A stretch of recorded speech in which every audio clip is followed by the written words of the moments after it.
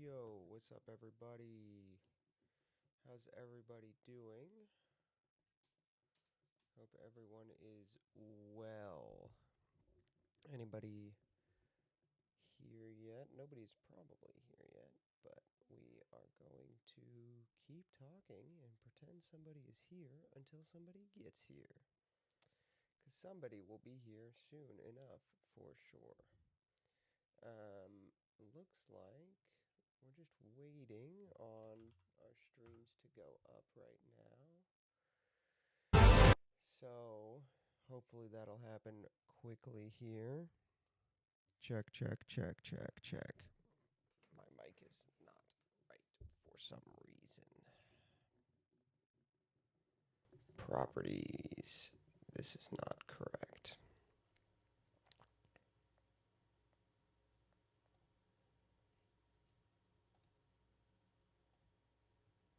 Check, check, check. Mic 1, 2. Check, check, check, check. There we go. That's better. That's better. That should be better. Check loop back. Make sure our audios are on. Yeah, that's on. Check, check, check, check, check, check. Testing, testing. There we go. Stream manager. And for some reason, I still cannot stream on Twitch. So that's frustrating to say the least. But we are live on Kick. We are live on YouTube. So that's good. That's good. What's up? What's up? How you doing? Volume seems very low. Yeah, sorry. The audio source settings I use are confusing and stupid. But they are the best solution for the setup I have. So, anyway. Why does Twitch hate you? We don't know. Honestly, probably got mass reported one day or said something that a robot got mad at. Can't stay for long. Well, I appreciate you coming. Most of the audience is probably at the conference at the university today, but I don't know because I'm not there. So we'll see. Twitch is still just a black screen. Yeah, I don't know what to do about that, to be honest. Except stop streaming on Twitch, I guess. That's my only thought on any of that, is that Twitch just does not work for some reason. Don't know what to do about that. I could try disconnecting and reconnecting it next week. I'll set a reminder. That's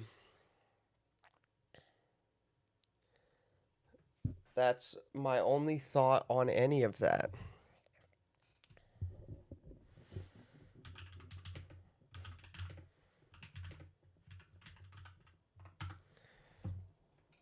Over here now, my sweet prince. Well, thank you. I appreciate that. I do appreciate that.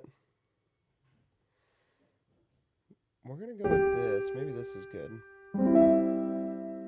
Yeah, that's good. That's better, I think. Dude, that's too emotional.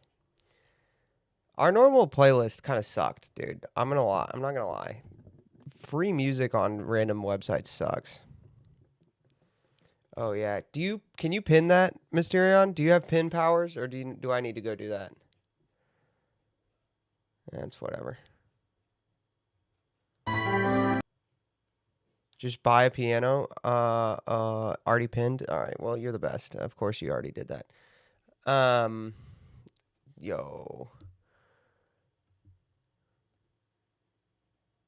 Father, I'm sorry.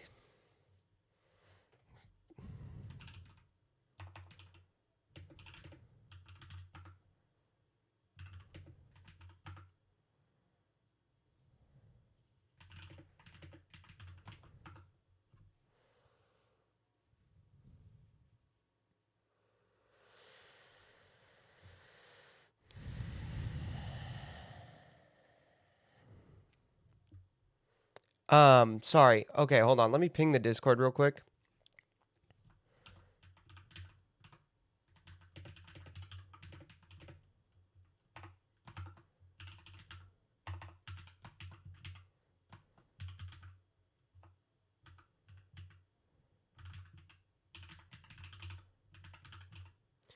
Um,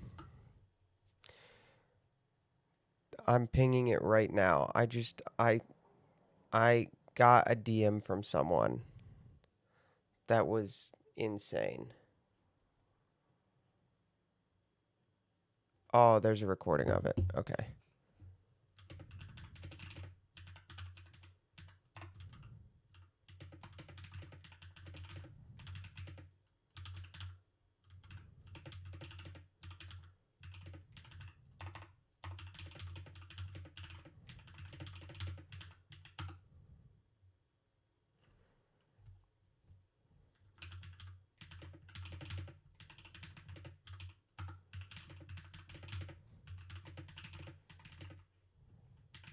Okay.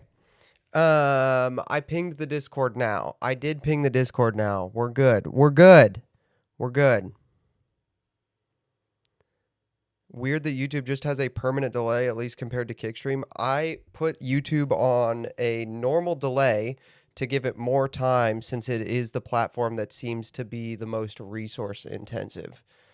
So instead of using the ultra low latency stream setting, I used the normal latency stream setting for YouTube since it was just like decided it hated me for so long.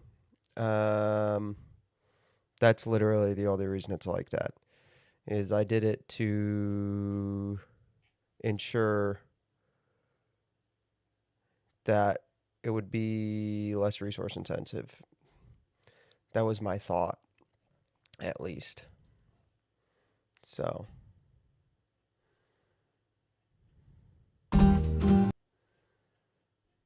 yeah. That was the thought. 007 First Light came out. I really like stealth games. You guys think I should do 007 First Light? Don't know if I'd stream it, but it would be fun to play. Maybe I'll get it. Maybe I'll stream it. We'll see. We're in the middle of the Cyberpunk right now. Of Cyberpunk, so you've heard good things. Okay. Similar to Hitman. Hitman's good.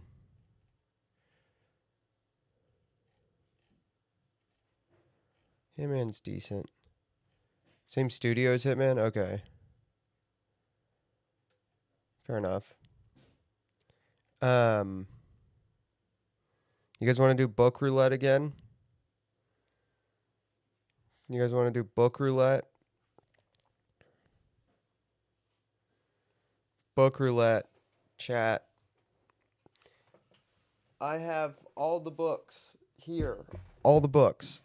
All the books in the world. I have all of my books that I keep on this shelf specifically in case I need to reference them for stream. Give me a number. I think there's probably 40-ish over here. Book 3, page 19. This is Charles Coulomb's biography of Blessed Charles of Austria.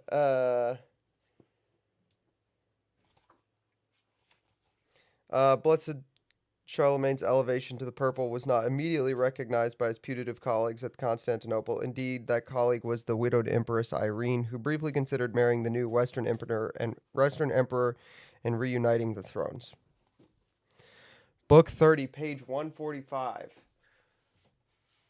1, 2, 3, 4, 5, 6, 7, 8, 9, 10, 11, 12, 13, 14, 15, 16, 17, 18, 19, 20, 21, 22, 23, 24, 25, 26, 27, 28, 29, 30. Oh, you got a Patrick Buchanan book. 145. 145. You got Day of Reckoning by Patrick Buchanan. A good one, to be sure. That's an insane poll. Legate, this poll is crazy, dude. Zionism unites them, but Muslims have fought more wars with each other than with Israel. Morocco battles for hegemony over the Western Sahara. Shia and Sunni fight, murder, and massacre each other in Lebanon and Iraq. Hamas and Fatah kill each other to gain control over Gaza and the West Bank.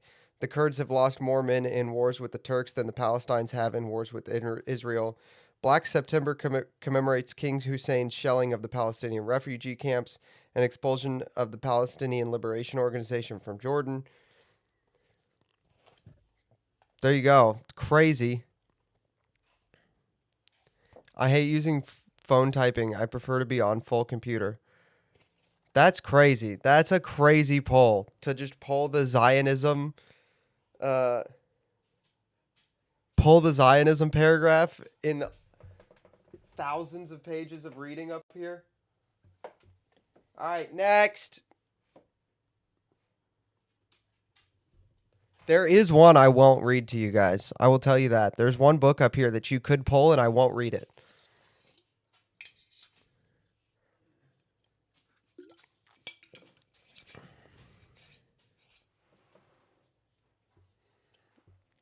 There is one book you could guess and I would not read it to you. It's my it's a book that is wrapped in brown paper. I will tell you that. It's this one.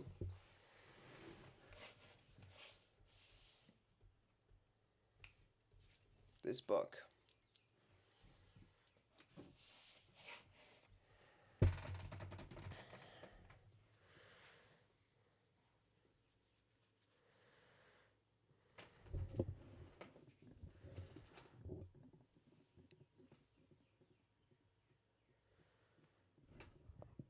That's amateur? What are you talking about?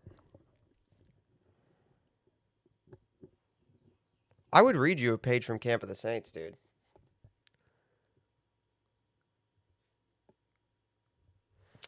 I would totally read you. If you guys pulled Camp of the Saints, because it's over here. If you guys pulled it, I would read it to you.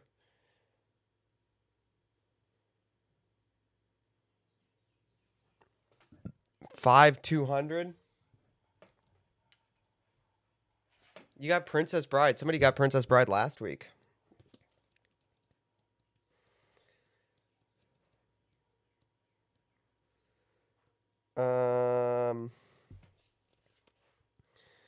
Buttercup was gone, out of sight. Wesley took a breath. He was aware of the score of soldiers starting to surround him, and probably he could have made a few of them perspire for their victory. But for what point? Wesley sagged. Come, sir, Count Rugen approached. We must get you to safety, to your ship. We are both men of action, Wesley replied. Lies do not become us. Well spoken, said the Count, and with one sudden swing, he clubbed Wesley into insensitivity. Wesley fell like a beaten stone, his last conscious thought being of the Count's right hand. It was six-fingered, and Wesley could never quite remember having encountered that deformity before. You guys already guessed 3. Come on. You guys already guessed 3. You already got the Charles Coulomb diary tonight. I don't want to do the same book twice in one night. 5201. I'm not going to read you the next page. I'm not just going to read you Princess Bride, all right? You can't. It's also copyrighted, so we can't just read the Princess Bride. I'm not just going to read you the Princess Bride. Although, that was once again, Legate with an insane poll. Because not only does he get,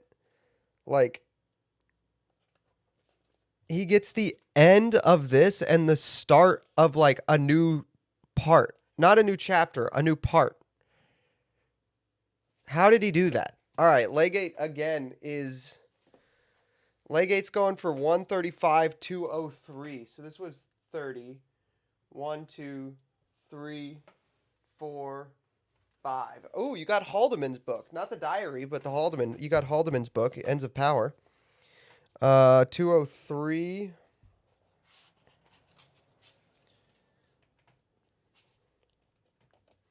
No doubt the president would like to think that if I hadn't reminded him of the tape machine, he wouldn't have lowered his voice.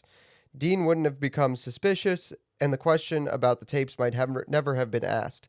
It's a fascinating if, I admit, an if on which the entire unlocking of the tapes hinged. But true or false, it illustrates Nixon's extreme sensitivity to those tapes. They destroyed him in office, and they plague him today. For I know that even today he returns in his thoughts to the strange circumstances surrounding the manner in which their existence was revealed.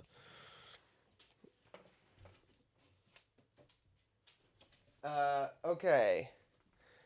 Getting the tapes is fun.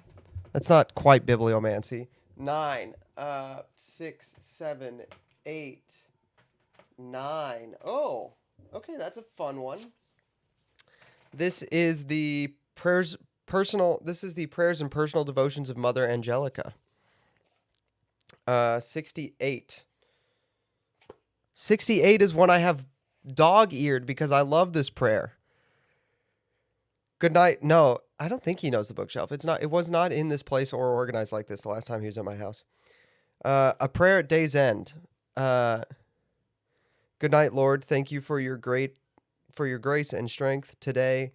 I didn't do all the things I wanted to. I wasn't like Jesus all the times I could have been, and I didn't think of you as much as my soul needed to. All in all, it wasn't the day I had planned when I saw the light this morning. I have acquired more self-knowledge, and I do realize I need to put forth more effort. I am the recipient of your merciful love. For once again, you put up with my many frailties. It seems the only thing I have left tonight is my desire to know you better and to love you more. I end the day a little more humbled by the realization of my weakness, but exulting in your holiness and goodness. I shall find my joy in you and not in myself. If I have grown in seeking you alone, then it has been a good day indeed. Good night, dear Lord. Let your angels protect me and intercede for me while I sleep. Let your son's mother make ready many graces for tomorrow, that I may love you more and be more like Jesus. Amen.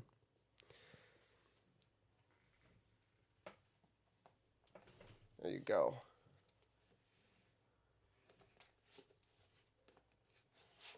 That's got any more? I mean, we can keep going. We can keep going.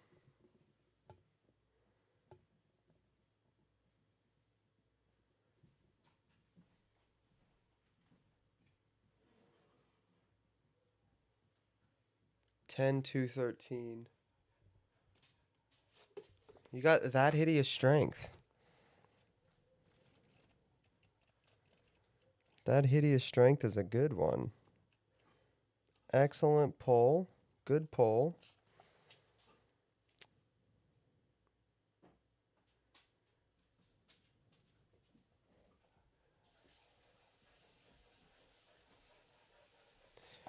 I don't know if I want to read this. This is a major spoiler.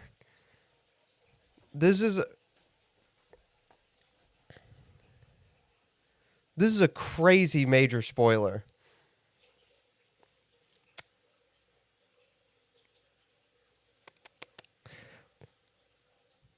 This is like you've picked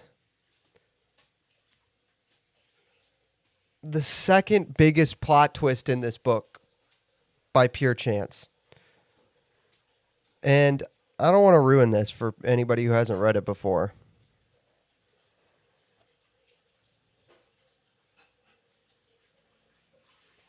Yeah, I'm not going to read this. Sorry.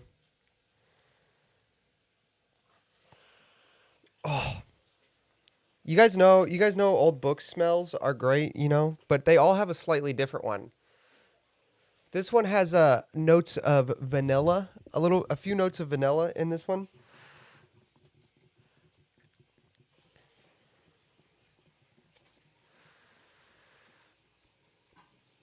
A few notes of vanilla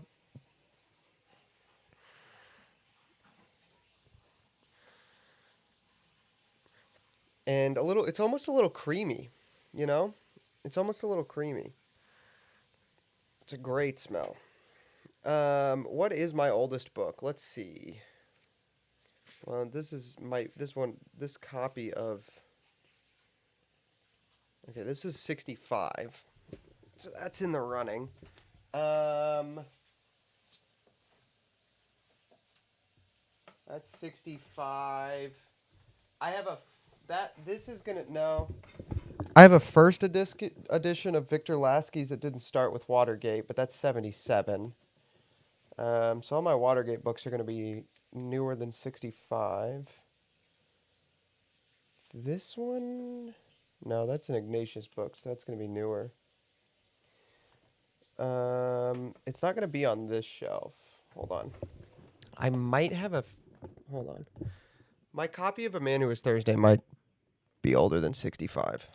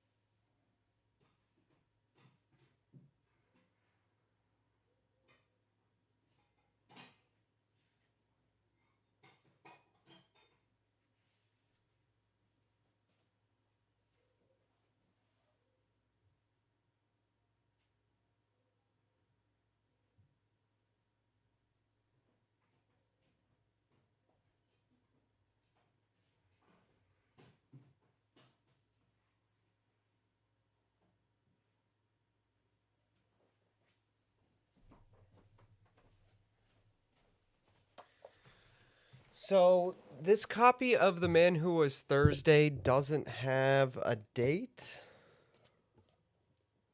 actually. It does not have a date because it does not have a copyright page. So that makes me think it's really old. Um, the other one that it might be is I have this September 1960 copy of National Geographic.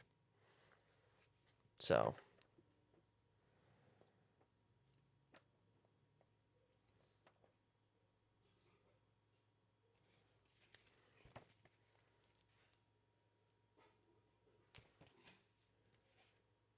1893. Damn, 1893 is just mogs me.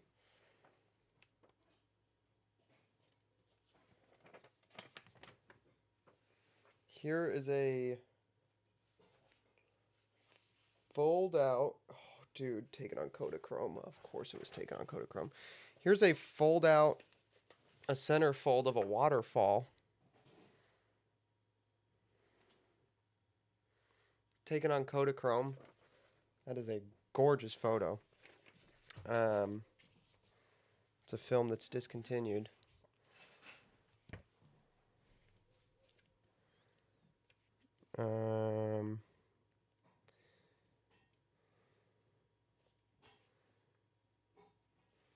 Dude. So, one of the crazy things that National Geographic used to do, you guys are not going to be able to see this. Do you see the credit line here? You're not going to be able to read it. You see the credit line really small right there under the photo? They actually had the film type that took the photo. So you would know, like, they would tell you what film the photo was taken with.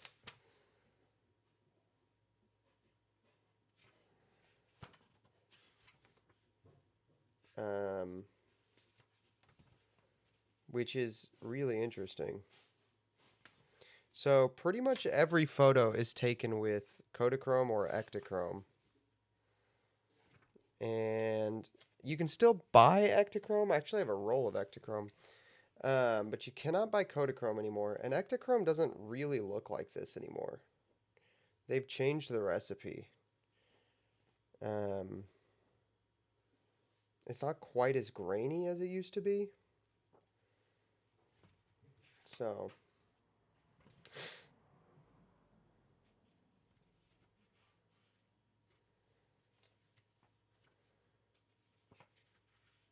but yeah, there's some really great photos in here.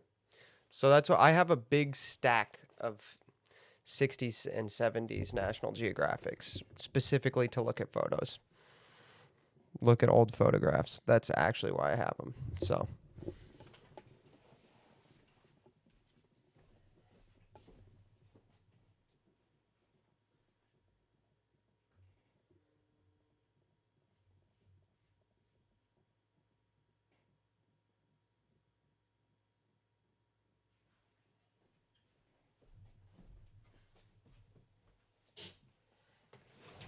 oh crap.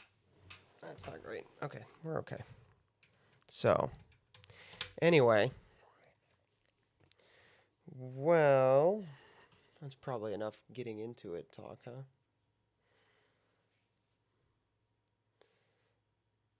I feel like we probably did all the getting into it talk. Put this right here. Unless somebody wants another attempt at the bibliomancy game. If anybody wants another attempt at bibliomancy, speak now. There's a couple up here that you guys would find really funny if somebody got them.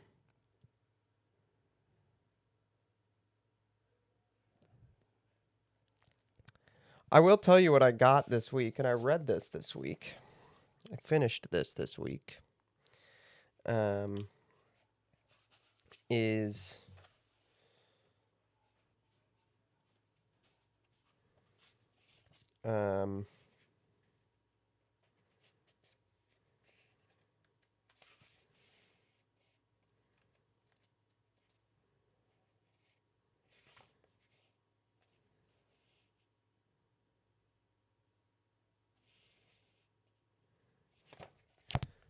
the stage play of A Man for All Seasons. So I read this week. First of all, cover art on this is sick, right? A Man for All Seasons with Thomas More, and then upside down, it's A Man for All Seasons with Henry falling because he's upside down. So actually, pretty sick little cover design for just like a stage play. Pretty sick one. And you know what? I will tell you, I have not read cover to cover the stage play before. I've read parts of the stage play, and obviously I've seen the film quite a bit. But I'd never read it cover to cover before, nor had I ever read Robert Bolt's intro. Like Bolt, hey, what's up? Happy Saturday. Thank you so much. Bolt's intro to this is very good and actually really interesting. So I recommend that. What else did I add?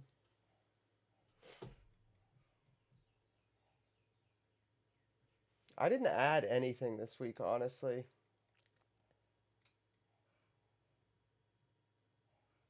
Nah, nothing. I didn't add anything. Didn't get anything new this week. Besides the Man for All Seasons. So that was fun. It's a good one. Most recent book that Legate got. It's probably going to be something lame. Or boring. Okay, I want to watch this video. We're going to watch this video, but first I'm going to have to see if Levi's okay, because he's like freaking out for some reason, so I'll be right back. Let me put on the music, even though it sucks. This music is not as good as I thought it would. It's wearing on me because it's the same like 15 songs. Hold on.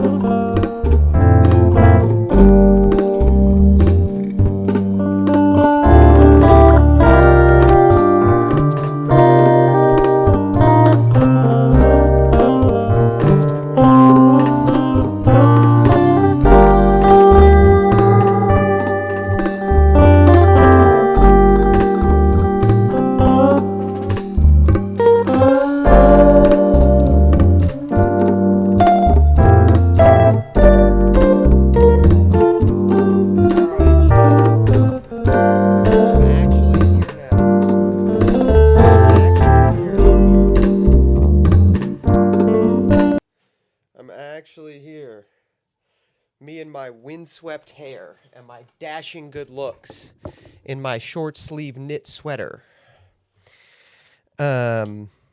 That all the ladies are just so into.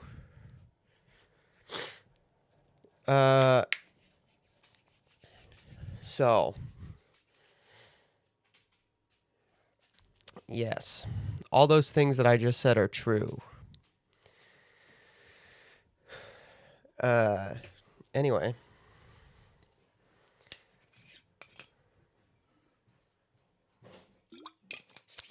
Oh.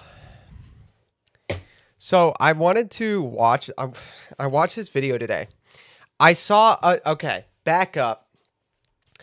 I saw an Instagram reel last night with Ezra Klein in it, where I was like, "Why is Ezra Klein getting it right now?" You know what I mean? Like he kind of got it. He knew. It seemed like Ezra Klein understood, which I thought was really odd. Okay, it felt weird to me that Ezra Klein kind of knew what was up. At least a little bit.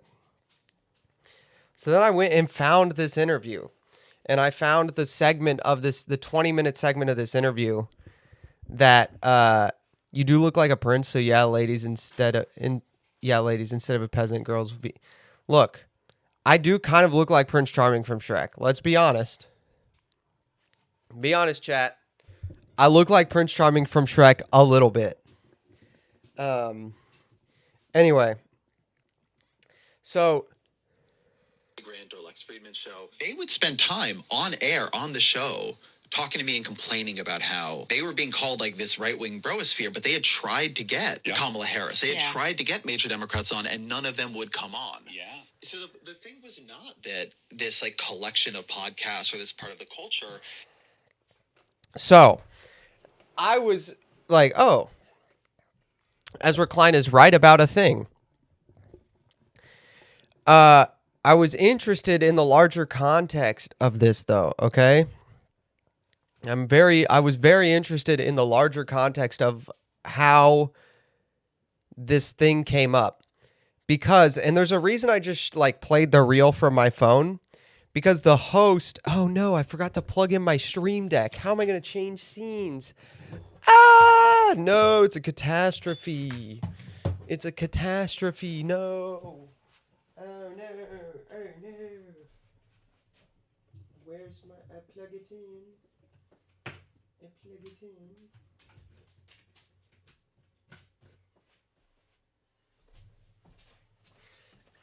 Okay, I'm back. I'm back. Hello? Am I back?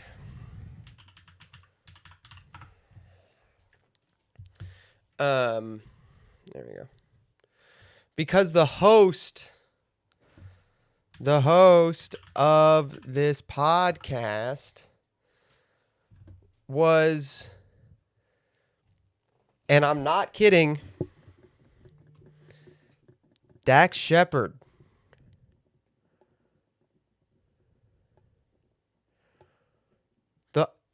I saw this clip of Ezra Klein so I read talking about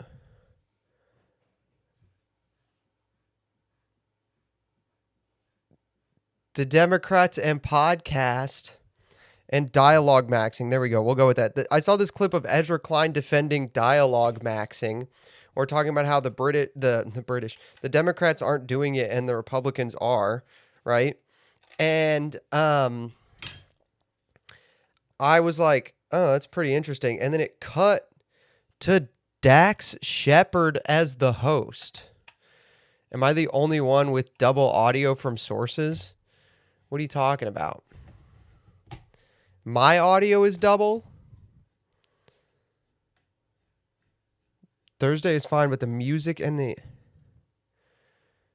Dude, what? How?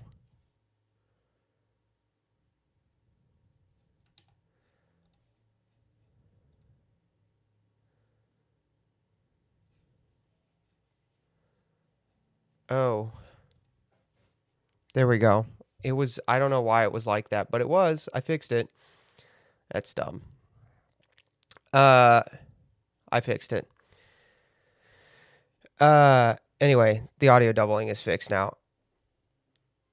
When you play the clip, it is doubled. Okay, I fixed it. So, Dax Shepard. Now, if you guys don't remember, if you guys have never heard of Dax Shepard, Dax Shepard is in Idiocracy. He is the lawyer in Idiocracy, okay? Go away. I'm baiting. That's Dax Shepard, okay? Um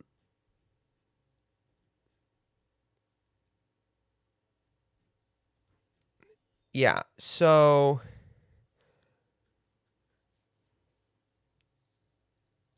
I was very confused. So this video, I watched this video. I watched this video and everything about it is confusing. Will we get through all 20 minutes of this? Let's hope so. Do I think it's likely? Not especially. But Dax Shepard hosting a podcast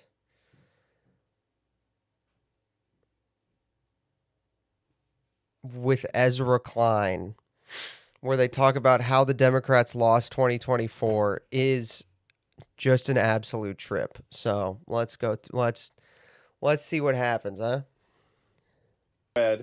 This is why there's no liberal Joe Rogan. In the New York Times, you did an op-ed on this, and I just loved it. And I want to go through the points you made in it a Great. bit. So let's just talk about Joe Rogan for a minute, because I'll just tell you where historically where we come from. Like, I don't agree with him on. All right. What is this studio? What is this studio? This is so obviously a fake room, okay? What is going on? We have the title and like I'm assuming album art of the podcast on the TV here, which I can't argue with because I have my podcast, my streams album art as my desktop background. So if I'm ever on my desktop background, that's what you see. The funny part of this is the distribution company right here. Now, armchair expert with Dax Shepard. The reason all these celebrities have a podcast now is because Vox or Wondery or some other podcast distribution network will go to the celebrity and pitch them on being cast in this podcast. Okay? It doesn't start and then get bought by a distribution company. Okay? That's just not a thing. Some of the Vox podcast media or the Vox podcast network podcasts do work that way. I'm pretty sure Marquez Brownlee's podcast works that way, where it started and then Vox bought it, and he did it because he wanted to focus on his YouTube channel, not on his podcast. But anyway, this is one of the most millennial rooms I've ever seen. All right, let's just talk about how millennial this room is right off the bat, okay? Here is, I think that's the Sorting Hat from Harry Potter. All right, you will notice, okay, Dax Shepard is in some chair that's way too big with him, with his knees like up here. All right, this is the position we're watching this in. There's Funko Pops of of basketball players back here.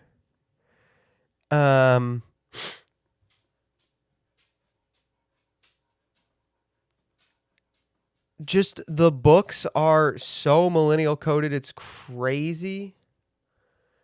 There's a Beanie Baby on the shelf. I don't mind sideways books on a shelf, right? I will show you. All right, look. I don't mind sideways books on a shelf. Look at mine. All right, my shelf has some sideways books on it, but that's because I'm struggling to fit them all in the space that I have on that shelf for books. Okay? These books are sideways because they're a stand for NBA Funko Pops. What? What?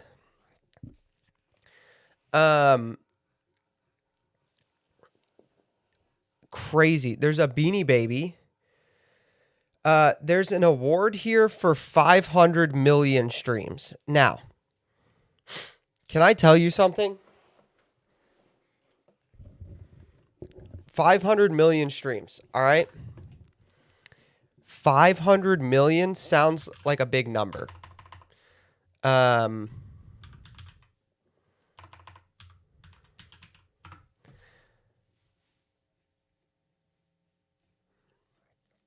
500 million sounds like a really big number, doesn't it? You see that and you're going, that's a big number, right?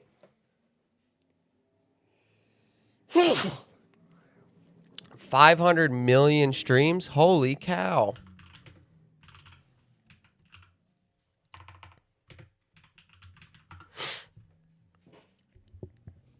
I just want to show you, thank you.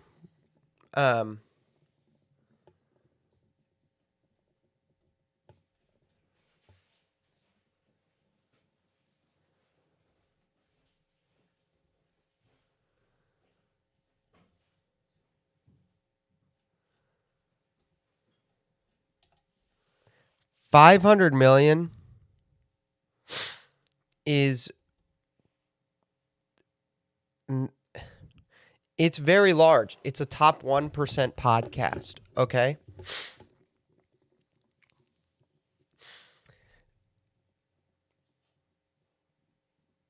I will bet you that like Matt Walsh gets 500 million plays a year.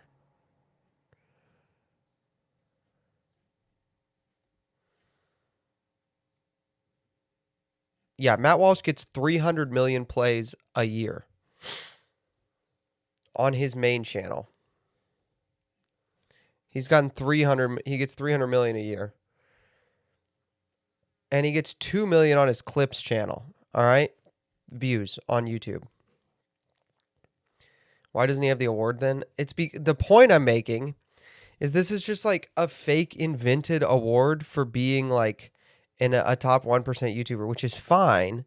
But like to display an award that the people you're going to be actively criticizing in this clip crush on a yearly basis almost, like 500 million streams, that's like 2 years for Walsh, okay? What are we doing? Right? And frankly, look, all right, you want to see something? This video has 4.3 thousand views. And that is well out of their standard range for views on a video. Look, this is the view stats graph for their channel. This gray is where you would expect a video from like theirs to do. And this is their amount, all right? If I literally go to their view stats page, like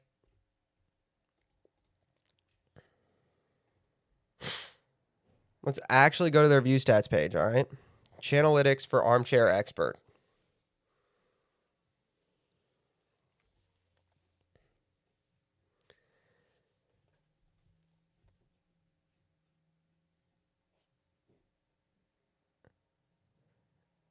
They have one day here with like 8 million views.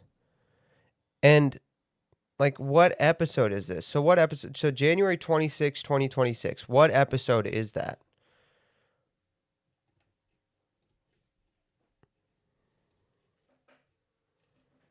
January 2026.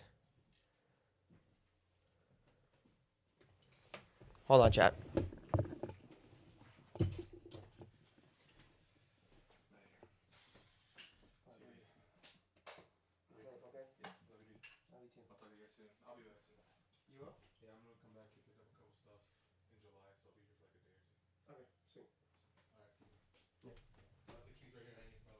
Okay. Thanks, man. I'll see you later, okay?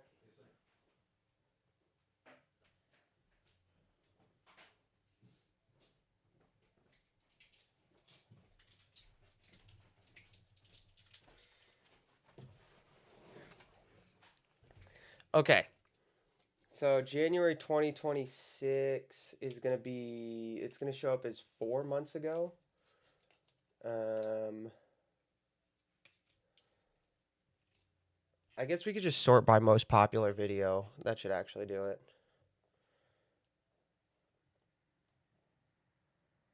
11 months ago, dude. Okay, so how did they get 8 million views in a day? How did they get 8 million views in a day? What happened 4 months ago that they ended up with 8 million views in a day? Yeah, but the share episode is not right. Oh, it is share. Okay. Is this the share episode then? Welcome. It's literally share. Bro, you're wearing pajama pants. You have your feet up on the table. Yeah. No, this isn't the right episode. This isn't the right episode.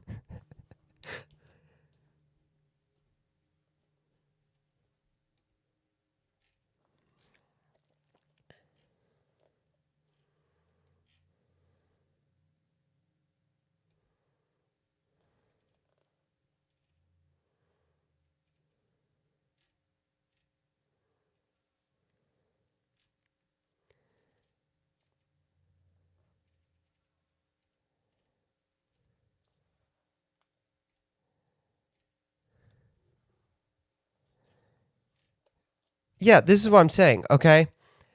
The point I'm making doing this is me killing time trying to get this damn log of pouches open. Can I be really honest with you? That's what's happening right now, okay? Trying to get this log of pouches open.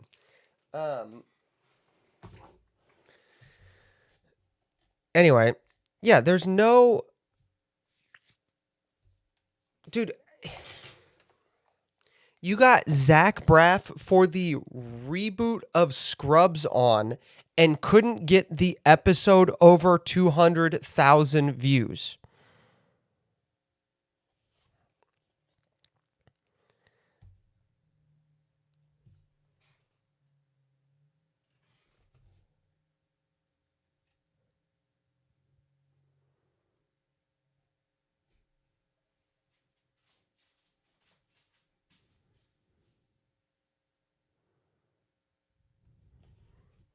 You switch to knickknacks. Lozenges make me sick. Lozenges make me nauseous. Can't do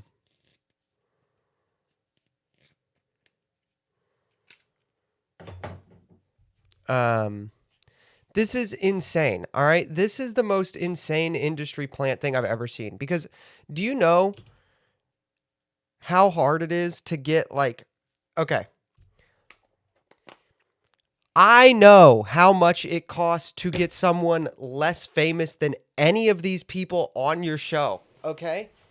When you have twice as many subscribers, all right?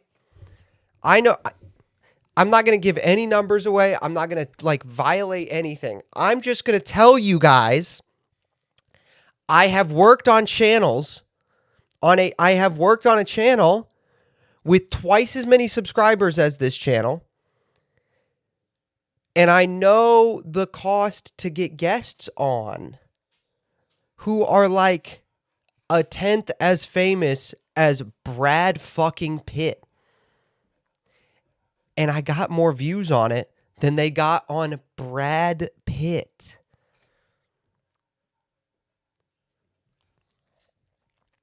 What are we doing? All right.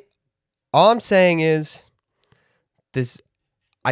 First of all, displaying a 500 million plays award, gay as fuck. All right. It's super gay. This is gay to display this 500 million streams award from Spotify. Because that's a Spotify award. Because nobody cares, dude. Because Spotify is so fake. for a celebrity to be like, oh yeah, I paid Brad Pitt probably, and this is not an exaggeration, probably like my podcast network paid Brad Pitt probably $500,000 to come on my podcast, and and then I got 500 million people to watch my pod, and I didn't like this is so incompetent. It's so gay. All right. Anyway, moving on to the actual reason I wanted to watch this clip, but that pissed me off. Like a Spotify award for 500 million views when your podcast network probably has a deal with Spotify to push your podcast to like autoplay while people are sleeping. What the fuck are we doing? Through the points you made in it a bit. So let's just talk about Joe Rogan for a minute, because I'll just tell you historically where we come from. Like, I don't agree with him on much stuff. All right. First of all, you're having a conversation with Ezra Klein about the thing that liberals need. James Gunn, Seth Rogen, Shaq, Reese Witherspoon, only 800,000 total views. Do you know how fucking incompetent you have to be to have James Gunn, Seth Rogen, Shaquille O'Neal, and Reese Witherspoon and get less than 1 million views total on those interviews? Look, I will sell out for just to prove how fucking lazy liberals are.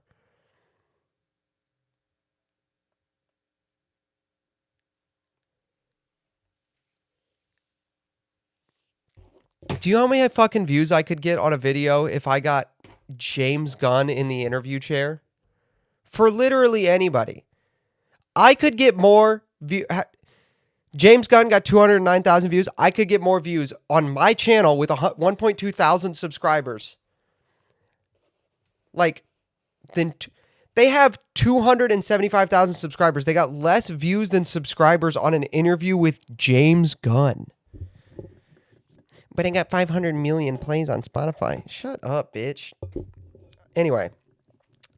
All right, I'm having a conversation with Ezra Klein about his piece, Why the Left Doesn't Have Its Own Joe Rogan. Or whatever it was called. I will say, though, the dinosaur skull on set, based. That's so cool. If I had money to buy a dinosaur skull, there would be a dinosaur skull on my set. Not going to lie to you. There would be. Okay, I'm going to have a conversation with Ezra Klein, like liberal strategist extraordinaire, about Joe Rogan and the left, and I'm going to feel the need to say, I don't agree with Joe Rogan on everything. Okay? And nobody cares. Dude, chill out. Anyway, moving on. Right? It's not my brand of masculinity. I respect the work ethic. I respect. You are wearing makeup, bro. I can see the eyeliner. Dude, I can see so much makeup. You are wearing more makeup than my mother wears to church, okay? For a podcast with Ezra Klein.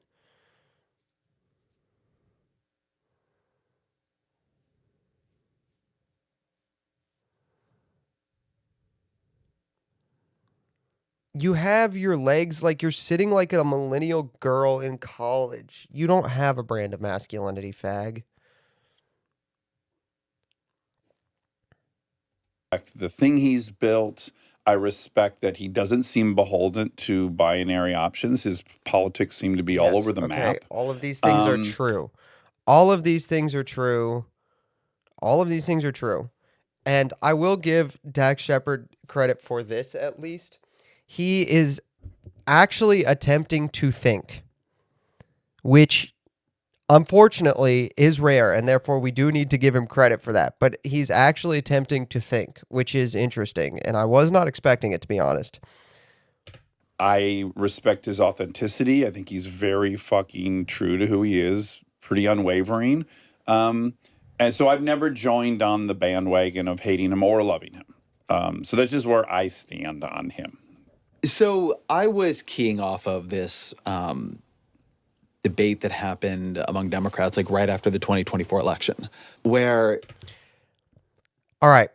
So something just happened that's going to happen a lot in this interview. And I caught this. I don't know if you guys caught this. So I'm going to go real slowly here. And I want you guys to pay attention to this. Dude, there's an iHeartRadio award up here. I don't think you can see it because it's behind the chat box, but this is an iHeartRadio award. What are we doing? So, okay. Let's debate that happened among Democrats, like all right. right after the 2024 election. Okay. Debate that happened. Okay. Watch. Okay. This is a frame by frame. If you don't know the less than and greater than signs on YouTube, go frame by frame. Okay. This is frame by frame.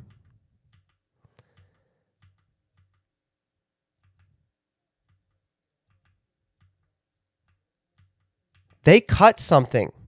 This podcast is not an unedited conversation. Hey, what's up, Lexio? This podcast is fake, dude. Ezra Klein, the left's best, the left's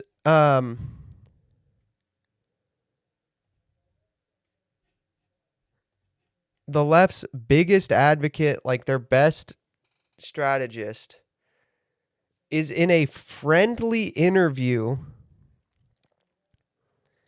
with celebrities who he can just say anything and they'll go, yeah, to an audience that will just go, yeah. And they are cutting things he's saying. Now, this is a clip, right? Okay, here's the thing. This is a clip. This could be in the original. Let's see. But it's a 20-minute clip, which is really weird. So let's do... Okay, Let's do this. Where they felt like they had lost the podcast. Where they felt like they had lost the podcast. Okay, let's do this. Let's search the transcript for that moment, and let's see if it's cut in the original.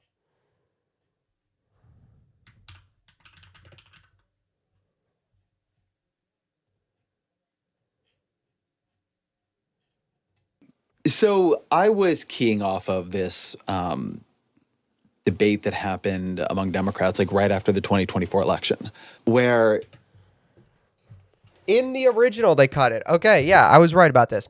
Anyway, so they are cutting things. Like, this guy can't even give a coherent argument to a friendly audience with a friendly interviewer.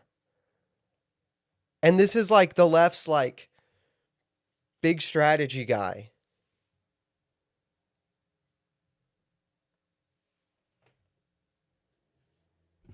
Once again, also, I will say there are ways to cover this, okay?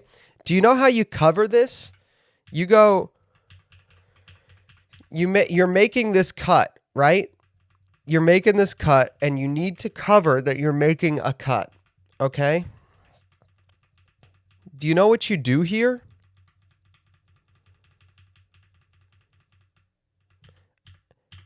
You don't go to Klein. This is two cameras, okay? This is not the same camera punched in and punched out. You can tell based on the angle and the focal length, right? Look at how wide Klein's face is in this angle. Look how wide it is in this angle. Look at how wide look at how broad his shoulders are. Look at how broad they are in this angle, right? And then you can tell that you can see more of this stuffed animal over here. All right, you can see more of this stuffed animal here than you can in this angle. So these are two different cameras, which means the editor went to the trouble. The left's chosen one is definitely Carville, but he's screwing everything up, and they're trying actively to push Klein out, even though he's the only one with an actual strategy. Anyway, the editor went to the trouble of cutting to a different camera for this cut so that it wouldn't be as obvious. Do you know what you could have done though? Cut to the host's one.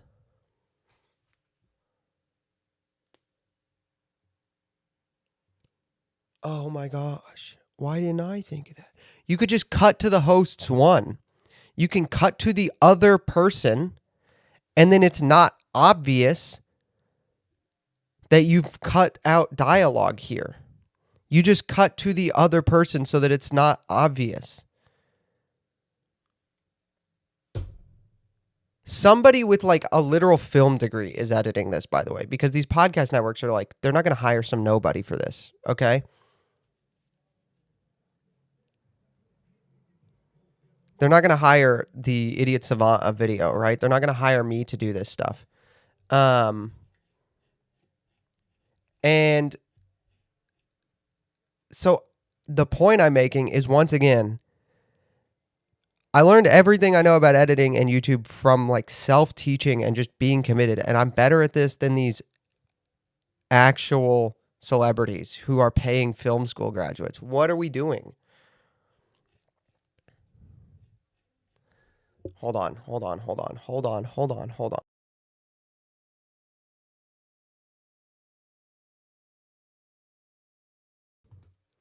Chat. I just got a text from a friend. It says, question, are you single currently? How old are you?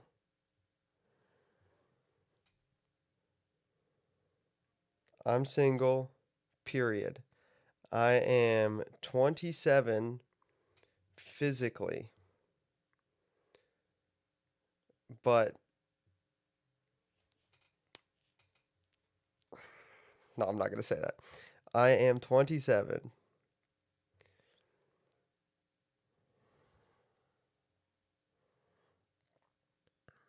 Anyway,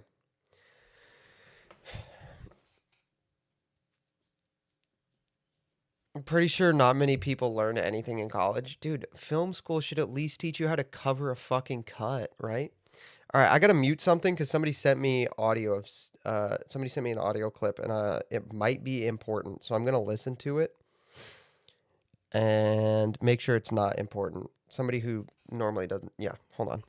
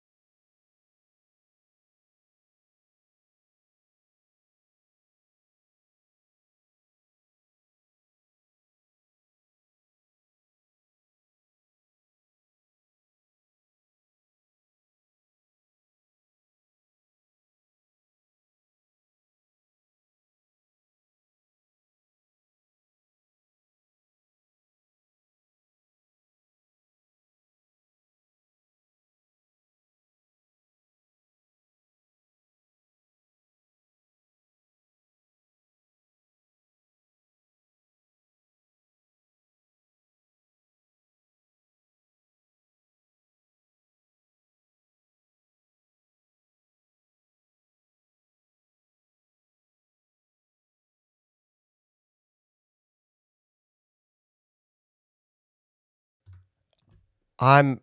Oh my gosh.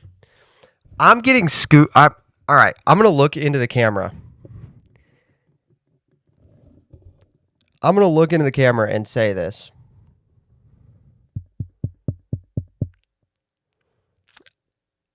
I just got a major scoop.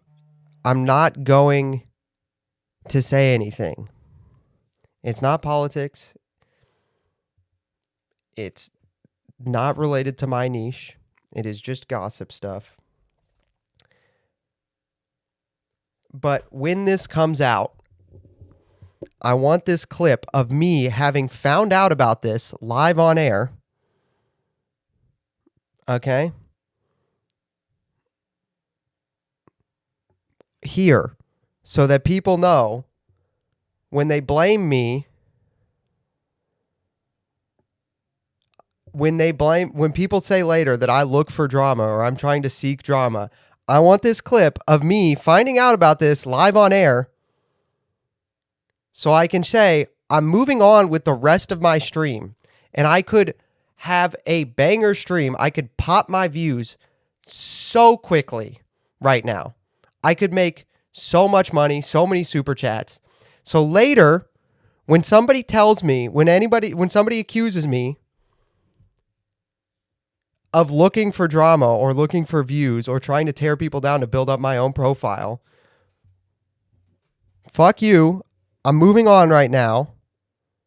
And also, you know you're wrong and you know what you did was wrong. And the fact that it's actively being covered up at this moment, according to the person who just sent me a voice memo.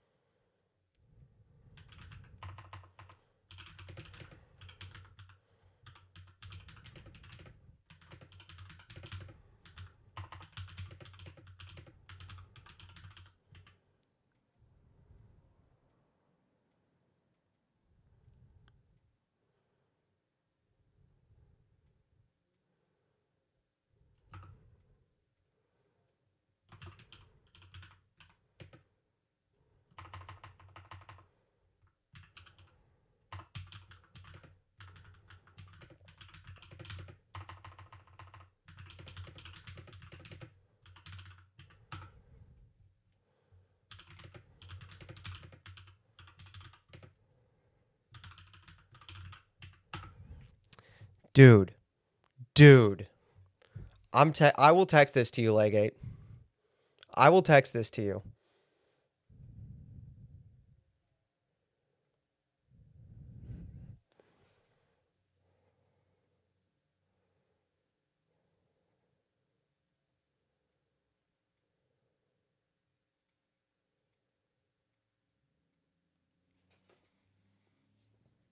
Bro, I'm having a hell of a day right now. Okay, the things happening to me live on air while I'm trying to do an actual video.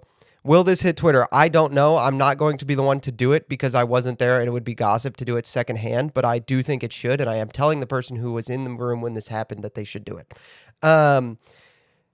This now my friend is texting me, would you mind if the girl is older than you, 28, and are you like our other friend who only dates white women, or are you attracted to Asians?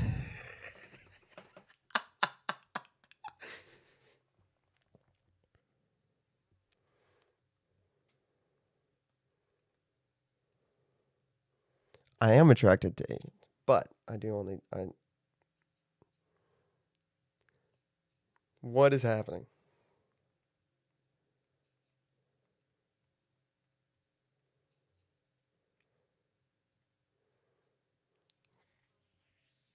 I'm not gonna do it.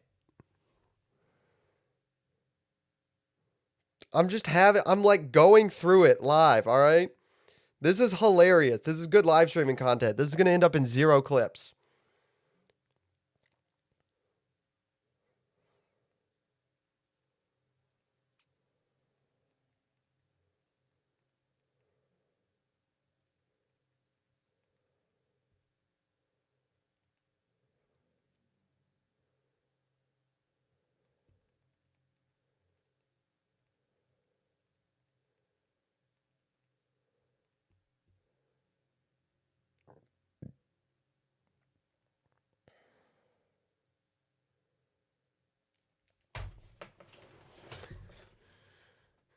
Legate will now confirm in the chat for later when people pull this clip up, so I can show this clip to people later when they say I'm looking for drama. Legate will now confirm in the chat that I could probably get 60 viewers right now. I'd probably break 100 viewers, honestly. I could set a viewership record, a concurrent viewership record for my stream right now.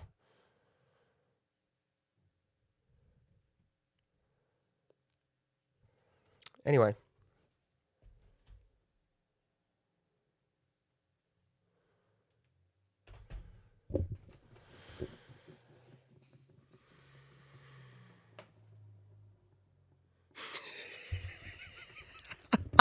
The story is Ben Shapiro just murdered Matt Fradd, and the person texting me is Matt's oldest son. No. Uh, no, yes, I'm so mad.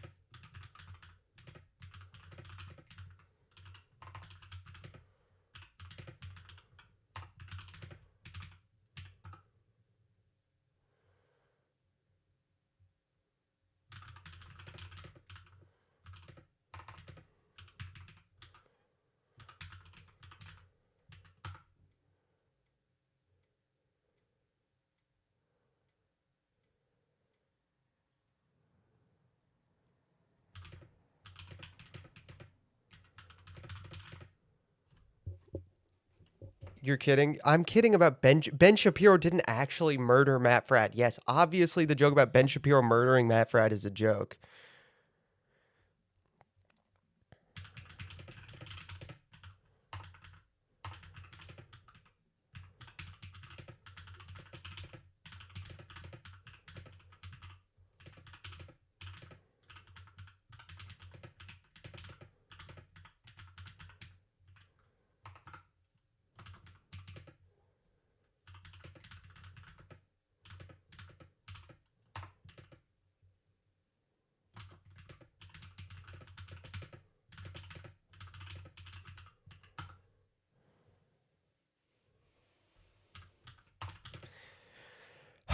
Uh,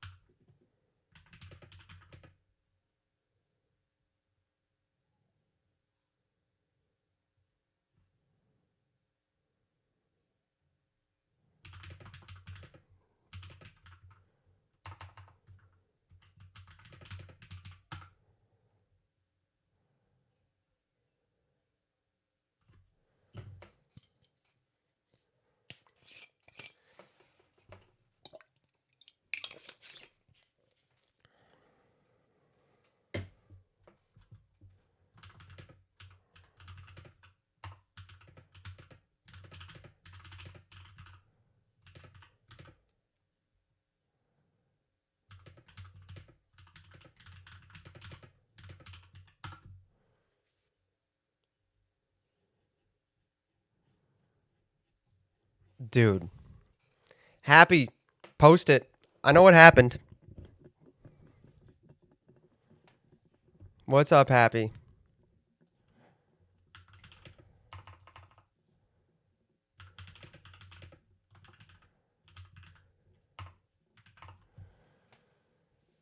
I'm curious and willing to ponder your hypothetical. Give it to me.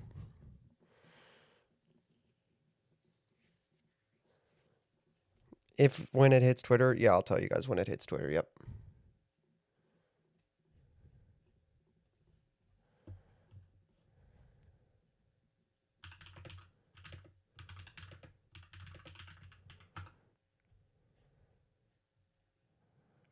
I'm so mad, dude. I'm so mad. I'm not trying to milk it. I'm unironically trying to calm down. I'm I want to be clear that I also this is lasting so long because I'm trying to calm down so I can move on because I can't think about anything else right now. I'm so furious. I'm livid.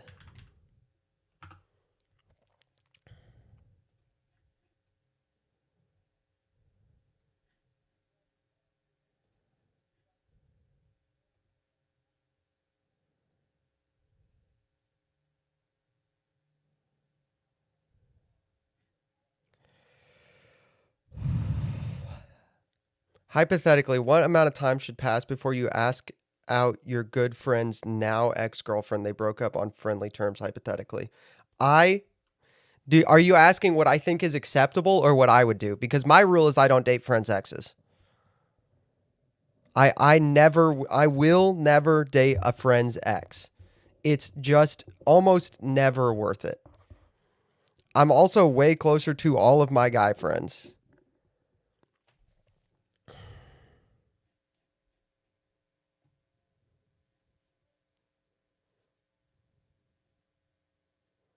How long do I think is acceptable? A year?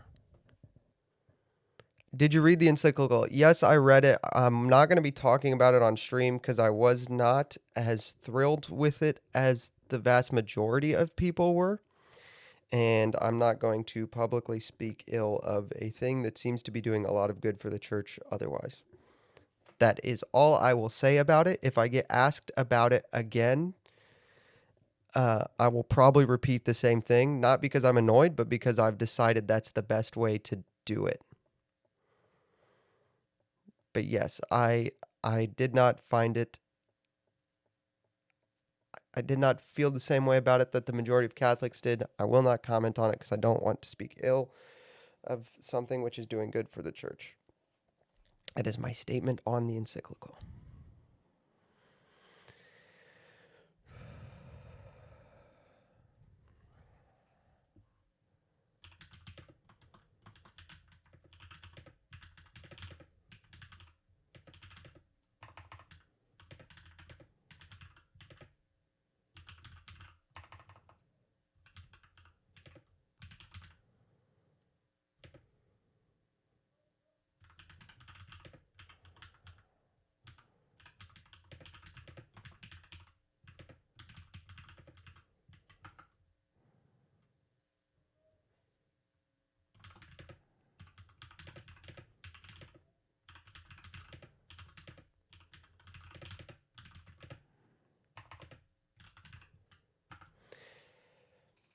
But she's genuinely the only woman I've ever considered dating since I've started college and taking my faith seriously. Bro, I don't care.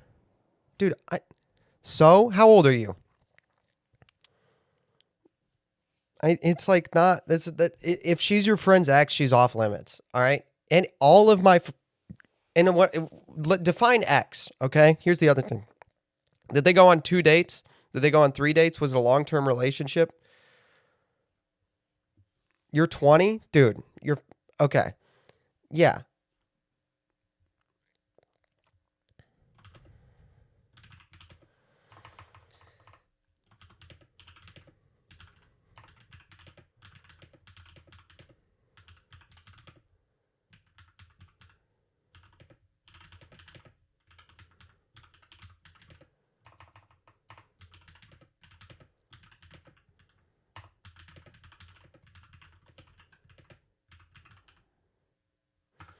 you're 20. How long was the relationship? Let me ask that. But for me, it's like my rule is like if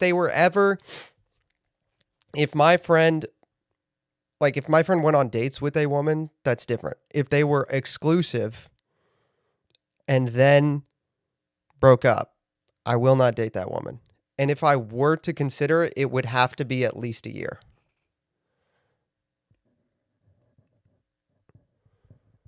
Happy, what are you doing right now? What am I doing right now, Happy? Danny told me what happened and I'm trying to calm down. That's why I'm literally sitting here burning time trying to calm down because I'm furious. That's what's happening, Happy. like 2-ish years, but most of it was in high school. No, 2 years is too long. Nope. Nope. You can never date that woman. No. Anything over 6 months, you cannot date your friend's ex.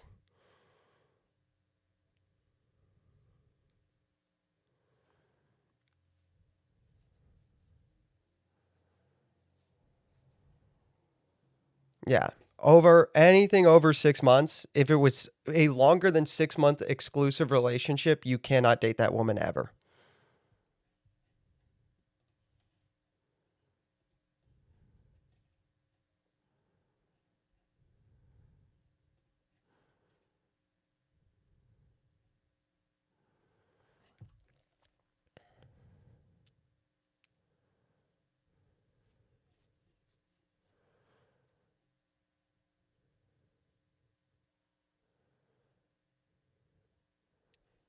And I will tell you this, if it was 2 years, it needs to be like 3. The time between her dating your friend and dating you has to be longer than the relationship. I said a year because I assumed it was like 6 to 8 months or something like that. But no, if it's a multi-year relationship, the time that uh the time that the relationship with your friend lasted has to be there has to be a greater amount of time before you ask her out. At the very least. But I would never date her. That's the thing. I have very attractive, very funny friends. No homo, right? Just objectively. Like my friends are, good-looking guys who are very funny. Their exes are attractive. I'm never going to date any of them. Right?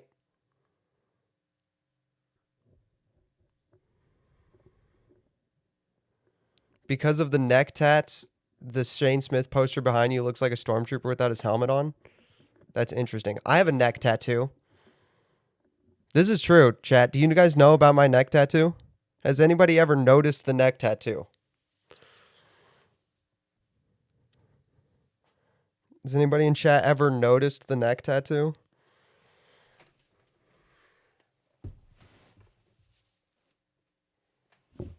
Ugh. Get turned around here. There you go, chat. There's my neck tattoo, chat.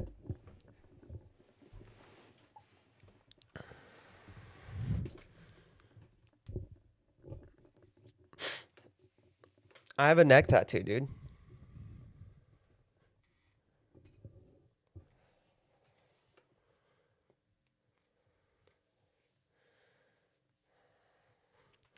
It's great. I do like my neck tattoo. I got it on a kitchen table in an Airbnb at Seek in Salt Lake City with Shane.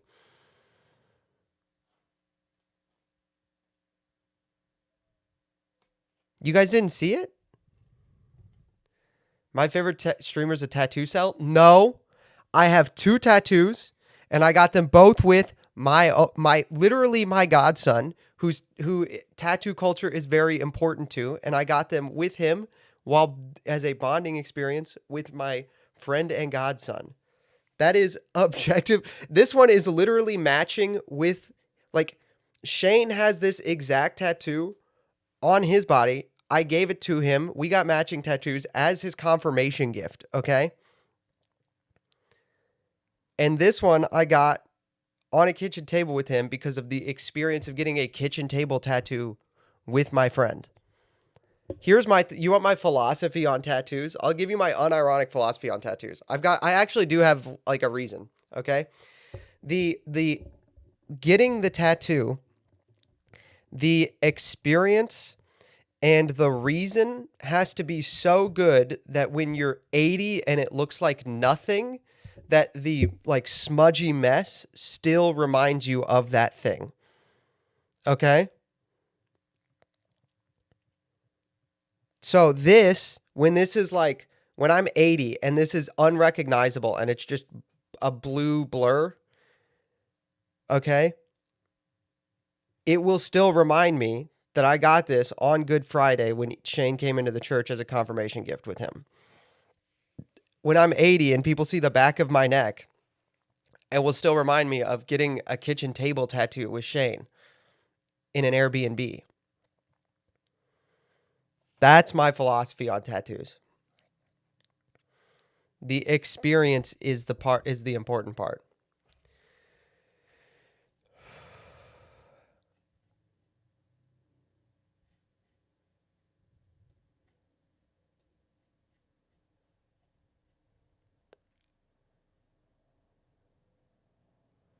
I think my philosophy is that tattoos are for military or other long-term intense bonding.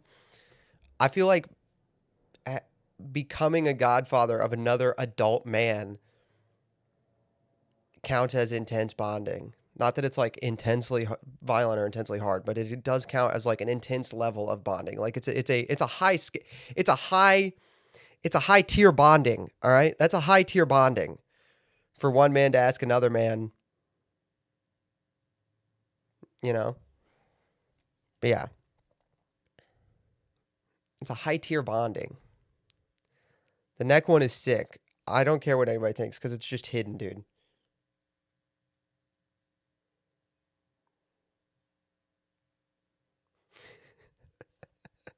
Oh. I want my right about everything award, dude. I'm so right about everything.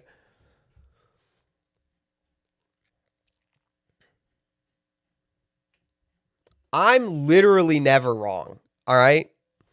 It's crazy how much people should just listen to me.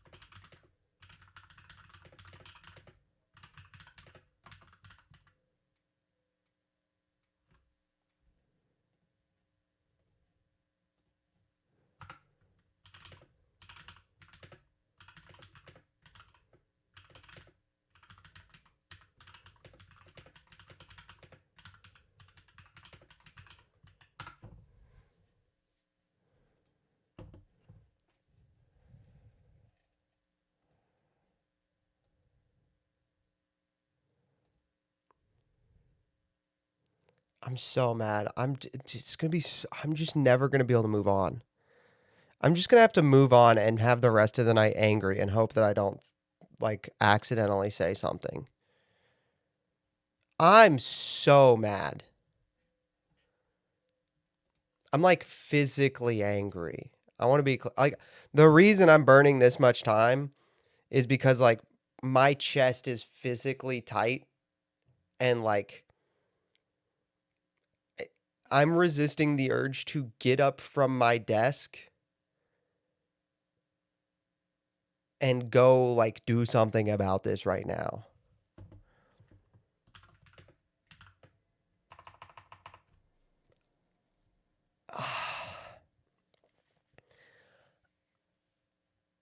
I mean, I can't make somebody post on Twitter about it, right? I can't make somebody. I think they should. I have told the two people who I know who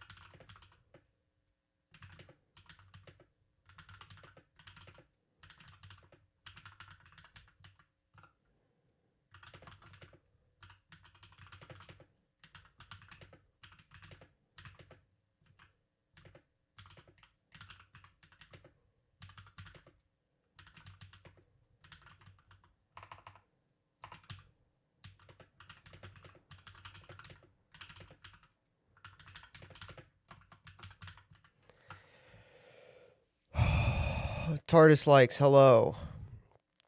Would gambling early help? I mean, it might be a gaming stream at this point. I'm not gonna lie to you guys. It literally might be a gaming stream.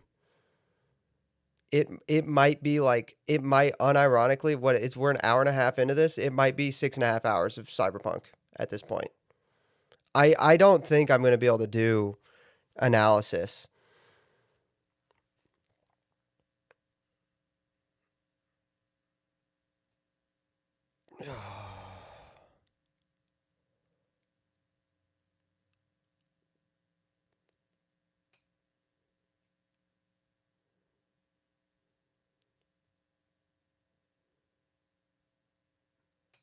Water.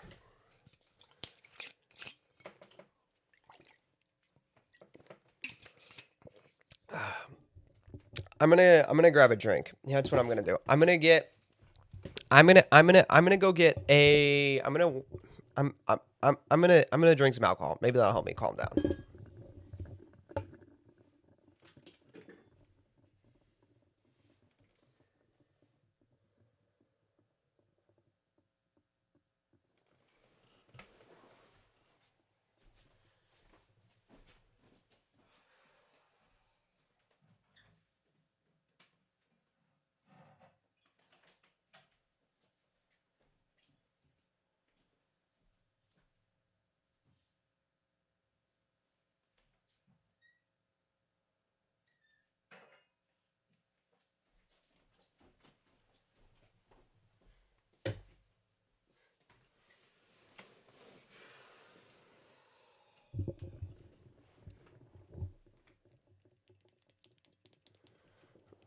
I just oh my gosh. No, I'm not mad about the encyclical. I am not mad about the encyclical. I'm not this mad about the encyclical. Nobody did anything. Um no one did anything wrong. Um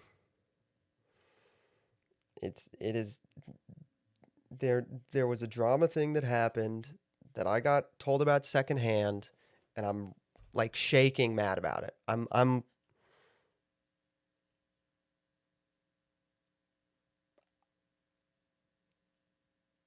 I'm sh-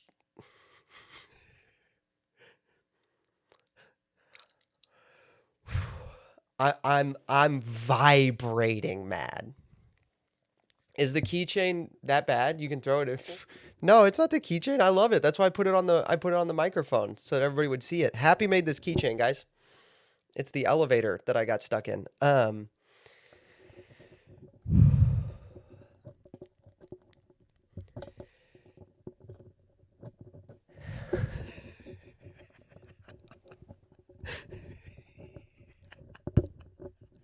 I just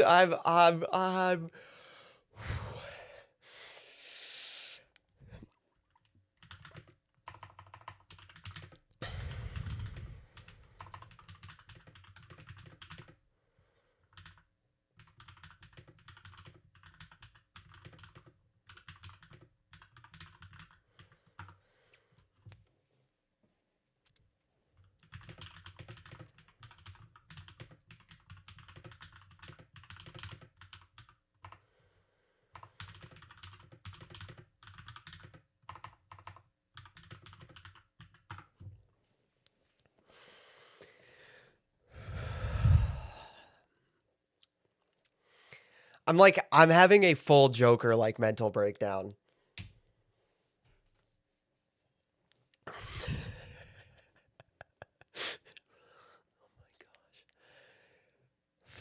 Everyone should look. Everyone should just listen to me. All right?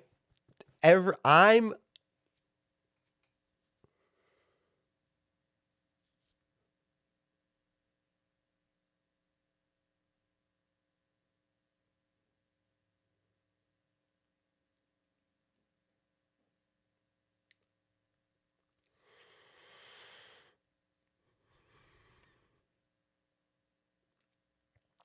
I don't know. I probably can't, but it's just like me because it's like I'm like there's a level of it that is a personal slight to me. That's why I'm this mad.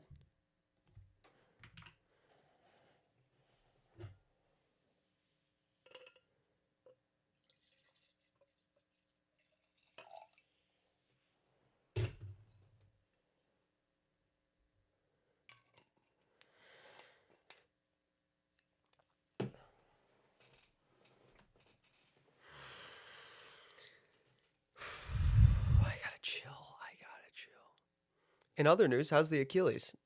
Oh, Nick likes flying. Hello. Let's find out how good the Achilles is, huh?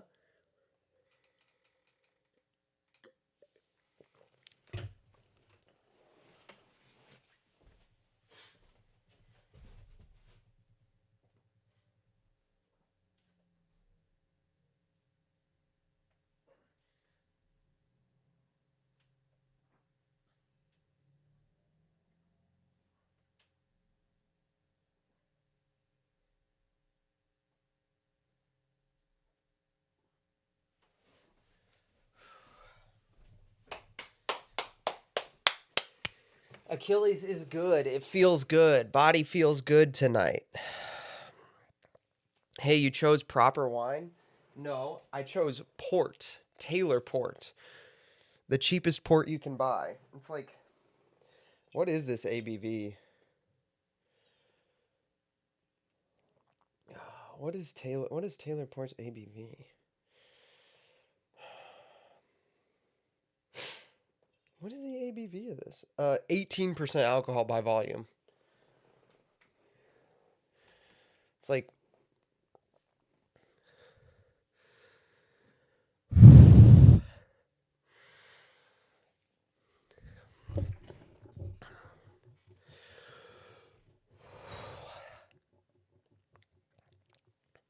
Happy Baptismal Day, Happy.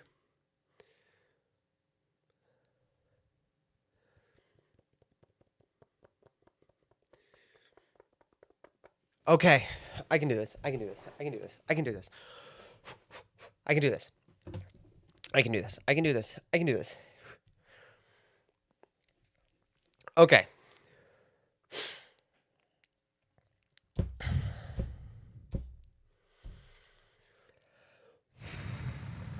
I can do this. I can do this. I can do this.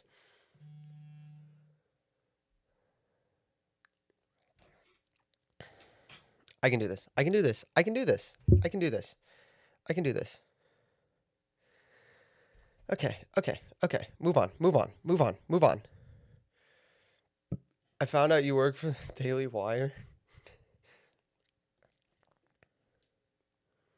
For a while. Sometimes we split it up amongst a couple editors if we don't have like a ton of time. So I think McKenna has done some of it. Maybe Josiah also.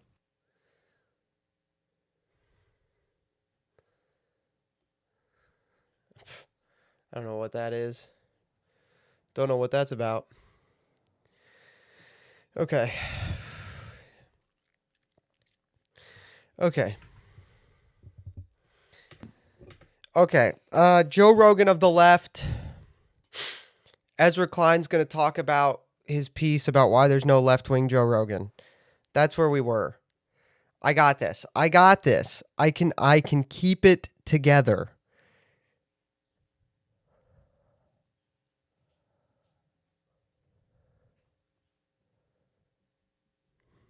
Don't know what that's about. Good cover, boss man. Boys, if I worked for the Daily Wire, I would tell you. I would just be like, look, they cut me a fat ass check, you know? Like if I worked for the Daily Wire, I'd just own up to it. I would tell you how big the check I got cut is. Okay. I can do this. I already don't have a foreskin.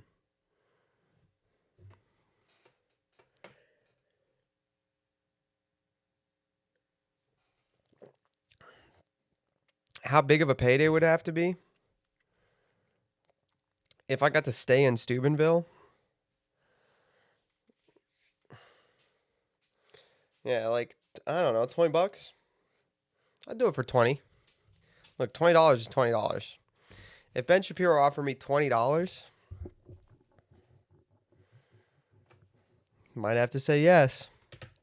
Debate that happened among Democrats like right after the 2024 election, where they felt like they had like lost the podcasters. You know, Trump was going on Rogan and Rogan endorsed him. You know, he was going on Theo Vaughn, flagrant with Andrew Schultz. Yeah.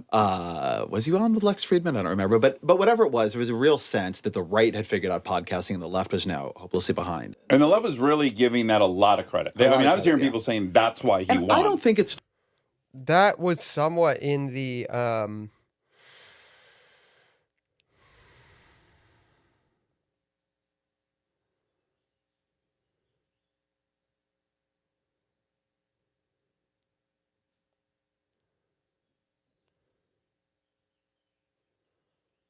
so mad. That was somewhat in the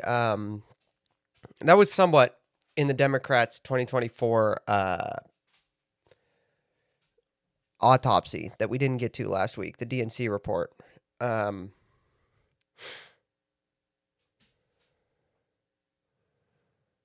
So there you go. Totally off, by the way. I think there was something very real that was significant there, though I don't think as we will talk about, the left has taken the right lesson.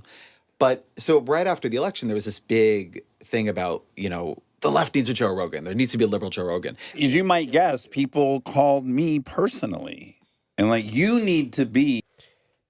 Is he holding a teleprompter? He's holding a teleprompter remote, isn't he? Is that a teleprompter remote? That's a teleprompter remote. Dude, come on. I think this is a teleprompter remote he's holding. The opposite of Joe Rogan. I think every, in any way left of center male podcaster with any kind of audience, this happened to me, everybody I know of was like, are you the Joe Rogan? Yeah. Are you going to be Joe Rogan? Yeah. A couple things are worth saying about Rogan. One is he has a first mover advantage that nobody can now replicate.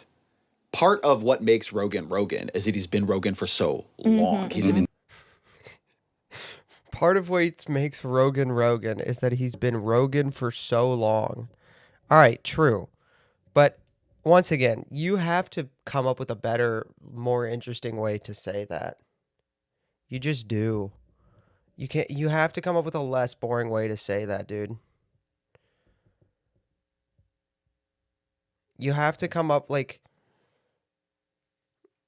a way to say that doesn't sound like cope.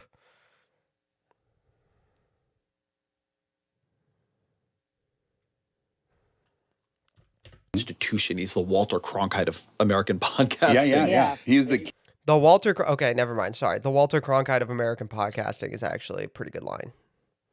king by such a margin, it's laughable. And you can't get that kind of baseline audience and algorithmic power just starting up right now. The second is that he's not fundamentally political. Right. I think at this point, over the last couple of years, Rogan's politics have become more personally right than he quite lets on in terms of who he has on. I think he was very offended by fights he had with the left. But for most of his career, I don't think that was true. But what makes... Hey, that's the XLR cable I'm literally using right now.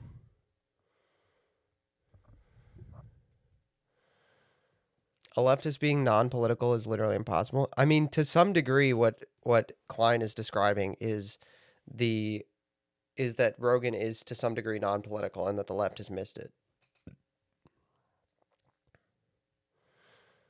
Makes him interesting in politics, and this is true for Theo Von, it's true for you guys, is that the great problem... With praying prayers, you could pray, calm me down. No. Unfortunately, it would not. No. There's one thing that would calm me down, and it's not going to happen because I can't do it, and I need to release to Jesus that someone will do the right thing.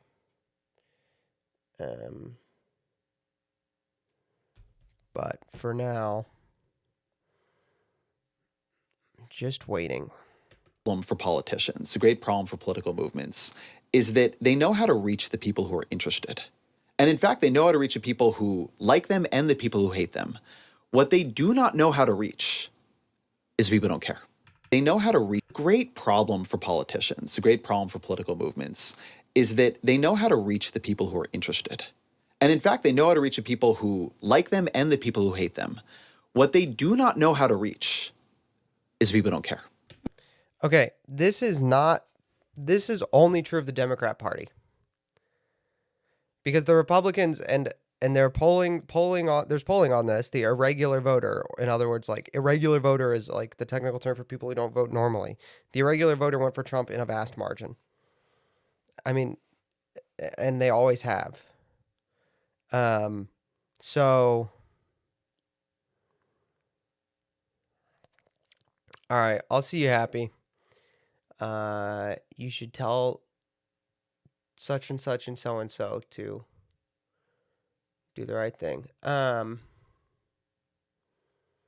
But it's just simply not true that like politicians in general don't know how to reach people who don't care. Uh, because there's a level of not caring where you literally cannot reach that person. Okay? Like there's a level of that person doesn't care that you're just never going to reach them because they're never going to vote cuz they don't that's how much they don't care. Okay? Um but the idea that possible voters who don't care is immediately or who care less than like the politically engaged, like politicians in general have problems reaching them is just not true. And the people who, to what you were saying earlier about the news, are actually checked out of the news, do not want to hear about the worst thing in the world every morning when they pick up their phone. And these are the people who swing elections, right? These are the people who, can turn out, and in many cases here, turn out for Trump in 2024. That's the irregular voter I was describing. Politicians don't speak to... Who's that brown chick? I don't know. I was going to get into it later because she's going to say something really silly later. And I was going to be like, dude, why did we add that? This is clearly Dax Shepard's podcast. She's nowhere on any of the album art or any of the promotional materials that I could see. And Dax Shepard is on all of it. But for some reason, we're pretending that she's like... I don't know who she is or what her background is, but it's crazy. In your infinite correctness, do you understand the normie mind? I understand it because, like, I wish I had it, right? There are people who, okay. There are people who wish to not be engaged. There are people who wish to be engaged. And then there are people who cannot be engaged. And there are people who cannot not be engaged. I'm a person who cannot not be politically engaged. All right? And I think this is more nature than nurture. There is a way that my brain works that I cannot go about my daily life without wondering why certain things I'm seeing are happening and not being satisfied with because X person showed up to the same building as Y person. Okay? That was never an option for me. Like I was never satisfied with the answer to why the sky was blue. Like the answer of why the sky was blue. Like I needed to know why the sky was blue. And just like it's the longer wavelength scatter, so you see blue, wasn't enough for me. So at like 11 and 12 years old, I was looking up what causes longer wavelengths to scatter. Okay? Like the reason I was a science kid in like middle and high school was because the answers I was like the typical answers about how the world works wasn't enough for me. I needed to know why something fell. I needed to see the numbers. I needed to see the math. All right?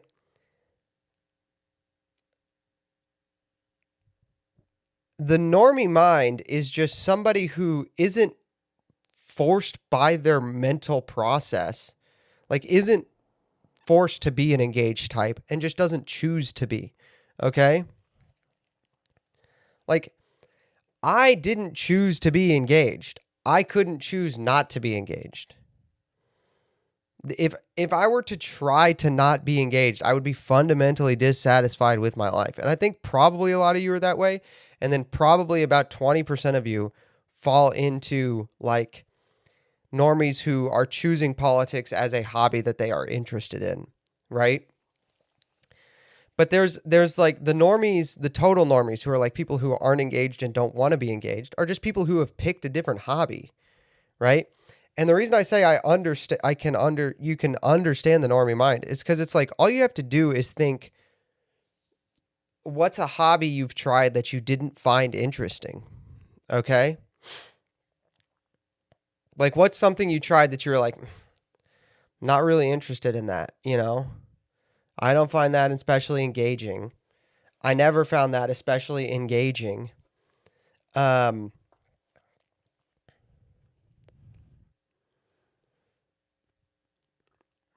soccer, right? Like I looked at, yeah. I wanted to look at soccer. I didn't find it engaging, so I just gave up. And now I'm satisfied with the fact that I don't know what's going on in soccer. That's the normie. The normie is treating politics like that. It's a sport that they don't find especially interesting, that they just were like, I'm okay that I don't find that interesting. And then they move on, right? And like they maybe they watch the Super Bowl and understand the general rules of football, okay? Like the normie is a woman who doesn't care about sports at all, but understands the general rule of football. And so she watches the Super Bowl and can watch it and understand what's going on. But if you were to actually explain it to you, you'd realize that she doesn't actually understand anything about football, right? She doesn't understand why you run, why you pass, like why you like she doesn't understand coverage or anything, right? All she understands is like you get 4 tries to get 10 yards. Okay? That's the normie when it comes to politics. All they know is you need to get enough, like people vote, you win states, you need enough states to get to some number. They don't know what number it is, right? 273. They don't know what number it is. And all they know is people in states vote, you win states. If you get enough states, you become president. That's all they know. And occasionally the news forces them, like their daily life forces them to engage with it in a way that sports wouldn't. So occasionally some of those people decide to get engaged in a way that they're not enjoying it, but they're forced to. Okay. And that's why the irregular voter went for Trump in 2024, because what happened is prices got so high that they felt like they were forced to engage in some way, that the only thing they felt they could do to make prices go down and to maybe make their life better was to go to the polls and bubble in the guy who wasn't, or the woman, you know, whatever, bubble in Donald Trump to maybe make prices go down. Okay? This is why whenever you poll people, general Americans, non-voters, you just poll everybody, right? Not likely voters, not da da da da da. When you poll everybody, all you get is just, oh, I care about the economy. That's all. Like that's the majority of people's, like that's the issue that people vote on, right? We've gone over these polls before, but like every election, the number one issue is the economy. That's all they care about, right? Um,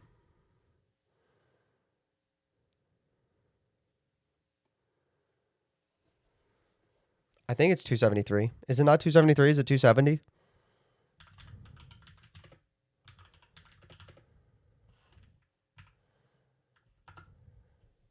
Oh, it is 270. Duh. Um. Anyway, why is it? I don't know where 273 came from. They don't understand anything besides sometimes if stuff isn't going well, I should fill in the bubble next to the person who's not currently in charge to maybe that'll make my life better. That's the normie mind. Okay? That's literally it.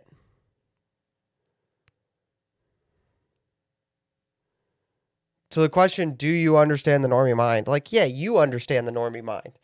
The normie mind is sometimes shit is expensive, so I should make shit less expensive.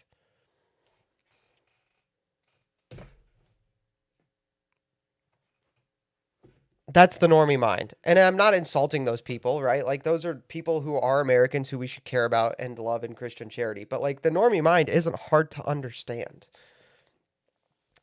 The way you win an election is by convincing the normies to fill in a bubble that makes their life better.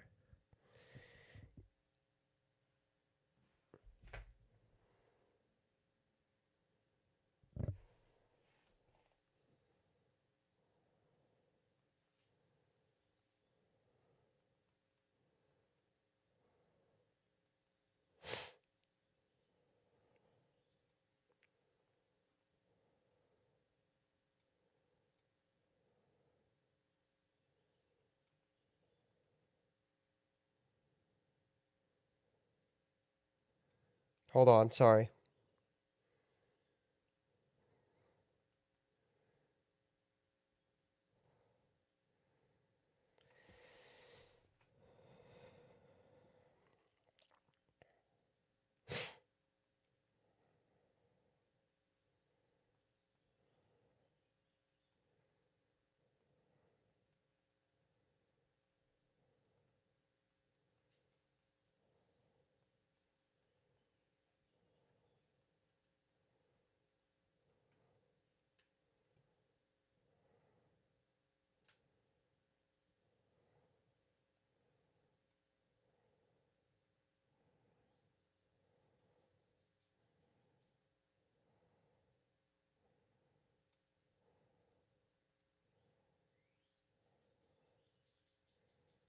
Hold on.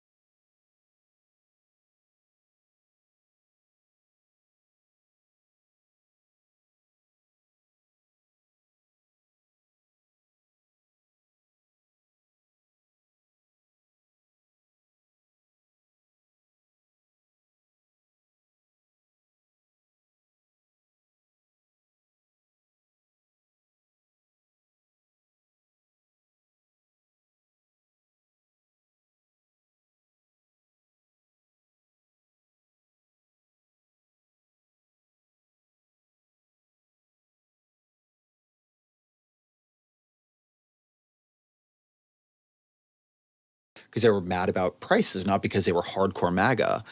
And what makes someone like Rogan, or in a different way, a Theo Von or others, politically important is precisely that they are not mainly political. And so there are all these people who trust them or love them or like them or tune into them because they find what they do interesting and appealing.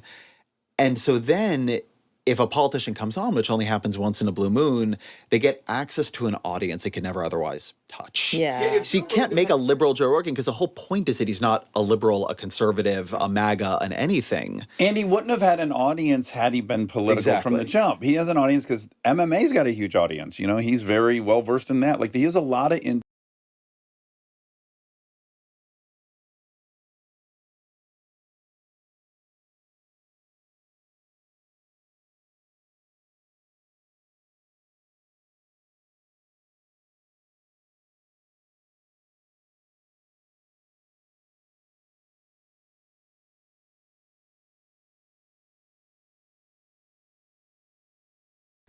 Sorry. MMA has a large audience. Yeah, well, that's how Joe Rogan got started. He just did like fight companions. That's all his podcast was fight companions. that. Like, he has a lot of interest. That was the bulk of Psychedelics, conspiracy. bow hunting. Yeah, yes, hunting, conspiracy theories, you know, all kinds of stuff. The politics was like a tiny sliver. Yeah. But he, again, he was open to having anyone on. But now he is considered that, whether he is or he isn't. Well, here's a line in the article that's so good. He says, the simplest way to tell people which side they're on is to tell them how much your side. Stereo, dude. I was talking with Danny and Happy last night because they're in town. I was sitting with them talking. We were talking about how funny you are in chat. It's a problem for me because you say shit I can't say on stream all the time. That is one of them. I can't say that. Hates them. Yeah. So years ago, Side they're on. There's a line in the article that's so good. He says, the simplest way to tell people which side they're on is to tell them how much your side hates them. Yeah. So years ago, Bernie Sanders went on Joe Rogan. And Rogan in the 2020 election, he's later said he was high and just screwing around, but you know, whatever. It's the only endorsement he made in that election, to my knowledge. Said he would probably vote for Bernie Sanders. There was then this big backlash to Bernie Sanders on the left online. And because Rogan, you know, in their view, Rogan is transphobic and, you know, has all these, is problematic. Yeah. And I came in, I was like, what's wrong with you? Like, the whole case for Bernie Sanders is that somebody like Joe Rogan would like him. Like, the whole case for the Bernie Sanders electability theory is that there's something about his... Schultz loved him, too. Schultz, Yeah, like a lot of people love Bernie Sanders. Yeah.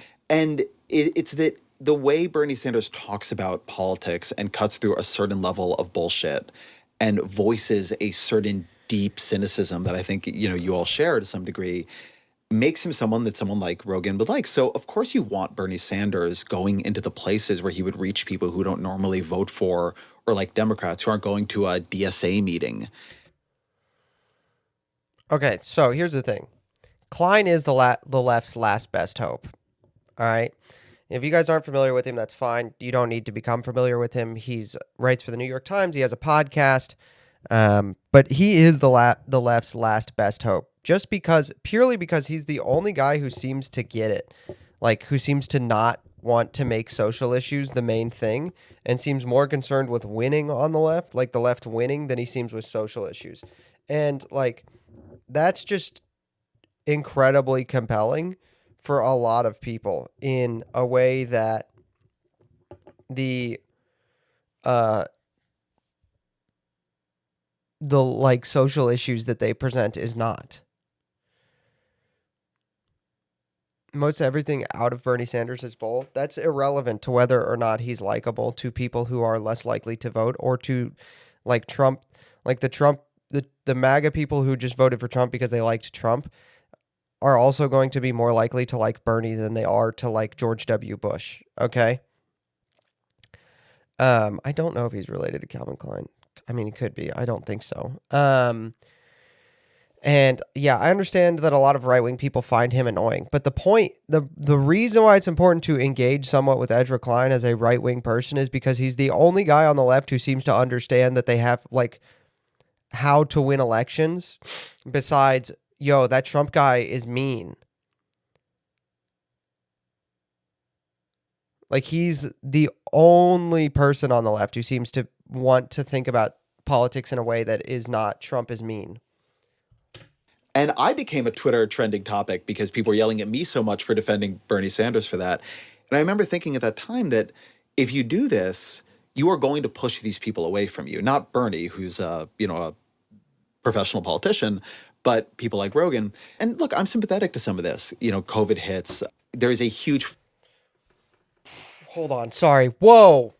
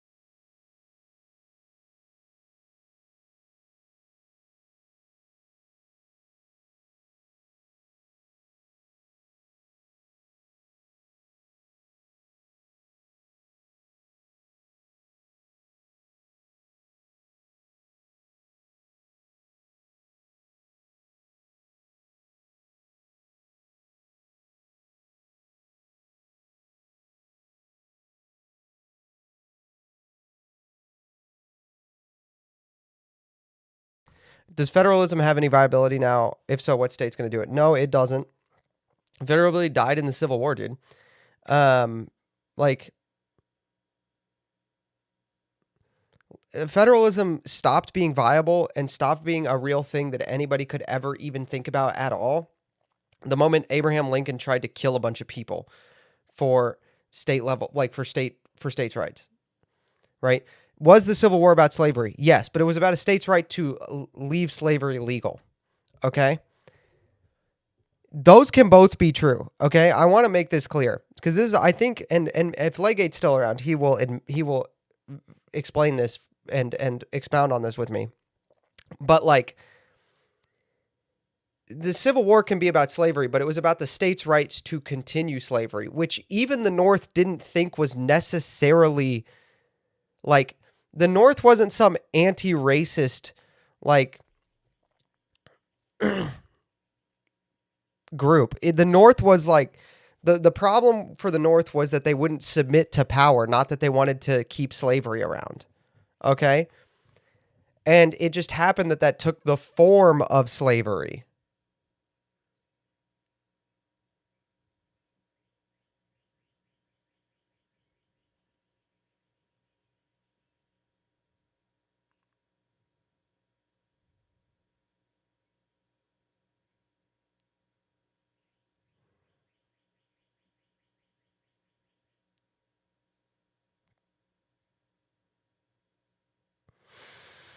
Developments. Dude, this clip is on this segment of the stream is unusable.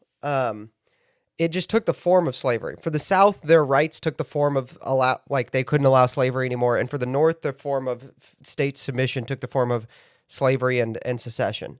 Okay, slavery was an accident of the actual debate, which was about whether how many rights the states had. Hey, howdy, just tuning in. Hello, Moonshiner Monk.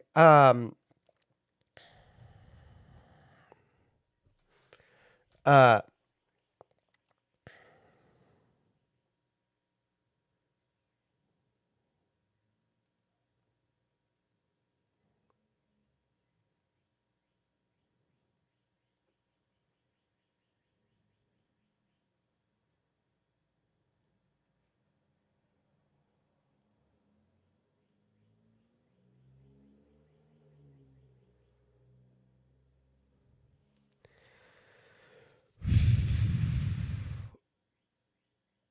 I don't know if Legate says this is an interesting way to put it, but I think I'm objectively right about this.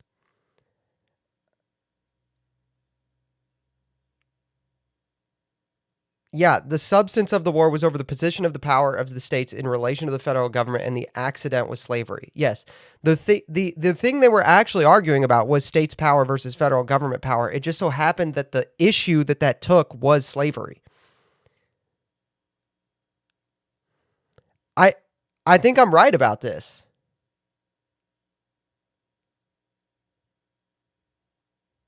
Right? Like, was slavery wrong? Yes. But the Civil War did end states' rights in a real way. It just happened that the right that the state like the right that was the triggering thing for ending states' rights was slavery. I think I'm just correct about this. I didn't know that was like a not an accepted thing on the right. I thought that was the general position of most people in the right wing.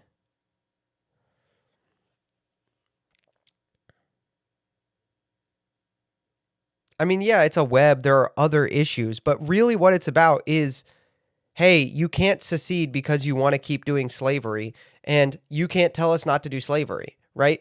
It could have been literally any issue that it just happened that it was an issue that the South valued so much that they were willing to leave the Union over.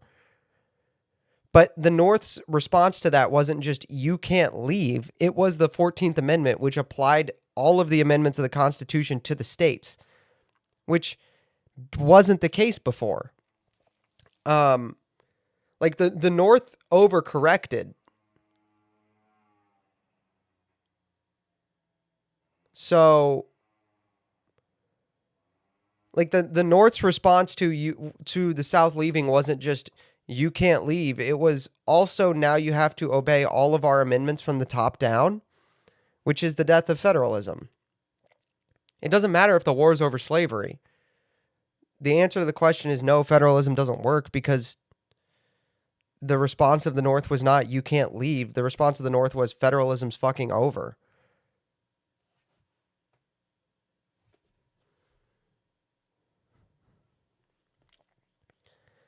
It literally ended with the federal government occupying states and taking over governments. Yeah, like Mysterion's right about this.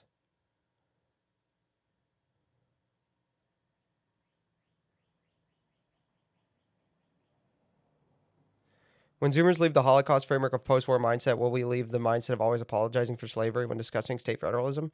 I mean, I'm saying it's wrong, but I'm not going to apologize for it, right? Because I had nothing to do with it. I'm merely diagnosing the historical situations that happened there. Did YouTube stop allowing people to watch live streams from the beginning, just joining, can't scroll back? You will be able to scroll back when the stream is finished. I don't do it live because I'm live and because I use this computer for literally everything, because I only have one good computer. I don't allow rewinding in case I accidentally show something, because otherwise, if I showed something, I wouldn't be able to cut it later. Like, there would be a risk somebody could see it live. So, no, that's a setting I have set up. But the whole thing will be available later. You just can't start from the beginning right now. There you go. This isn't a thing on Kick. You guys can rewind on Kick? That's interesting. Okay, well. Anyway. I'll have to keep that in mind. I'll just be more careful. But yes, for now on YouTube, rewinding is disabled. You will be able to watch it after the stream. Also, I like people to be, when they click it, to watch live and participate in the chat. So, are you in favor of Indian reservations establishing religions? I don't understand that question, to be honest with you. So, I don't know if I am, because I don't understand the question you're asking. Sorry. Anyway. Back to the video. Oop. Speaking of things I don't want to show. Fight around Rogan and vaccine misinformation. Yes. There's a lot I disagreed with in both directions on that. My critique of Joe Rogan, by the way, who I've liked many episodes he's done, is that for the amount of power he has, I don't think he takes his job seriously enough. That's Malcolm Gladwell's take, I too. think that he...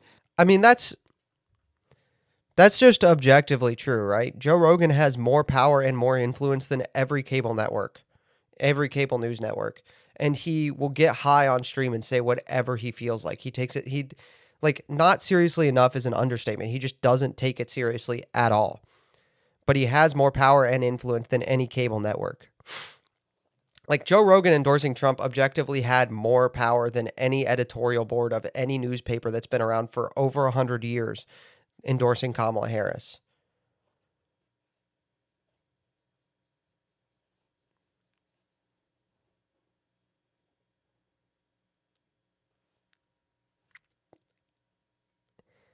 I understand that what Ezra Klein means by that is he should say what I agree with. But the actual, like, if all you mean, like, is the principle of the statement, for the amount of power Joe Rogan has, he doesn't take it seriously enough. I understand the way that Ezra Klein means that he's incorrect about, right? But the, like, if you just take that sentence in isolation, that sentence is just objectively true.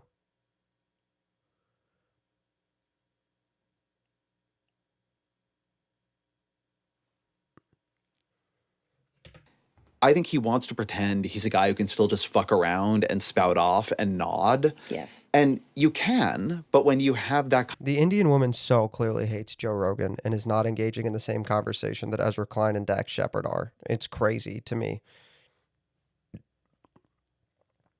kind of an audience, I do think there's a burden of responsibility on knowing what you're talking about, on knowing what they're talking about. Like, I have this job too, and I'm not as big as Rogan, but the bigger I've gotten, the more seriously I take the preparation I do for every single episode because people are listening. Yeah, we just had someone who we were supposed to have on, and once Dax did research, it was like, we can't. Okay. Here's another thing. Why is Dax Shepard the guy doing research on potential guests? All right. I know I was hating on him for just being like an industry plant and obviously just the like famous face on this podcast for them because he has the approved opinions. But like to some degree, he shouldn't be the guy who has to do all this research. I'll give you another peek behind the curtain. And this does not apply. I want to be clear. This does not apply to just pints. But like, I have never worked on a channel or worked for a YouTuber or any media or done anything that involved like a person besides the talent that I didn't do some research on the guest in case something was there that I thought the talent might not like. Now, is that like always, should that always be the video editor's job? No, just because I work for like operations which don't have dedicated researchers most of the time. But like,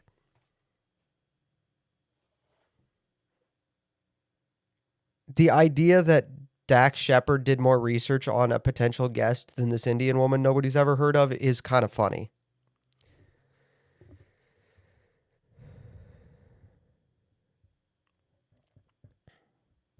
Now Pints has a guest coordinator. I mean, they probably do now.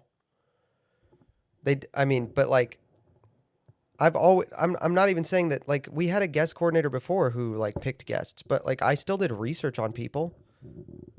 Like, I looked people up to know who they were, to know who we were interviewing. I've looked people up to know who we were interviewing when I worked for Chastity Project.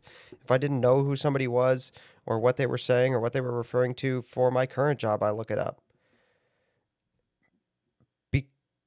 Because I feel like I should look up what's being said or understand what I'm editing and participating in putting out. So, like, but that's because I'm like down the ladder. Why is the guy who is literally a movie star doing research on potential guests? Why doesn't he have somebody to do that for him? That's so weird. I'm not hating on him. I think it's good that he's doing it. I just think it's weird. It is odd to me that he was the guy who did it in this case. That's all I'm saying. The fact that he did it, the fact that he cares that much is actually kind of like, he has the wrong opinions, and Dax Shepard probably looked it up and saw something correct and was like, oh, I can't have this guy on because he's right wing in some way. That's one thing, right?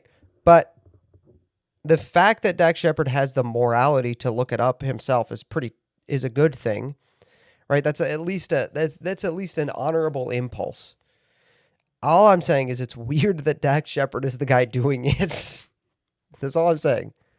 It we would can't. be irresponsible. Yeah, we can't do this. And you do have to think about that. Yeah, but I do think it's worth saying, just for people who probably don't know and hadn't read the article, like, so Rogan's pro-choice. He was a Bernie Sanders supporter. Like he has a Pro universal healthcare. pro universal healthcare. Like you can't really put him in this box left or right. Prior to COVID, and in a very concerted effort to cancel him. I mean, Brene Brown quit her show on Spotify in protest. Oh, I didn't remember. Who is Renee Brown? Who is that? Who is that?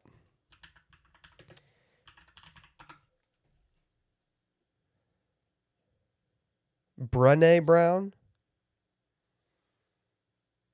Who is this?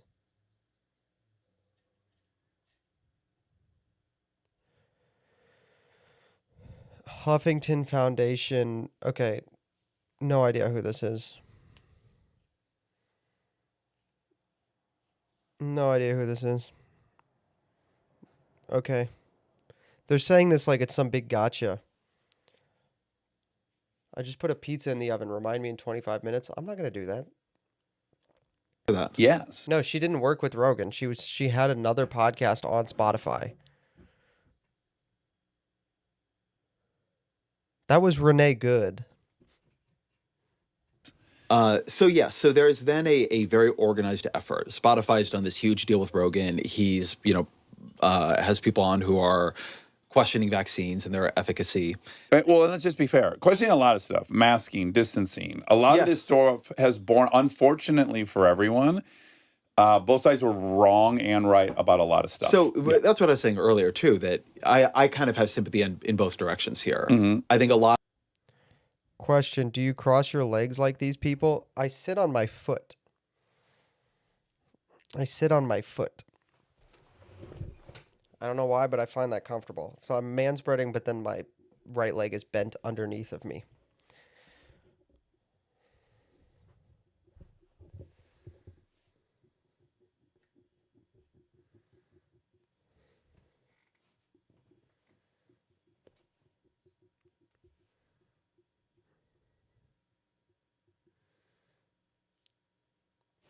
I don't even know how to show this, but it's like, I don't think I could show this. Can I show this if I back up enough? I'm like this. Nope, it's not going to work. My foot is like back here. This is where my right foot is. Back here. There's my right foot. It's back here. I'm sitting on it. There you go. That's far back. I'm kind of flexible.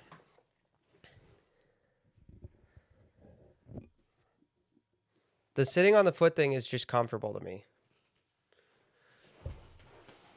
Or I sit crisscross applesauce in my chair sometimes.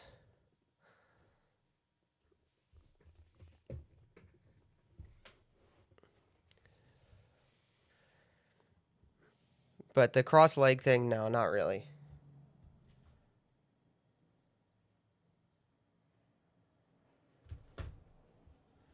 A lot of Rogan stuff on vaccines did not hold up that well. The vaccines were really safe and very effective. Sure.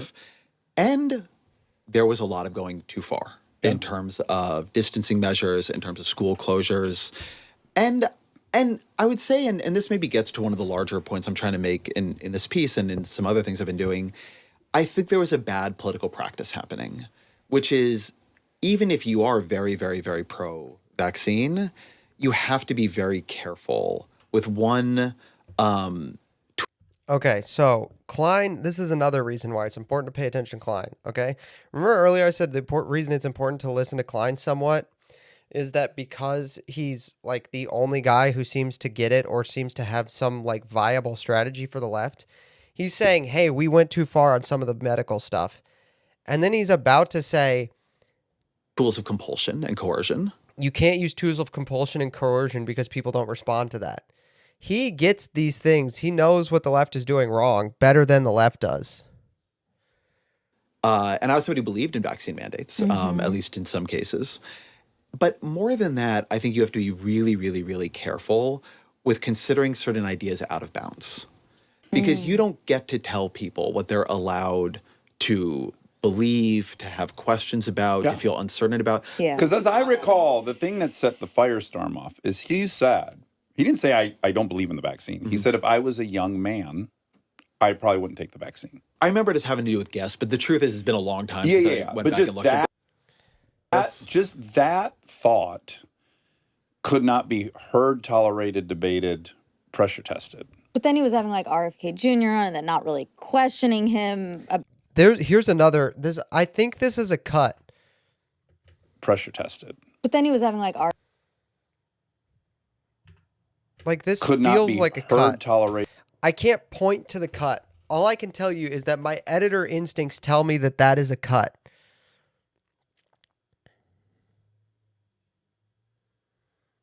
Debated, pressure tested. But then he was having like RFK. My editor instincts tell me there's a cut there. I can't tell you why.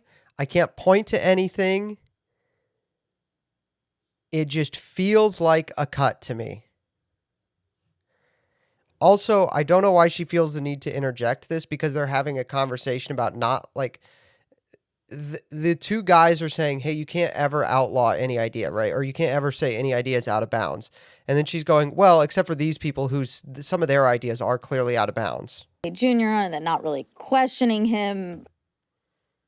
Right? Like the ideas are out of bounds if they're not questioned, is a real thing she's saying. About any of the things he was saying. I think it went more like that. There's another one. I think there are two cuts there. But I think the broad thing that happened is that there was a sense that Rogan was on the other side. Mm-hmm. And he was a very, very powerful voice and a powerful platforming voice on the other side. And he had to be stopped. There was a huge kind of mobilization around that. It didn't end up working, but you could imagine it have gone a different way. That, I think... That's a crazy obvious cut. It didn't end up working, but you could... Because you can hear them turning off Dax's mic. Look at his eyes. Crazy obvious cut, and you can hear Dax. Look, if I go back, I'll go back. You will not hear Dax talking, and then you can hear when they make the cut that Dax was in the middle of saying something. There was a huge kind of mobilization around that. It didn't end up working, but you could imagine it have gone a different way. That, I think... There's two cuts there. Is a very, very high-profile example of a thing that was happening in a broader way back then, which is during that sort of period in American life, which is an effort to win political arguments by sharply drawing the boundaries of allowable debate. And I think that is a very, very dangerous thing to do, particularly when you have not done the work of actually persuading people of your side of the debate. There's a tendency to move into deciding who is allowable, who should be platformed, et cetera, as opposed to actually doing the work of not just persuasion, but listening. And to the line you just quoted in the piece, what that often does, for some people, they get cowed and they're willing to not speak the opinion that you're kind of pushing out of the public sphere. And to some people, they really, really, really turn against you and they come to see you as a threat to them. One of my most deeply held views in politics, and I always say this with politicians, is that the most fundamental question in politics that people ask about a politician or a movement is not whether they like the movement, not whether they like the politician. It's whether the politician likes them. The first thing people intuit is not... Okay, this is really important. This is really, really important. Politicians is that the most fundamental question in politics that people... By the way, this is what a non-cut... This is where they didn't cut the conversation, but they actually... They just changed cameras. You can see it here. There's politicians is that the most...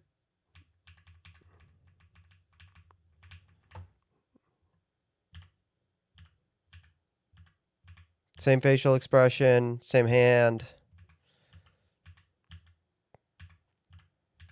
This just annoyed me. I know we've already gone over the fact that there's no but it just pisses me off. I'm not gonna lie to you guys. This just ticks me off. The most fundamental question in politics that people ask about a politician or a movement is not whether they like the movement, not whether they like the politician. It's whether the politician likes them. The first thing people intuit... Why is she so shocked by that? You can see her face. She's... She's never considered that people care about, oh my gosh, Kamala hated white guys and so they didn't like her. You can see Dax be like, yeah, obviously. And you can literally see, like, that is genuine shock on this woman's face. This woman is genuinely shocked by that. First thing people intuit is not if they like you, it's if you like them. And when you're talking about entrusting people with power, right, governmental power, institutional power, the question of whether you are safe and you will be seen by these people who want to wield power over you is a very, very, very fundamental question.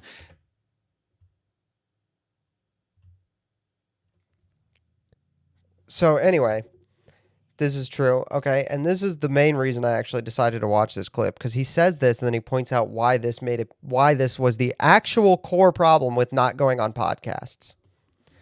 And so part of, I think, a healthy politics is making people feel that if you win, even if you all don't agree on everything, you're not enemies. Taken care of. And if a political candidate declares, I will not go on that show because I disagree with him, what that person is saying is that whole audience, I don't like you. Mm-hmm. Like, to your exactly the point you're making, it's a bizarre way to declare to that listener, that person doesn't like me. They won't even come talk to the person. So I've not been on Rogan. I've What is he holding? Pre-written questions? Probably no. He's holding the op-ed that they're talking about. He's holding the op-ed they're talking about. They're talking about an op-ed that Ezra Klein wrote. So there you go, right? pitched my books to him a few times, but he's not had me on. But I've been on some of these other shows, right? And one of the things I actually mentioned in this piece is that I was surprised when I go on shows like Andrew Schultz's Flagrant or Lex Friedman's show. And this was this was on my Abundance book tour. So this was a year ago, right now. A year ago, basically March of 2025, April of 2025, maybe. And they would spend time on air on the show talking to me and complaining about how they were being called like this right-wing brosphere, but they had tried to get Kamala Harris. They had tried to get major Democrats on, and none of them would come on. So the thing was not that this like collection of podcasts or this part of the culture had decided like they wouldn't talk to Democrats. It is that to a first approximation, the Democrats decided they wouldn't talk to them. That's the core issue, right? The Democrats had said that they wouldn't talk to half the vote, like they wouldn't talk to people. There you go.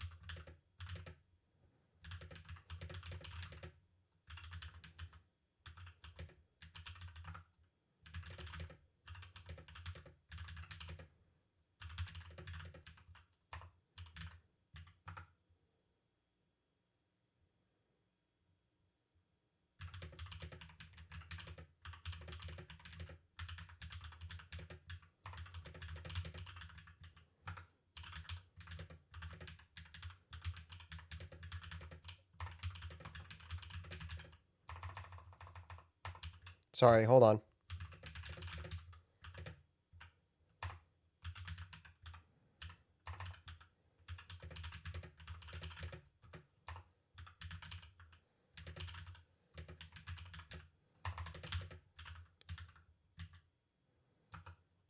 Okay. Patriots stand back and stand by. Um, very important business.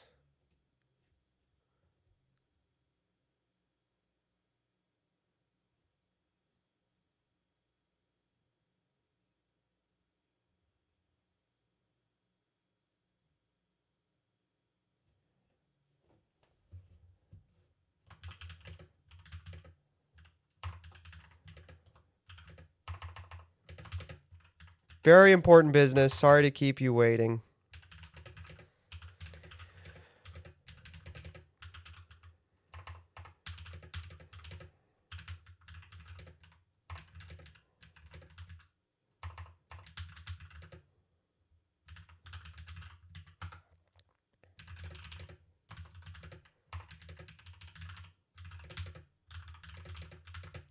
Um,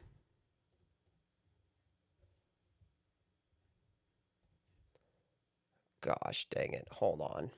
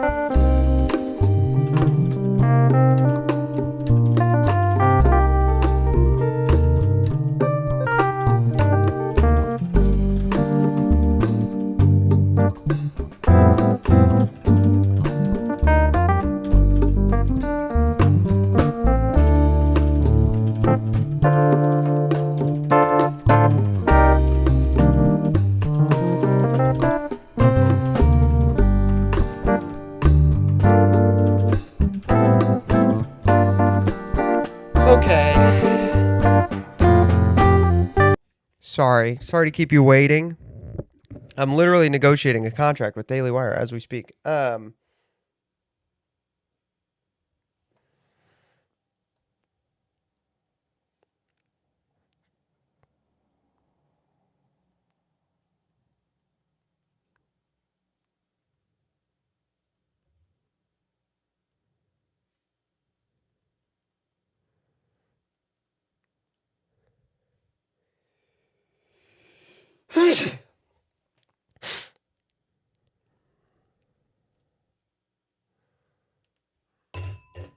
Oh shit. Is that Quintus Morier? Yeah, it is. It is Quintus Morier. Excuse me. Sorry.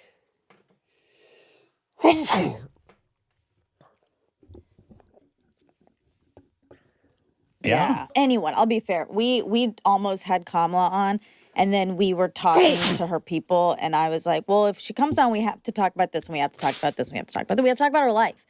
And Music makes me want to smoke a cigarette on the patio of a Miami cocktail lounge while waiting for a beautiful woman in a red cocktail just to meet me.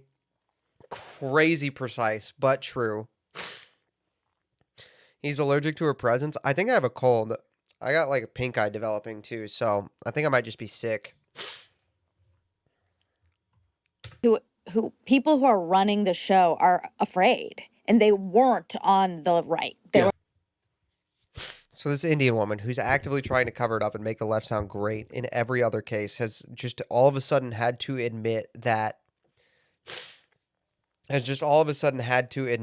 like they did try to have Kamala on and they were controlling the interview and were scared.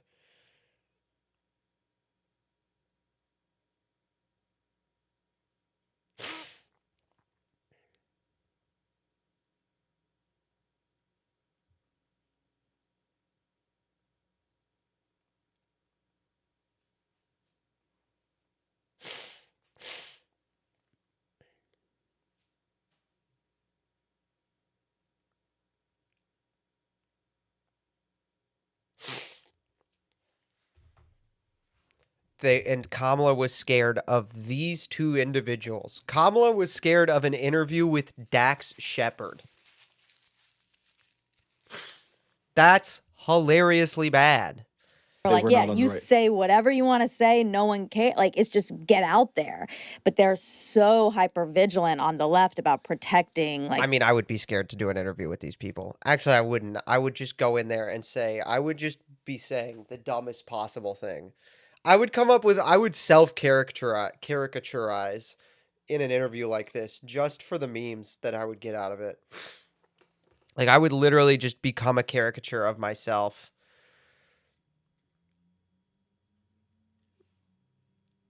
Also, Daily Wire clap clap. It's a joke. I'm not actually negotiating a deal with Daily Wire. I'm not going to sell out to fucking Daily Wire. personas. This goes back to what I was saying a little bit earlier when I was saying that what the right came to understand under Trump is that attention is a volume game. Yeah. And just being in front of people is the single most valuable thing you can do. Whereas on the left, at least kind of up till now, you see someone like Gavin Newsom beginning to shift their positioning on this. But, Kamala Harris very much, she would much rather not get attention than get negative attention. Yeah, Yeah, exactly. yeah. And that was the problem with Kamala. She was retarded. You can just say that. They could just say it. They should just be like, Kamala didn't want to get attention because she sucked. She was not smart. She couldn't do an interview. She came across unlikable. She came across like she hated the voters. Like, this is not complicated. She did not want to take risks. But you're right. Part of that is because the left will be like, oh, she said this bad thing. they Now we hate her. Can't wait to. The left is no, it's because she's crazy unlikable.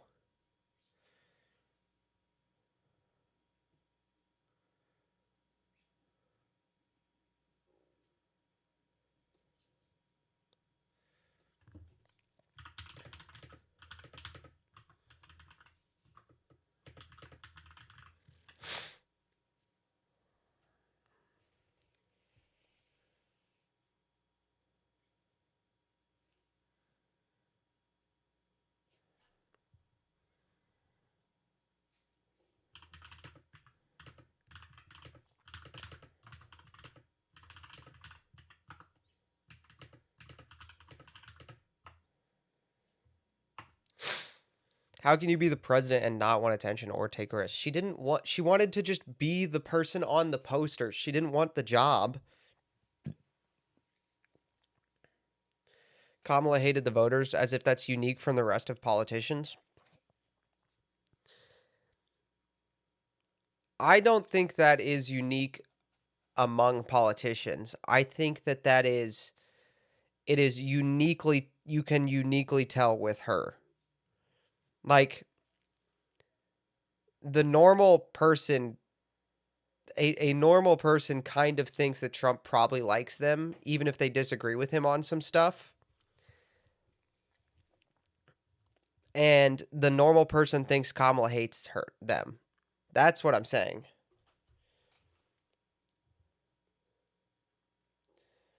Time to order KFC. Time to order Kentucky Fried Chicken.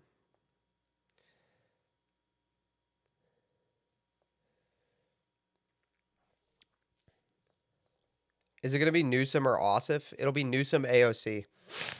I already called it. And I'm right, so I'm always right.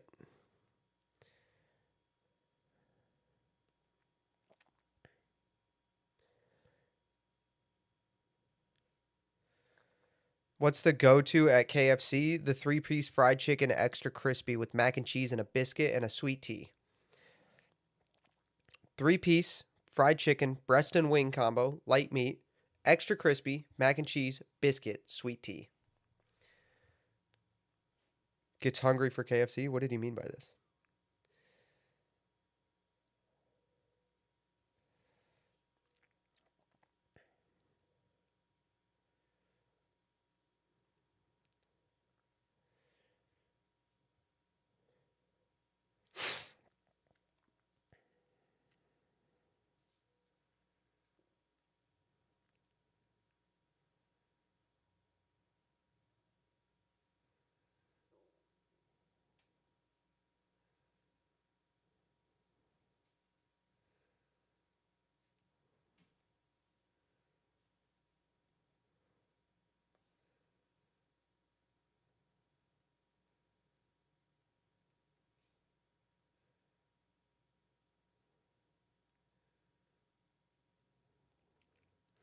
Uh, network error. We're having difficulty retrieving the details. No.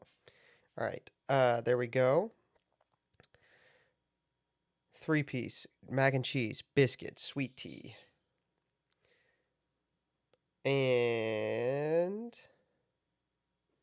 paid. All right, there we go. Now we're just waiting. Now we wait. Now we wait. Now we wait. Network error. What the? Anyway, there you go, chat. That's the video that I wanted to talk about there. So let's look at you guys. Let's look at some. I don't know how many of you are familiar with Decision Desk HQ. If you're not, you should make an account, a free account on Decision Desk HQ. This is not an ad. This is a legitimate recommendation. I'm legitimately recommending. Vlog your walk to KFC's next stream. Start a few blocks from your house. No, walking to KFC would be really far. I will tell you what my address is and where the KFC is. You will see that I could not walk to KFC. But this is not an ad. I'm legitimately saying that if you guys are interested in politics, you should look into look into Decision Desk HQ. You should make a free account. So this is the county level. This is a county level interactive map with vote totals for the Texas Senate. So this was Tuesday. Did we use DDHQ for the in 2024 stream? No, we didn't. We were using like random I didn't stream the 2024 election. I streamed the 2025 election. We were just using random New York Times and MSNBC. So anyway, so this is the 2026 Senate totals. Now, if you guys are unfamiliar with what happened in this specific election, John Cornyn was being primaried by Ken Paxton. It went to a runoff in Texas. You have to get 50% or more of the vote to receive the nomination of the state party. So to get the nomination for the Republican nomination for Senate, you would have to get, the winner has to get 50% of the vote. In the primary, in the first round of the primary, Ken Paxton and John Cornyn came in first and second, but they did not get, neither of them got 50%, so they went to a runoff. That runoff was on Tuesday. So here was the results of that. This is the map we're looking at, the results of that. Now, Paxton was endorsed rather late after the primary, but before the runoff. Paxton was endorsed by Donald Trump and Cornyn was not. You can see here that Paxton absolutely ran through John Cornyn. John Cornyn won literally two counties, and one of them is Austin, which is the most liberal city in Texas, and the other one is this border county, which literally got 8 votes in the Republican primary. So not counting the one with 8 votes, he won a single county, and he won it by a minuscule margin compared to Paxton's average margin in counties.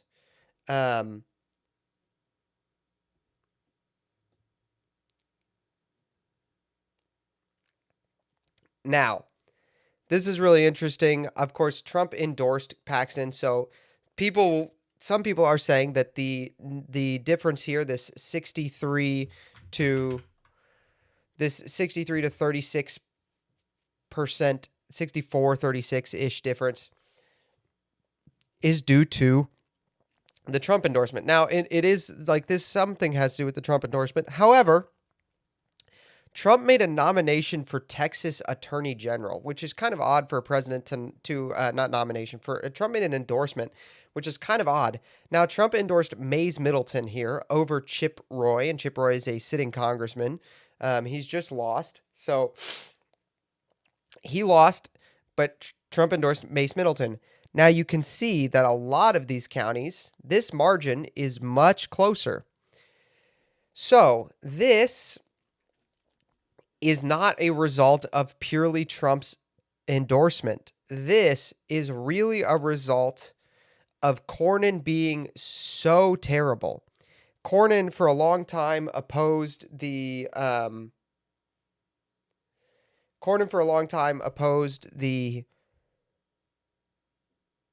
filibuster being nuked, and suddenly after the primary, but before the runoff, was suddenly in favor of it.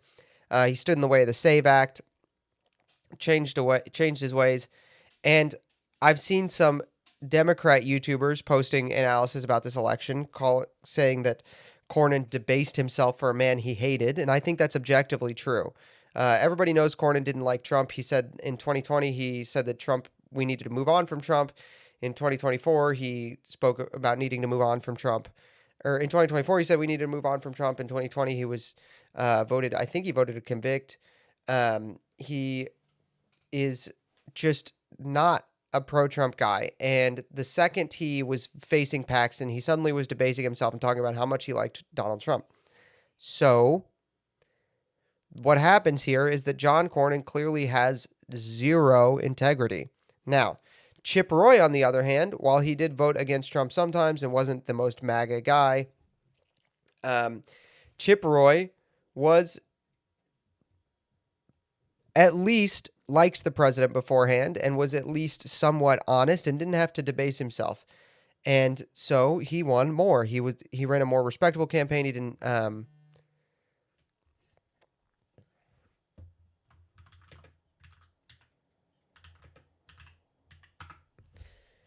He ran a more respectable campaign. He didn't have to debase himself for Trump, and so he didn't get reamed as much because it was clear that he actually stood for something. Anyway.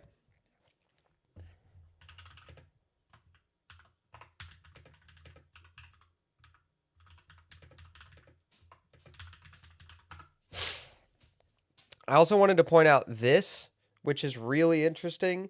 Obviously, this is a really, really close election. Trump did not make an endorsement in this, but Beau French literally said he's in favor of 100 million deportations, and he doesn't care how they happened, and he ended up winning. County outline is not quite the same. It looks like North Texas here comes through for him quite a bit. Houston comes through for him quite a bit. Nuevo Laredo comes through for him quite a bit. Anyway, I just wanted to point out that election because it's hilarious that a guy who said, I want 100 million deportations and I do not care how they happen. June 17th, June. So, there you go. Pretty interesting stuff. So, I wanted to go over that. I don't think that this was really about the Trump endorsement. The Paxton win was about the Trump endorsement, but I think that Paxton probably wins this without it, just given this and just given how clearly the people of Texas were through with John Cornyn and hated him. There you go. Will Texas start deporting people even if the feds don't? Seems unlikely, but maybe. Anyway, I wanted to look at something. I wanted to look at another thing. And what I wanted to look at was the Senate Democrat primary for Maine. And to see how much Graham Plattner is winning by. Now, there are several reasons I want to go over this. Obviously, Graham Plattner was the guy who's pretending to be super progressive, but he had the Nazi skull tattooed on his chest, and then he got it covered up with some pagan symbol that might as well have been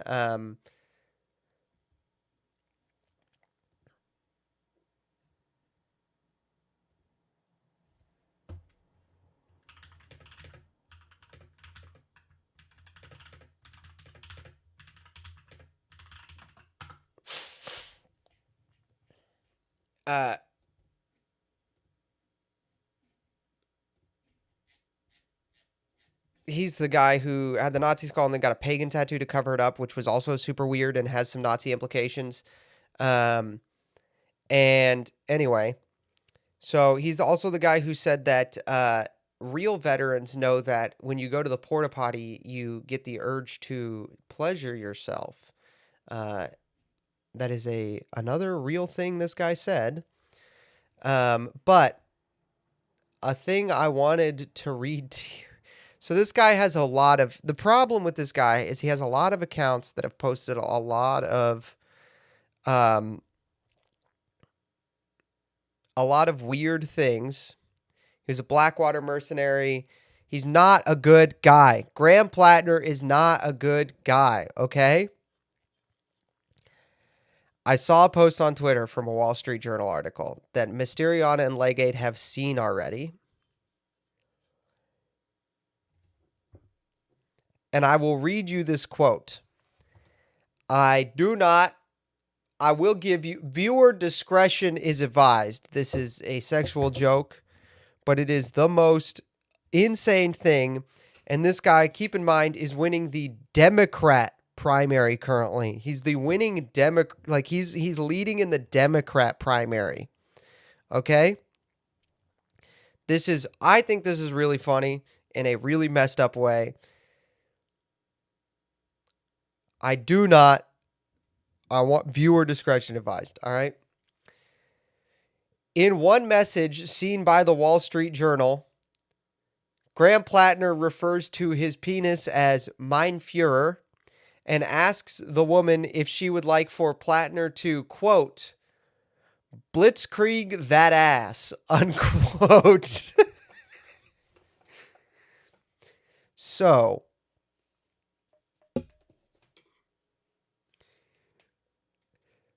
I don't know how this guy's going to, I don't know why this guy's still winning the Democrat primary. That's some shit that like a Republican would have to drop out for doing. But this is not the only thing he said. It's frankly insane.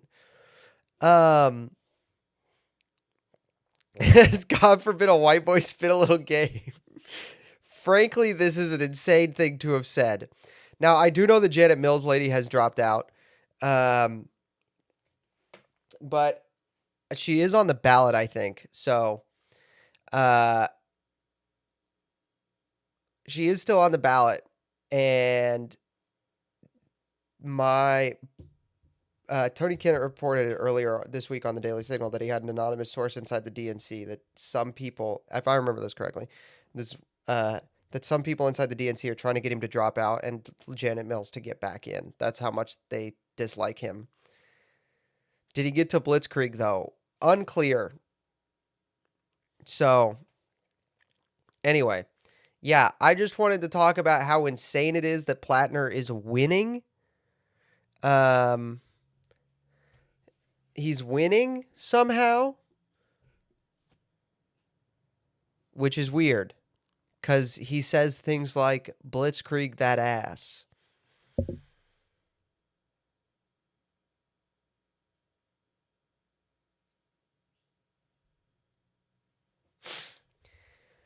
Crazy line, though. Crazy line.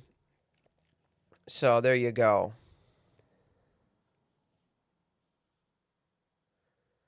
What title do senators get? Senator? So there you go. Weird thing to say.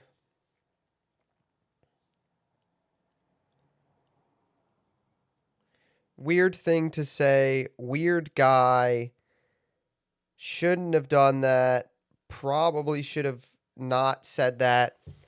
Also, apparently, he was married at the time he sent that, and the woman he sent it to was not his wife.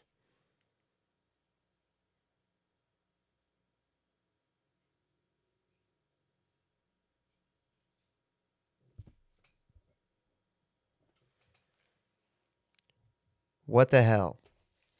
So gross. Anyway, Hassan Piker's going to jail. Hassan Piker is gonna go to jail. He's going to jail real bad. Like Hassan Piker's going to jail so hard it's almost not funny. Just kidding. It's really funny. It's absolutely one of the funniest things I've ever seen in my life. It's so funny.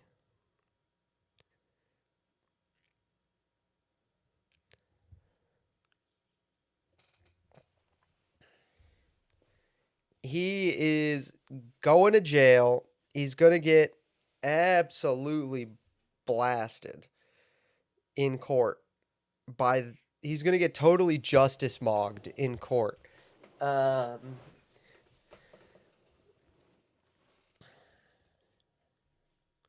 So anyway,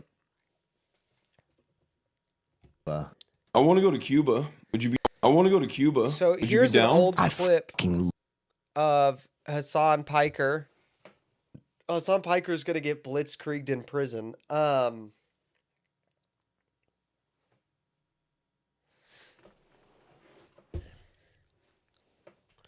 So here's an old clip of Hassan Piker on the podcast Fear and, where he talks about being contacted by the Cuban government, which, spoiler alert, chat, you're not supposed to do that. You're not supposed to get contacted by communist governments who are an enemy of the United States. Would Trump have gone after Fauci if he wasn't pardoned? I don't know. They tried to go after him anyway, just like they tried to go after the Bidens anyway. They tried to find stuff that the Bidens did that wouldn't have been covered by the pardon.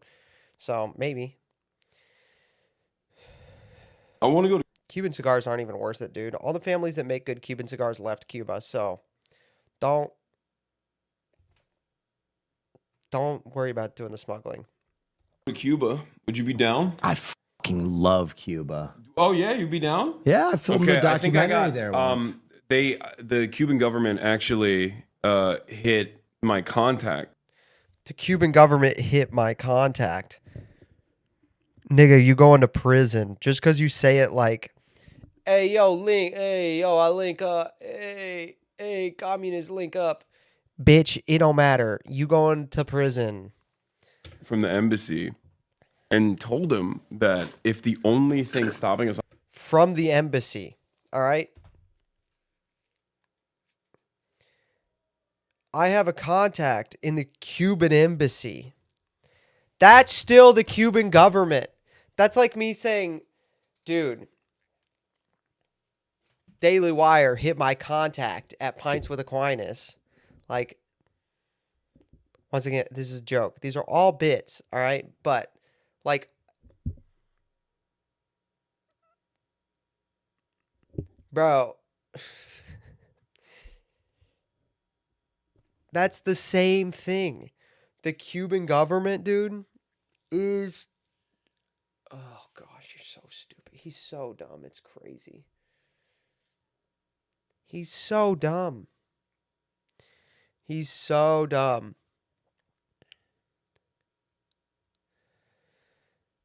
problem coming to Cuba was the consistent internet access. We can make it happen. Yeah, Cuba is sick. You can literally see this guy freaking out. Was the consistent internet access? We can make it happen. Yeah, Cuba is sick. Wait, We like could- the government reached out to you. So yeah, of course. It's well, not reach out to me. What are we doing here? There's like there's a middleman there.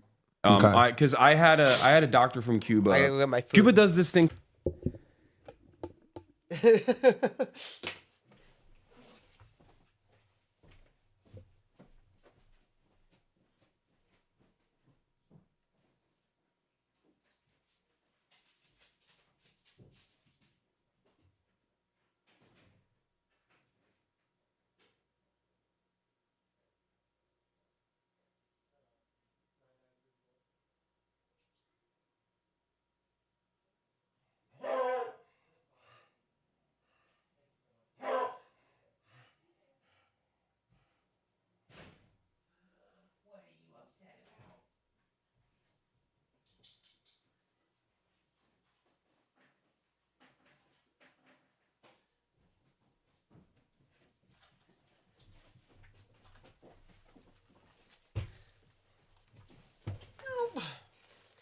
I got arthritis.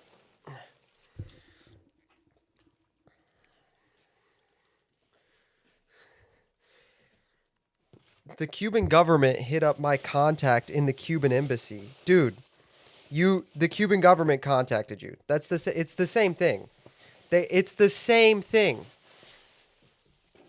Bro. What are we doing?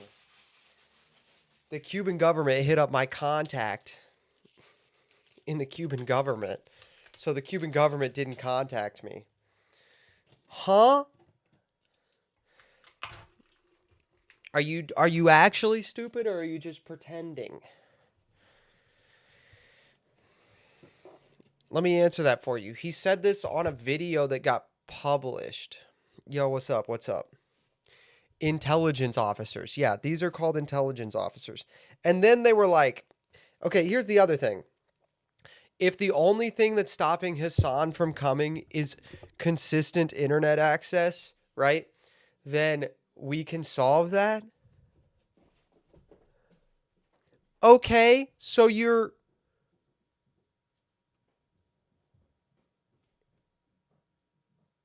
working directly with them. You're working directly with the Cuban government so that you can go there and make content about how cool the Cuban government is, but you need special internet access from the Cuban government. Buddy, that's foreign influence. You have to register as a foreign agent if you're doing that shit.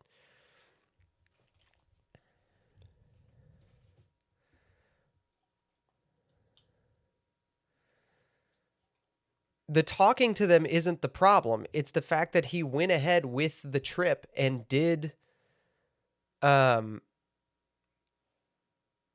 it's the fact that he went ahead with the trip and did the propaganda and cooperated with the Cuban government to do it.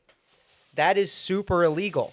That's foreign agent. Like, that's him acting as a foreign agent. He's not allowed to do that. Called medical missions. And they've been doing it since I believe like the 70s, and it's incredibly successful. They have a massive, very robust like medical program, because kind of they have to, because they're under an incredible sanctions regime by the United States of America that the rest of the world thinks is abhorrent, except for America and Israel that keep consistently vetoing it over and over again. But this has created a... So there you go. He's on video saying that the trip was organized by the government. All right. Now here he is on the day the subpoenas were released, admitting that Peter Singham, who is who was born in America but is a Chinese national. He's a Chinese citizen who has a ton of money, who funds American leftist groups, including Code Pink, which is the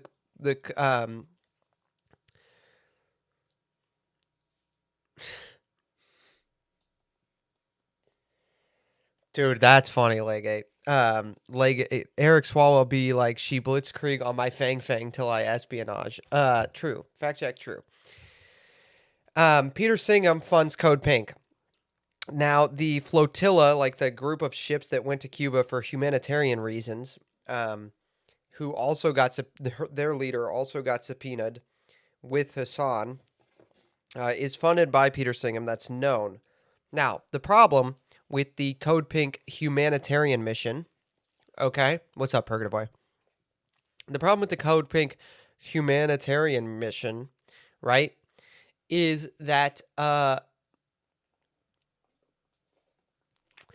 they took a bunch of solar panels down there. There is video of the solar panels being loaded, and they said they were for hospitals. Since they have been to Cuba and didn't come back with the solar panels, no hospitals have had solar panels appear on their roof, but several government-owned buildings that operate in military and bureaucratic capacities have. In other words, they provided power, which is one of the very things being sanctioned by the United States government, to the regime being sanctioned by the United States government. They are funded by this Roy Singham guy. Okay? And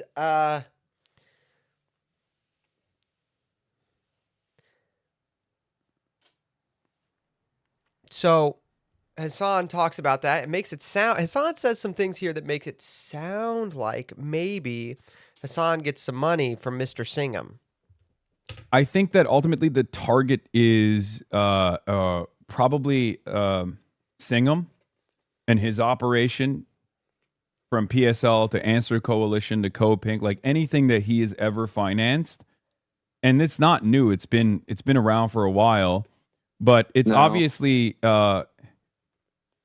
it's held through regardless because like it's ridiculous, right? It's like totally fucking ridiculous to try and you know, to try and stop like the political advocacy of an American citizen. Singham is an American citizen who lives in China and funds anti-American, pro-Marxist, pro-China leftist groups. Right? Roy Singham is a American citizen. He lives in China now. Oh, he lives in China now. Okay. Well, you know, bro, I'm gonna move to Poland and fund like far right wing. I'm gonna move to Poland, make $100 million, and then fund Patriot Front. And if you have a problem with that, Hassan, then you're just like anti-speech. And he's a centimillionaire. I think he like has almost $1 billion. Not sure how much money he has now, but like he's been a funding vehicle for a lot of like political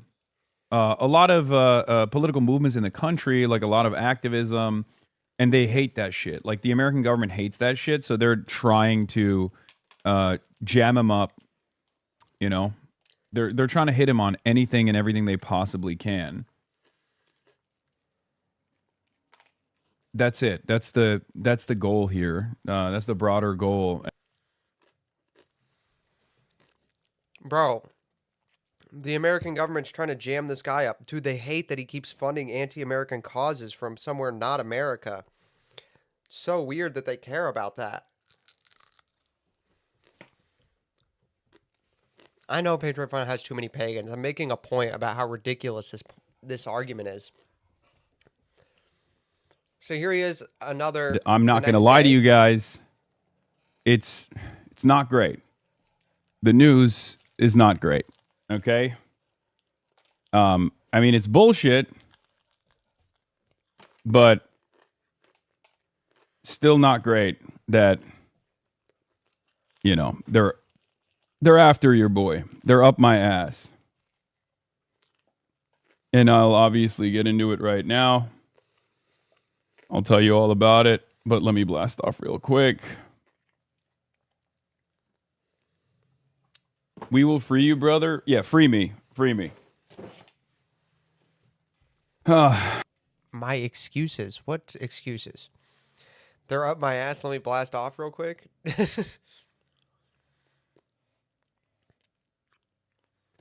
What typo are you talking about? Anyway, and then here's the most recent clip. Like as an American citizen and as a member of the media, of course I'm going to sometimes talk to members of you know, state-sponsored terrorist organizations. That's a normal part of the process. No, it's not. And when it happens, you have to tell the U.S. government. You have to tell them. Okay? If a foreign government pays for you to come do political advocacy in their government, in their country, you have to register as a foreign agent and register that with the State Department, okay? So if the Cuban government paid for Hassan's internet access to go to Cuba and do political advocacy and he didn't register with the State Department, that's not normal. That's illegal. And it's protected by the First Amendment, right? They did this secondary detention and then interrogation where they asked me, like, what are your thoughts on Israel? What are your thoughts on Donald Trump? Have you ever been in contact with like anyone from Hamas, Hezbollah, Ansar Allah movement, like the Houthis? When they kept asking me about Hamas, what my thoughts are, I just kept repeating, Hamas is designated as a terrorist organization by the State Department. I just kept repeating that line over and over again. Which is a fact. It's just a fact. Yeah. It's not your opinion. It's not my opinion. Yeah. It's just a fact about Hamas. And then when they asked me about Trump, I was like, that's when I did pushback where I was like, yeah, I don't like him. Like, what do you mean? Yeah. Damn. I was like, yeah, I don't like him. What are you talking about? I'm an American citizen entering my country. Like, that's ridiculous. And they didn't give me too much stress about that. So apparently, if you go to a foreign government that is actively in the enemy of the United States, and you take a bunch of their money to do political advocacy on their behalf, it's out of bounds to ask you if you might be cooperating with terrorism. Which, I don't think that's out of bounds. And call me crazy, but if you're taking money from a foreign government that's hostile to the United States, I think it's really in bounds to ask you if you're actively a terrorist. So, yeah. There we go. So Hassan's probably going to jail. Bro's probably going to get wrecked.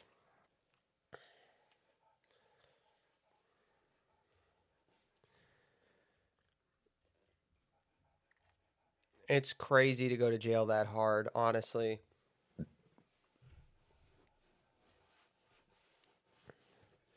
I'm just doing them for you now, Mysterion. I'm just going to keep doing them for you.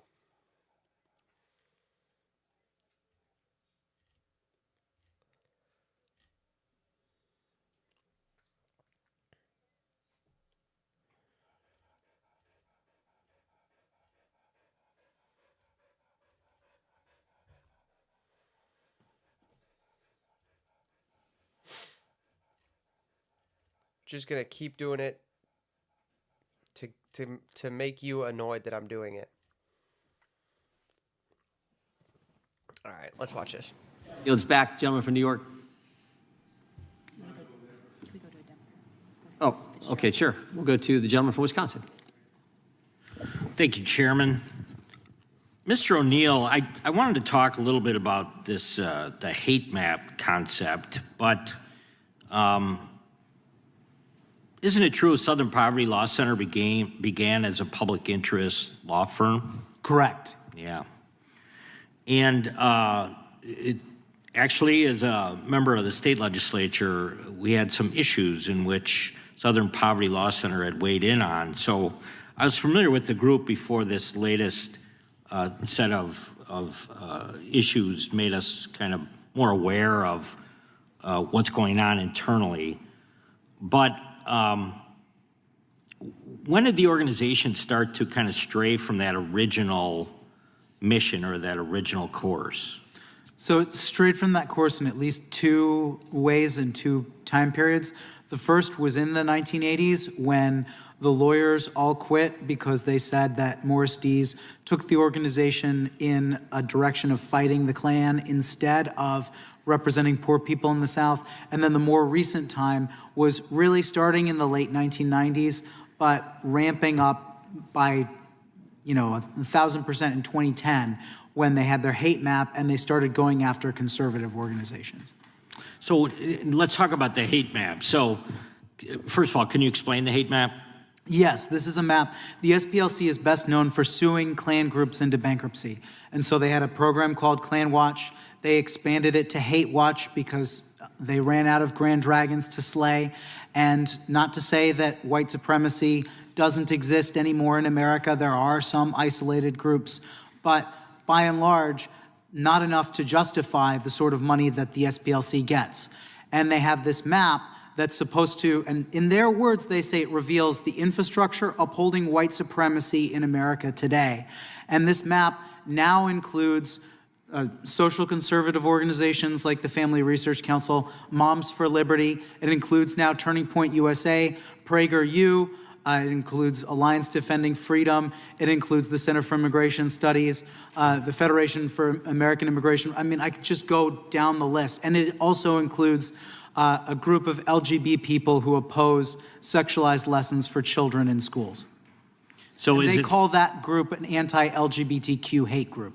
So is it too far to say there's no left-wing groups on the hate map? There are a few left-leaning groups on the hate map, but nowhere near, like, the overall bias is very clear against the right. They don't have Antifa. They don't have Jane's Revenge. They do have the new Black Panther Party, I believe, which they always reference when they're asked this question. But by and large, the hate map is solely, well, not solely, but by and large targeted on conservative organizations. Very good, thank you. Mr. Perkins, do you think the Southern Poverty Law Center is intentionally trying to draw a distinction between you and these kind of legitimate hate groups? Do you think they're trying to maybe They're trying to conflate them. Yeah. They use those organizations to marginalize and demean legitimate conservative Christian organizations. Do you think they're purposely diverting money from your organization and reducing your operations, or do you think that's a target? That was a part of their broader conspiracy with. All right, well, there we go. Go away, Levi. All done eating. I'm not going to give you any. I would go through the hate map if no other reason for the meme, but it is literally doxing conservatives, and I'm just not gonna play with that. So, there we go. It was actually kind of a slow news week. Like literally, I've gotten through everything that happened that I wanted to get through, and I'm gonna be really honest with you. I don't really think much else super interesting happened.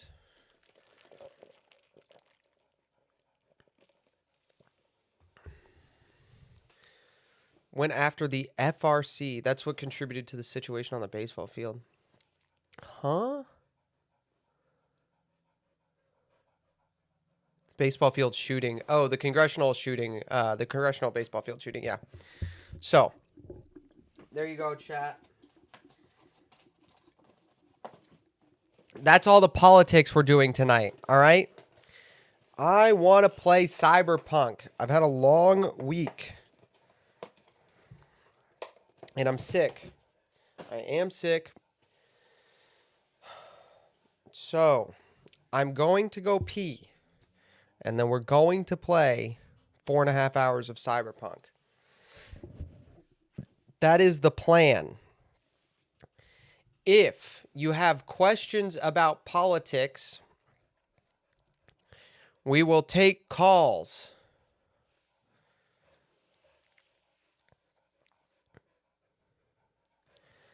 While I play Cyberpunk. But first I'm going to go pee and then figure out why this dog is standing here trying to kill me. He's standing here breathing very heavily, just staring at me. Like... And I need to figure out what he wants because it's driving me crazy.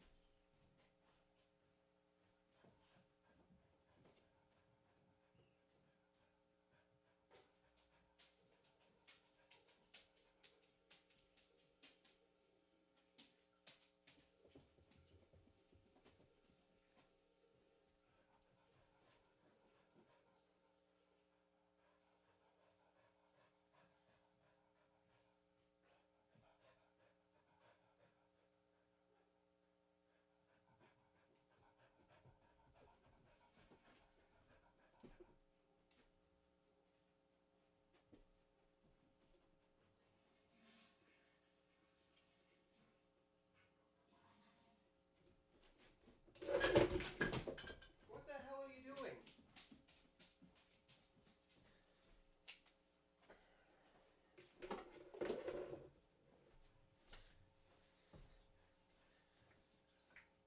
What? He's knocking shit over. He's like out of his mind. What is he doing? What do you want? What do you want? What do you want? Alright. Chillax. Stop. Stop. Stop. Please stop. I'm begging you.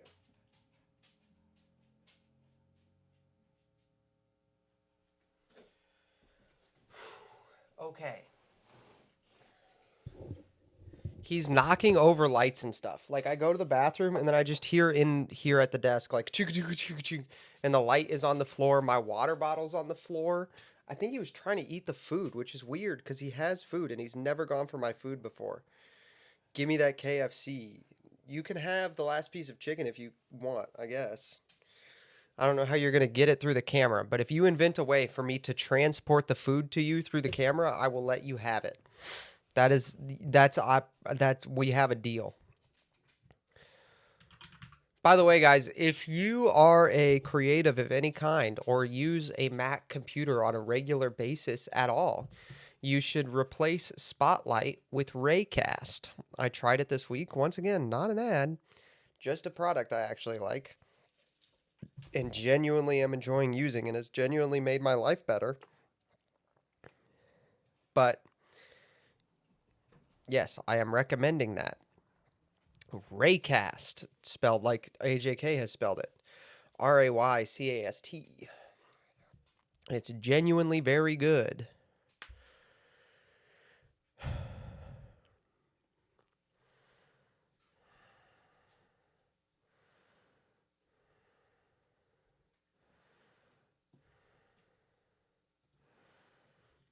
All right, let me change my stream info here.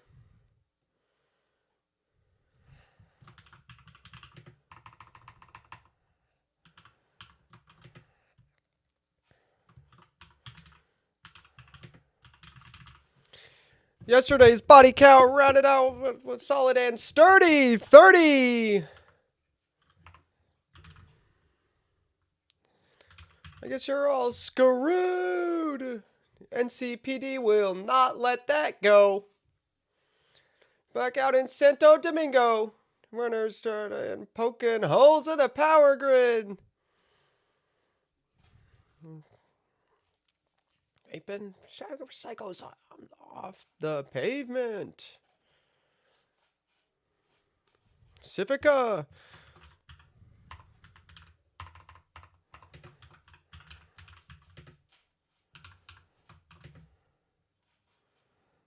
You have dreams. Yes, Cyberpunk is a video game. It is a dystopian video game. I do not know how you guys will feel about it, but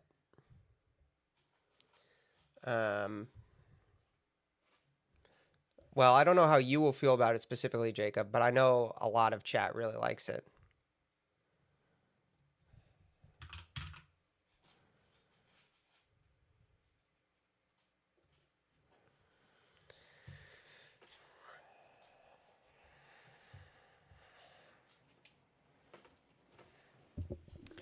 Got another blackout in Santo Domingo.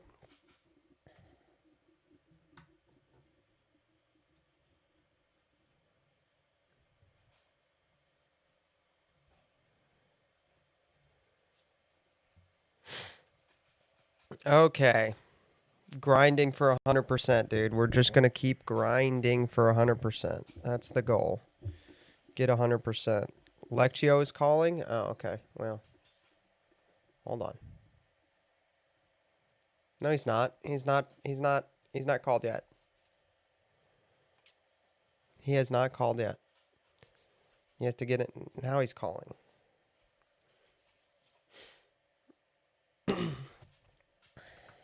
Mysterion, aren't you admin? Yeah, you are. What's up, Lexio? Hi, how are you doing? Good, how you doing, buddy? Pretty good. Okay, so I made a post on X the other day that I just kind of, what I was kind of, just an observation. I think that it kind of seems that, the split between the Democrats and the Republicans is becoming, it's becoming more so that it kind of seems to me that the Democrats are almost, well, I suppose they want to run a different country, pretty much. I mean, so if you could I read the post and then Yeah, you can read it. Yeah, I'm confused right now, so go ahead and read it. Maybe I'll figure out what you mean. This is what I said. It's probably not. It probably needs to be polished a bunch, but okay. So Democrats are Marxist neo-pagans who run a country embedded in the United States called the democracy. When right-wingers win, they say you're threatening democracy. Just kind of as backing up why they the founding documents of this country are the Civil Rights Law, and their founding myths are created around like the civil rights people. Kind of seems yeah.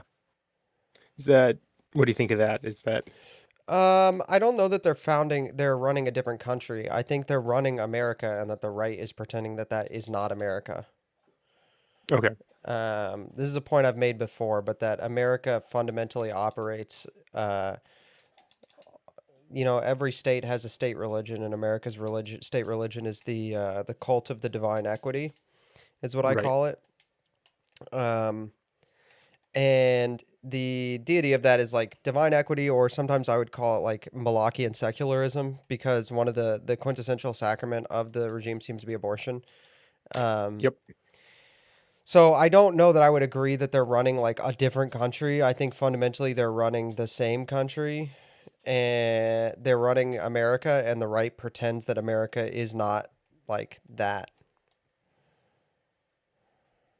Okay, I see. Okay, so it'd be more of the right doesn't have the right's not looking at things that they are. They're not. They're yeah. Yeah. The right is not wanting to see things how they actually are. Yeah, yeah. Okay.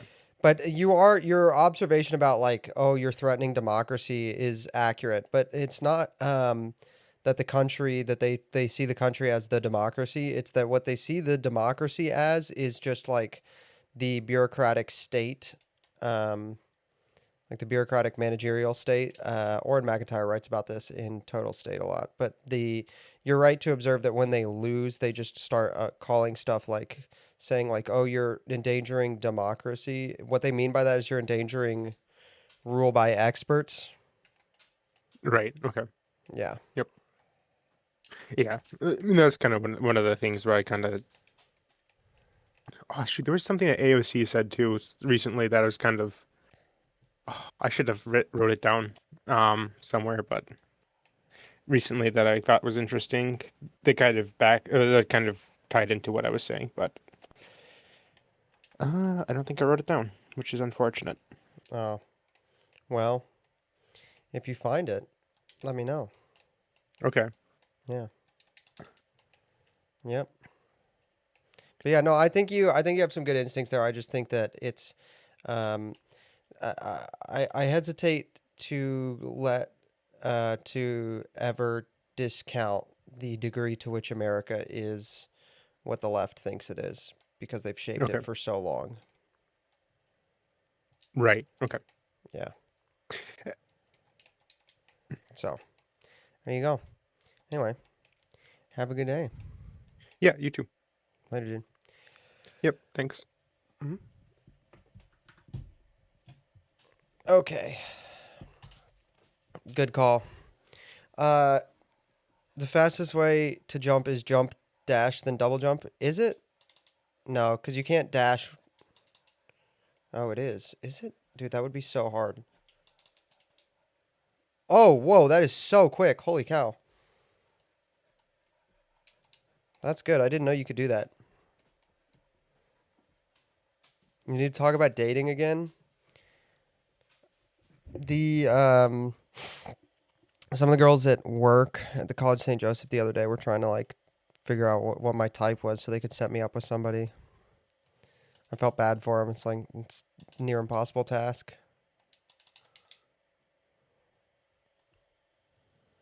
I have the need for speed.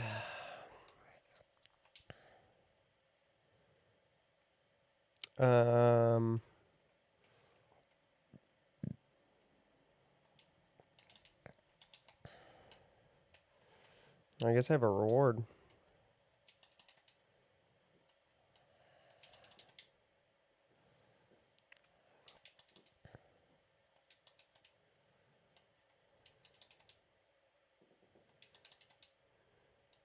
Yeah, so I did some story quests offline and not in the Discord chat. I did the first Pan Am quest. And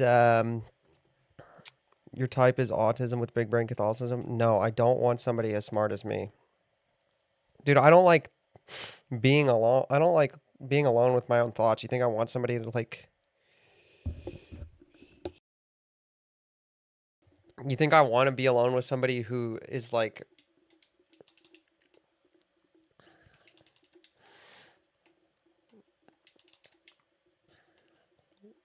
Oh, I almost killed that cop. It's not being intimidated. It's just that I'm exhausting to be alone with.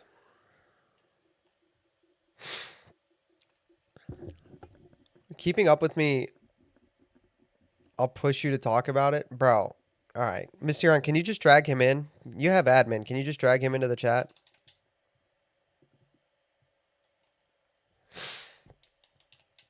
He can, unfortunately. I was hoping he wouldn't, so I'd be like, oh, darn, can't drag you in. You're muted, though. I know. Good afternoon or good Good evening to you, afternoon. man. How are you? You It's still know, morning here. it's up to him to unmute himself. Well, I know that. Thank you for that. Thank you, Mysterion. Thank you for clarifying that you can't unmute him for him. I wouldn't have figured that one out without you. No, I like to keep myself muted until I know. like I it's was my giving turn to speak. Mysterion shit for being like, oh, he has to unmute himself. Like, yeah, okay. How you doing, man? I'm doing pretty good. Just been having an interesting afternoon. Pretty slow news week, so.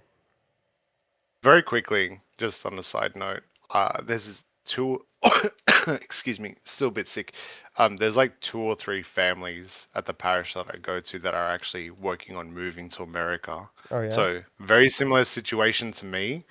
One partner is American and the other partner is Australian. And it's I thought I was like, oh, I'm probably the only person. Nope, there's like 5 or 6 other families like that at where I go to mass. Let And me so there's ask you, actually a few of them. Sure. what makes the decision initially to end up in Australia?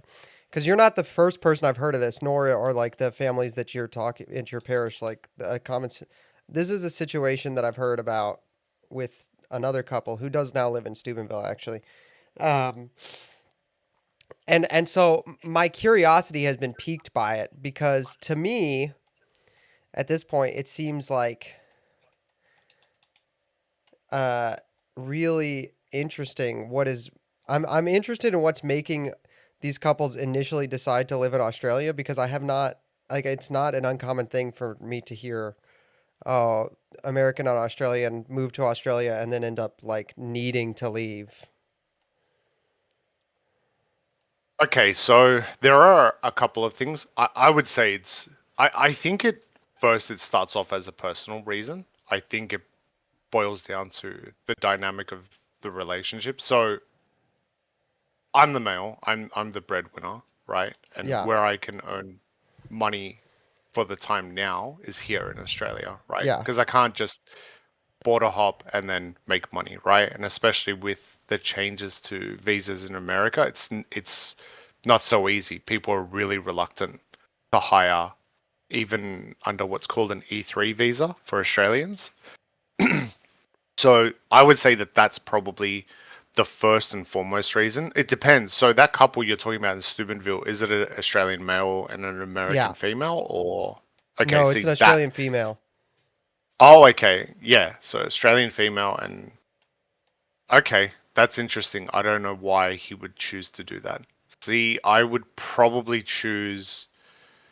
So initially we chose America for other reasons, which I told you, I think before. It's more like, where would you want to raise your family? Where is Yeah. the most spiritual good to raise your family? And I just couldn't get work before getting married in America.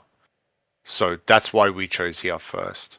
But I couldn't tell you why I think they chose here and then chose America. That's Okay. really strange to me. I don't know why. I think that's a bit silly. Not in a bad way, but it's like I don't know why you would do that. It could have been a family reason, right? Like they wanted to be closer to her family. Yeah. That's the one thing I that don't I know. could I was think just of. wondering if there was like a thing I didn't know about that was contributing to like that happening in the first place. It's tricky. So I think there was a very short time right as COVID was happening and right after COVID that I think Australia had so much potential because what had happened is a lot of the visas that probably we didn't want, those visas were not being granted, right? Yeah. And like Australia's growth and opportunity really kicked off for a short time. So when people started going back to work, right, like building,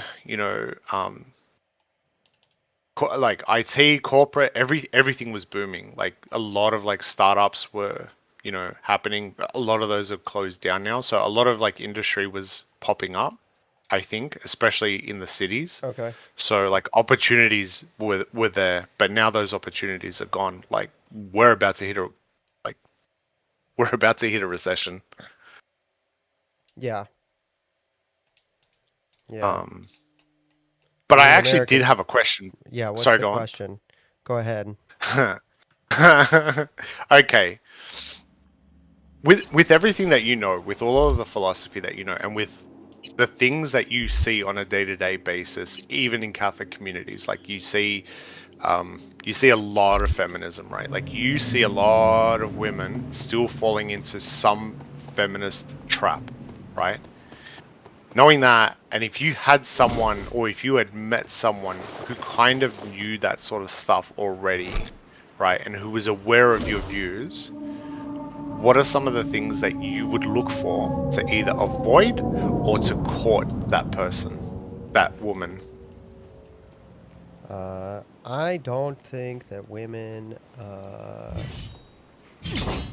don't think women have that kind of agency, to be honest.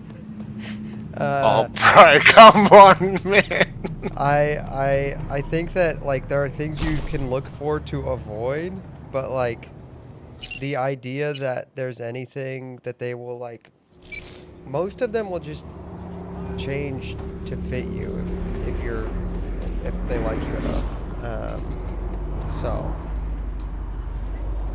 I think I've seen that happen, and I get worried. I get really worried when I see that happening. Yeah, I don't know. I know a lot of happy marriages that start with like that kind of thing. I don't think it's as hard as people think it is. Also, I'm like not. I don't think I see dating in a way where a lot of the way you're assuming I see it, right? I think a lot of people see dating as like. I don't have that assumption, by the way. A lot of people see dating as like, oh, I gotta find the person who meets my criteria, and it's like, I'm more concerned with like just living my life well, and then eventually finding somebody who fits into the life that I know I was supposed to live. Yeah. No, okay. I think I misrepresented my point of view. Would you say that you have a level of self-knowledge that is probably a lot higher than most of your constituents at your age group? Most of the guys in my age group? Yeah, and where you are at your life, right? So comparative men in your age group in I don't America, know if I'd say self-knowledge, but I think I'm more self-possessed. I think a lot of guys are somewhat insecure for decent reason. Yeah, for sure. And no fault of their own. And of no fault of their own, yeah. Absolutely. Like, I'm not... This isn't a condemnation that, or like, what I'm trying to get at. What I'm trying to get at is, I'm wondering if... Do you think that you need, like, a woman to have a level of self-knowledge and a level of awareness about the evils of feminism? Like, in a hypothetical partner, do I need that? Yes. That's... Yeah. See, okay, yeah, that's what I'm getting at. Here's the thing. I am hyper aware of most things aside from emotional stuff. So I'm very... This is going to sound so private. I don't care. Maybe I'm wrong about this, but I'm very aware of when somebody is smarter than me and when I'm smarter than somebody. And, sure. I wouldn't say that's the case about like most of the audience, just because I haven't spent enough time with them. But like, I don't. One of the problems I have with dating, like in theory, is like with just most women, is like, I think a lot of women perceive that you can't respect them if you don't respect their intelligence. And I can respect somebody's intelligence without like thinking I need to take them seriously or thinking that like Yeah. they're as smart as me.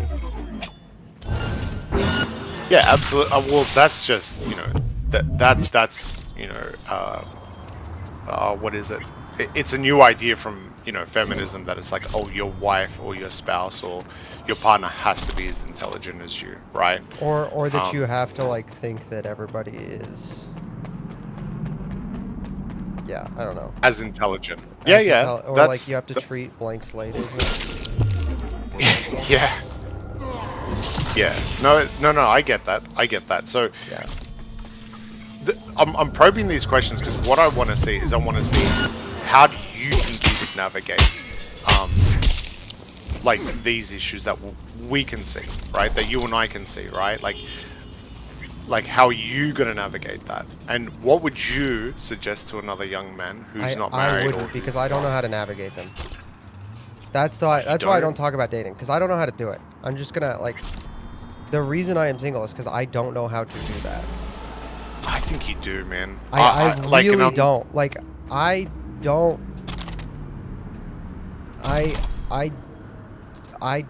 know how to connect with somebody emotionally in that way, in a way that doesn't, like, I've never done it successfully.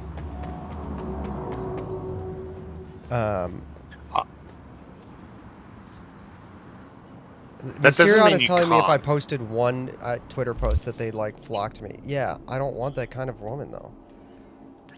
Like, no, I don't think you'd want that either, right? Like, I think I've got a vague idea of what you would like, and you know, skinny, white, not a bitch. That's the whole thing. All of the requirements. We've finished the requirements. Skinny, white, not a bitch. But no, I do think you know how you would navigate that, right? Because I think, oh man, there's a lot of things that I'm trying to be. You can just. I'm trying to skirt that line. I'm used to it. Well, no, I'm trying to skirt that line where you're not going to say anything that's going to get you banned. But at the same, okay, here's a hypothetical. What would you do, right? If there was a woman that was actually actively trying to pursue you, knowing that you had worked for Matt Frad, knowing that like you're actually very Catholic, and actually likes the idea of what you're doing, like you're trying to stream and you're also trying to work, like in media with a whole bunch of other media outlets. They know you worked for Matt Frad. They know you've been exposed to some pretty famous Catholics and things like that. And they're actively pursuing you, but you recognize that they probably think and have talking points given to them by probably like our bad ops, right? Yeah, what would I do? Yeah, what would you do? Probably take her out once to see if I can talk to her, figure out how likely it is to fix that problem's fixable. I think I could probably figure it out in one date. You can figure out how easy women are to talk out of their bad ideas, but like which one conversation with them. It's not that hard.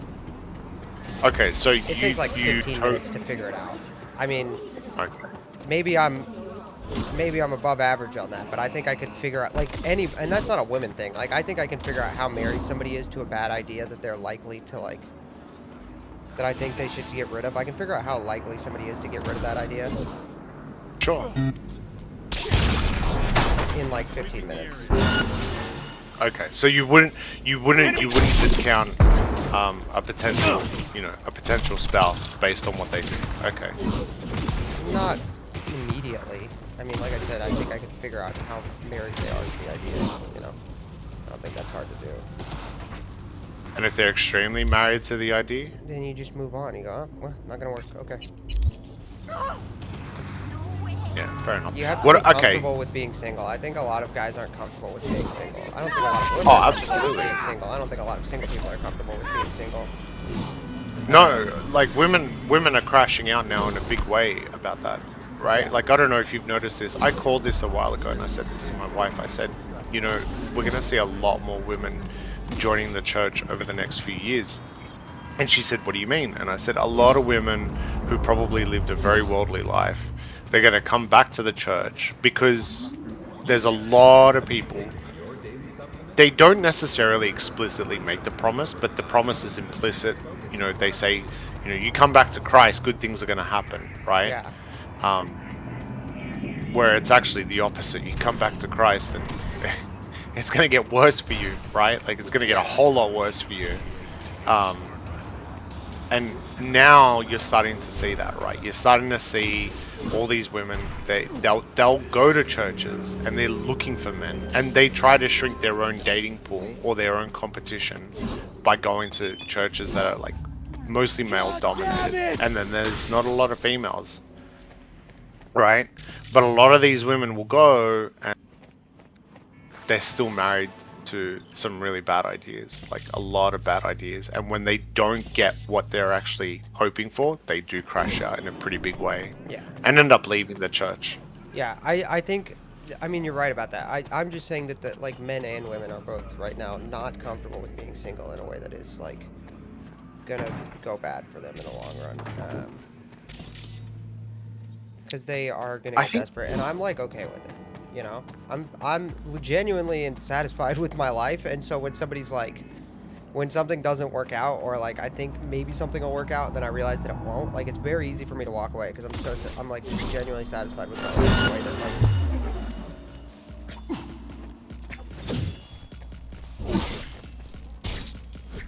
Yeah, you're pretty happy. No, that makes sense. I get that. I get that. There was another topic that I wanted to hit on dating and courting. I actually forgot it.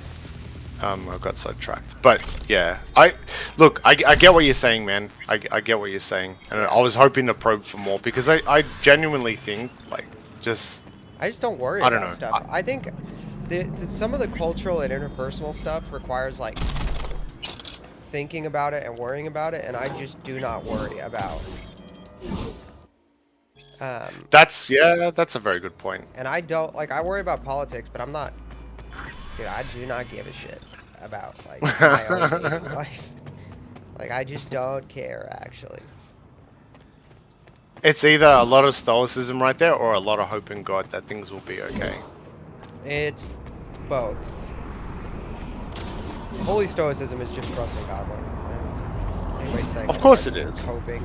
Like, no, of course. Yeah. Like it's just like you just have to be like, heck, God's got me anyway. Moving on, right? Like, you know.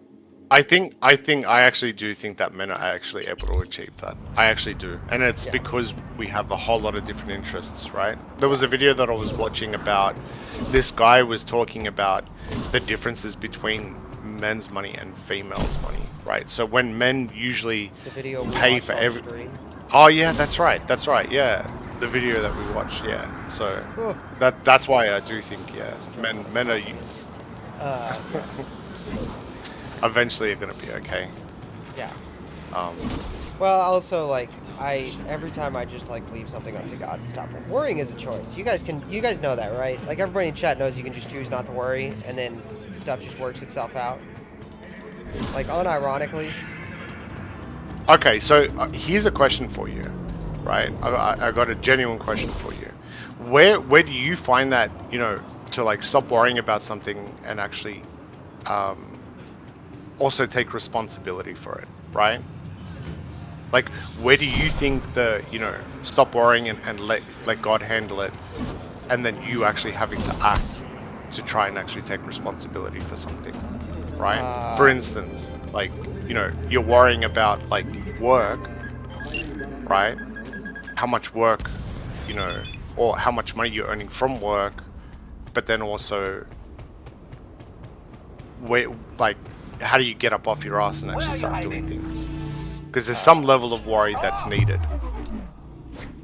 I don't feel super concerned about that, to be honest. Because I just do what I know I need to be done. I do what I know, like everything I can do. And then I'm like, dude, what? Is this mission broken?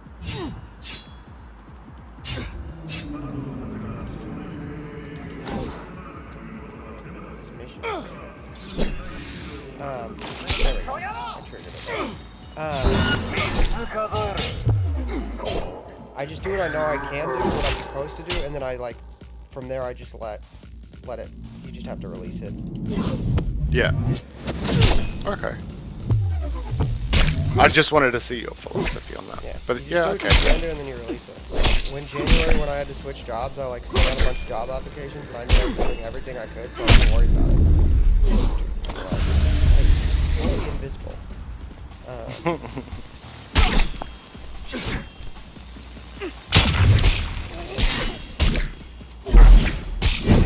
So yeah. The hell is this? You worry about what you can, you do what you need to do, and then you move on. You just have to be fine with that. Did he just get... Dude, okay, that's you worry about what you can, and then you move on. You just have to choose not to worry about it once you figured it out. Yeah. One last question, and then I'll leave it. And no, I'm not going to get offended at like whatever your answer is. But what do you actually think about like a lot of people will be dating, you know, from another country, right? Like not necessarily passport growing, right? But you know, a lot of American, Australian, a lot of like, you know, American, British, and so on and so forth. Like people sticking within the Western Hemisphere. I don't do long distance myself. I think that doing it is unwise most of the time. I think that it works out the minority of the time. Did he just dodge a piece? Holy shit. Oh my gosh. I just don't Do you want to focus on this? No, I'm good. I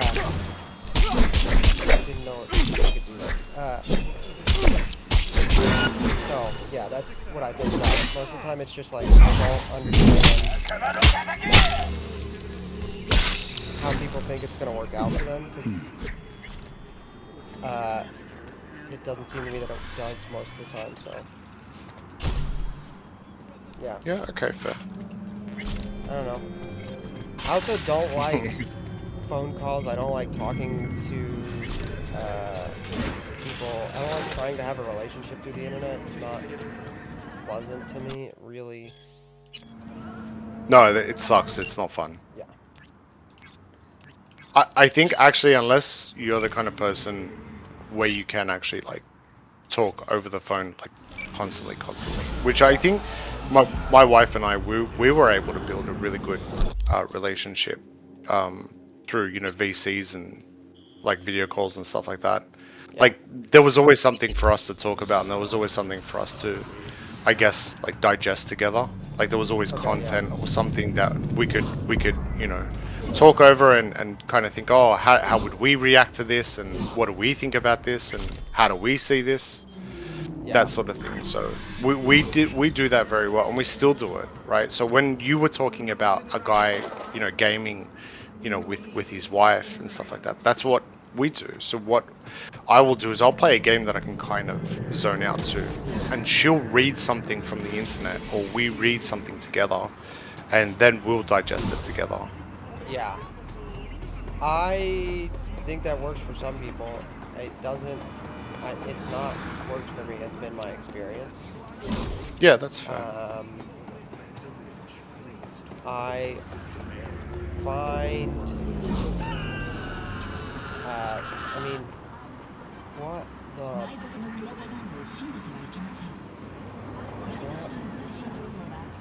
Holy cow. Just jumped off a building in front of me. I find, this is a shortcoming I find, this is one of the reasons I'm not dating, is because I need to work on this, but I don't find other people's interests interesting if I'm not interested in it, and I find making it very difficult.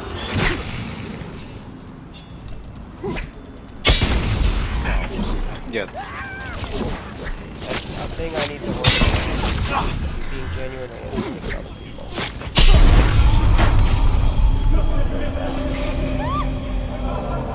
I know a lot of millennials had that very same issue. I know a lot of millennials in my age cohort like had that issue. Like a lot of them do. Yeah. They really don't care about someone else's interest, and it is unfortunate because what can happen is it stops being able to connect with people. It stops being able to find new opportunities with people, and not necessarily just even dating. Like, could be business, could be all kinds of things. Yeah. But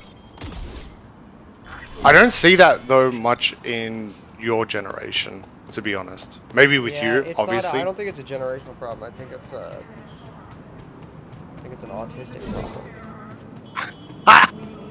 Maybe. I think it's a. But anyways. I think it's a focus problem. I like the things I like, and focusing on it, thinking about things I don't is very difficult. So. Yeah, well, Mysterian thinks it's based, so you're good. It's not my fault that normies are in talk. I think that is the case sometimes. I will say that sometimes that is the case, where it's just like the thing you're into. I agree with that. Yeah. There is sometimes where the thing somebody is into is lame, and I can't pretend to be into it, so they think I don't. No, I agree with that. I agree with that. I don't know what to say about that, so I really have. I agree with that. Anyways, alright. Good chat, man, as always. I'll talk to you later. For sure, man. God bless, homie. Chat, how did I end up on this highway?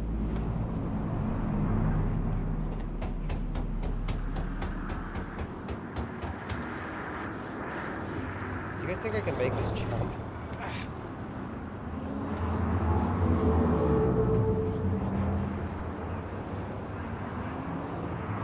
Interesting. Can I make this jump? Probably not. Can I make this jump? Yes.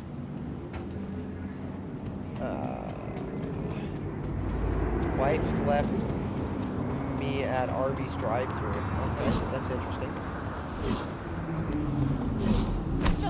I don't like to talk to people. I think I'm starting to see the problem here. I don't find other people's interests interesting. Based. It's not based. You should be able to talk to other people about the things they like. I'm not good at it. I don't find things interesting. I especially don't find things interesting that women are typically interested in, and that's a problem.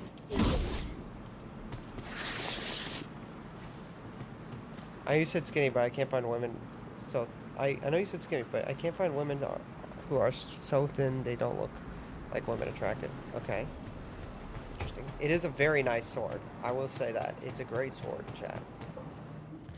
It's a very, very nice sword. It's the best sword in the game, actually, and I upgraded it all the way. It took so many hours.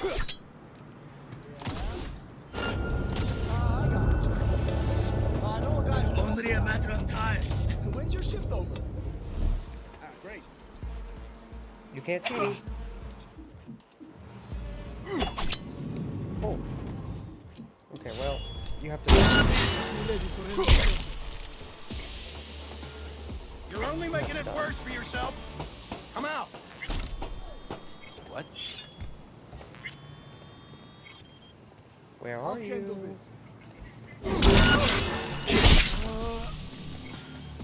Does like 600 damage a hit. It's crazy how much damage it does.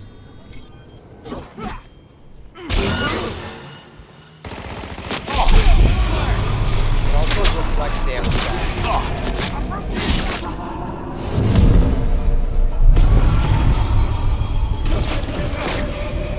Reflects bullets.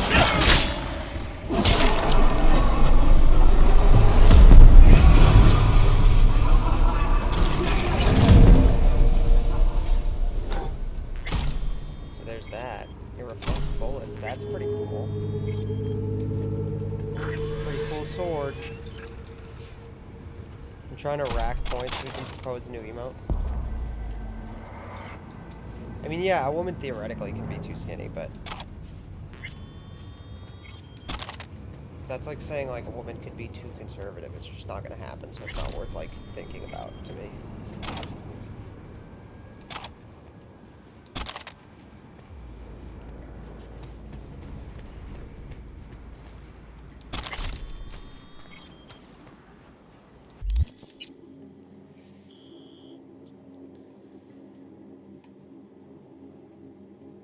Alright.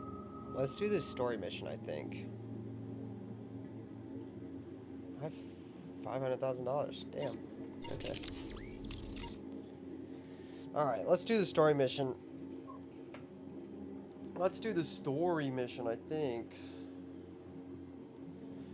Maybe we'll go to a Ripper dock real quick on the way there.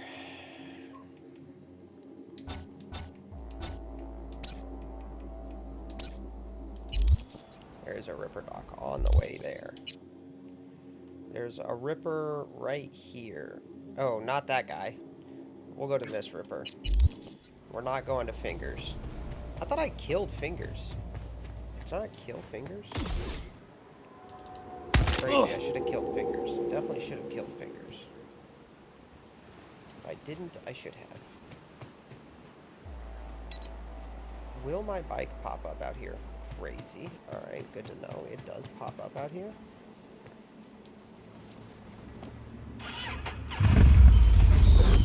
I found the clip where... Who said that? Who said that? That's a funny clip. Who said that?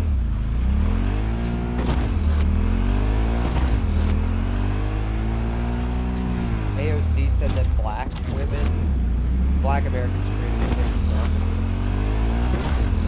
That's a crazy thing to say.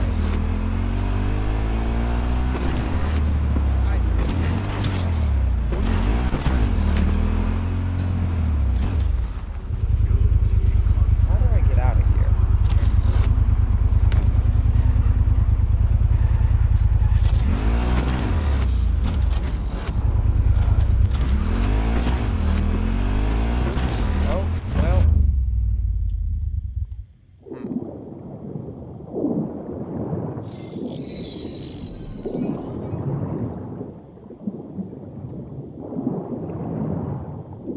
Huh.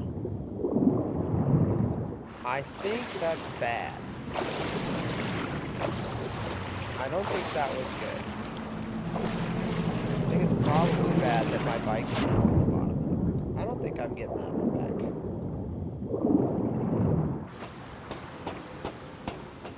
It's in the react to this? I'm sure she said it. That's funny.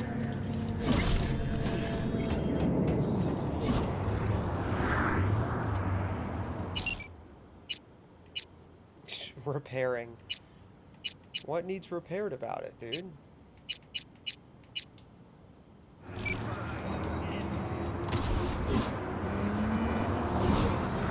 you know what I want to do, actually, before we go to... You know what I actually want to do? There's one specific mission I want to do. So, can I... Let's look at this real quick.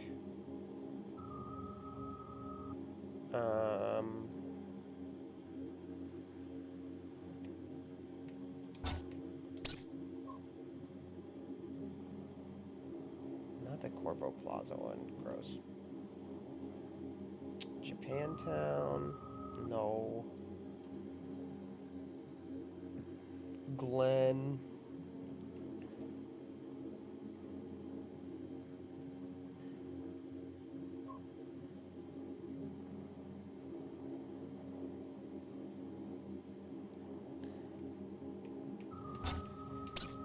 Alright. My apartment is here. We need to go to this apartment. Actually, we do need to go to that apartment because we need to do a thing.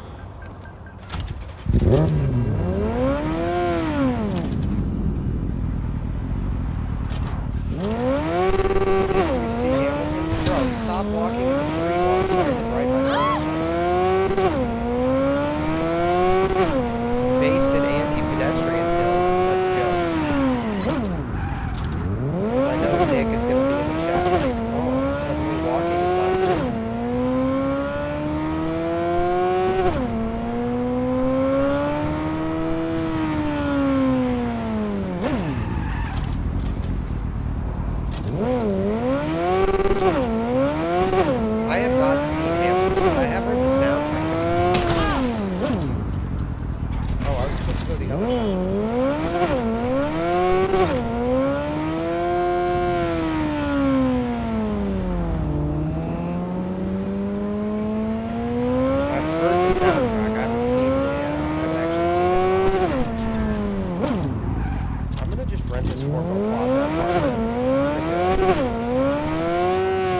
game sound loud for anyone else? I can turn it down.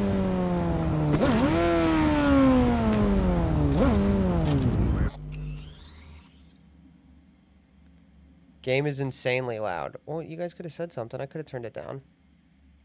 There you go. I turned it down to like 80%.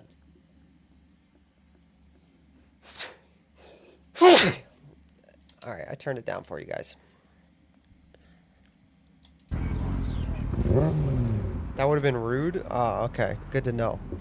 Good to know. Hello. I'm here to rent an apartment, ma'am. I bought this apartment, not rented it. I bought an apartment for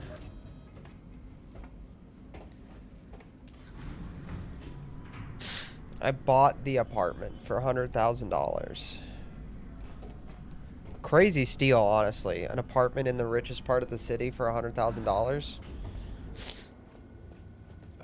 Actually pretty cheap.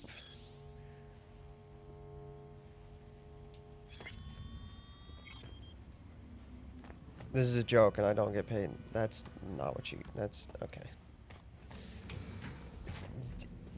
You say that like I didn't also... I did offer you. Okay. I should just sell all those clothes, but I'll do it later. Okay, where's my computer? Brew coffee. Oh, here's my computer.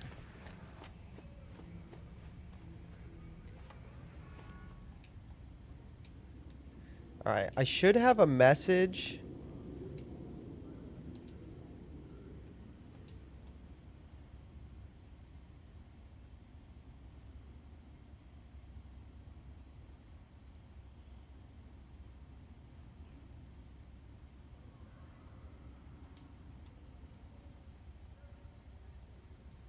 Do I not have this message yet?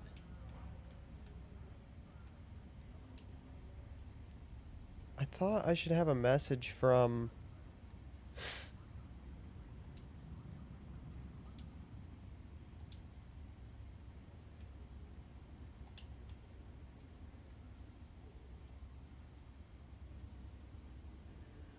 I don't have that message. Question, do you have good handwriting? I have really great handwriting, actually. I have very, very good handwriting.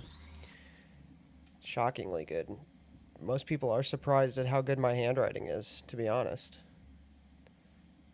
Not exaggerating. Most people are actually surprised at how good it is.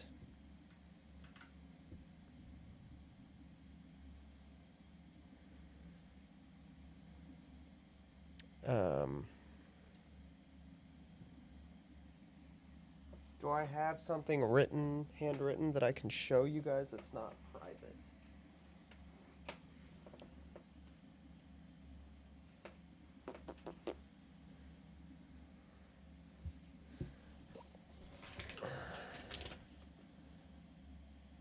Yeah.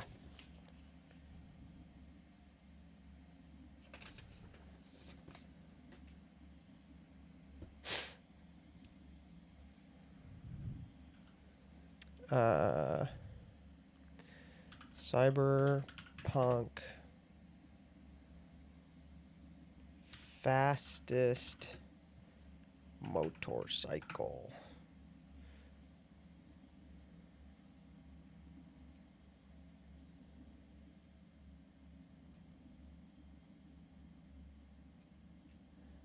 Yaiba.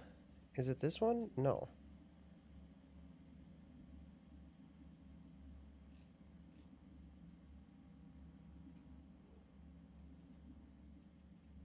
Thunder seems scarier, but it can't kill you. I know the NBA is gay, but any thoughts on the Spurs versus Thunder Game 7? I hope that the Canadian terrorist... I genuinely have never wished injury on a player. But I genuinely hate the Canadian terrorist. Isn't Jackie's bike the fastest? I think the Iiba SAM Nitro Youth Energy is the fastest. I thought this was the fastest one. Is it not? I think the Iiba ASM gets up to like 170. I thought this was the fastest bike.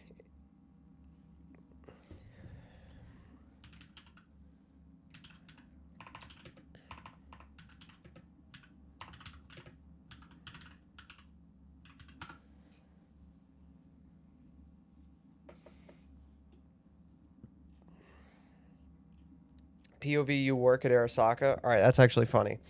Yaiba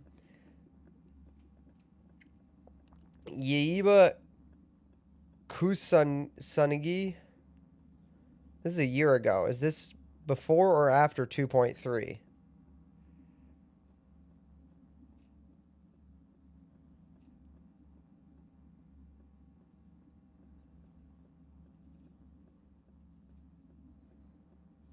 Yaiba, Arch, and Apollo with speeds in that order. Peacekeeper and the Yaiba are maybe a few miles per hour different over 160. Arches are all top out at 151. It's not too dissimilar. Apollo's slow at 108. Would you play Jumanji on stream? The board game? C or control for crouch? Depends on the game. Most of the time, control. In Minecraft, I set it to control. Yaiba. Yeah, okay. Tabletop simulator with the boys win.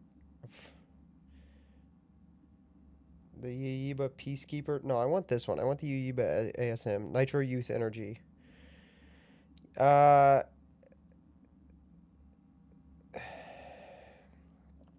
Nitro Youth Energy. Minor Job.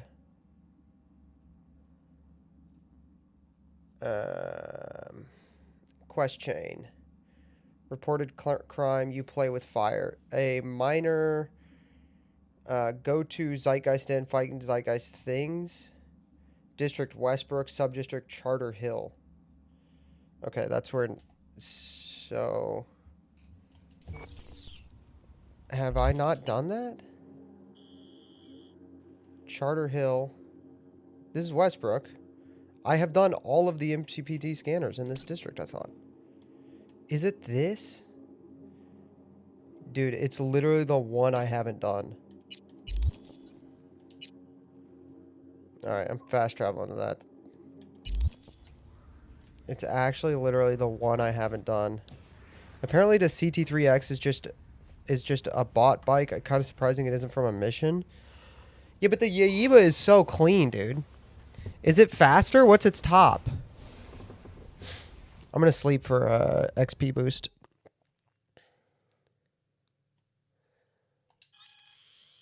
I'm going to sleep for an XP boost here. The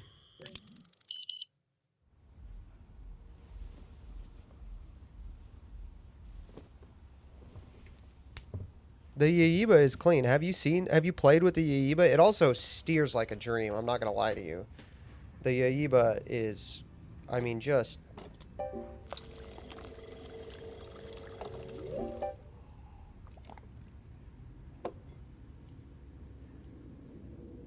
The Yaiba does steer like an absolute dream.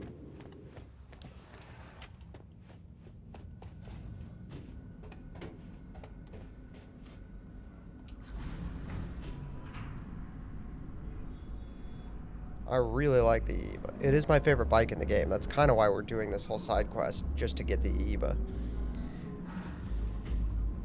I don't give a fuck that it's not in production yet. It has to be that one. Get me? Oh, it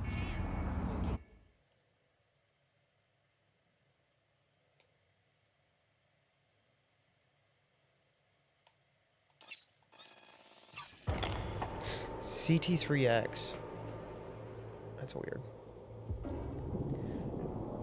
I mean, I am going to try to 100%.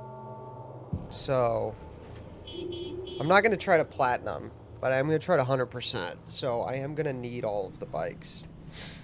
But yeah.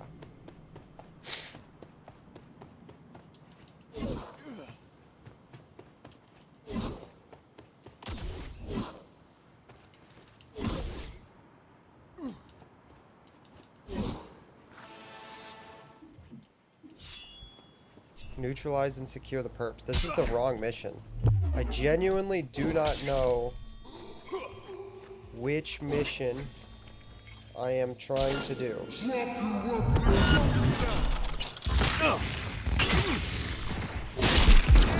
is the wrong police scanner. Maybe I can find a map of it after I finish this. Dude, what a dumbass. Don't you know if you hit me, I explode, literally? Oh, you got a sniper rifle? That's fun. Guess what I have? A sword.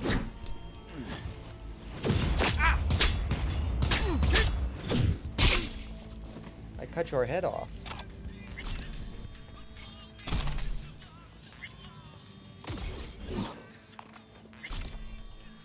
I think maybe I need to...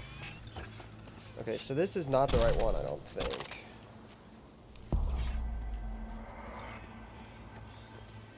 Westbrook Charter Hill. This is not Charter Hill.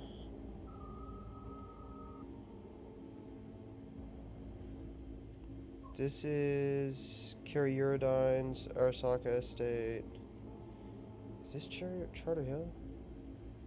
This has got to be Charter Hill down here. I've done all of these missions. Can you do melee with the gun as well? Yeah, you can, but it's not very effective. Okay. What am I looking for? You reported crime. You play with fire. Images.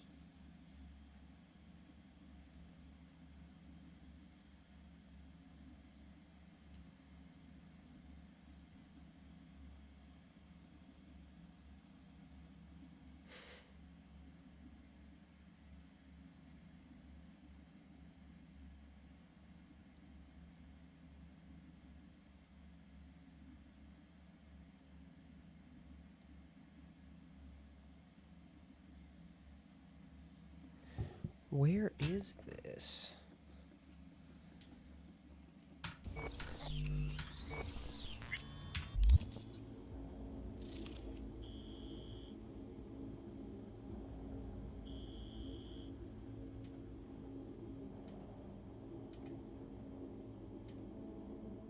It's right here, isn't it? Yeah, it's right here.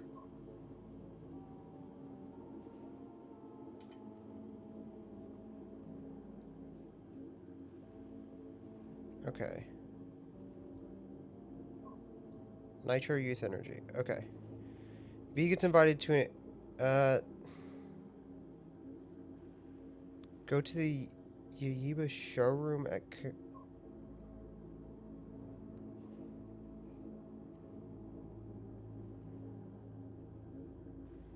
Do I have the mission, maybe? Did I miss that I have the mission? Nitro Youth Energy.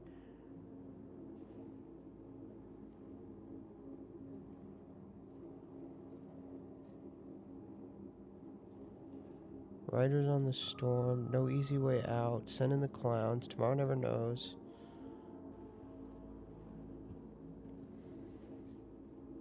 Nitro. I'm looking for Nitro Youth Energy.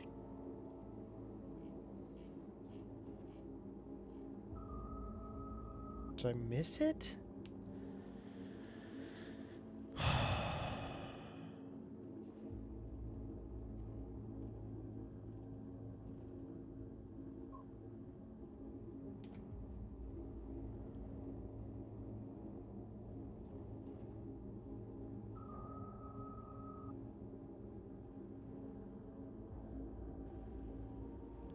Blasting eagles while eating wings and reorganizing my shelves. Kino, haven't felt in months. Dude, that sounds great. I'm super confused. I don't have this mission on my map. I thought I did this mission already. Alright, let's just go here and see what's up. Right? That's the thing to do, is to just go to this place and see what's up.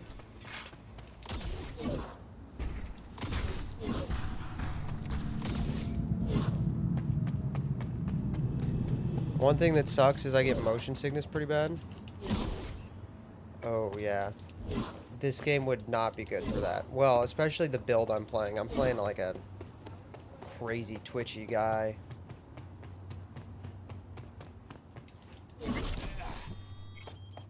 Okay.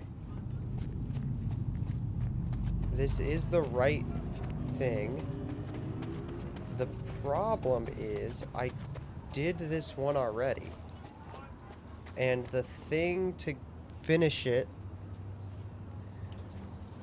is right there, and I already did it.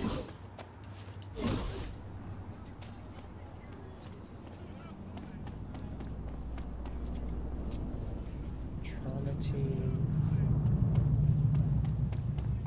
I already did that.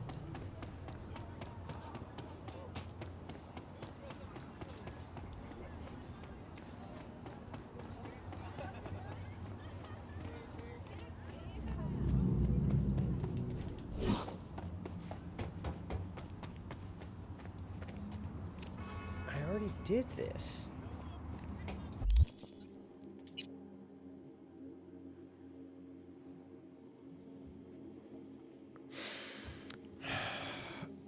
Where is it?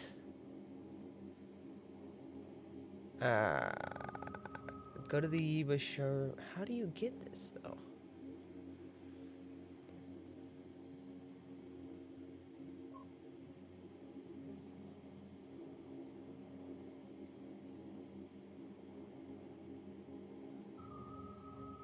It is right. I'm in the right place. No, I'm not. I'm not in the right place. I'm supposed to be, like, out here.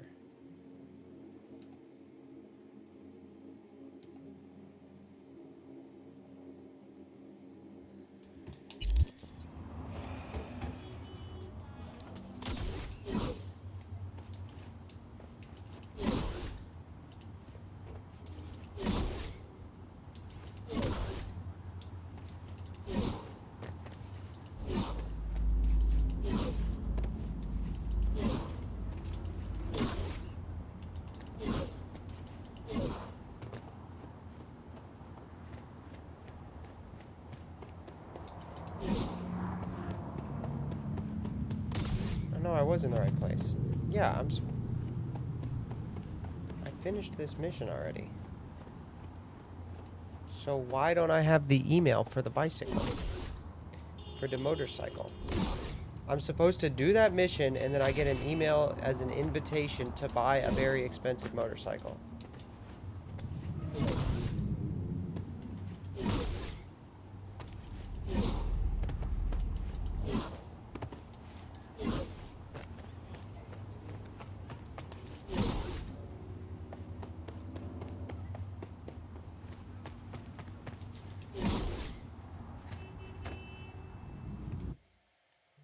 I guess let's go back to that apartment. This is my right? Corporal Plaza apartment, yeah. I don't know what's going on. Maybe there's a website I'm missing. I might be missing a website maybe I'm supposed to click on.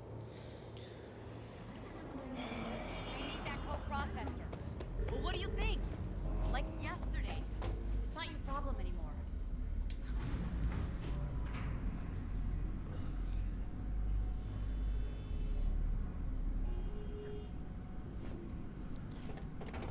A 1,000 books is when it's a library, right? Is when it's officially a library. That's... Am I remembering that right?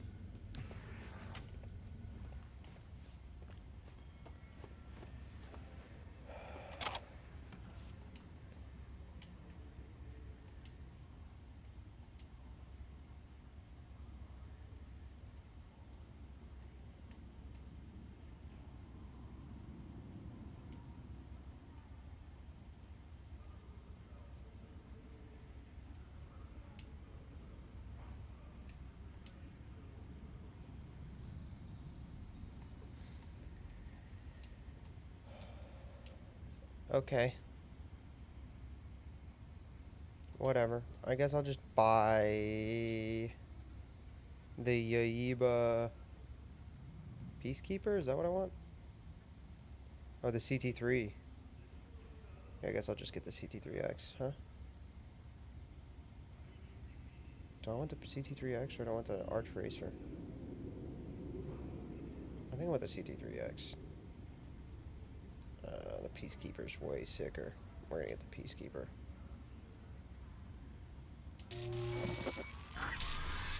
Alright. Do you segment history by topics or time and place? He's a time guy. Yep, there it is. He's a time guy. I knew that. That's how good I know my friends. I know my friends real good. I knew he was a time guy.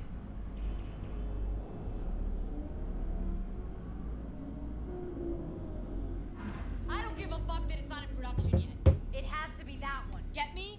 Shut up, dude. No, it can't. I gotta get a different apartment.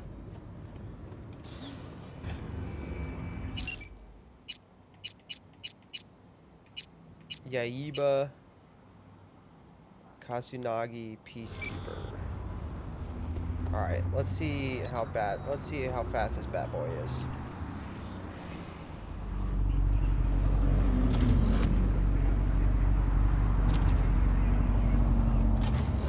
Let's go. Let's just take her for a spin, you know what I mean? Let's just put the pedal down and see what happens.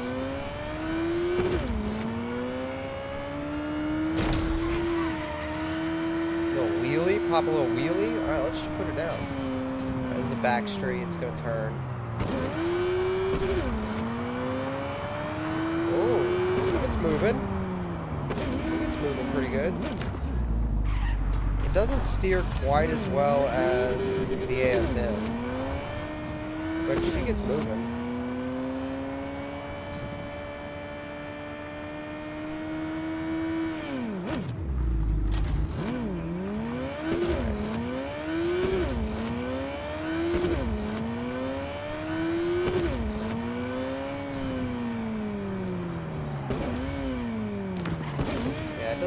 Quite as sharp a cornering as the ASM that I like, but that's okay.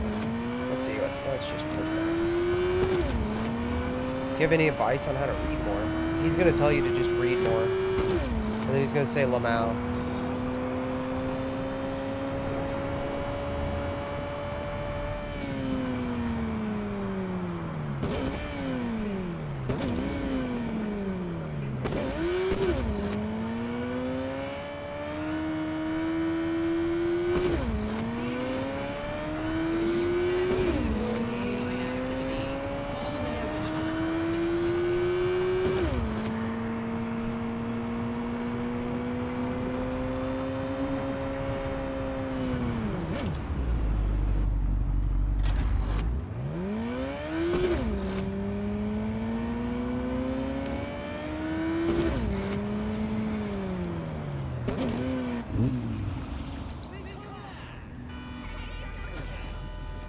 It's not quite as fast as the ASM. It's okay.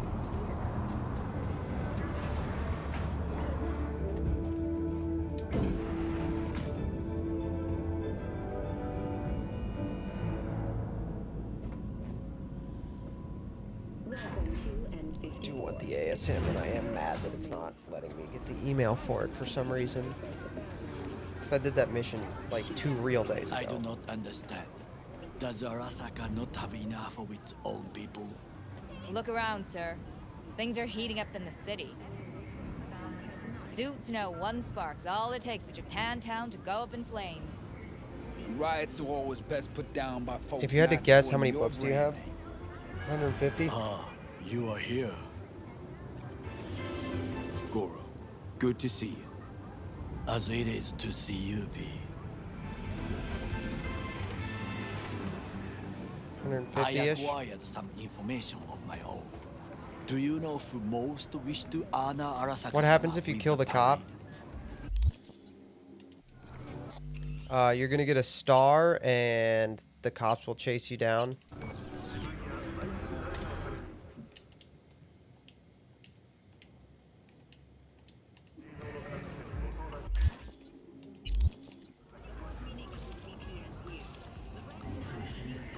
No, you can't draw a weapon right now. Biochip gotcha brain. Can't draw a weapon, actually, in the middle of this mission. What's in it for Yorinobu? Doesn't seem like the kind who care to honor tradition. I remember this game had an awful launch as a good. Now it's phenomenal now. It is. Yorinobu will also put on a display of power. The floats are sure to be beautiful, but the wizened eye will see in them a hidden message to his foes. What message would that be? I am here, Gumindomo. Watch your backs. Not one for subtlety, is he? Still don't see how this gets us anywhere. I have had an idea. Look to the sky.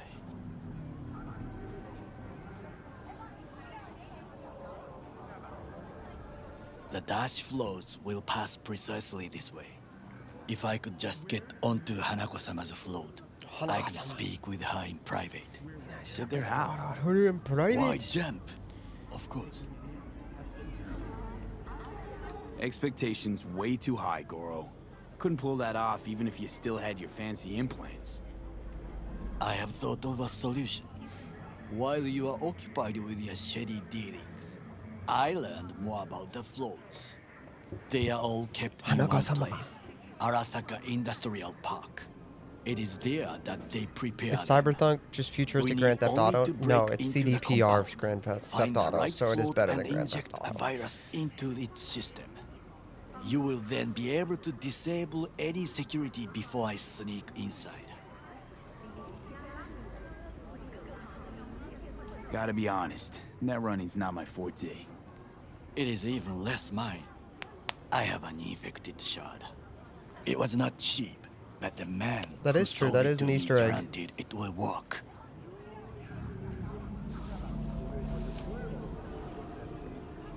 These are still incredibly underrated sequences to me. I love these sequences.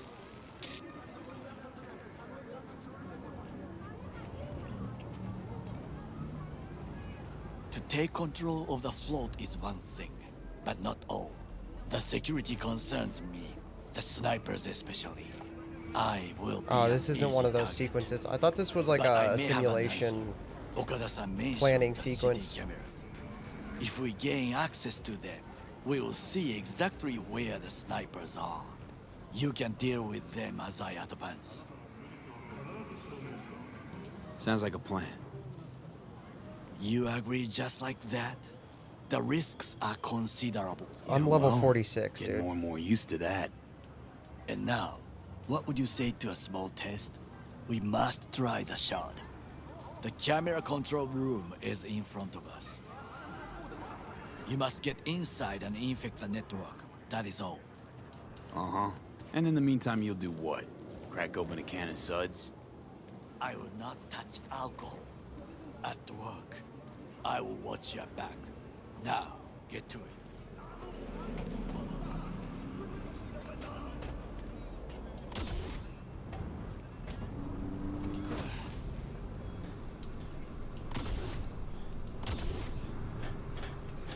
Ba-bum. Ba-da-ba-ba-da. Ba-ba-da. Da-da-da. Da-da-da. Dun, dun, dun, dun, dun, dun, dun, dun, dun, dun. There's another DLC announced for The Witcher. They're doing another DLC for The Witcher 3 before they do Witcher 4. Or Wild Hunt, right? Wild Hunt? Wild Hunt? Is that 4? 4 is Witcher Wild Hunt, right? And? Done. System's ours. The shard works. Good. The easy work we have done. To break into Arasaka Industrial Park will not be such a bed of roses. But before we discuss that... Would you ever play Vermintide? It's on my wish list, actually, I think. It looks decent, I just have never bought it. Since yesterday. Give me the best. It's crazy they're doing another Witcher 3. Maybe they'll do another... Maybe they'll do another 2077 DLC before they do Cyberpunk Orion then. Cyberpunk Orion, they're adding another city. I think they're gonna connect some cities with like a train that you can go between two cities. So that's gonna be But fun. this Sokka scum might actually prove useful. He's a well-trained dog. Needs orders, that's all. And when he outlives his purpose... Yeah, I mean, we'll if The flat Witcher is gonna be... If the... Play Star Citizen? I don't want to play Star Citizen. If The Witcher's DLC is gonna be like a... Bridge we might cross, but only might. A link to the next game, then it would make sense for Orion to be introduced by another Cyberpunk DLC. I just want another Cyberpunk DLC, I'm not gonna lie. Warhorse are making an LOTR game? Didn't they really fuck up KCD2? Did they like mess up KCD? Yeah, they messed up KCD2, didn't they? Like it's super gay? 1. We break into Arasaka Industrial Park. 1.5. We hack Hanako-sama's float. 2. During the parade, with my help, you eliminate any snipers. 3. I get onto the float. 4. I convince Hanako-sama. Hanako-sama. Well, sounds like a suicide run, but done dumber shit than this, so... Things even more stupid than stealing from Arasaka. None dumber yet, no. Set the bar pretty high with that one. Now, we part. Reconnaissance is required. What are you doing? Don't let... A stranger in a strange land. I'm going with you. True. And you with your hands, skills, mind of a thief. Agreed. This we will do together. It's not from what I heard from a friend, it was blown out of proportion for headlines. Okay. Louder! Louder! Yorinobu. In the flesh. He eliminated the last obstacle between himself and complete power. They surrendered it to him. Levi's being weird. Was that not a provocation? Was that not a... Arasaka. An empire built to last. Before Yorinobu set fire to it from the inside. All of this began with him. LOTR watch along stream. Dude, I'm not gonna get my ass copyright nuked. All of this. Ksa. Why'd Saburo tolerate it all? Can't get my head around it. Okay, do you guys want me to spoil this so you can enjoy the story more? Do you guys want me to spoil like a part of like a major... Because we're not gonna get this ending. So I will... Actually, I am gonna spoil this because we're not gonna get the ending where this happens. Okay, so here's the thing. Yorinobu Arasaka kills Saburo Arasaka. He kills the emperor, right? He takes over the company. And you're made to think that he's going to sell the relic that's in your head that had Johnny Silverhand on it because he was just betraying his father and was greedy and wanted to destroy his father's company. Okay. The problem is that you have a version of the relic in your head that is meant to put an engram in a new body. Okay, so you kill the person and the relic loads into the new, like when the death, so that's why Johnny's slowly taking over your body. You're trying to stop that from happening. They didn't have a failsafe built, they didn't have a reverse built in, so when you got shot, Johnny started loading in, but you survived, on and on and on. Okay. The actual reason Yorinobu Arasaka stole the relic and killed Saburo is because Saburo Arasaka was planning to use the relic mark, the version 2, the advanced version of the relic that uploads consciousness into a new body to take over Yorinobu's body. So Yorinobu the son kills his dad because his dad was planning to kill him and possess his body so he could be immortal and then continue to do that down the generations.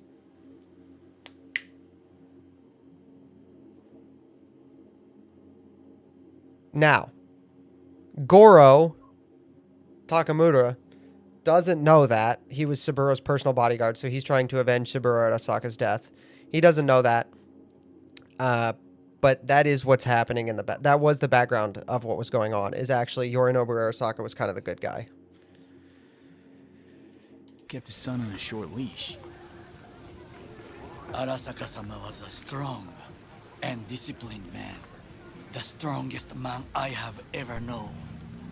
And yet, at a critical moment, he showed a weakness. For Yorinobu? For his daughter. When Yorinobu formed his band of hounds, declared war on his own family, Arasaka-sama could have crushed him with one word.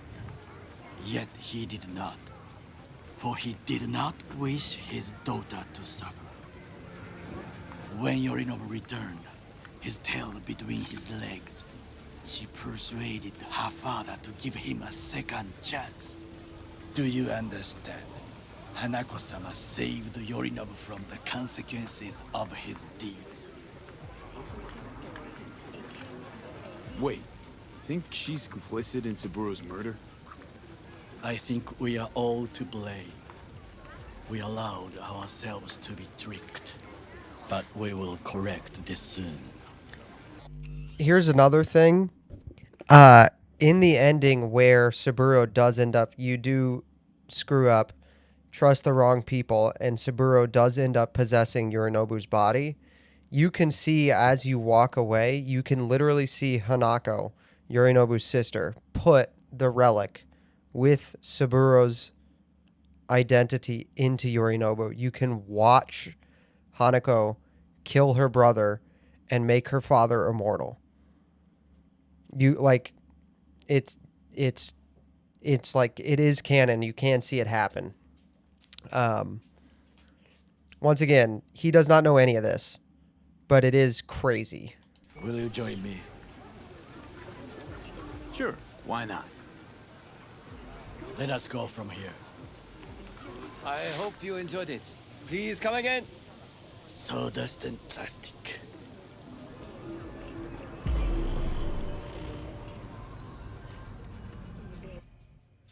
Anyway, this mission's fun, so.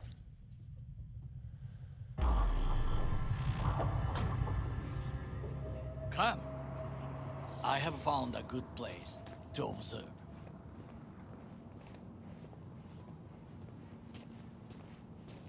We must just climb up here.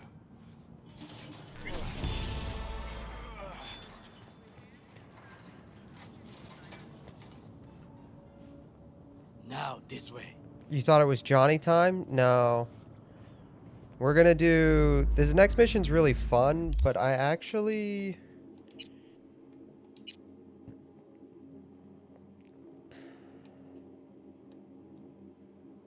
Dude, it would be so hard. I'd have so many levels to get up to there. Okay, so...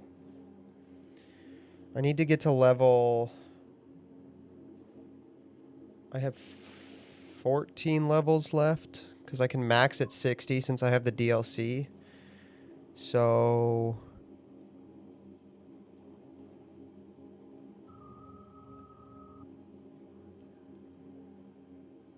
Yeah, I just need to get cool to 15. I need to get cool to 15 at the very least. I don't know if I needed to... I don't really need to get it to 15 for this mission. I kind of want to get it to 15 for this mission. Like 7 levels is crazy, though. 7 levels is hours of gameplay. I don't know if I have 7 levels of time. Did you beat Phantom Liberty? No. Not yet. That's actually what we're going to do. We're going to... We'll zip through this recon, and then before we invade Arasaka's, like... Before we invade the Arasaka warehouse, we'll go do a bunch of Phantom Liberty, actually. Because that'll be more fun than... That'll be a lot of fun, and we will get to do... We'll get to do Phantom Liberty, and then we'll get a bunch of levels, and it'll make this mission more fun, because we'll get to be more sneaky about it. And this mission is one of the few missions that I think is way more fun if you're totally unseen. That much. Perhaps I'm simply... Now, you must look for both. Arasaka cannot discover our intent. Yes, yes, yes. All that's happening here, guys, is we're just spying on this warehouse over here to try to find... You will have the best view on the left. This warehouse. I will try here. Right here. This old scope should be good for something. Shall we begin? Let's do this.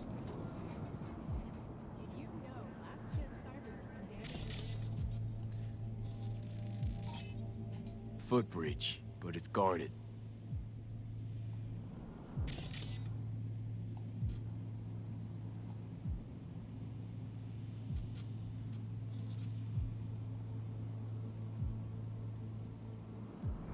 We will use it to enter if there's no other way. Transformer by the wall. See it? We should use it to step up.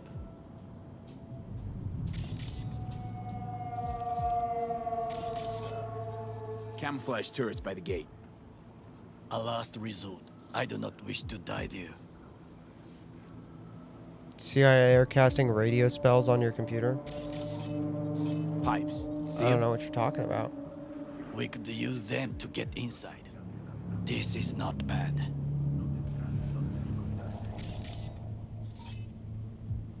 Got eyes on the comm system. It's a lot of guards. I could use comms for a diversion.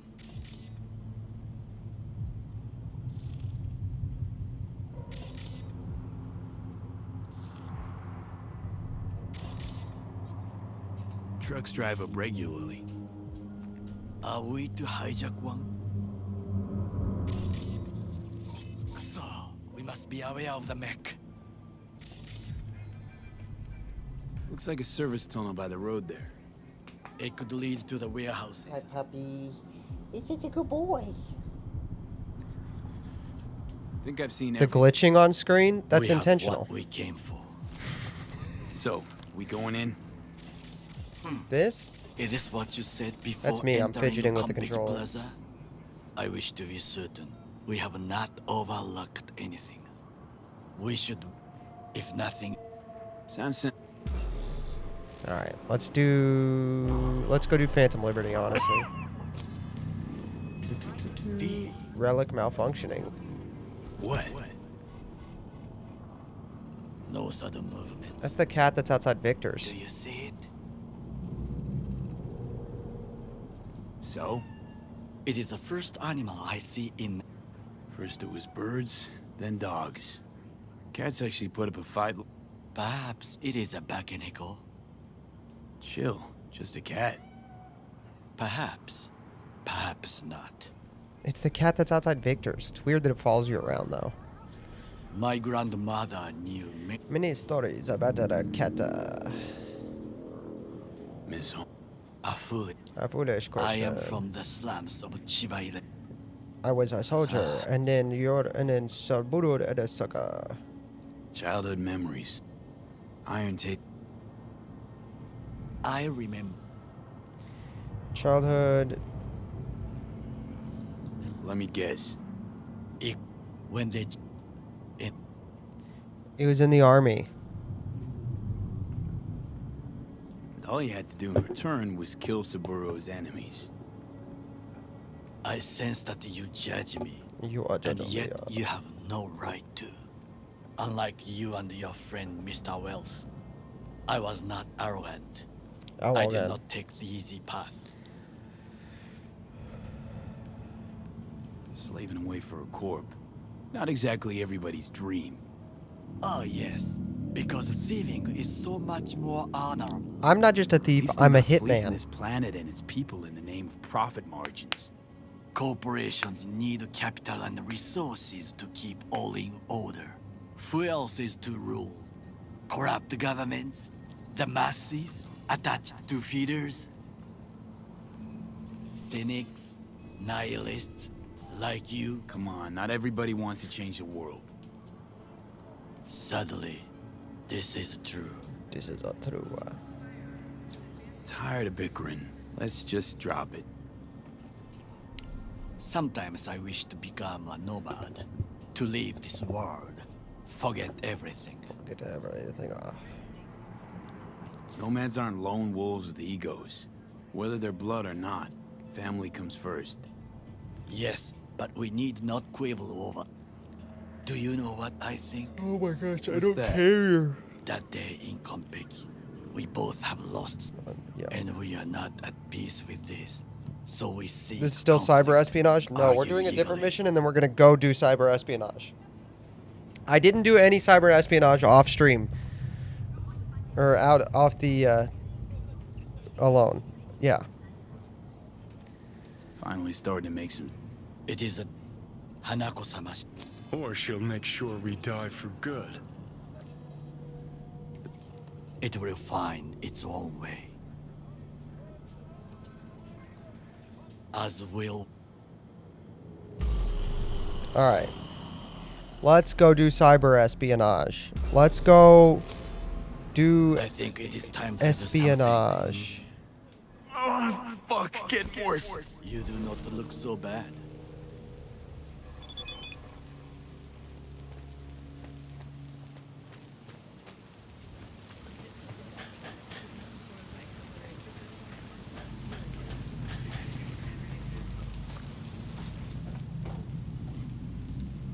Come on.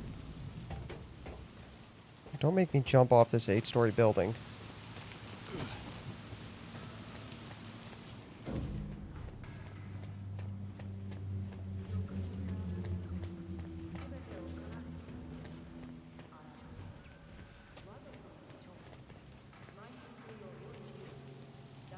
There we go.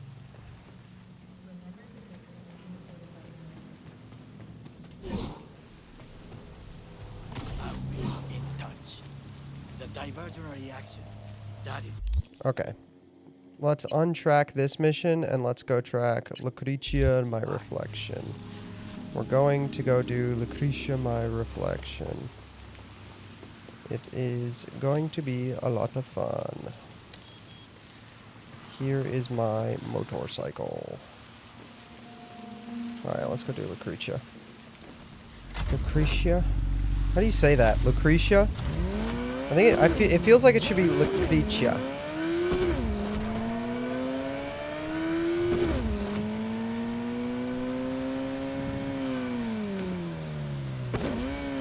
Let's go do espionage so we can have more fun with this mission. Ooh, shit, I should have been on the wrong side of the road. Should have been on the wrong side of the road. Nah, it's with an S sound. Lucretia? Lucretia? Yeah, that's how it's spelled. It's on screen.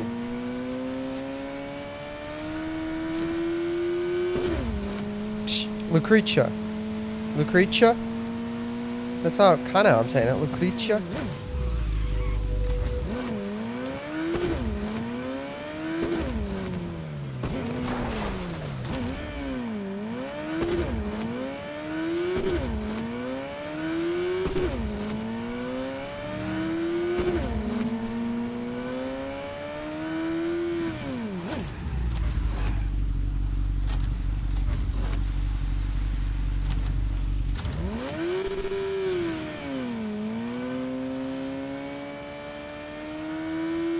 Hit the Roman pronunciation with a hard T. Lucretia? Lucretia?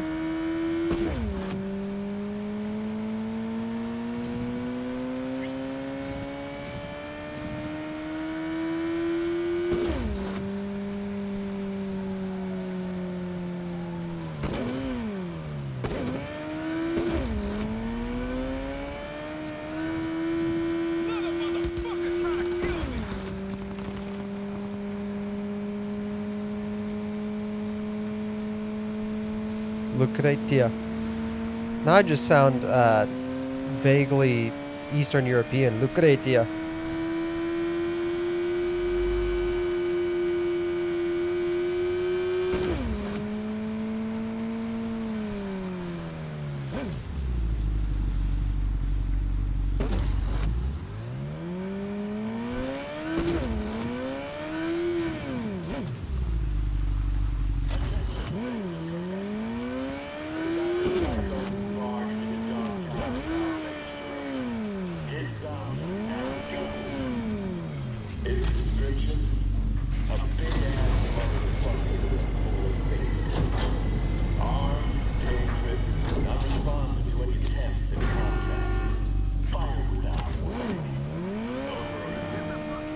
Lucretia.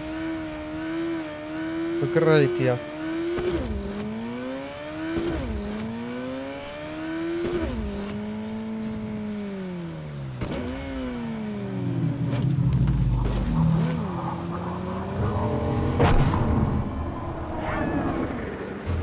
Ah, Dogtown.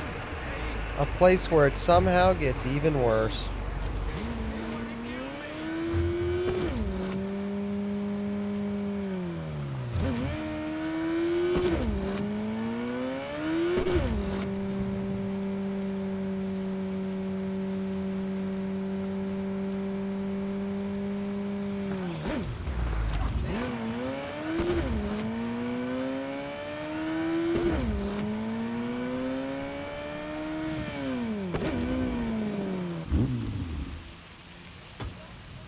Alright, here we go.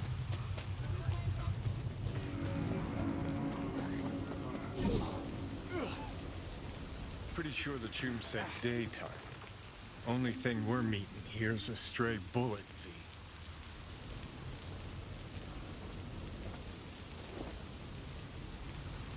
Best seats in the house. Gonna be a game to remember. Johnny Silverhand. Basketball fan? That's new. You know what I mean. Another game starting. One where your head's the fucking ball. Thought the same thing. Something nasty's brewing. Fucking storm's what's brewing. Don't let the sunshine fool you. You're up against seasoned players, whereas you just stumbled onto the court. These are trained sociopaths. Pretend to be your friends while they fucking ain't. So go out and play. Just don't get played.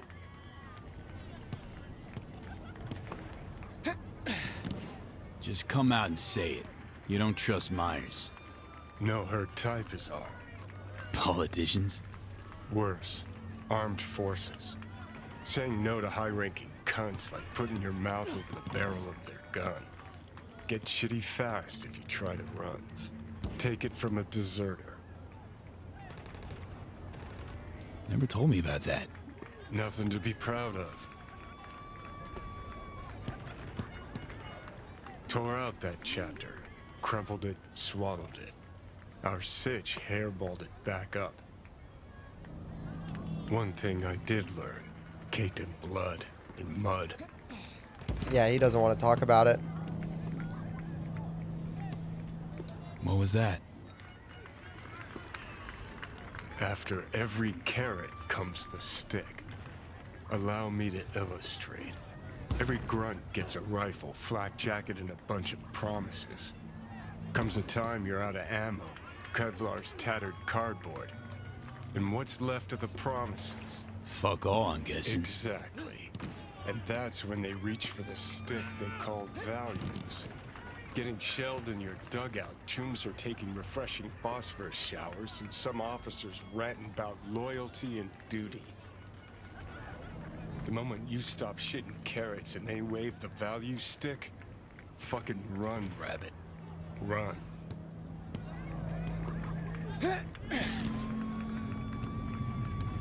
Sounds like you got some shit to work through.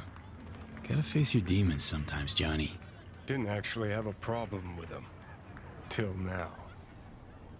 Politicians, military runners, intelligence operatives, Colonel Hansen for dessert.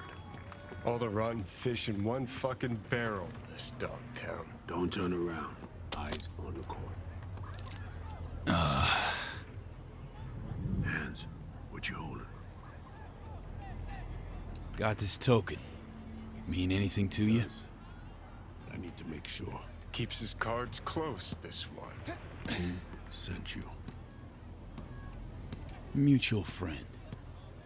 We don't have mutual friends. Friend survived an accident. You might have heard.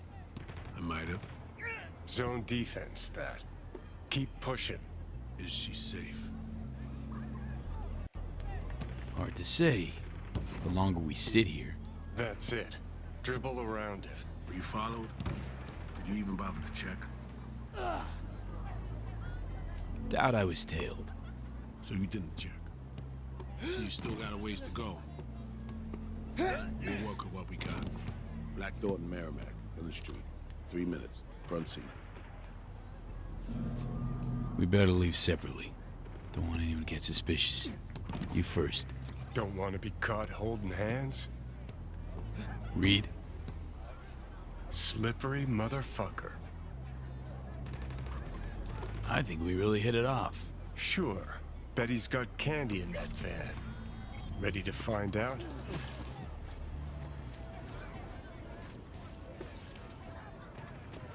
I'm doing espionage. Let me ask this random black woman on the basketball court if she saw the spy I was talking to. Pass. Pass. Hard pass on that, actually.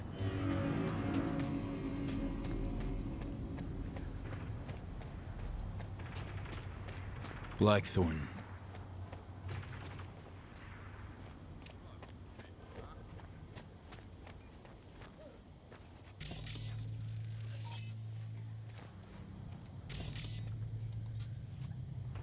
How much you grow protein for? Good scalp or shit like last time? Oh, hey, look.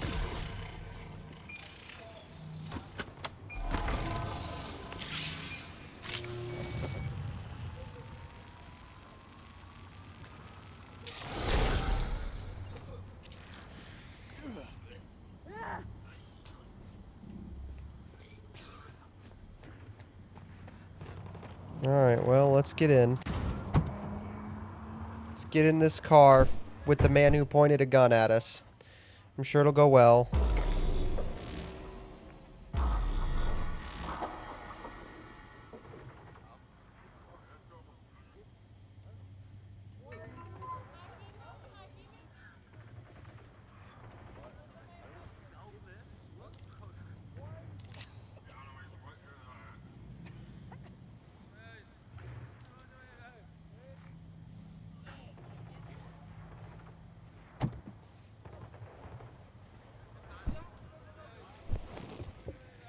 Before we go, apologies for the precautions. I only ever risk so much. Sometimes it's just safer to shove the barrel of a Malorian between a troon's ribs, even if he is on your side. It's nothing personal. No hard feelings, I hope. No. No hard feelings. It's all good. Had to make sure I'd have done the same. Is that so? You're not in the biz, V. Our biz.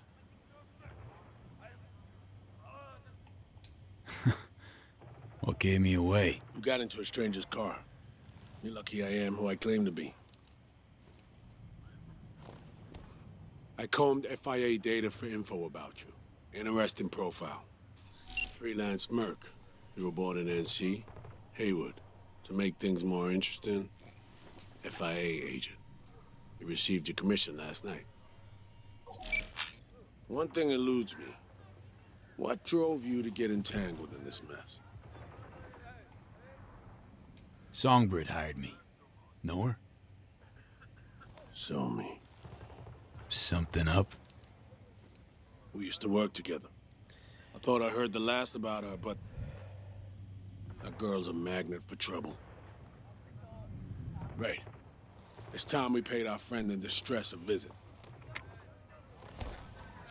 Address, please.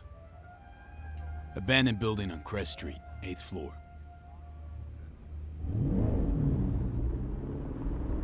You left her alone in Dogtown?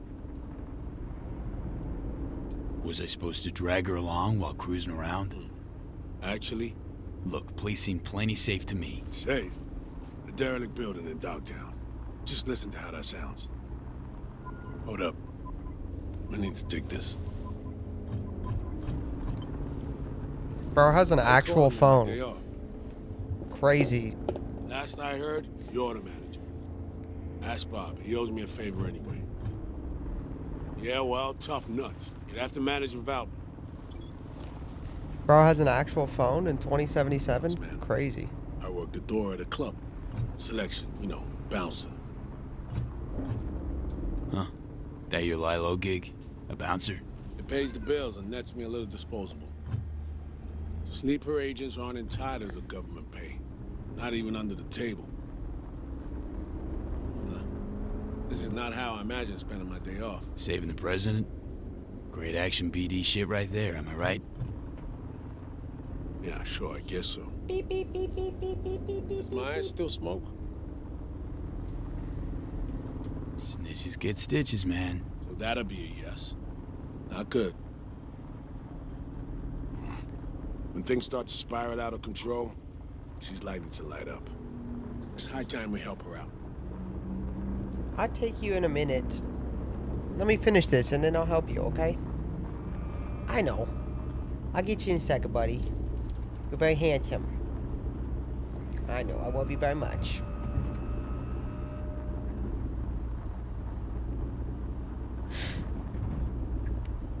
Dude, okay. Skip ride. Let's just move it right along. Baby talking dog for the win. Dude, he doesn't understand regular talk. He's not smart enough. You have to give him the baby dog. Let's go. Give me just a second, okay? Yeah, I know.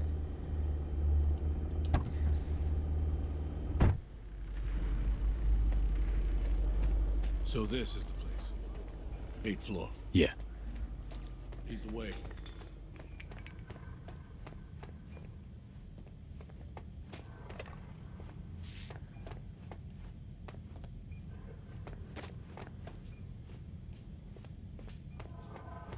Where is it? I hear it. I hear a relic thing.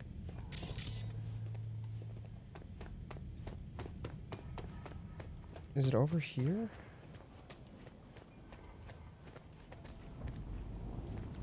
I hear a relic thing.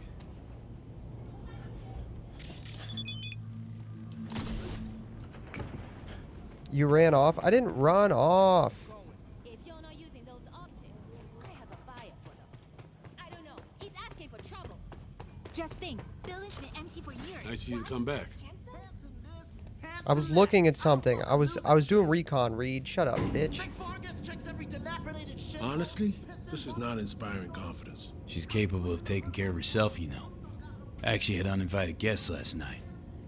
Ejected via the garbage chute. Sometimes that's the only way out. Okay, I'm gonna take Levi out, and then we'll do this scene. He's freaking out. I gotta take him out. Go inside? Body? Yeah, I know.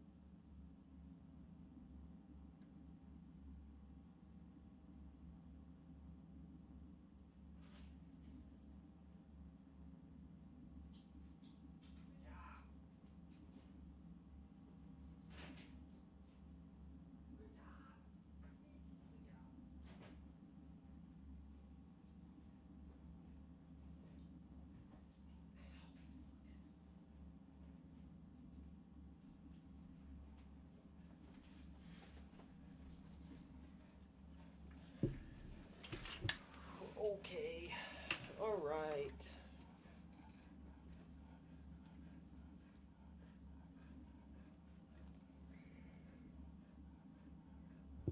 Bro, you're buying a $28 dinner, you're gonna be poor forever. It's a joke. I'm doing a Kevin O'Leary bit. Anyway. Alright, here we go. If anyone had tried to extract her forcibly, this whole level would be in shambles. No way she would have gone quietly. Open up, it's me.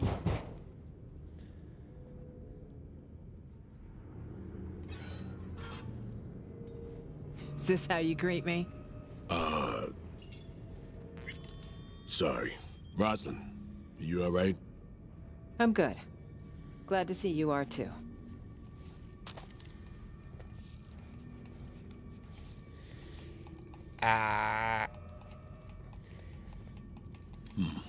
You remembered my number.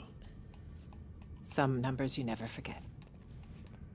Level with me, Rosalind. You never intended to call that line. Well, I found myself in Night City with a bounty on my head. So it seemed the right moment to reach out, have a tete-a-tete, reset an old friendship. You could have invested that money in a Roth IRA, Chat dude. over coffee, but the clock's ticking. I need to arrange a passage for you to Washington. No, Reed. We need to talk first. All three of us. Here. The president, a merc, and a special agent walk into the Oval Office. Question is, where do I fit into this joke? You're the merc, Johnny. We're the same guy. You've seen the news. Have you not been paying attention to the game? Hansen's spin work never fails to amuse. He's not acting purely on his own initiative. Someone from our camp's propping him up.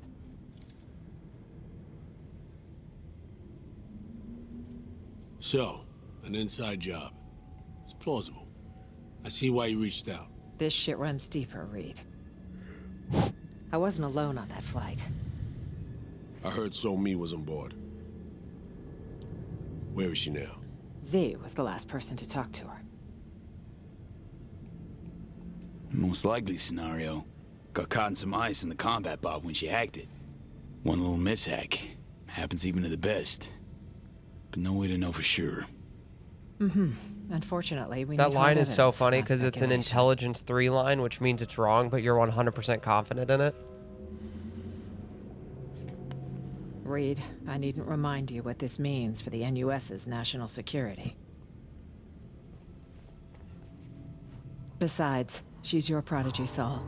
You taught her all your tricks. Hell, even recruited her. She and V have a unique bond. It's a lead. Our only one for now. You two have to find her. Together. I already died for the cause once. Not enough? What do you mean already died?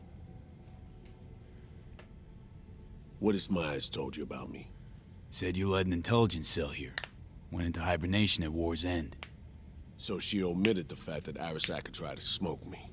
And that I ended up in intensive care with 3 bullet holes. That 6 months had passed before I could take a shit on my own. Huh. Might have slipped her mind. Convenient. Well, now you know.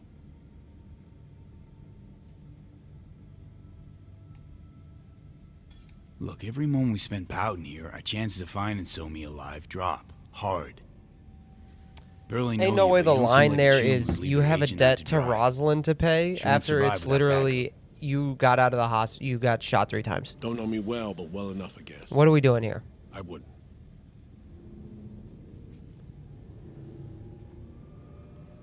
I'm here. I'll help. But I'm doing it for So-Mi and my country. Call me naive if you like. Patriot As for Solomon you, Reed. V, you said in the car Songbird hired you, correct?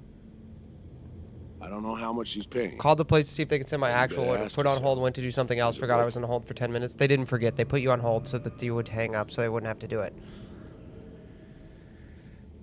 Songbird's my only shot at surviving. Got Arasaka's relic in my head. Slowly, surely, poaching my brain. Where's Johnny? Seems we're all on the same Where's page Johnny? now, V. Which means we can help each other too.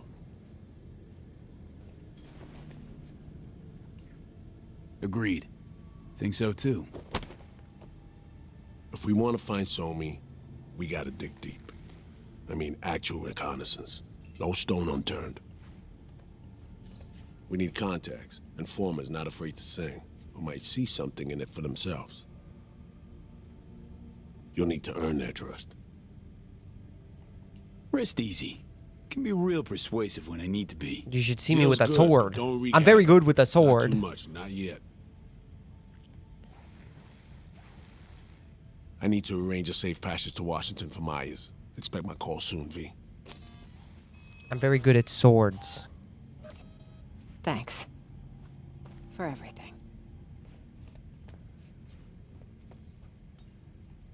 Buy me a nice dinner sometime. You do this often? Invite presidents out on dates? Often enough. Okay. Dinner it'll be. Just gotta survive till then. All right, I need to make some calls. Bro's stepping on my riz, dude. I'm trying to riz up the president of the United States, and he's out here good to make some calls. Just shut up, bitch. I'm rizzing the president right now, dude. Let me riz this president. Y'all, chat, you ever riz the president up? You ever hit the president with a little riz, dude?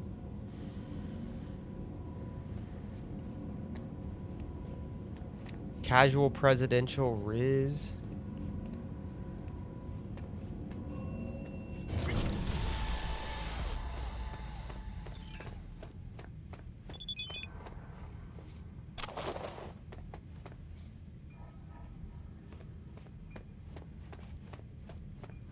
Who among us hasn't hit the casual presidential riz, dude? I'm trying to find this relic. I can hear it. There's a relic point down here somewhere. I can hear it out here. There it is. Yo, what's up with the Fentline?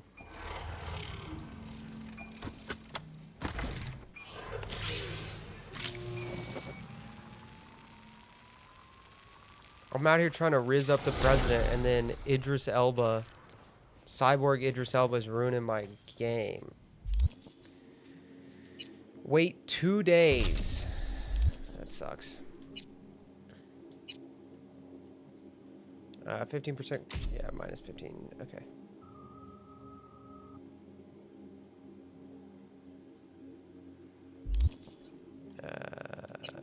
Relic. I need 3 points for this? No. I need 3 points for all of these. Yeah, I need 3 points for these. Okay.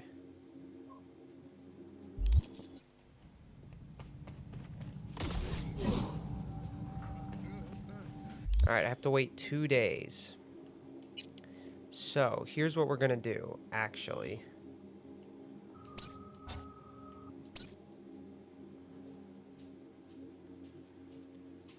Find Aaron. Okay, first thing we're gonna do.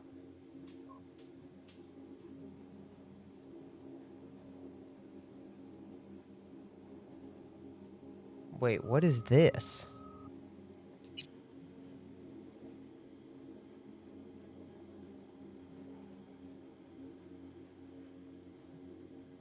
Oh, that's a different Hansen. I thought it was Kurt Hansen. I was like, is there an ending to Phantom Liberty I didn't know about where you literally like betray everyone? I was confused for a second.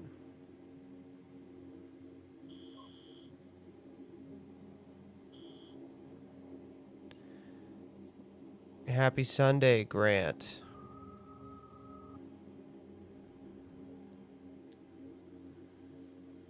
Alright, so the two things we're going to do real quick is... Actually, we're going to do it. Yeah, we're going to do this. And then... we are going to go just sleep for 2 days and refresh our XP boost so that when we do the next...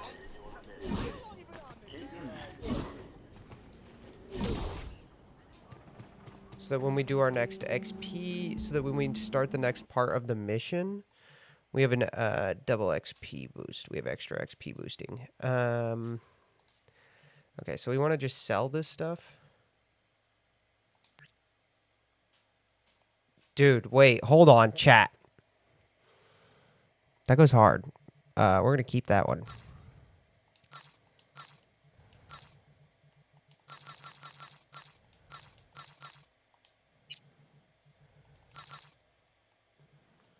That mask goes hard. Let's keep that mask. Okay. Backpack. Break these down. All these, we need to break them down into components. I'm keeping the axe. I don't know why, but I'm keeping it. I've just decided that I'm keeping that machete. I really don't know why. It's just a decision I made that I'm sticking to now. Bro's Arcadian Rhythm doesn't exist, never sleeps, and sleeps for 2 days straight. True. It's like me in real life, almost.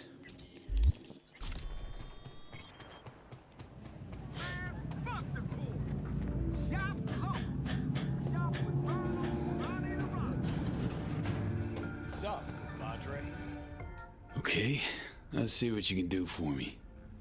Just hope I won't regret it. Anything hitches, just come back. Least you won't get bored. At least you won't get bored? Crazy work to say that. Hey, if I fuck up your cyberware, just come back, because at least it's not boring that way. Weird thing to say to me, but okay.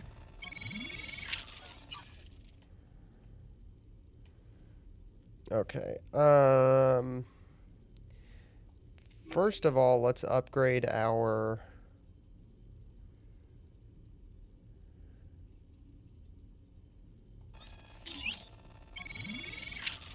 Let's upgrade our Sandy. The next thing we want to upgrade is probably our...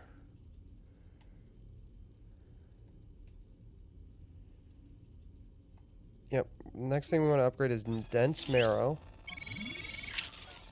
And then we want to hit our Optical Camo. And...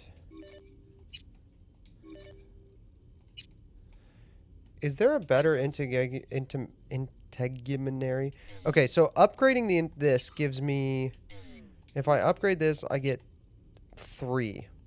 Okay, so 52 basically. So is there something that does more than 52? Or 54? Cogito Lace. Plus 240% armor from the cyberware when available RAM. That doesn't apply to me.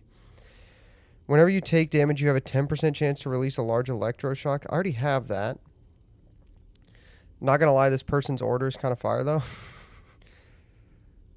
The closer an attacking enemy to you is, the less damage they deal. Minus 40% incoming damage at 3 meters. Damage reduction tapers off to 0% at 6 meters. Oh, yeah, that's what we want. Yo, hold up. Let's apply that. Yeah. Frick yeah, dude. Peripheral lace. For sure we want that. Chitin.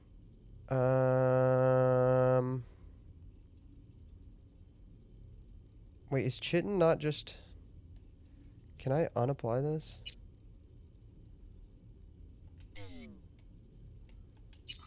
Can I take this out? Unequip. And then what does the chitin do? How much? Oh my gosh, it's 40. Okay, I would need to find 7 somewhere, wouldn't I? Crap. That's so much. Okay. Technical ability. I already have that. Dude, that's gonna be so hard. Okay, maybe... Oh, I didn't mean to go back. That's not what I meant to do. I didn't mean to do that, actually.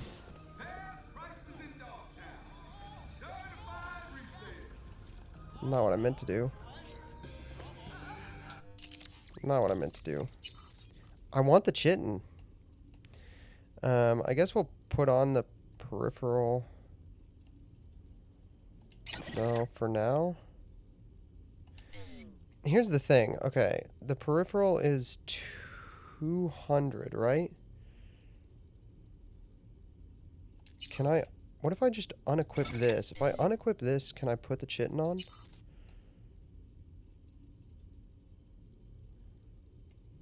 I can put chitin on. Okay, I can unequip this. I can put chitin on now. Yeah.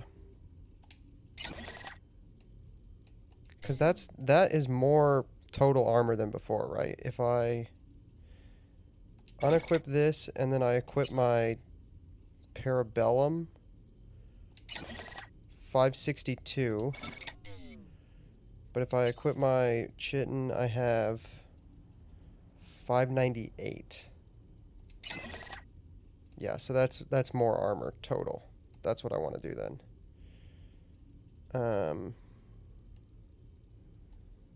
And how much do I get for upgrading this? Can I upgrade this?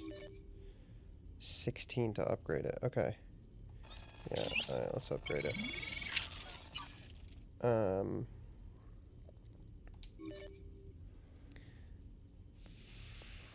then we want my peripheral inverse to go up. Yeah. That's good. We need that to go up. We need that to be tier 5 plus. This is already tier 5 plus. That's not super important. 23% melee attack speed, so that's the next thing we want to go.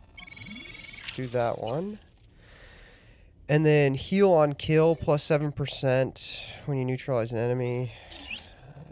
A little more health out of that. We just need to keep buffing a little bit. And then minus 7% cooldown. And then probably take the axolotl all the way up, or do we want to just max our axolotl maybe? Do we just max our... I think we no, we don't max the axolotl here. What does this get if I upgrade it? I'm just going to lower my cooldown time. That's not a huge thing. I think we probably want to max the axolotl here. Do we want to max the axolotl, or do we want to max chitin? It's pronounced chitin. That's pronounced chitin? Oh no, I sound like an idiot.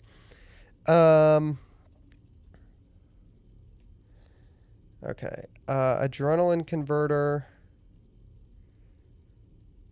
Reflex tuner. Stabber. Should I just take my stabber up? I think stabber, right? 16. Yeah, we're just going to take that all the way up. I'm just going to go up there, and...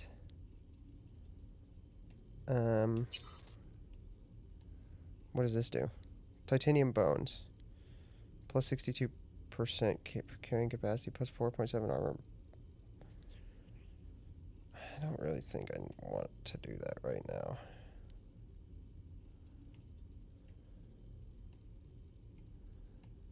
Okay.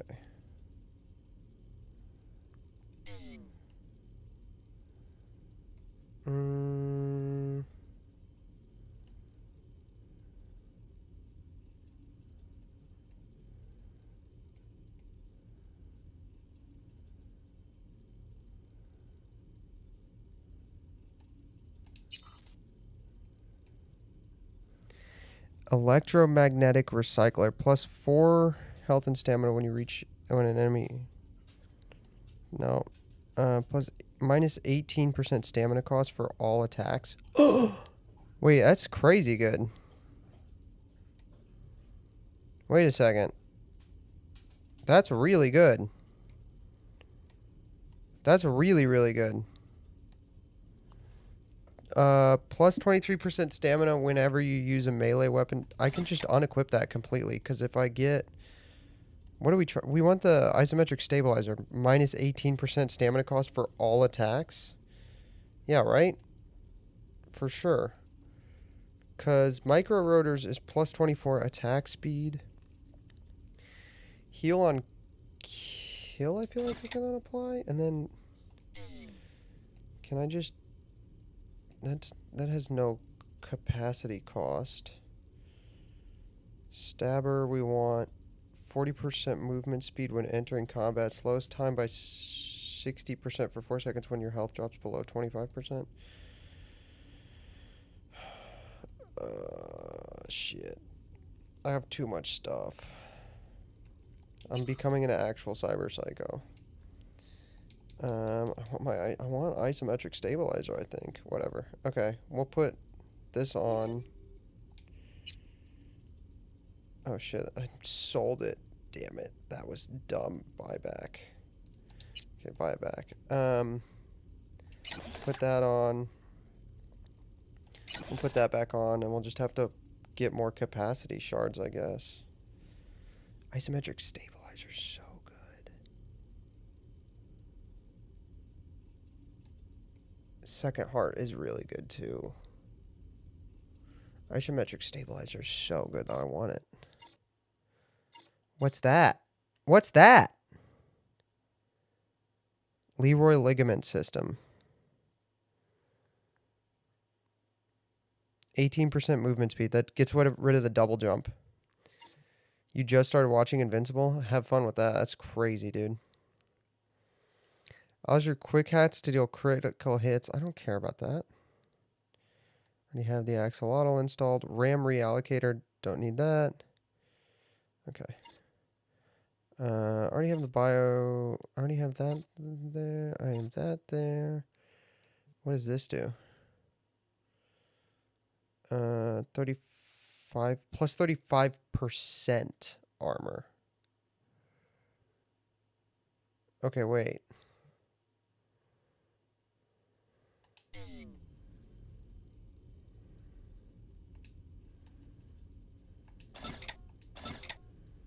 %35 armor?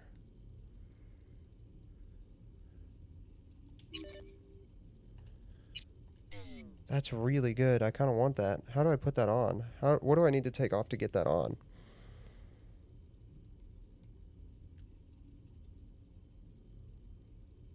Can I remove my arms? Do I even need these? I don't feel like I need these. Can I put this on now? Yeah. Dude, wait. I just like doubled my armor in this like session of looking through stuff that I have available to upgrade. Okay, so let's craft all of my components up, I guess, too, real quick. Let's go down here. We need to go all the way down, and we need to craft these. Craft all of them. Confirm. Craft all of these.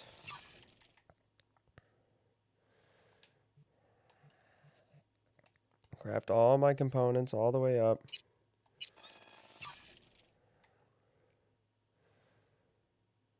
Invincible, I think you'll like most of it.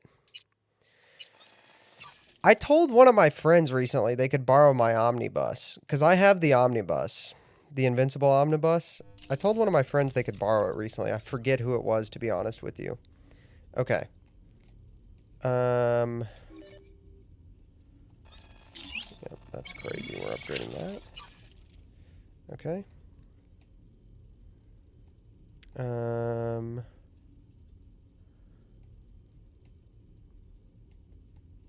let's just get the chitin up, right? Let's just finish the chitin.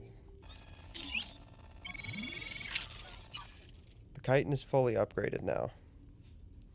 Okay. That's pretty good.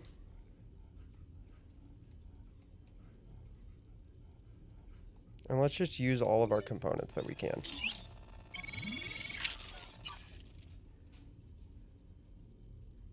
The hype is like, everybody got so hype about it, and I think that's because the end of the first episode is legitimately phenomenal. Like, the end of the first episode knocks your socks off.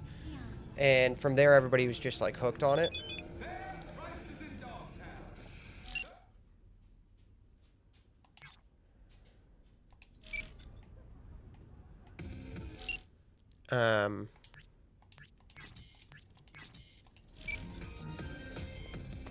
But yeah, no, I don't think that it's, like, Dude, my health did go down a little, but that's okay. I think overall I'm more sturdy now somehow. I actually think I might be more sturdy now than I was before. Oh shit, don't be mad at me, dude, just because I bumped into you. Chill out, bitch. I think I might be more sturdy now, honestly. Just because I upped the armor so much, so my health is lower. Because I have a, I have this perk, which is, so I have the Edge Runner perk.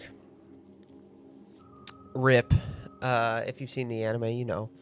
Allows you to extend your cyberware capacity 50% above the cost at minus 0.5% per health. So I'm basically maxed 50% above, so I have a minus 25% health. I don't know what's in the seasons, so I have heard... I stopped watching it because I read the omnibus. Welcome to where the magic happens. If you're looking for preem threats, you found them. What's trendy in Dogtown these days? You know, I used to be a designer at Egypt. Don't care where you were a designer. Clothes... I stopped watching after I read the omnibus. So when people say like this season or that season, I'm be totally honest, I don't know what people are referring to. Sorry.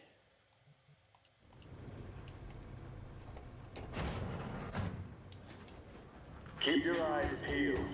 If you see anything suspicious, report it.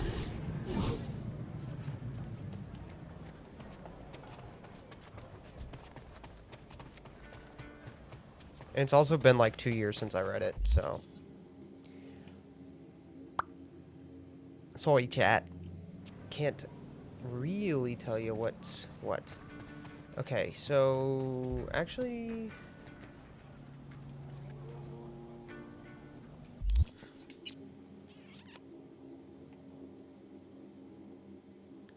Alright, we just want to go here. I can sleep here for the XP boost. I can sleep here for the XP boost. Essentially, it's Kirkman's second chance at a show. What did he do first?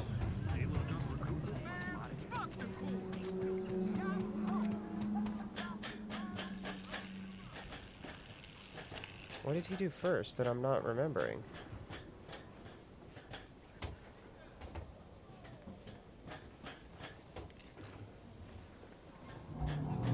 Am I forgetting something that he did before?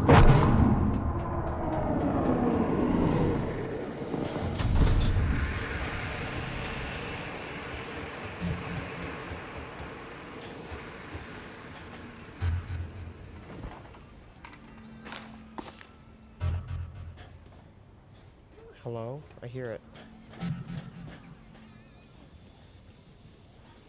I gotta figure out where that is. I can hear that bump, bump, bump. This way? This way? This way?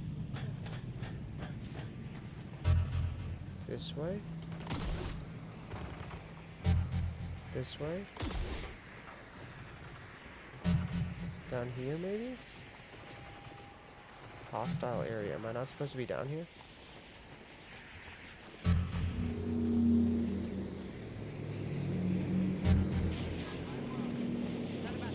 Something's on.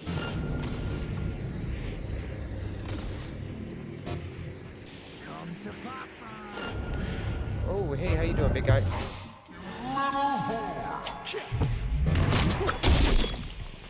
Not bad.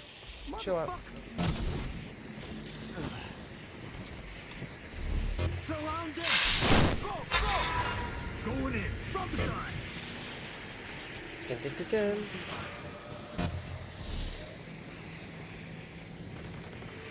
They all lost track of me.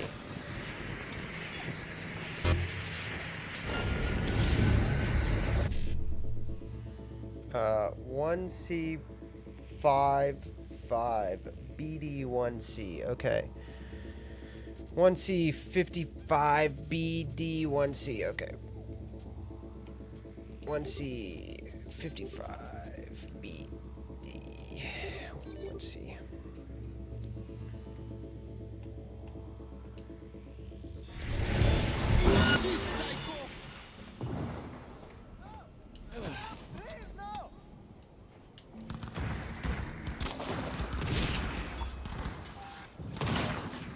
Oh no, where did I go?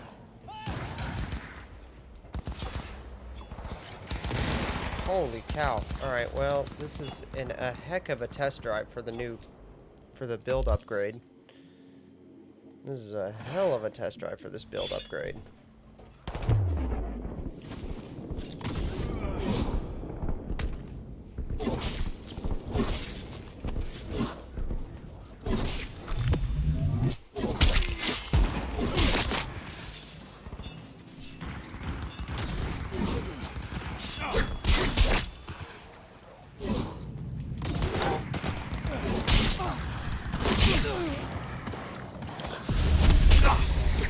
Let me carve you up!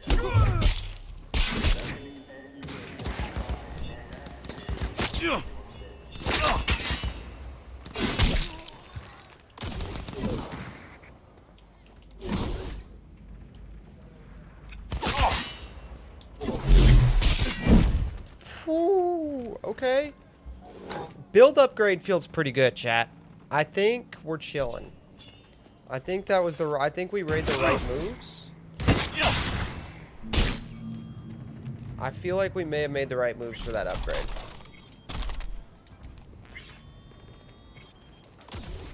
Anybody disagree? I think that was the right things that we did. The show isn't the same as the comic. Some stuff has changed. But the comic was really good. I don't want anything to change. I know they made the abortion, like, the abortion was bad. I know they made it way worse. Does Mark still get, blitzkrieged, I should say, I guess?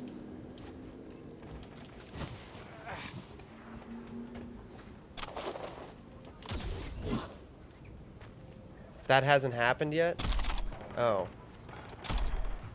Real? Maybe they're not gonna do it then. Because it's...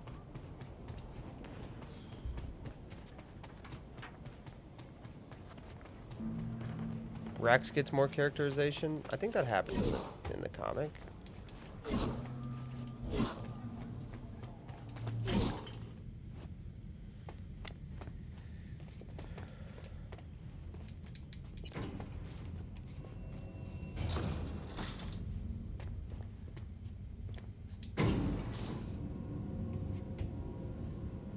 Look, the only fiction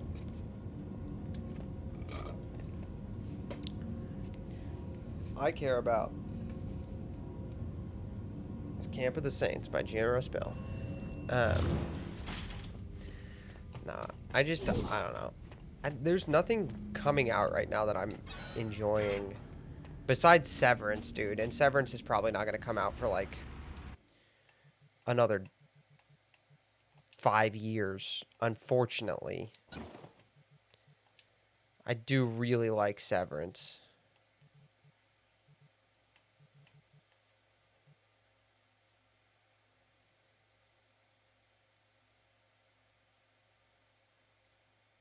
The animated show is deviant. Keep your clothes on, characters. You were not raised by savages. I don't know what you're talking about. Sorry, mate. Don't know what you're referring to. Why is there just a dance? What? I'm not gonna just... What? Such a weird thing to say. Oh, hey, look. She left me her gun. I can put her gun in my stash now. Severance? What the hell is that? You don't know what Severance is? Bro, you gotta watch Severance. Severance is like a mind fuck. It's the craziest thing.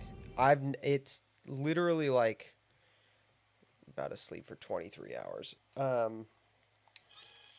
Did you watch Project Hail Mary? Project Hail Mary was great. I have the book too. And I read the book, I listened to the book, I watched the movie. It's great. I'm talking about, I guess I meant TV shows. Project Hail Mary's good. But yeah, the only TV show that's coming out right now that I'm at all interested in is Severance, and it takes like 7 years to make a single season of it. So maybe I'll watch Severance again, honestly.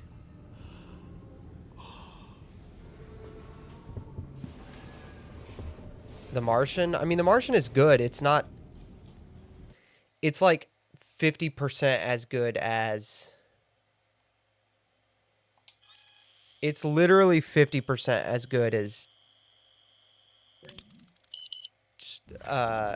Project Hail Mary. As good as Severance is, Project Hail Mary is twice as good as it. It's just not close. Here's my Reed phone call. Hey, I'm back in town. What's your status? My status? No real change, I suppose. Then it's time we got down to work. Gotta find our missing friend. Add another pair of eyes. Alex, former team member. She's in Dogtown, under deep cover. She'll help out. Roger that. Got an address? Longshore Stacks, the dive bar called the Moth. After sundown, yeah? Do you have any H.P. Lovecraft works? No, I should add some H.P. Lovecraft to my collection of cool books. I buy books... Look, I buy books that I will read, but I also, and I say this without an ounce of shame, and like nobody's ever going to talk me into feeling bad for this, I buy books that I think are cool to own. Like... This copy of Dune, I'm never going to read this copy of Dune. Okay? It's just not going to happen. It's just sick to have a leather-bound copy of Dune. Like, I'm going to read this copy of A Man for All Seasons all the time, you know? But here's the thing, I'm never going to read cover to cover, and that I have read like twice, but it's so cool to own. This is literally an entire book just of John Henry Newman's sermons. Like, I read it occasionally, but I mostly bought it because it would be sick, because it's sick to own this. Like, I already owned the complete volume of the Space Trilogy when I bought my copy of That Hideous Strength, just because I wanted to own a standalone copy of That Hideous Strength.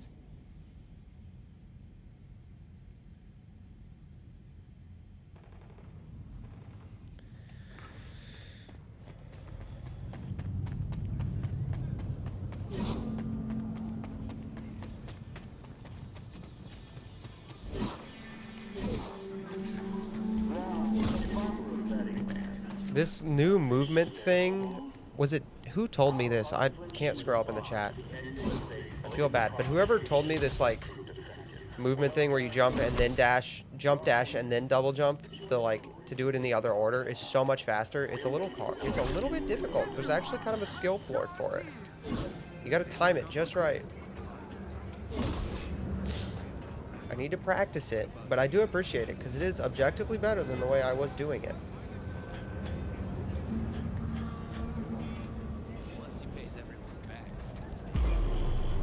James Mickner books. They're long but very good. Let's see. I need audiobook recommendations, chat. I've got some credits on Audible that are going to probably expire soon if I don't get something. If you want my advice, I dump that pile of human offal. Everybody lock in, chat. This scene is sick. Yeah, lock in. Maybe you're right. Anyway, better get going. Take care. Chin up, Sweetkins. Seeing sunshine round the bend. Just don't you let those bastards walk over you. What'll it be, honey buns? Take a cold beer, please. You got it.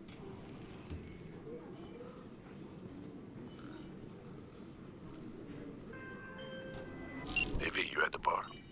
Sure am. Waiting for you. I'll be there momentarily. There's, one thing you should know. Sensing there's legacy shit needs resolving. You know that op 7 years back that went south? Do I own any maps or charts? Not besides my old National Geos. Sold out to Arasaka. I never told Alex it was a cover. So, things could get tense. Mentioning this sooner never entered your mind? Truly, Reed? Damn it. I'm mentioning it now. I'm nearing the entrance. And there you are. Enjoy, honey bunch. Thanks. First time in here. I got that right? You new to Dogtown? Oh, hell no.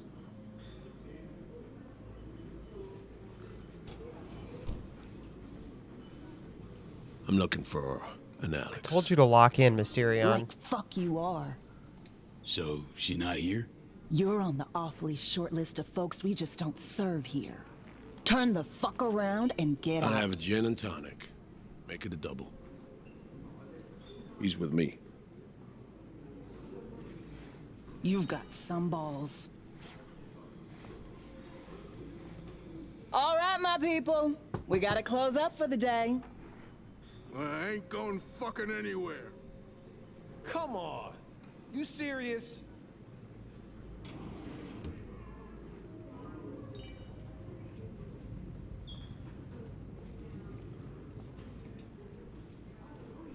Everyone out!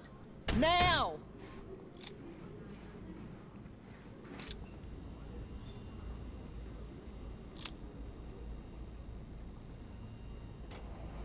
Alex. 7 fucking years in this shithole. 'Cause of you, Solomon Reed.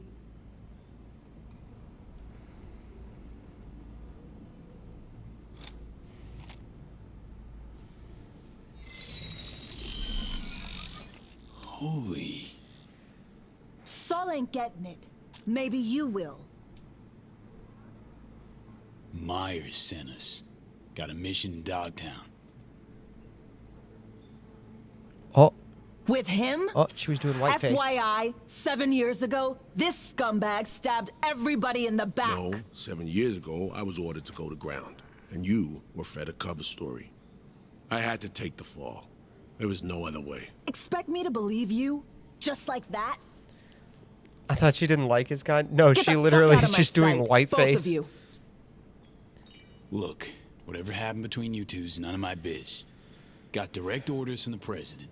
Right now, that's all you need to care about. I cared. Cared for 7 years. But now? It's all right. Take a moment.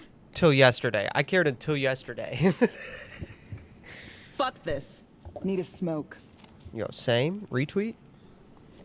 Should be fucking ashamed, Saul.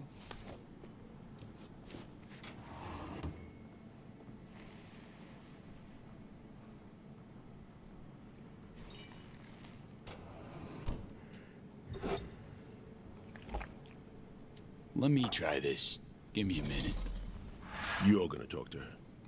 Someone's gotta. Who's the black guy? Better me That's than you. Solomon Reed, dude. That's the agent that we went and got. On stream, we went and got that guy. Couldn't wait till I was done. I'm V, by the way. He's a super spy, dude. I told you to lock Alex. in. Mysterion. Yes, he's on so our side. NUSA's tossing us back into the fray, huh? New mission? Yeah, afraid so. Well, fire away. Serenade me. FIA agent went missing. Reed and I are tasked for finding her. And all of a sudden, FIA remembers I exist.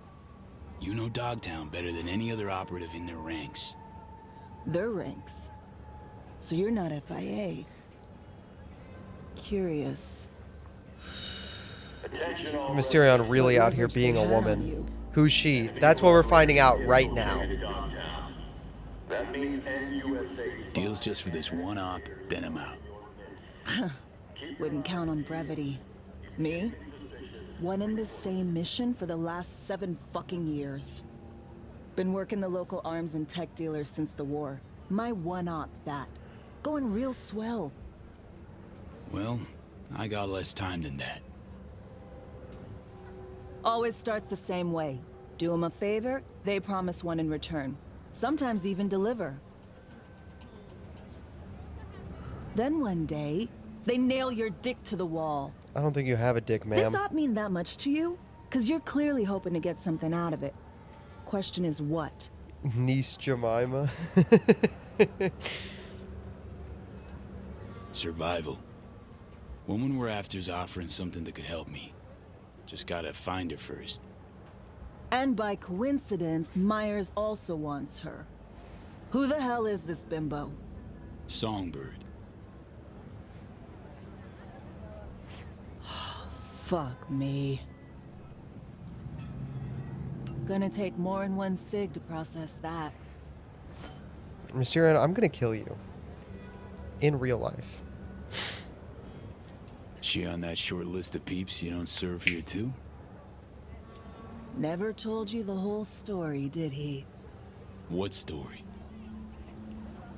Story of a clusterfuck op. One that led to Reed disappearing and me being holed up here for 7 years. Here's the list of operatives. Reed, Songbird, and me. Haven't heard this, have you?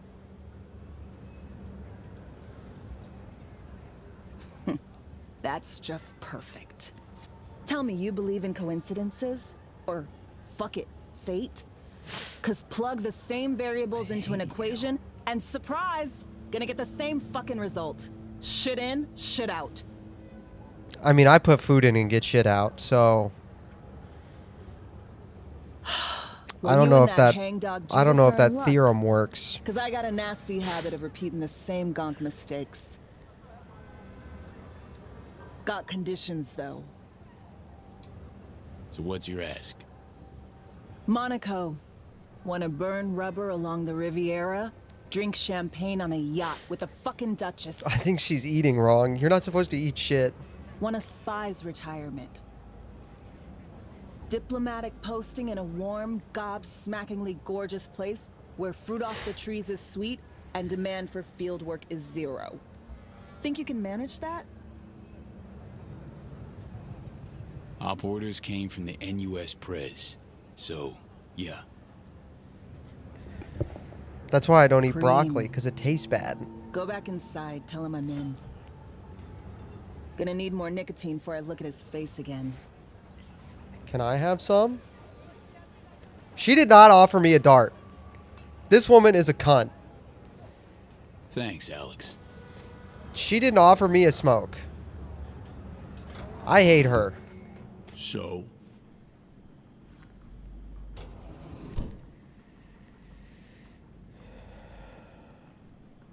She's in.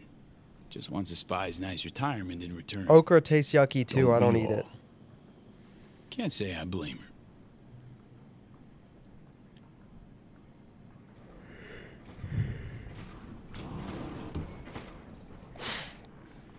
So, heard you need someone to hold your hand, Reed.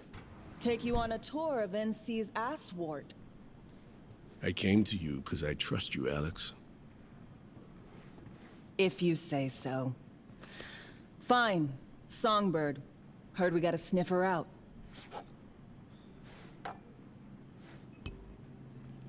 Song's MIA. Probably here in Dogtown. We were linked, comms-like. Song ventured into cyberspace, then got attacked. She vanished just after. That's all we know. We need a net runner. Kind who spends all their waking hours parsing teraflops of data. Might have caught something. You have someone in mind?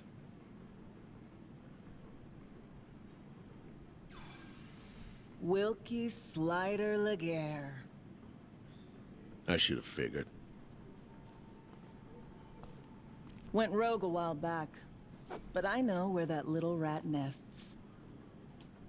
So, we paying him a visit? Slider hides out in a would-be spa in Luxor Heights. Flick you exact chords in 2 secs. We'll rendezvous there. Alex and I have some, catching up to do. Right. Just, don't gouge each other's eyes out. Need both of you alive and healthy.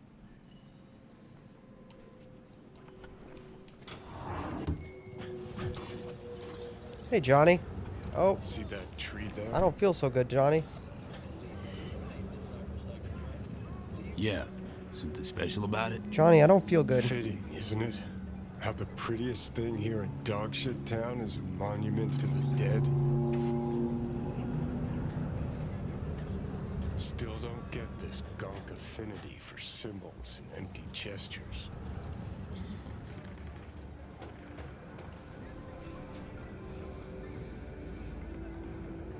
Come on. Wouldn't lit one for you if I wasn't fresh out just now. Shit, maybe I am as sentimental as everyone else. When I see those two, Reed, Alex, went through something similar myself.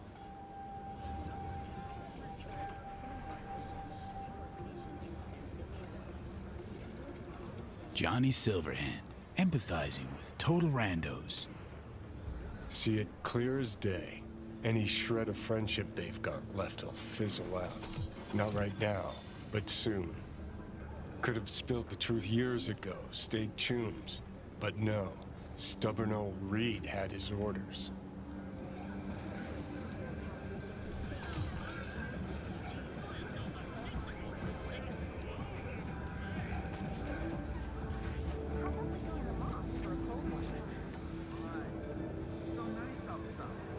There's this girl, Daphne.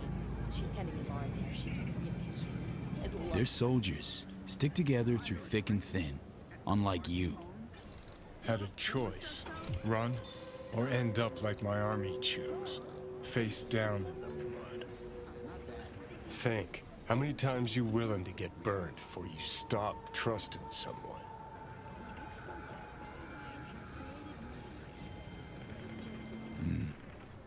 Might have a point, Johnny.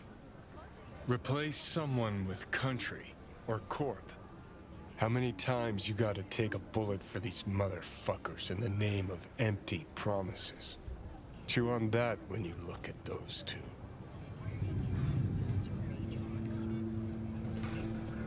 Attention all residents, this is Kurt Hansen. Enemy collaborators have infiltrated downtown. That means USA spies and agitators are in your midst. Keep your eyes peeled. You see anything suspicious, report it. Comes your way. Same shit as always, ain't it?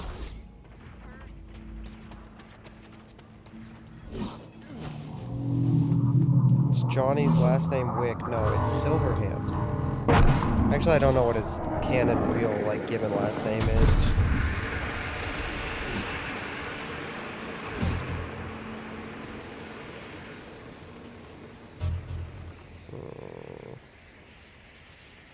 There's an airdrop up there.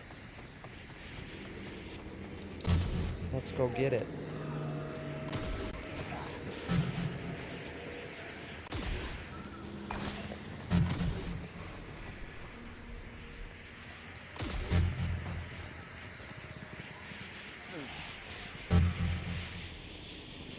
How do I get up there?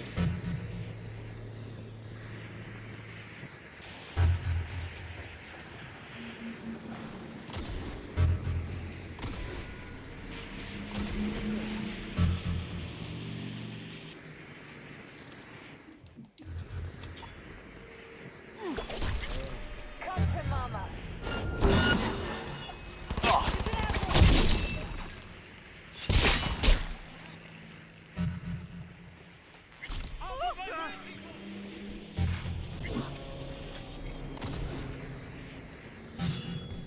How am I gonna get up there?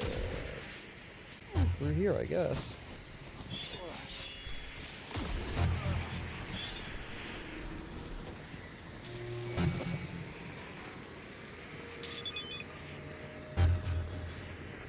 Huh? Why did I just get $25,000? That's weird.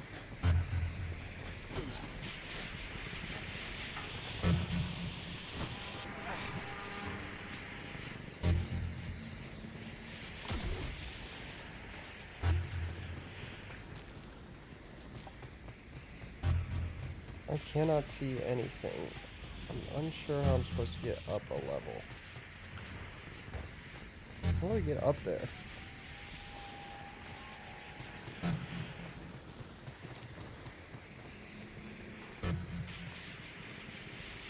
Question, do you own a dictionary? I own the Diplomat's Dictionary.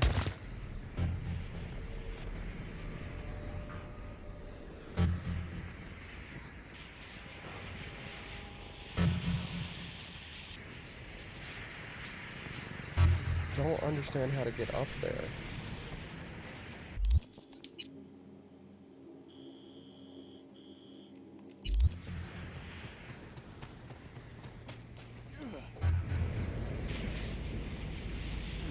Well, there's lights on in here.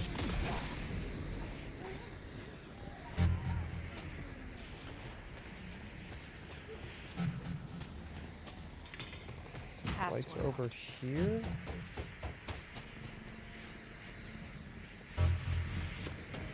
How do I get up there?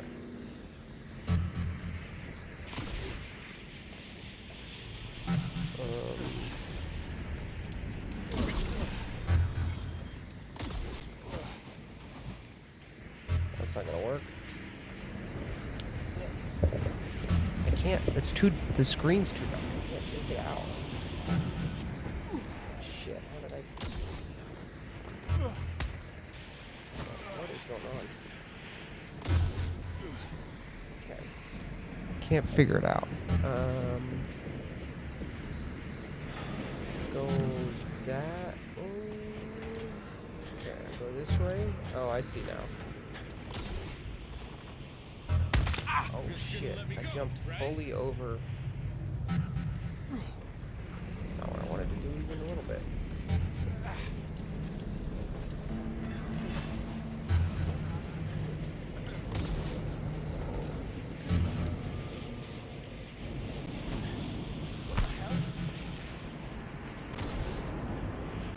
What the helly? What the helly? Alright, there we go. Here we go. Oh, dude, what? That's impressive. That's an impressive jump to just overshoot all of that by that much.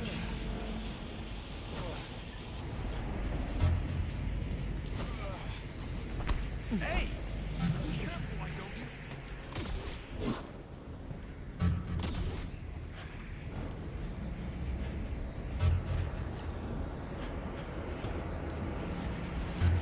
Dude, it's a parkour challenge and it is very difficult to, it's so hard to do it without being able to see.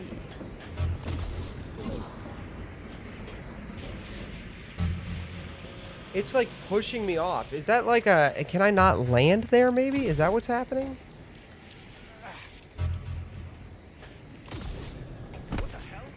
What the hell? Am I not allowed to land there? Because it's like, I'm not pushing forward. Okay, there we go. There we go. There we go. You just have to push backwards. You can't, it's not that you can't push forward, it's that you have to push backwards.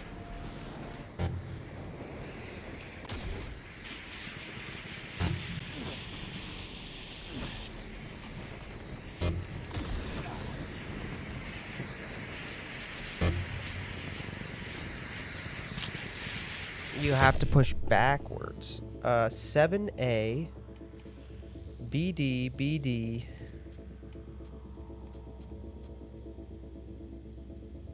This is not possible. 7A. Oh, BD, BD.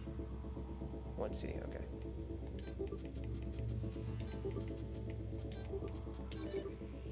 I didn't see that BD at the bottom.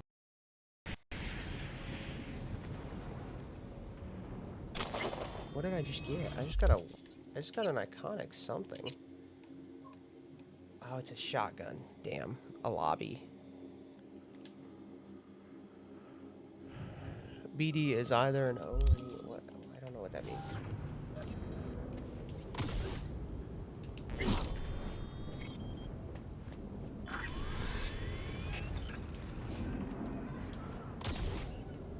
Attention all Dogtown residents. This is Kurt Hansen. We've got some important guests in Dogtown. Hereby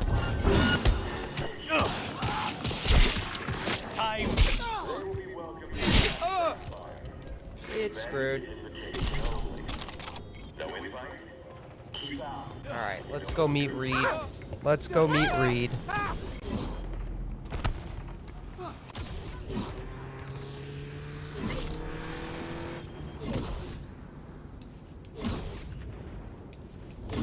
Hey! Hey!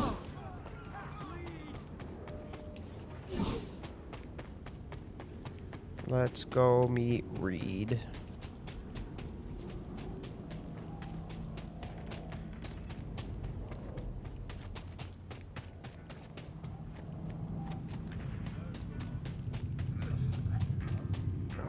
I think this mission's gonna be hard.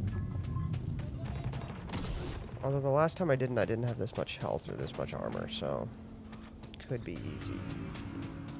But I think it might be hard. Also, my eye hurts.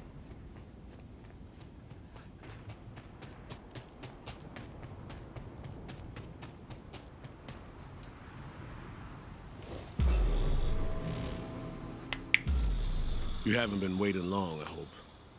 Well, guess you and Alex needed a while to catch up. Yeah. All swell now, though. Let's go. Time's at a premium.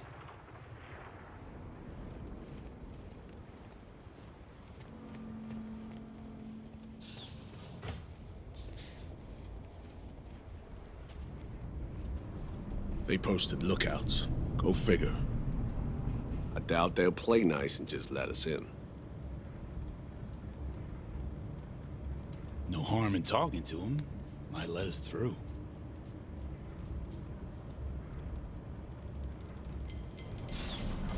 You look like bad news. Turn around and crawl back to the hole you came from.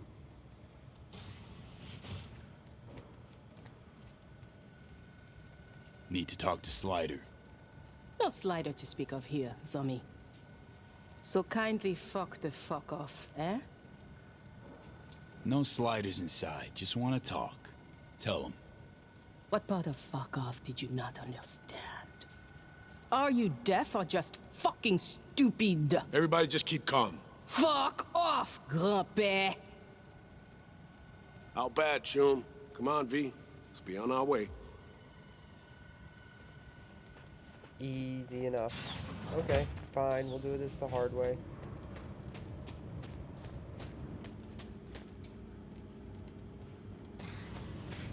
I spotted the shaft on our way in.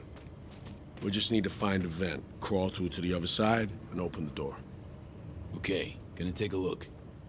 I'll hang back on lookout. Cover you if need be.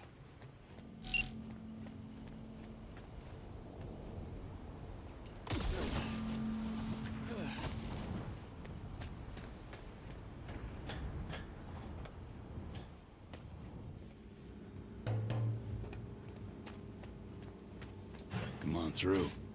Thanks.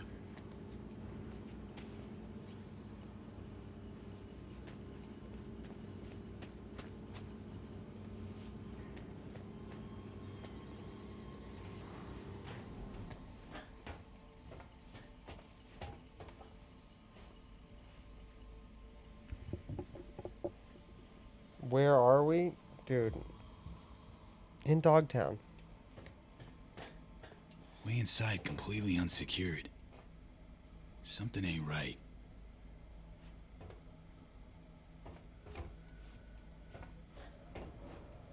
Looks like you had it right.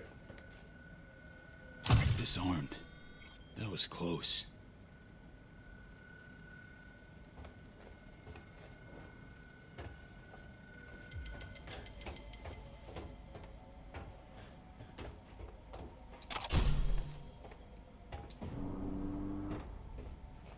Easy now. No calling attention.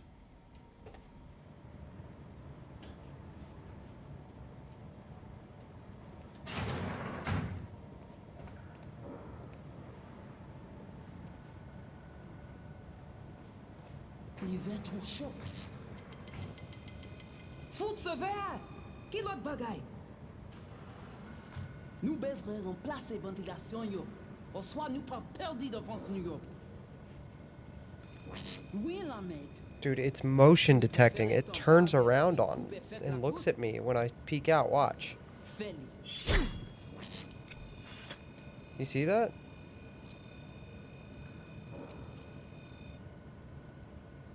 Watch. It's over there. And then looking away, and I come out. And I move towards it. No, it's not motion detecting. Okay.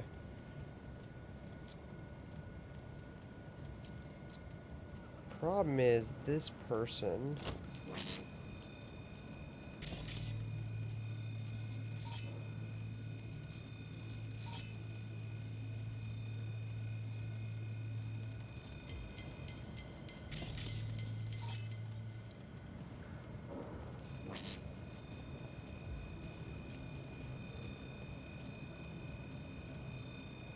Can you see me?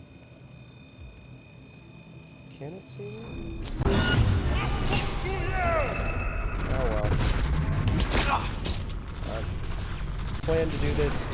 Plan to do this loud anyway, so might as well do it loud.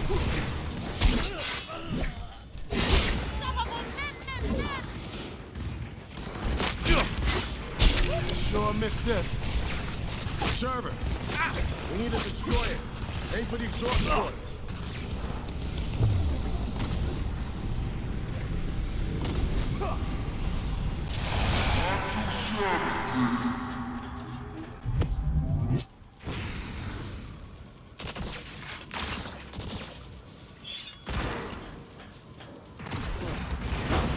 They got nowhere to run.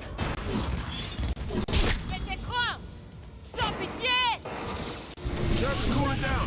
Port's wide open.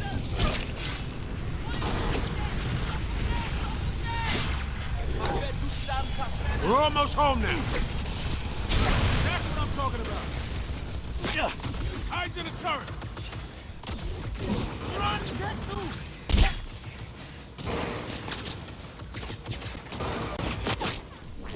Focus fire on the open vent.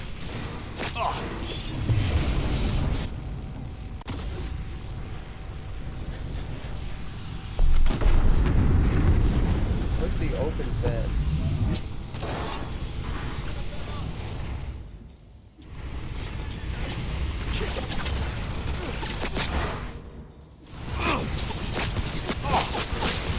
They're ducking.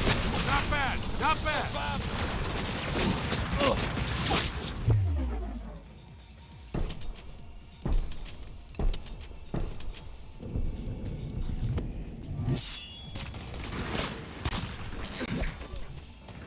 Server's cooling down.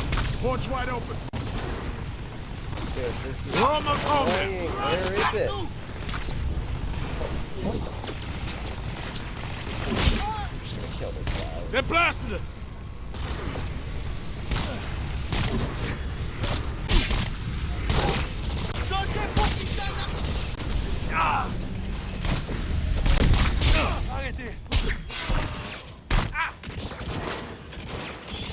Bro, They sure missed this. oh my gosh, they just keep coming out. Are they infinite until I beat the server? They're infinite until Lay I low, B. Not doing so hot, B. Shut up, dude.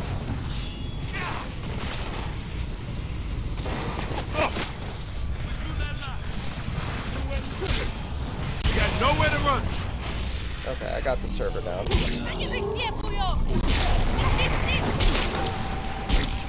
Come and get rid of the other. There we go. Got the level up. That's all of them.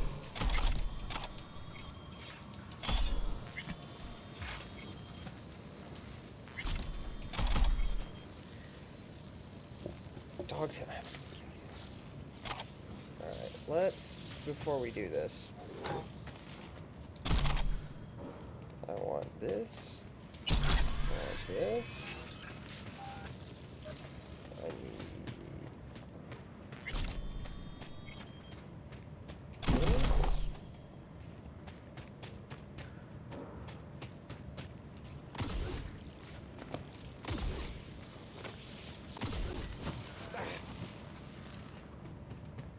I need this. There we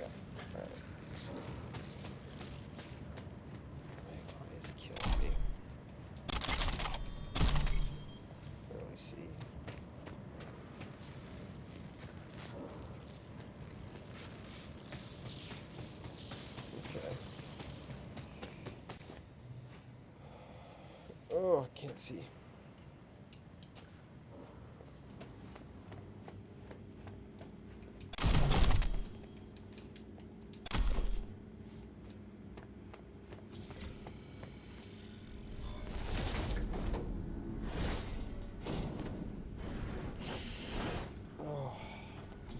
Bastards! You murder my people in cold blood. Cold blood would be They made totally their choice when they opened unwarranted, up but on us. you literally were trying to kill us. Solomon Reed. I would be lying if I said I have missed you. That's like not the definition of cold blood, dude. And you? You brought death to Mama Bridget. Will that be your gift for me as well? Here to make a deal, nothing more. A deal? Let me guess. An empty promise and a bullet to the brain when you decide I am of no use to you. That kind of deal. This is the net runner I that know we're hunting. souls who try to strike a deal with Solomon Reed. Remember them, Agent Reed? If one party is backed into a corner, it is not negotiation. It is extortion. You say tomato, I say fucking deal with it, Slider. Idris Now, cut Elba, the shit some of and his do us the lines were courtesy of delivered hearing us well. out. That was one of them. Need some intel. Street says you're the one to get it. Me? I am a blind man. I see nothing, know nothing. Cyberspace is my only field of vision. Well, just so happens what we need is one who knows cyberspace. Sees lots in it. Donc, Dimsa, what specifically do you want from me? Soon after SF-1 crashed, a runner was attacked while on the net. Attack severed our link. Need to locate her stat. Ah, so you want one to investigate net traffic on the day of the crash? Got a malfunctioning relic in my skull. That's how she made contact. That help any? Perhaps. The relic is not malfunctioning. He keeps insisting that. V insists that it is because he can't accept that it's doing what it's supposed to. Well, okay, I guess. I will be gentle, this I promise.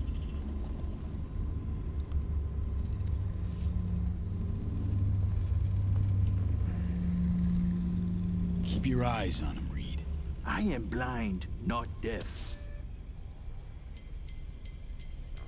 Let us see what we have here. I see traces, bursts of data in cyberspace, the wake of someone's passage. Fool! Whoa. Who dare they mad? This I do not believe. You out of your mind coming to me with this shit? Think Slider just happened on you hanging out in my head. Nah, this is something else. What you see? The black wall. It bring only death. Specific, Slider. The woman. Did you know she used the black wall protocol to connect with you? Nope. Can't say I'm surprised, though. Foot. Do you know what it is you bring me? Enlighten us. How to explain to laymen? The net has layers, various vectors for translocation. But there is one thing that must not be touched. The black wall. The woman? She is walking, ticking bomb, megatons. She go boom, everybody fucked in the ass. Every Like last James Tallarico. one. Miwa Noir. It is a damn that protects us, the civilized world, from the strange bets of the cyber wilderness.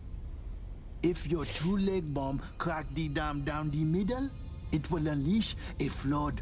Wipe us off the map, just like Haiti. That why you and the Pacifica Voodoos don't see eye to eye? Because they're poking holes in the black wall? They do not penetrate, only jerk off next to it. Netwatch try to keep them in check. But you have to be cracked in the first place to want to stick your They do penetrate it. They made me penetrate it. To the AIs, past the black wall, you are no more than a cockroach, a rabbit, a fragment of outdated code with no meaning. This why Netwatch flatline any who put integrity of Blackwall at risk. There's no laughing matter, my friend. It is a concern for the safety of all. That's why you, my friend, need to restore V's connection to our girl. You are out of your mind. Well, now you're part of this madness, too. Welcome to the shit show. More D. Non-negotiable, Slider. We need to find her. Besides, as long as she's out there, they catch her scent, they catch yours now, too. They'll sick their wirehead freaks on to you and your people. So, you'll help me clean this up, cover all tracks, snip any threads leading back to you and consequently us. It's top versus bottom. James Tallarico, dude. Do that. Real campaign slogan from James Tallarico, by the way. It's top versus bottom. Meld, it's my lucky day.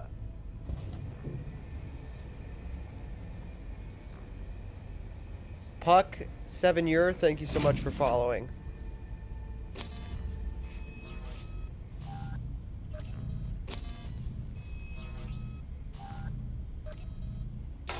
Here we go.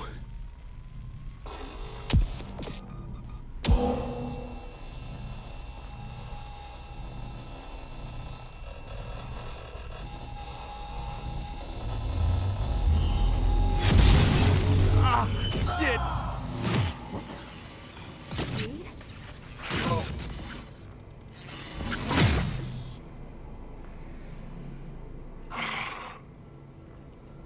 Is that Saul Reed? How? Oh, right. Myers. Working together now. With Alex, too. I can hardly believe he's here, but it's a good thing. So, whenever we linked up, talked, didn't mention you were tapping into the black wall.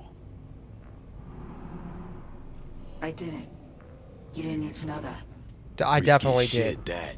I 100% did need to know that you were taking a malfunctioning relic, actively erasing my personality from my body, and hooking it up to the one thing that keeps literal, like, demonic AIs from taking over all of society. Like, I 100% did need to know that you were linking the thing erasing my personality to the black wall. Like, yes, I definitely. What do you? I did need to know that. Yes. My life on the line, not yours. Blackwall the relic was the only way to reach you after SF1 was hacked.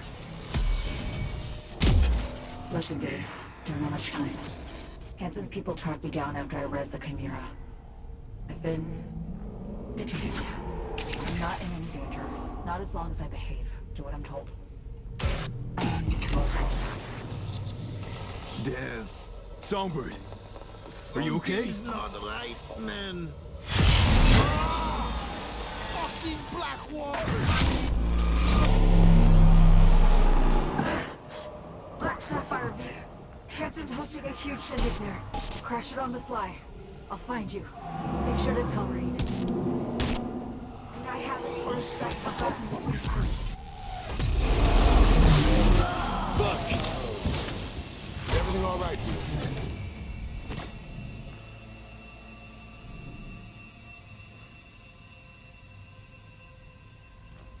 Poor bastard.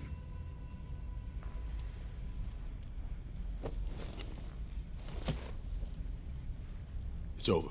You short-circuited.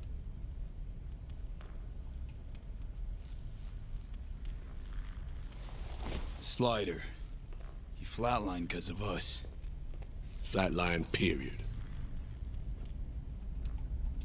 Need you to come clean. Were you gonna off him no matter what? Question's moot. Slider's dead. What's done is done.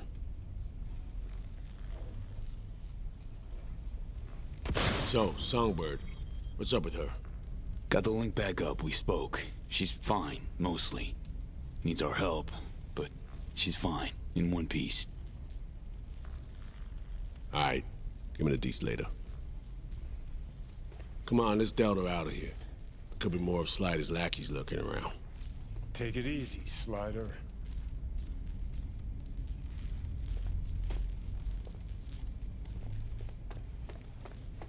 Johnny just appearing after you do terrible things to people is one of the craziest parts of this game.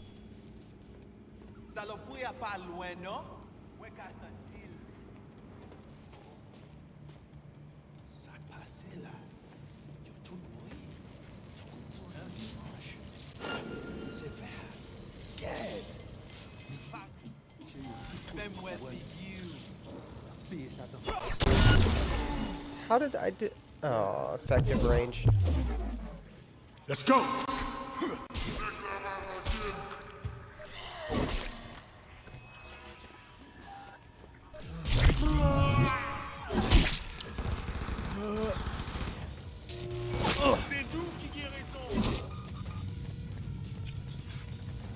Let's move on. Find a quiet corner.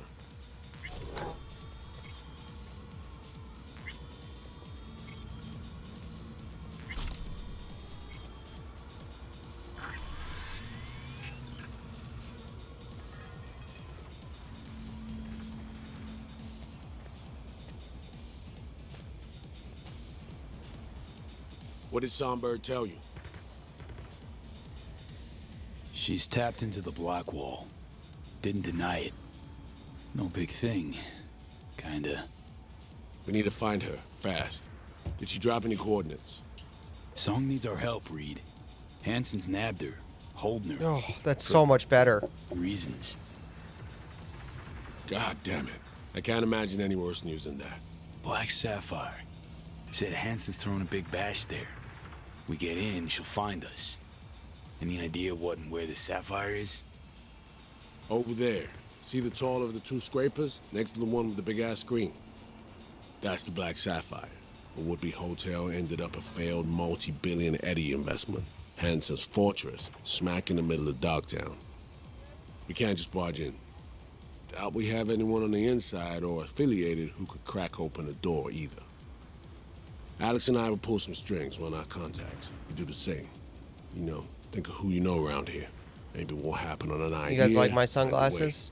My eyes feel better, I'm not gonna lie. My eyes hurt. I lost my blue light glasses this week, so I've been raw dogging screens all week.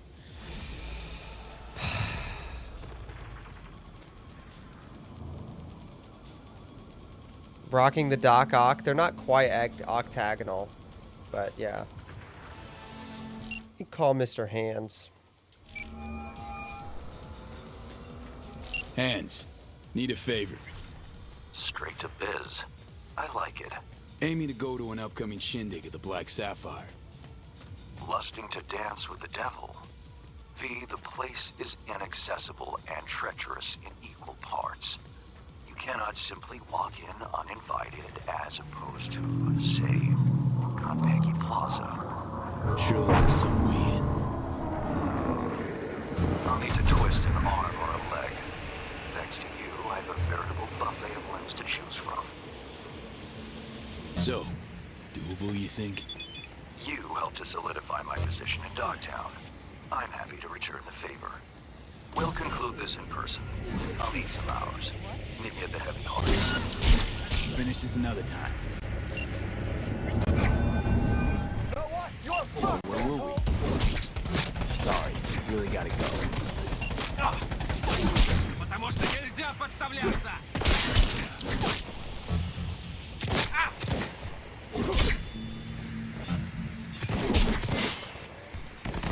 Я сам тебя урою! Can you die? Thank you.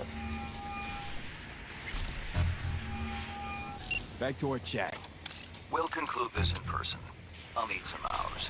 Meet me at the Heavy Hearts. Thanks, Hens. Alright.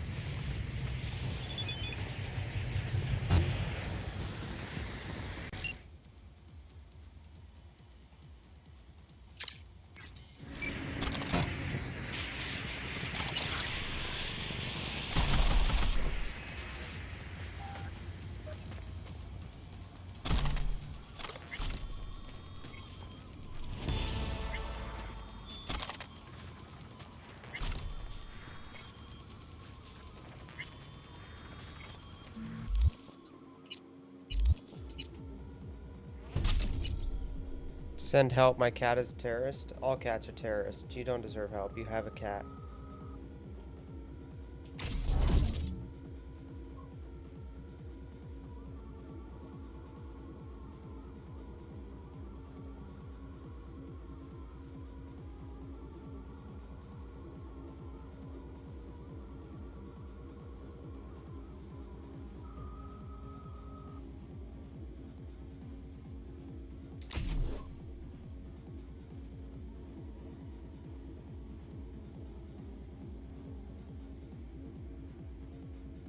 Drink alcohol.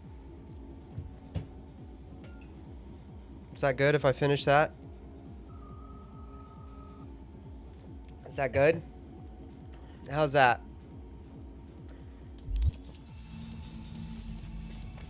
All right.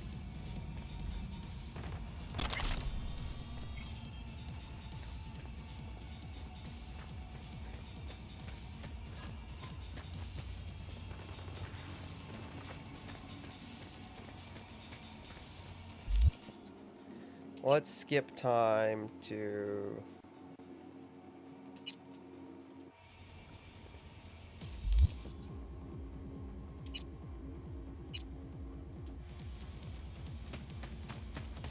Let's do this. See my dick? Good news.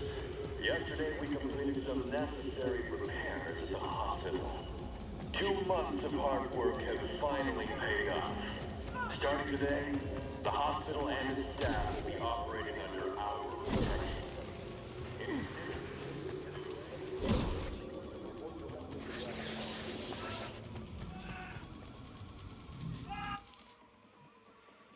Okay.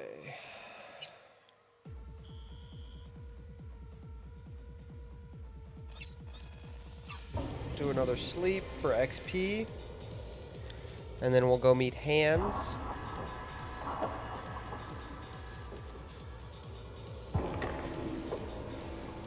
Late game in Cyberpunk, it's important to sleep literally just anytime somebody says, like, in a few hours. Instead of doing, like, side missions, it's really important to go sleep, like, wherever your closest apartment is.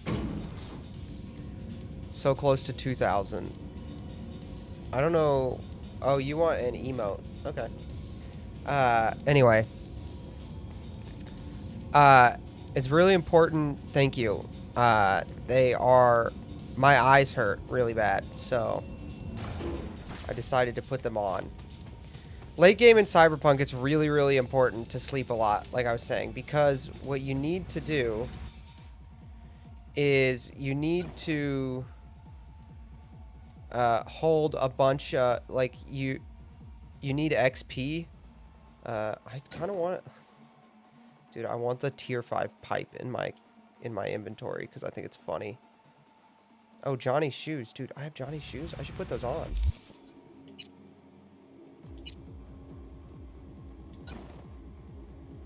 Let's go hard. Where's my... Why do I have that?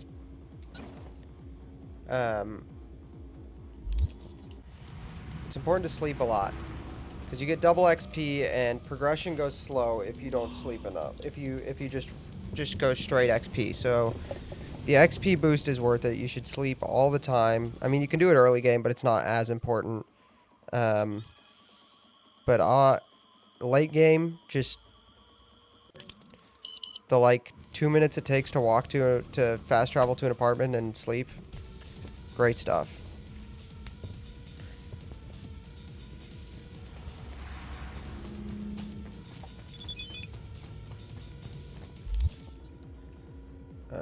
Backpack.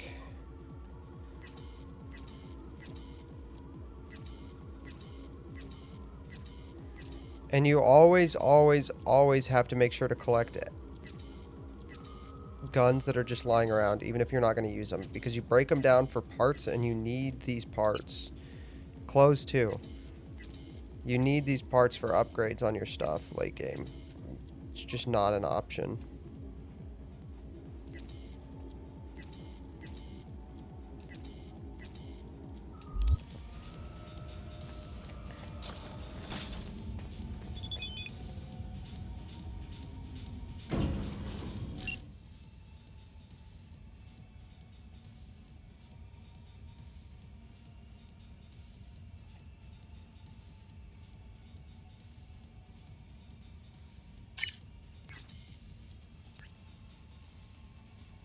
Two, 5, 8, 9.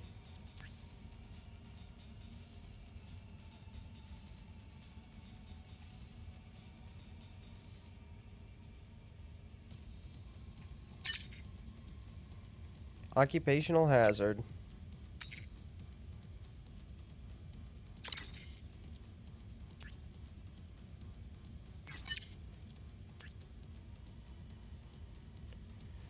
Don't look for a friend in Reed. Not him or anyone at the agency were a bad influence.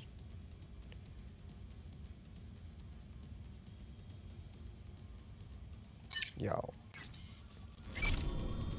It's not like I'm a stealth guy walking around, you know, trying to keep people safe or anything. I'm fully just murdering people.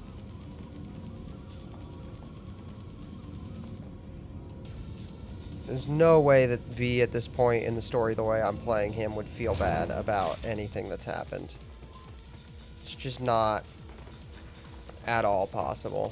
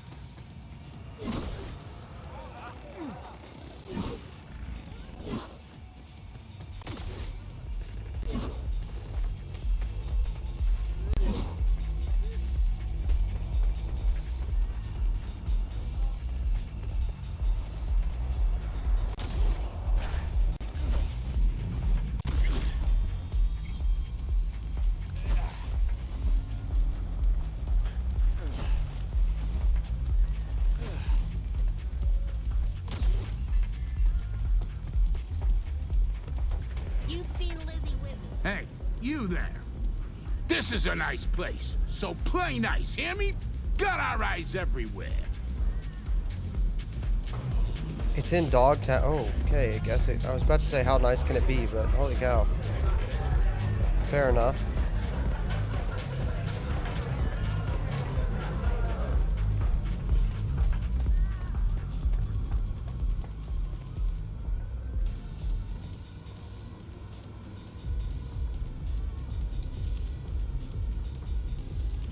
Two.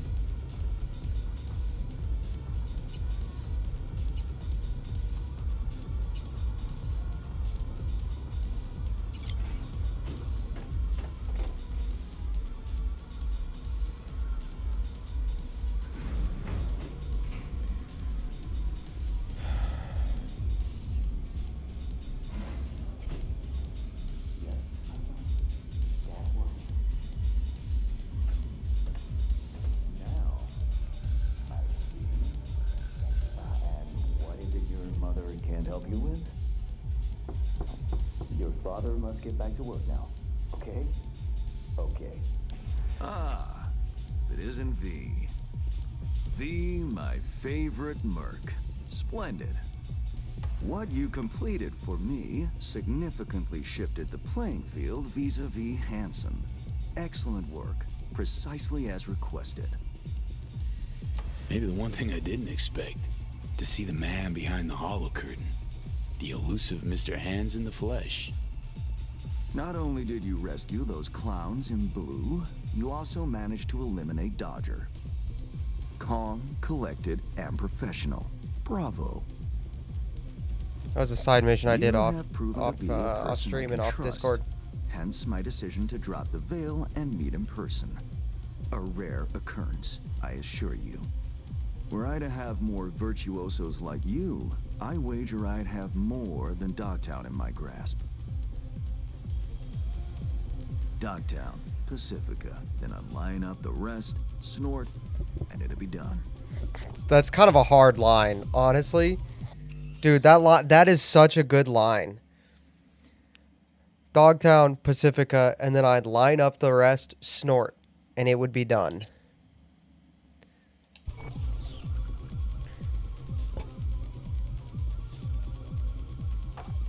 Working with bona fide professionals, positively a treat.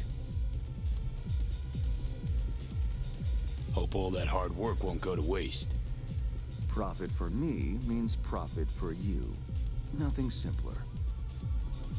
You may not know this, but I hasten to assure you no one has ever regretted doing business with me. I know it may not seem all that clear from where you stand, but the gigs you have completed will allow me to audaciously shift some of the pawns and figures on the chessboard that is Dogtown. Checkmate is but a few moves away. Yeah.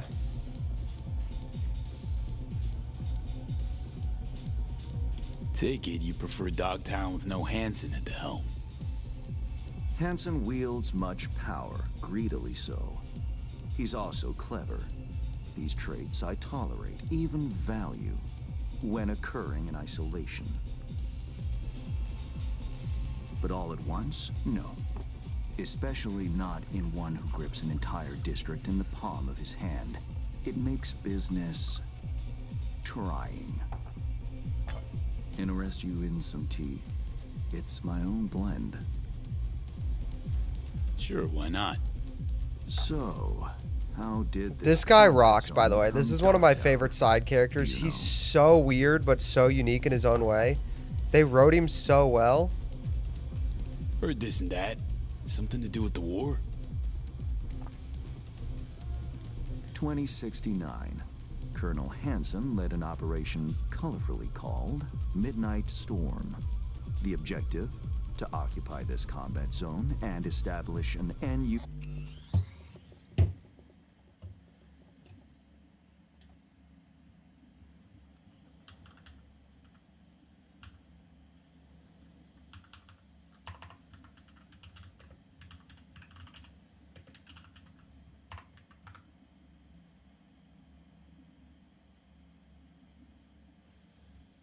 Operation Midnight Climax. That's probably what they based it on. Yeah, okay.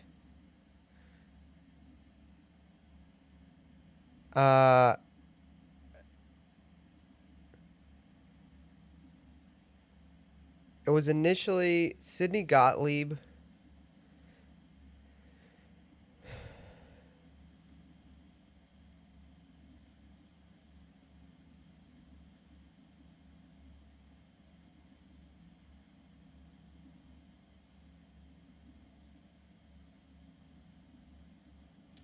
Yeah.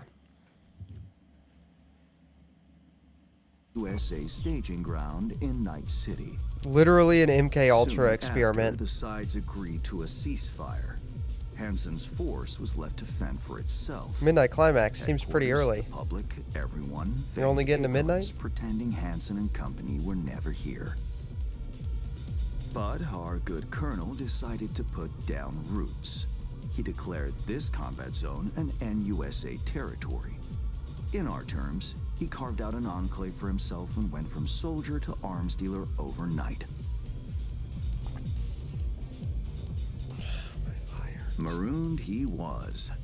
2 weeks for a bullet to reach his brain, everyone thought. But his brain remained intact, and he became a force to be reckoned with. A man whose existence is a threat to many is a dangerous man indeed. Let's table politics for now, huh? Go straight to biz. Business. Of course. The Black Sapphire. Hansen's stronghold, guarded by elite soldiers. Military quarters are situated on lower levels, while top floors are a decadent haven for the ultra-rich. The building's blueprint was not easily procured, I should say. Hansen guards his hotel secrets as if they were an embarrassing rectal itch. Yo, what? Given a will, ways are usually found. Who wrote this? The DLC's written so much better. Gain latitude. Quid pro quo and the story is good, but like the individual dialogue lines in the DLC are so good. It's crazy. I'll even throw in vulnerabilities to watch for, a token of my appreciation.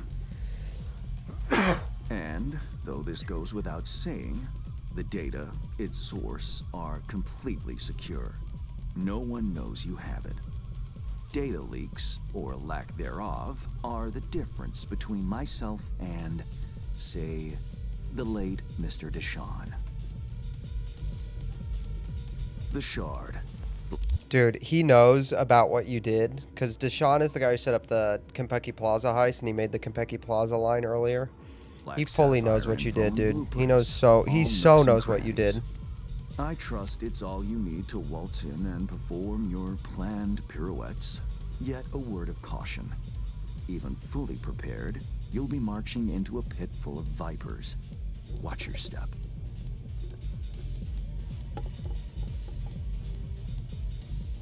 Thanks, Hans. I only hope this won't mark the end of our collaboration. Truth be told, a few new assignments seem imminent. Let me guess. More local politico gaming? Activity is abundant in Dogtown, and behind closed doors, plots and schemes. Should change ever occur, as it inevitably must, someone really ought to pave the way for a smooth transition. Be looking forward to those new gigs then. You will hear from me soon. This I guarantee you.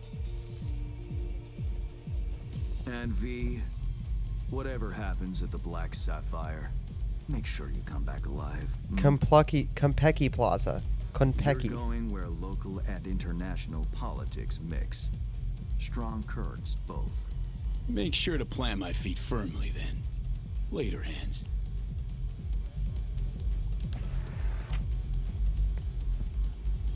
Alright. We gotta get to this mission, dude. I want to do the Casino Royale mission, dude. I want to gamble with the hot redheads. The hot redhead.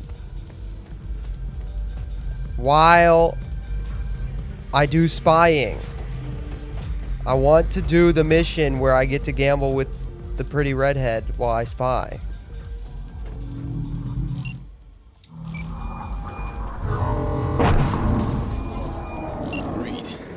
Shard from Hans. Golden ticketed. Sounds like 007. You're not even ready Black for this. Sapphire. If 007 is this good, I will be very happy with 007. This is the wrong motorcycle. Give me my Peacekeeper. Catch. It's on its way. And reception complete. I'll pass it on to Alex. As soon as you're ready, join us at the Moth. I'm not there when you arrive. Just wait. Until then.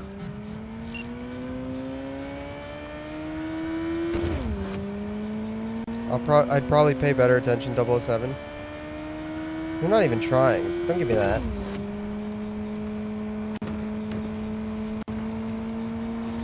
I should not be going 70 miles an hour in Dogtown. Dude, this is a great way to accidentally get yourself killed.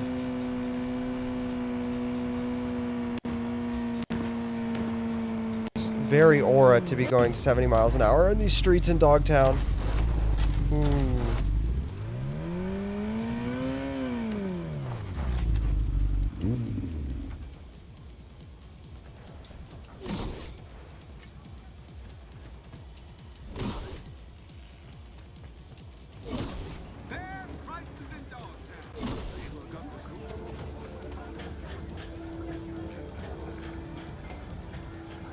You know exactly what's going on? Okay.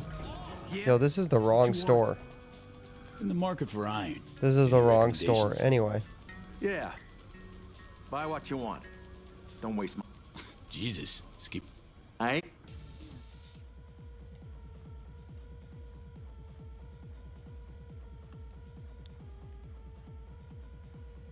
Oh, I'm poor.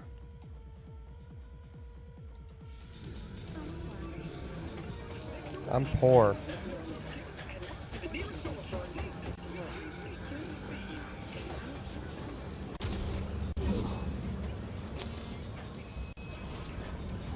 Oh, I'm gonna get sick.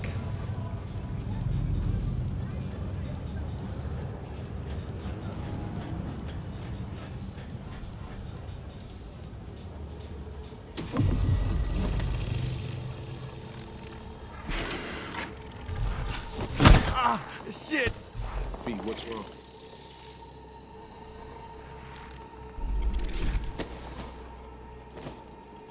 Come on. It's fine. I'm alright.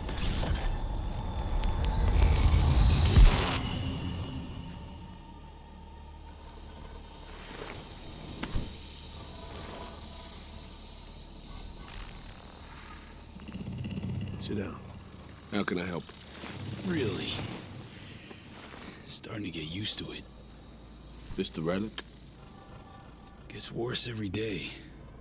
Time I have left's evaporating quick. My favorite Pop-Tarts flavor, either brown sugar cinnamon You or experience them often? These hot fudge. attacks? Don't really keep count, but never know if the next one won't be my last.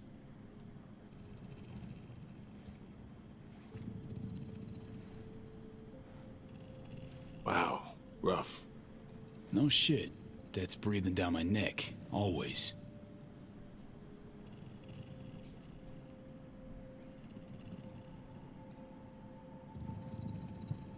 I know what that feels like. Being a dead man walking? Exactly. I never talked about this, you know. I should be saying they tried to kill me. But sometimes it feels like they actually succeeded. Tell me more. Ambush. Attempt on my life 7 years back. Yeah, you said. What exactly happened there, Reed?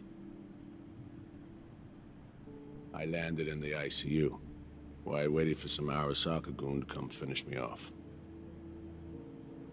I was betrayed. By our people, the FIA.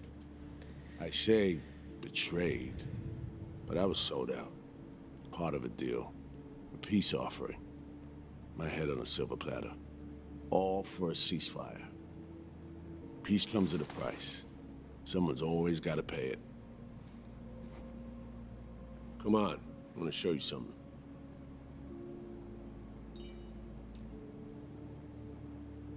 Hang on. They set you up, yet here you are working for him again. Even deep wounds stop hurting eventually. Scar over. A few years on, they're just an itch. Let's go. Yeah, there was a corporate war in the 60s.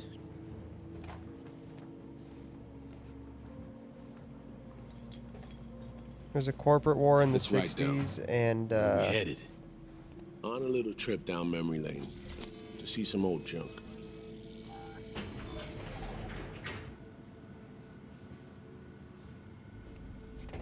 it ended when the USA government offered Reed I to still can't Arasaka. believe Alex decided the best place for a bar was right over our old safe house. She's always had a twisted sense of humor. Where's she at? Waiting downstairs? She's finishing up recon in town. We should make ourselves at home until she gets back. Been dark for 7 years, this place. Let's brighten things up again.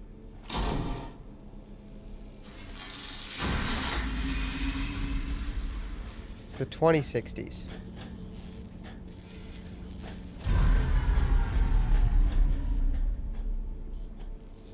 The end of any war is never pretty.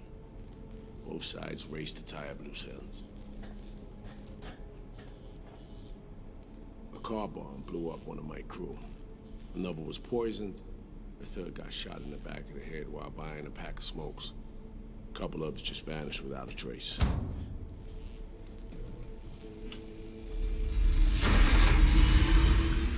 Every night we waited for Arasaka agents to come finish us off. I had to make a choice. I chose to dig our heels in.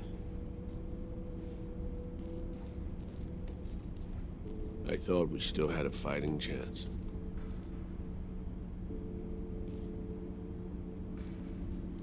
It was bold. It was stupid. A mix of both. Maybe I just didn't know how to walk away, let it rest. Or maybe I don't know how to lose. I forget how the 2060s, the second or the third Corporal War started, but the price for that was yours. I think, if I remember right, it's either the second or the third, the one that's in 2060s. And if I remember right, it actually started between Biotechnica and Petrochem. And one hired Militech and one hired Arasaka to, like, be a merc for them. And basically what happened is because Arasaka and Militech already had a rivalry going, since they were hired against each other, the war turned into them fighting each other, and Petrochem and Biotechnica just kind of became like a total aside. Might have been orbital error, but yeah, that's what happened. Say what you want, but sounds like they stabbed you in the back, plain and simple. Saving many of my people in the process. You play grown-up games, you face grown-up consequences. Funny. Out of everyone, it was Songbird they asked to pull the trigger. Wait. Yeah. Lock in, chat. Lock in. Pull the trigger, as in literally took out her iron and shot you. Not personally, but she unlocked the door for those who came and did. I was leaving the city, heading home. Songbird was still here, in this very room, in fact. She was guiding me on comms, led me straight into a trap. Neutralizing me. The last assignment in Night City. Then she got a ticket home.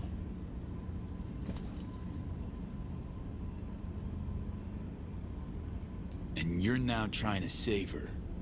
Why? Because it's the right thing to do. I had plenty of time to examine this under a microscope. Under focus, some things sharpen, others blur. But there comes a point when you just cut through the bullshit and see what's in front of you.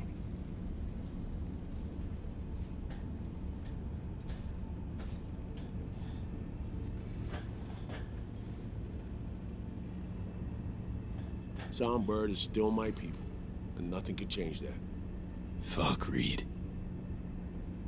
Now Myers is a whole nother story. But Songbird, no. I got nothing against her. So why Myers? I miss anything? Some reminiscing. So good. Let's get this show going. I checked up on Slider's contention. Fucking had it right, it turns out. I dove into old mission files wherever Somi was involved. They were buried deep, near impossible to access, even with my clearance. Each and every one. The Blackwall. All authorizations, mission orders, personally signed by one person. Rosalind Myers. Wouldn't want to be in her shoes if that shit floats to the top. The NUS is a small country governed by a woman with highly ambitious goals. Sometimes those ambitions... CDPR is based in Poland, so I very, very highly doubt that any of the people who wrote this were from the State Department. But Mike Pondsmith, I don't know, actually. The guy who invented the Cyberpunk universe in the 80s. I don't know what his connection is. Anyway, I interrupted them. So what they were saying is that the president is the one personally authorizing Somi Songbird to pierce the black wall, which is, like, every time you do it, puts literally all of civilization at risk. It's like rolling a D100, and if it ever lands on one, everyone on the planet dies.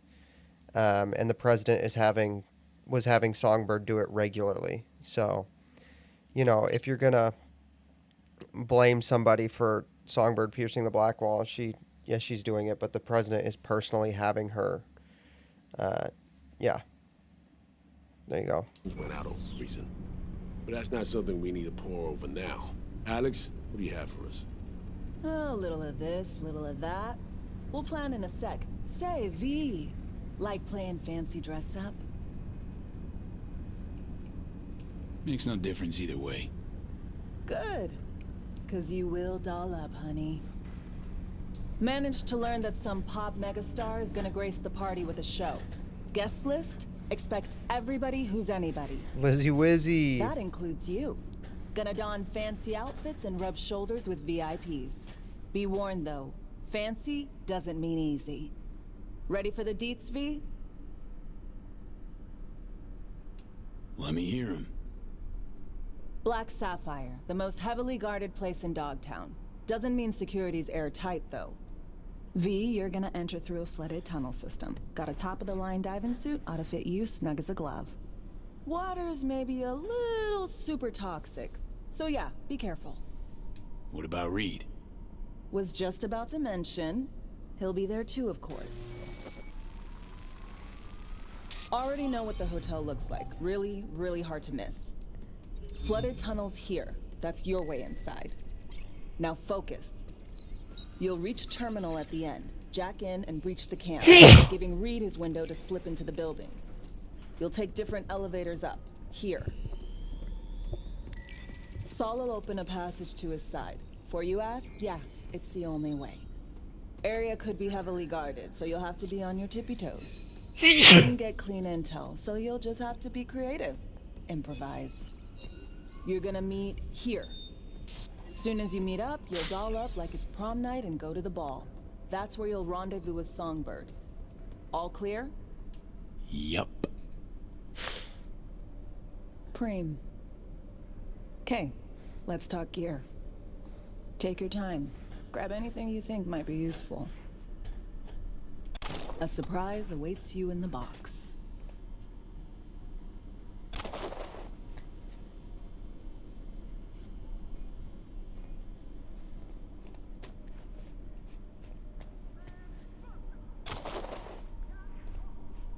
Okay. Alright, here's where we get the gun, chat. The best gun in the game. Undoubtedly, this is the best gun in the game. Her Majesty. This your iron? Sure is. Her Majesty's been itching to return to active duty. It'd be an honor. This gun is insane, chat. Hands. What did he want? It's a pistol. It's a pistol. It's a revolver. Got an invisible war going on in Dogtown. Hanson against anyone who wants a slice of the pie. Hans sees an opportunity, wants my help in exploiting it. Politics. It's the same shit wherever you go. You can cope about it all you want. We're using No, Her if not for Majesty. you, It's a revolver. we'd have It's no labeled a way of revolver. getting It to is the the Black best Sapphire pistol in the reaching game. Songbird. Ever get the evaporator? It's good to have you on I have our had the side. evaporator. What's I up, mean, Danny? That it? We set? Danny I'll has leave missed you. a ton of stories. I'll So hang back a while and then meet you there. okay, Danny. Idris Elba is a super spy. Okay. The Asian chick who contacted us through the relic, she got kidnapped, right? Idris Elba's a super spy. Okay. We contact him. All right. Then we do a mission with him. And then, or we contact him, then we contact this other lady who's in the room. The other lady, also a super spy. Then they set up a mission. We do a mission. Turns out that Songbird, you remember that black wall thing? You remember that black wall thing, Danny? That was there when we were with the Voodoo Boys when we contacted Alt? Okay, turns out the way Songbird is so good at hacking is she goes around the black wall. She goes out and back in. Super not cool, right? Puts the entire world at risk every time she does it. But the president is the one ordering her to do it. The president has been ordering her to do the black wall piercing. Okay? Personally, nobody else knows about it except Songbird and the president and now us. Okay? Also, Idris Elba's character, Solomon Reed, okay? Solomon Reed was set up to be killed by Arasaka by the United States government as a peace offering in the end of a war, okay? The United States government offered Solomon Reed's head to Arasaka as a part of basically like a fucked up treaty to end a war. Okay? Now, the person who did the actual leading of him into a trap was Songbird. So Idris Elba's character, Idris Elba, was set up for death under the orders of the President of the United States by Songbird, who is the girl who contacted us. He still wants to save her. He says that it's the right thing to do. Mysterion doesn't buy it. I'm not going to spoil it. We're about to break into a casino. All right? And we also just got the best gun in the game. But we are about to break into a casino and play the most fun video game mission I've ever played in my life. This is literally labeled a power pistol. If you don't think this is a pistol, you're coping. This is a pistol. Cope about it. He says he's still chill with her and that he wants to save her because it's the right thing to do and she had to do it because she was forced to. So we're going to go break into a casino. All right. This is the best gun in the game. It's a pistol. It does optical... While using optical camo, which is our invisibility thing, it guarantees perfect accuracy. So, there you go. Here we go. Place stinks of memories, huh? A little dusty. We're gonna go break into a casino. It's gonna be awesome. This is the best video game mission of all time, I think. It's up there. It's top 5. What we're about to do is top 5 video game missions of all time.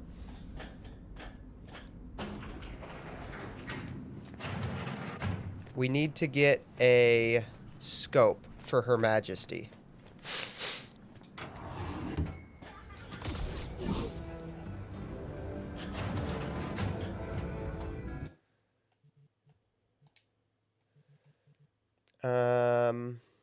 Not the handyman.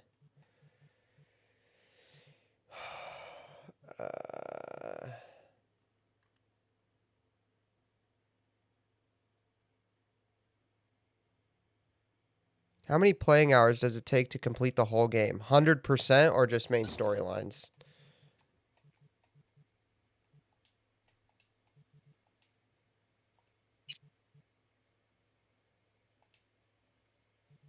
I don't know. I'm 40 hours into this playthrough, right?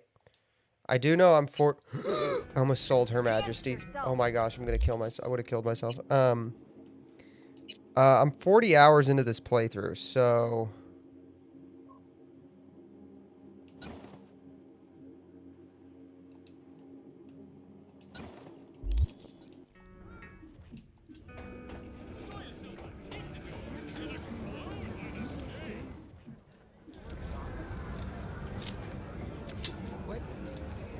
Yeah, that's the one. Really high vis. Beautiful. No idea what you're talking about.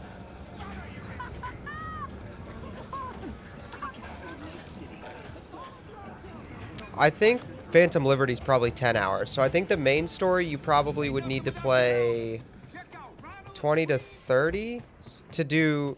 Well, okay, let me rephrase that. If you do all of the...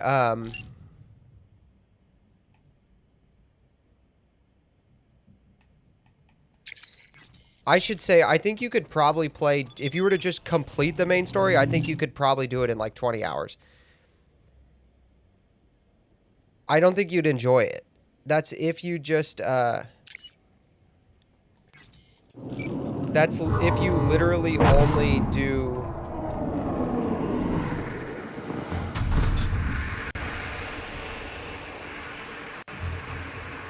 That's if you literally only do the, like, main story, and you do none of the character side missions or anything. And if you do none of the character side missions or anything, you end up with the devil ending. And it's called the devil ending because it sucks, and you should feel bad for getting it. Did I get the devil ending on my first playthrough of Cyberpunk? We don't need to talk about that, alright? Whether or not I did is irrelevant to if you should feel bad if you ever get it. I did. I feel bad, okay? There's a job, V. A journalist, Bree Whitney, has fled into Dogtown. I need you to look after her. She fled? Means I gotta keep her tucked away? No. Bree has a lead. You're to help her complete her... Do you want to know why I got the devil? There's a cord on her tail, as she put it. That is all she said. Miss Whitney seems... The devil is the ending where you kill Johnny and end up an engram in, like, the place where Arasaka was storing Johnny before he got in your brain. Right. So where am I meeting this mystery-insistent woman? You'll go to her apartment first, on Skyline West. You're to collect an electronic access card. And no, do not say, this card, what's it open? I simply don't know. Contact me once this is sorted. You'll learn more details then. Alright, we're not doing that mission. We are doing... You Know My Name. Dude, you know my name. Alright. So the reason I ended up with the devil the first time I played is because I did most of the side content for most of the side characters, but I didn't ever complete the full of any of them except Pan Am.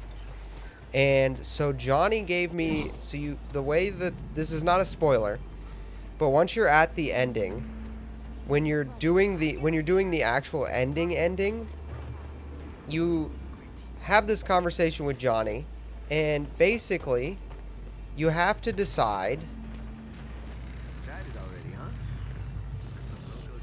You have to decide who's going to help you with the final mission. Now, I either had to trust the sister of Yorinobu, or I had to take Pan Am with me.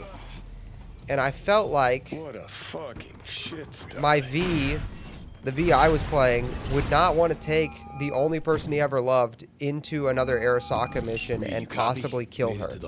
So I took no one with me, and it was terrible. I'm in position 2. Turns out you should trust people and let them do nice things for you, and Cyberpunk actually got that correct. I did go back and get the right ending, though. I did go back and get the good ending. But yeah. Oh shit, I gotta put the diving suit on.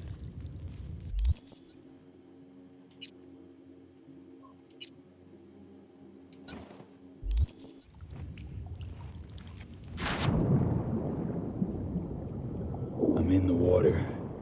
Good. Now find a way to the other side. It's too dark. In the meantime, I'll do some recon around the hotel. Flooding these tunnels must have been Hansen's idea. He probably lacked the manpower to secure the passages.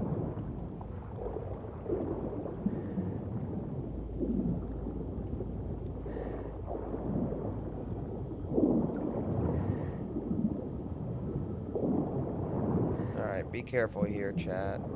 Disarm that.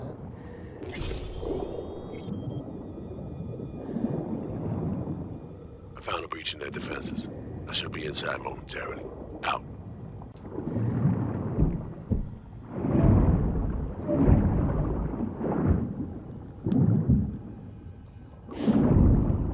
There are a lot of good endings. I do think the best one is the one where you get to ride off into the sunset with Pan Am. The second best one is where Johnny takes over the body. And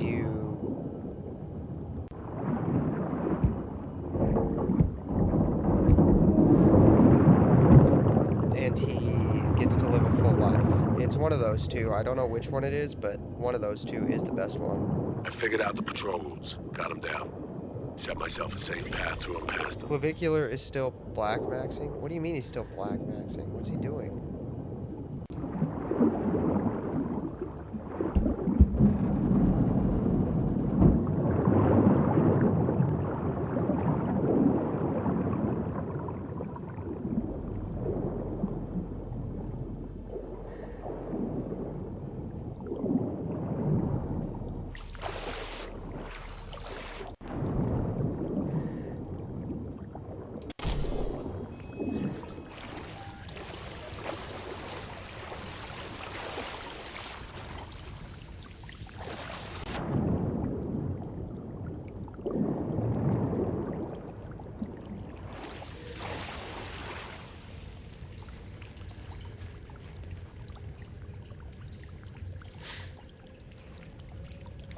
What's up, Happy? He's black maxing with Deshay Frauds? I don't know who that is.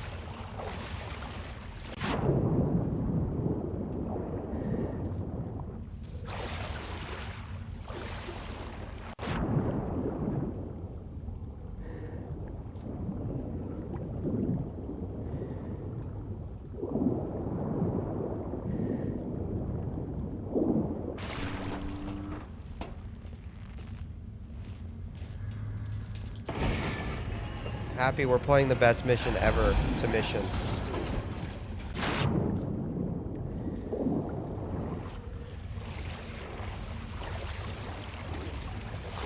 Can I not get up here?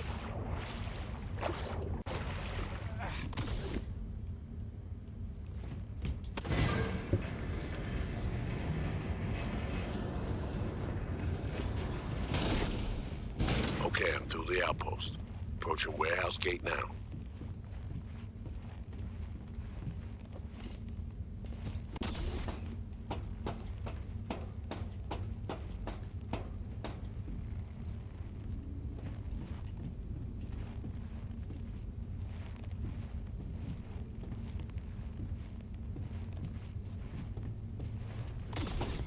You sure it's in the system? Because if it is, then either it's been stolen or I'm just fucking blind. Alright, this glitched last time I did this. I got a body stuck in the elevator door and couldn't get out of here. Sure am.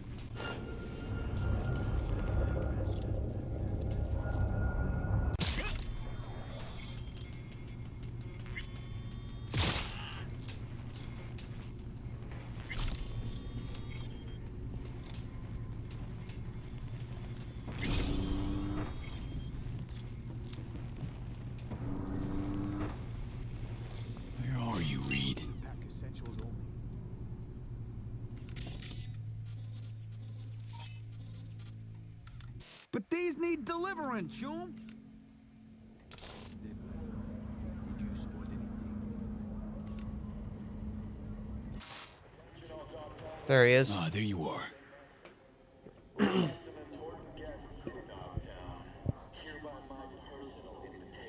What's the sitch? See a gate, 2 guards. Don't worry about them. Jimmy, open that gate.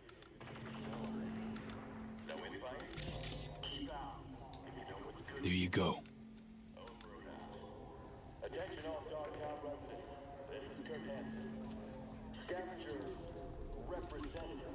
I've acquired elevator access. Go right to the top. Get moving.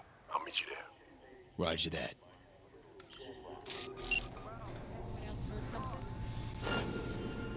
He's got to be checked out.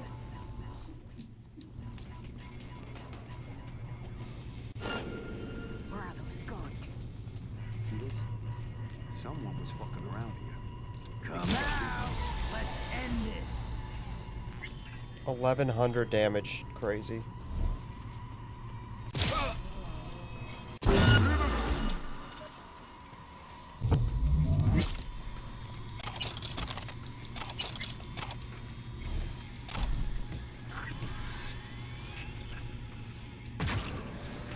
Stay sharp. We're in the wolf's den now. You scared of him? Handsome. The man's repeatedly told both the NUSA and NICE to go fuck themselves. He should have been put down long ago. Instead, he rules this entire district. So you are scared. This is Hansen's turf. He has the upper hand. It's just a fact that needs accepted. The elevator did not jam. I did not get stuck in this elevator. I have my keychain right here. Happy made me this, guys. All right, find Isn't it great? point to have eyes on me. Neutralize any and all threats. Calm and quiet.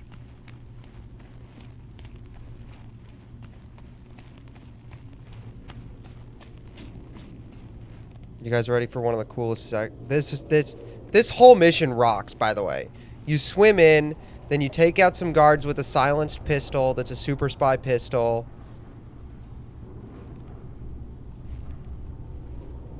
And now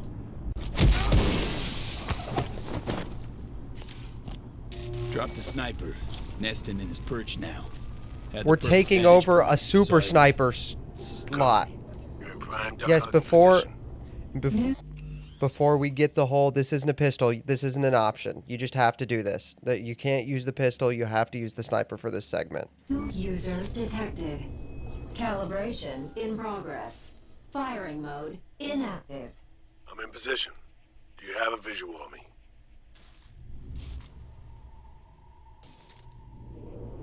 I got you. What now? Do this nice and quiet if we can. Got it? Spot any guards in my way, you give me a heads up. Don't worry, boss. Rifle sports a silencer if it comes to that. Better look around.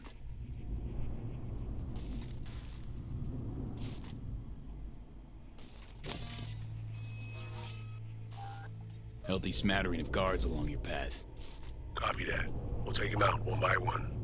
Best if they never knew we were here. Got a mine just past the corner. Well spotted. I could have missed it.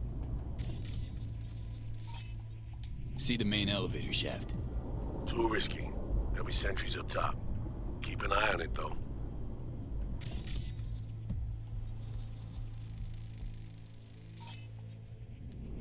See a bunch of containers. Could use them to get to your side. Yeah, see him too. Let me build that bridge. There's a service elevator nearby. We'll take that up. Gotta get there first, though. Cover me. Calibration complete. Firing mode active.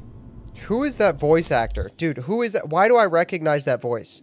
Chat, please tell me somebody else recognizes that voice.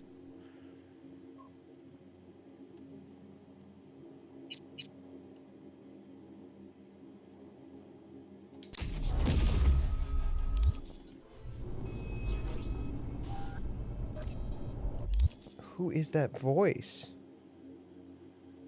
Calibration complete. Firing mode active. Dude, who is that?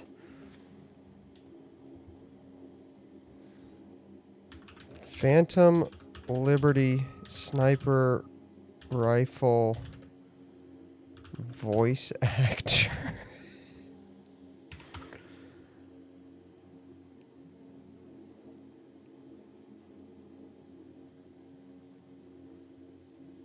Does it sound like Halo?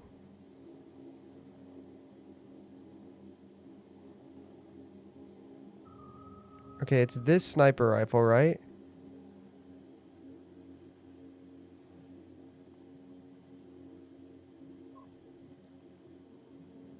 Yeah.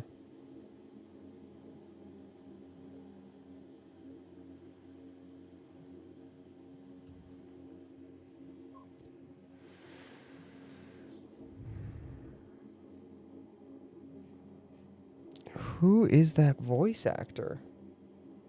Is it Jamie Lee Curtis? There's no way.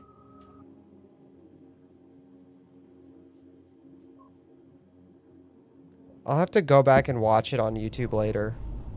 Don't forget, hallway's mined. Besides that, the coast is clear. Understood. Moving out.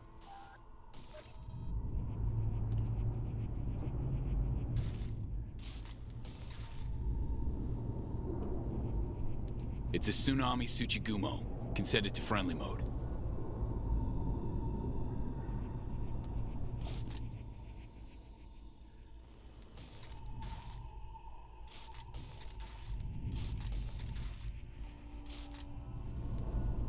Mine disarmed. Moving on. I can't see around the corner. All clear? Am I okay to move on?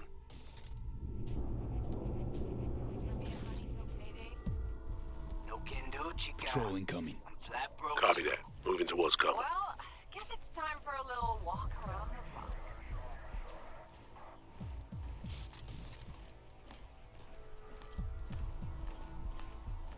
Calm and quiet.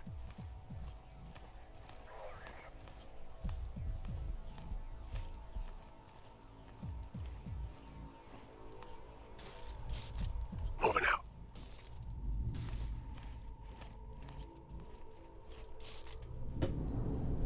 Motion detector ahead. Can't get around it. Handle it, will you?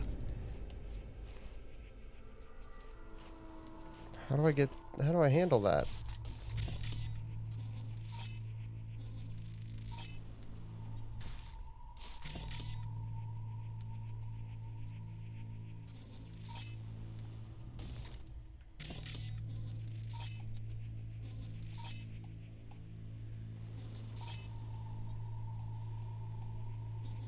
Generator.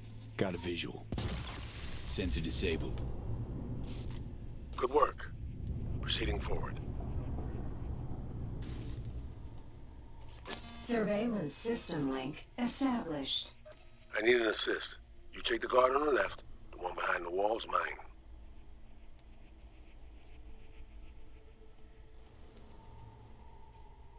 Got a clear shot. On my mark. 3, 2, 1.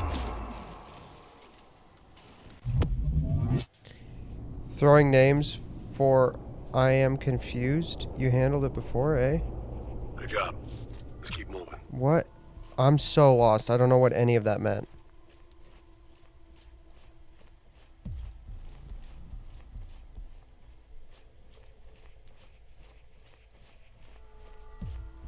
Hey, how's that scout? Heads up. Sizable patrol headed your way. Copy that. Moving towards cover. Slice and dice them.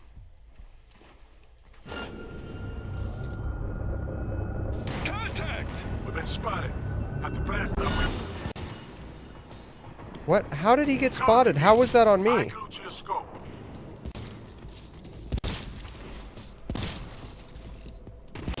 Heavy artillery! We got some late arrival. I'm reloading. That's not, I'm not doing that. We're not doing this thing where it just randomly glitches. Not doing this thing. Not doing that. Not doing this thing where it randomly glitches and I lose. And I don't get to do the mission just changes to like shoot rapidly with the sniper rifle that's not made to shoot rapidly. Not doing that.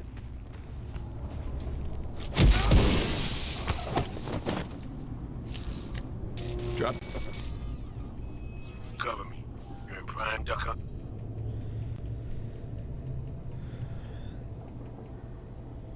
Alright. I see Reed.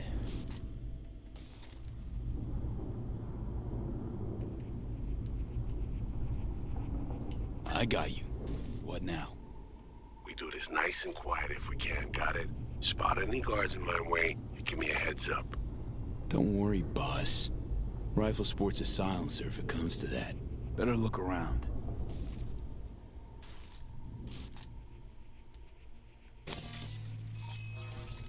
Got a mine just past the corner.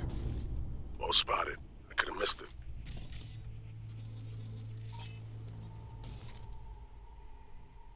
Healthy smattering of guards along your path. Copy that. We'll take them out one by one. Best if they never knew we were here. See the main elevator shaft. Too risky. There'll be sentries up top. Keep an eye on it, though.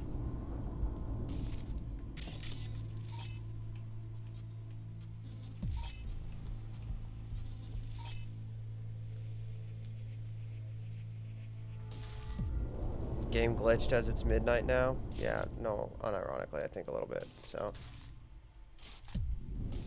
I don't even know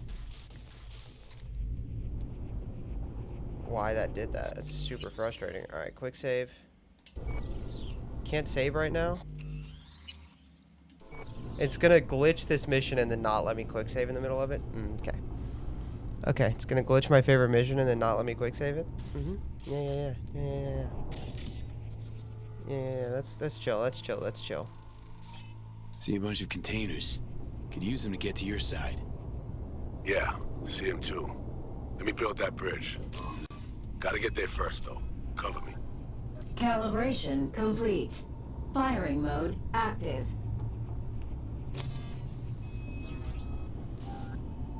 Don't forget, hallway's mined.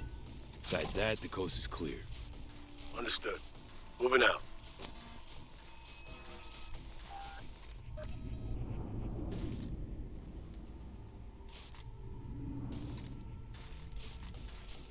It's a Tsunami Tsuchigumo.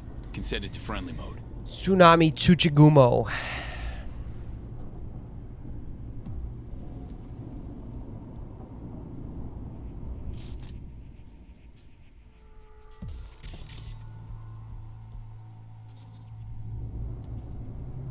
Mine disarmed. Moving on.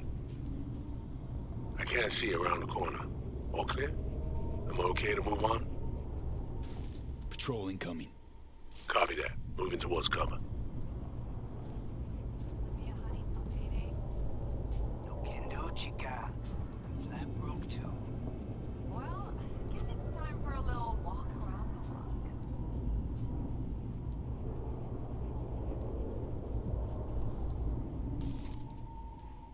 Calm and quiet.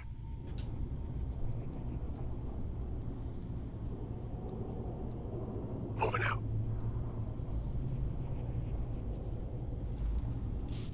Yeah, JPK text me. Motion detector ahead. Can't get around it. Handle it, will you?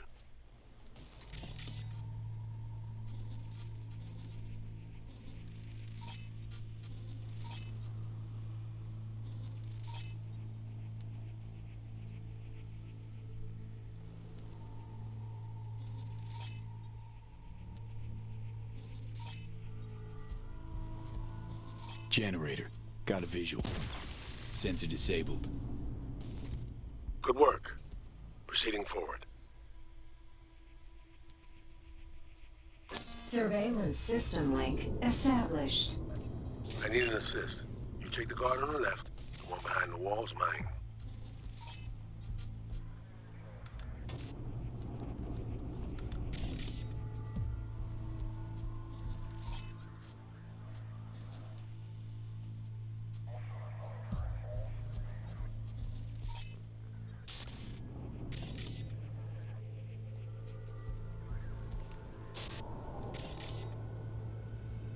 Make sure I have everybody tagged, I guess.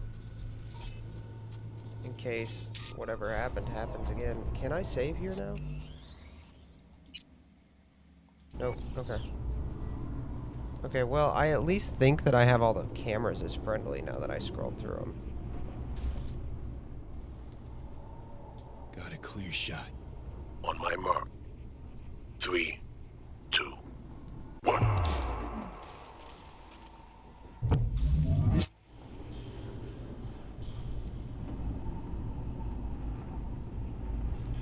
Good job. Let's keep moving.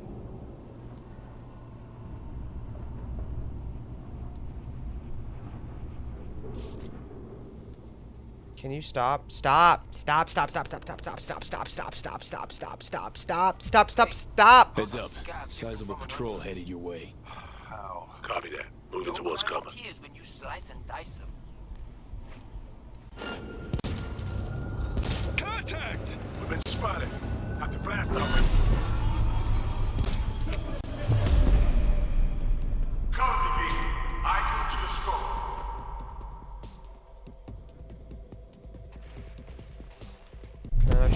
Shoot! Heavy artillery! We got some late arrival. V, few drones headed your way. Take them out before they reach you. I guess we're just doing it this way. I don't know why this mission is glitched. I guess I'll have to look it up later. Push them hard!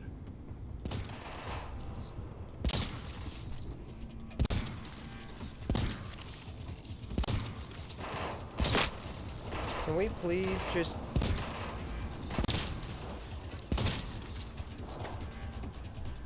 Reed, what are you doing? Everybody...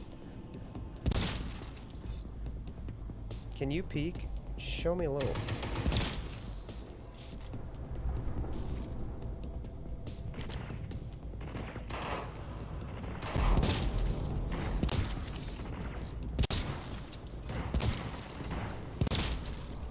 Focus!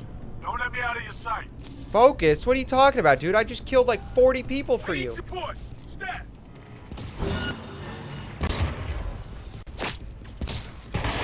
You need support. They're shooting at me because you're not doing anything, dude. This is, I mean, this is a cool mission either way.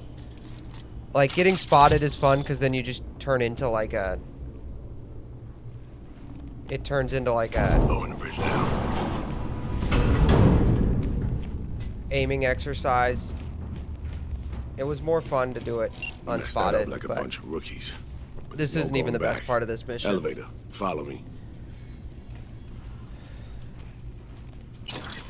The best part is the gambling with the pretty red hen.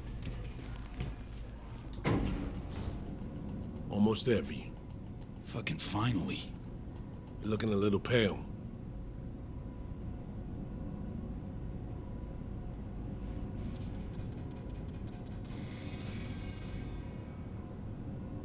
Not looking all that spry yourself, old-timer. Clearly been a while since your last op. I may be past my prime, but unlike you, I have a more valuable weapon. Did you check Reddit, Mysterion? Pre-mess leather coat you wear. Check the Cyberpunk Reddit. Novi. Experience. How many ops you been on? Ballpark. More than the number of years you've been around. But right now, we're crashing the party of a bad boy dictator, while aiming to walk out with his prized possession.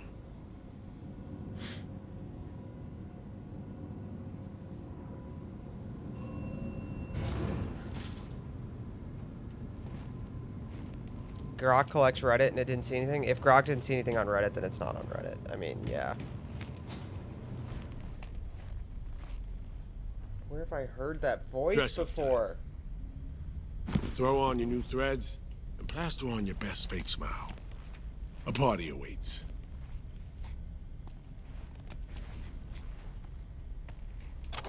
My spy suit.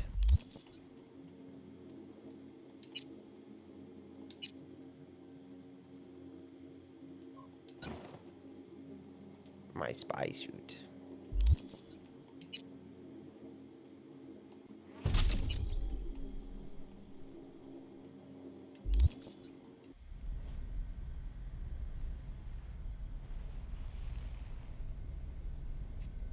We're all set.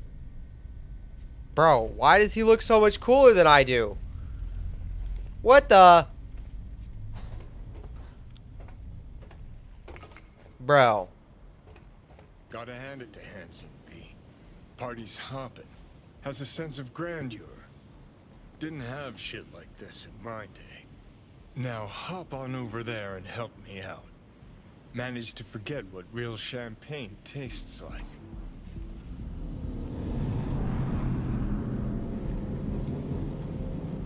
Why do I have a text message right now?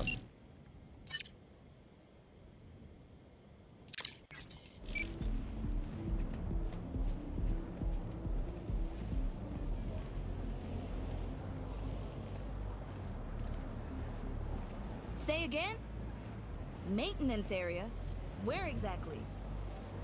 Wounded, or do we have bodies? Mysterion, is it the same voice actor as Alt? Who's the voice actor credited for Alt?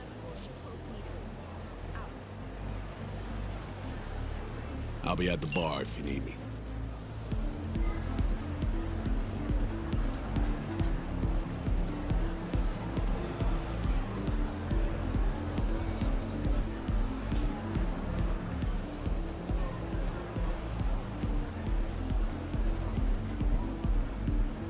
What's so surprising about me being here, getting invited? Hanson's always been a civil, reasonable man. Jillian, dear, there's nothing smart about shooting your boss down over your own turf. Not to mention proving incapable of then finishing the job. Keep your fucking voice down. You were just singing Hanson's praises for his civility. Are we now back to scary maniac? Say what you want, Aerith. Just don't come crying if you get kicked out of the party. I figured out what the voice reminds me of, and I don't think it would be her. It sounds like Bridget Moynihan. It sounds like Bridget Moynihan. It sounds like Bridget Moynihan. That's who it sounds like. Tom Brady's first wife. I'm not kidding. You know my name, Sniper.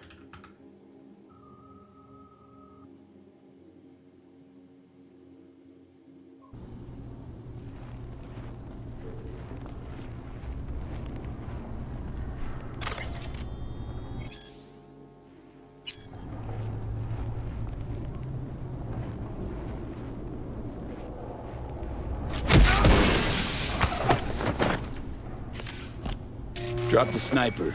Nesting in his perch now. Had the perfect vantage point. Saw everything. Cover me. You're in prime duck hunting position. New user detected. No. Calibration. It's not her. That's not Bridget Moynihan. That's not Bridget Moynihan. It's not. New user detected. New user detected. Calibration in progress. It's the voice actor chick on Instagram Reels. It's the voice actor chick on it. It's the chick on Instagram Reels that does voice acting content, like where she talks about being a voice actor. That's who that is.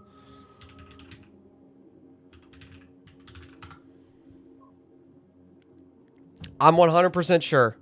I got it right. I got it right this time. I know who that. I got it right this time.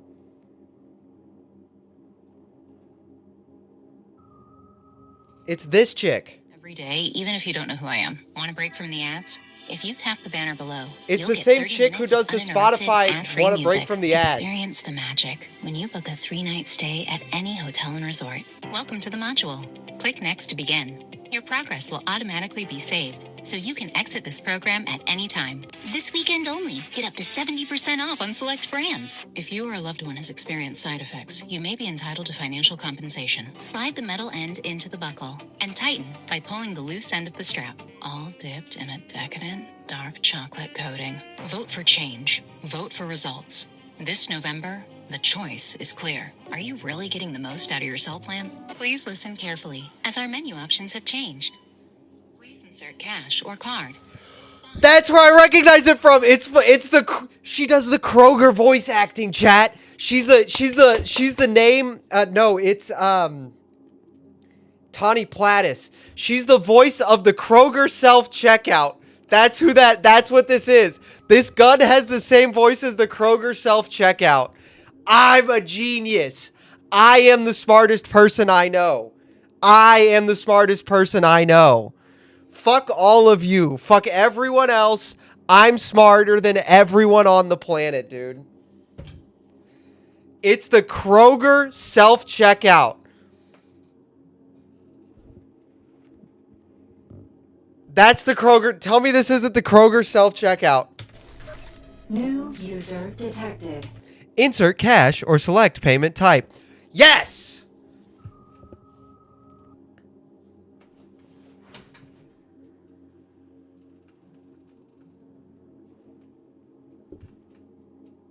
Could be. She doesn't list it on her website. That's her, dude. That's her. That's her. New user detected. New user detected. That's her. That's her. That's the Kroger that's the Kroger self-checkout. Bluetooth paired. The really deep, the airy. Yeah. Do you ever jump scare yourself? Yeah. Not on IMDb. Well, they're not going to credit the gun. What? There's no credit. I already checked IMDb. There's no credit for the gun.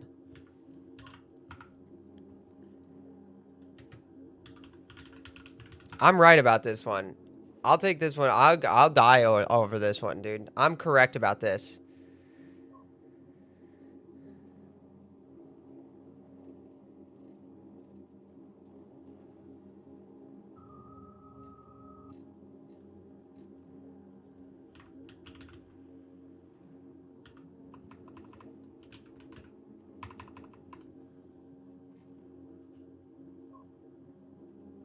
Dude, I didn't realize Grimes voices Lizzie Wizzy. That's super funny. I want to be credited as the gun. No, I know. I mean, it's dumb that she didn't get credited as the gun, but I'm right about that. That is that voice. I'm 100% correct. There's nobody that else that could be.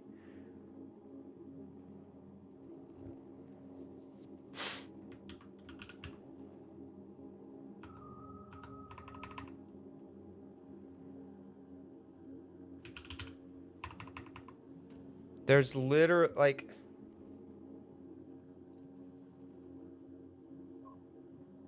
Yeah, there's nobody else that is.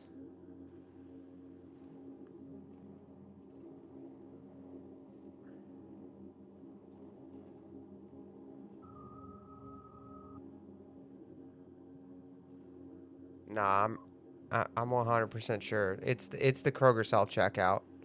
That's where I recognize it from. Anyway, let's walk around this party. We have to enjoy the party, chat.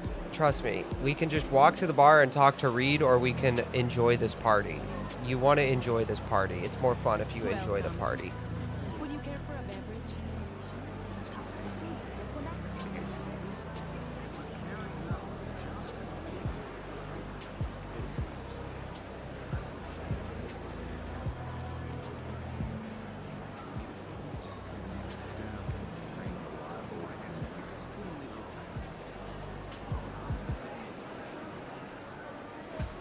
Can I have a drink? No? Bitch. This isn't about who has the right credentials. You just have to speak Hansen's language. You think Hansen will agree to revitalize Tempest?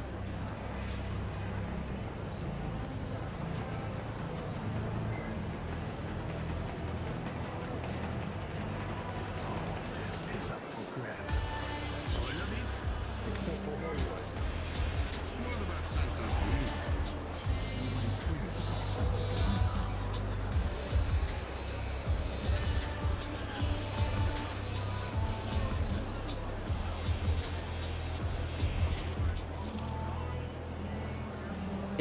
If it's Shelby Young, she began voice acting at age 9. I don't know who Shelby Young is. That is the Kroger self-checkout voice. I think it's Tawny Plattis.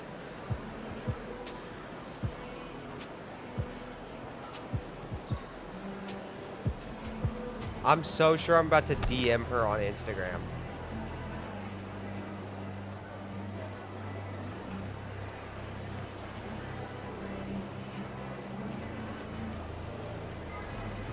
Voice acting, because you do it from home. She probably never did it. Like, she did it from home, for sure.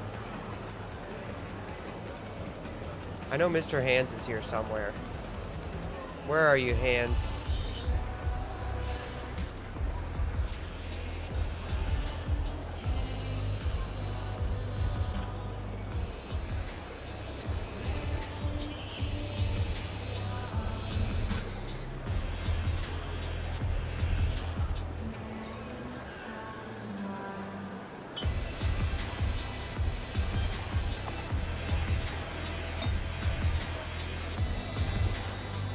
Thanks.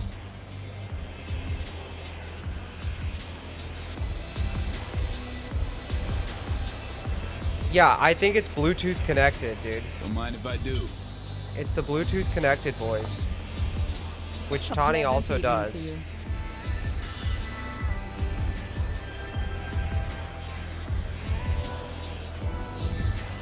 What now? I know as much as you do. All she said was to come here. She'll either find us or she left. Tawny Plattis. T-A... What's your place? There's a chance you hear my voice every day, even if you don't know who I am. T-A-W-N-Y-P-L-A-T-I-S.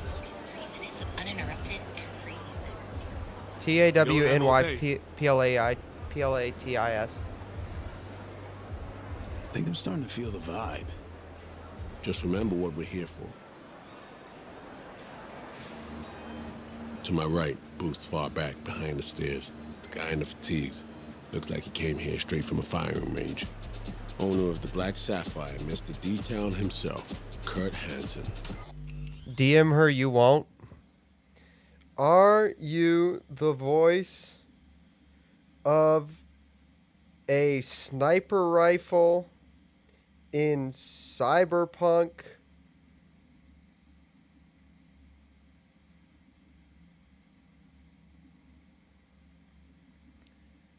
Phantom Liberty? Question mark. I recognize it, and it's driving me crazy. I can't figure out where from. Period. Thanks. Period. Have a nice day. Period. Fuck you guys.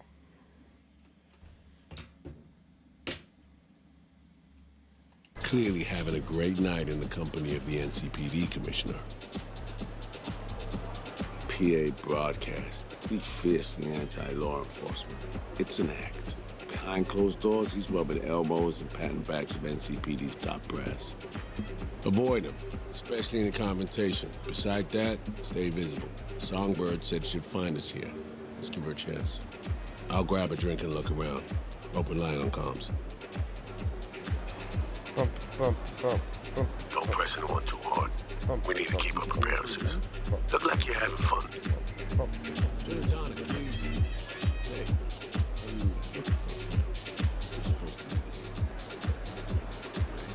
Hey, haven't I seen you on the feeds? Warning people about the relic? P-L-A-T-I-S.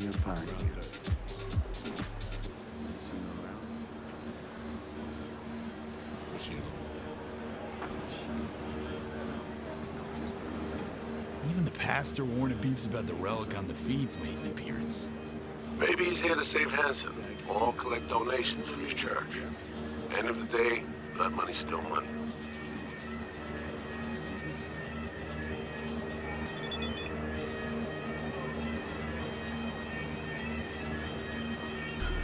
Alright, don't go up to the mezzanine. We don't want to go up there yet.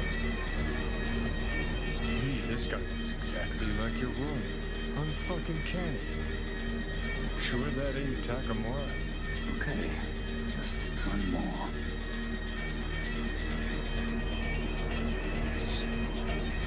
You look exactly like my friend, Goro Takamura. Did he also just get out of rehab? Yo, are we just doing racism? Sorry, wrong screen. Truth be told, he's going through a kind of rehab himself.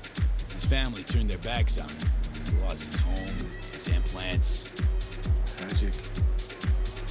But such are the consequences of addiction. I have been through it all. Maybe your friend would like to try his hand at show business. I could use a double for rainy days. Might actually take you up on that. I'll let him know. Watch out. I will hold you to your word.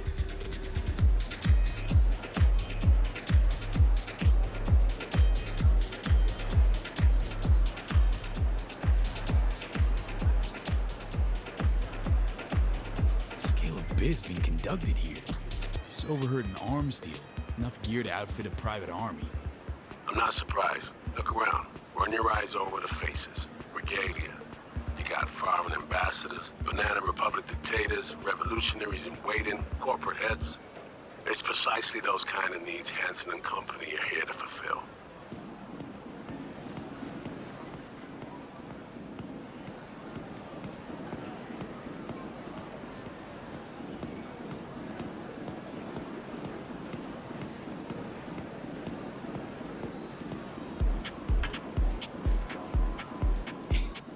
NCPD chief's cutting a deal with the 6th Street boss. Not even trying to hide it. Party's a microcosm of Night City. NCPD's a gang like any other, except it's listed on the stock exchange.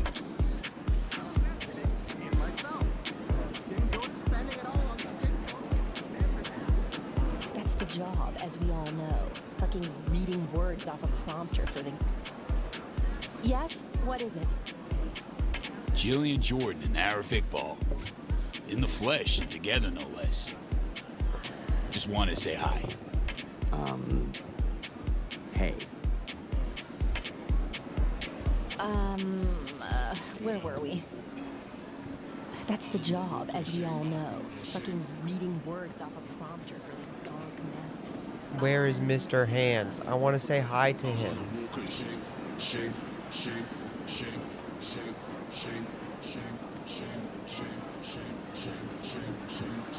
I think I can walk past her. Okay, I can walk past her. V, it's good you're here. Not what you expected, huh? Is it the haircut? Damn it, I can't walk past her.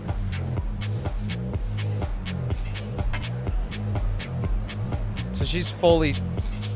She's got full chrome. Thank you.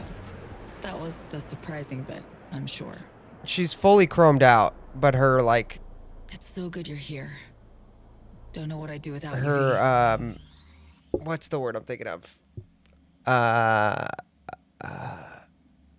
Avatar is not, so... Her avatar is not chromed out, so, like... Pretty weird.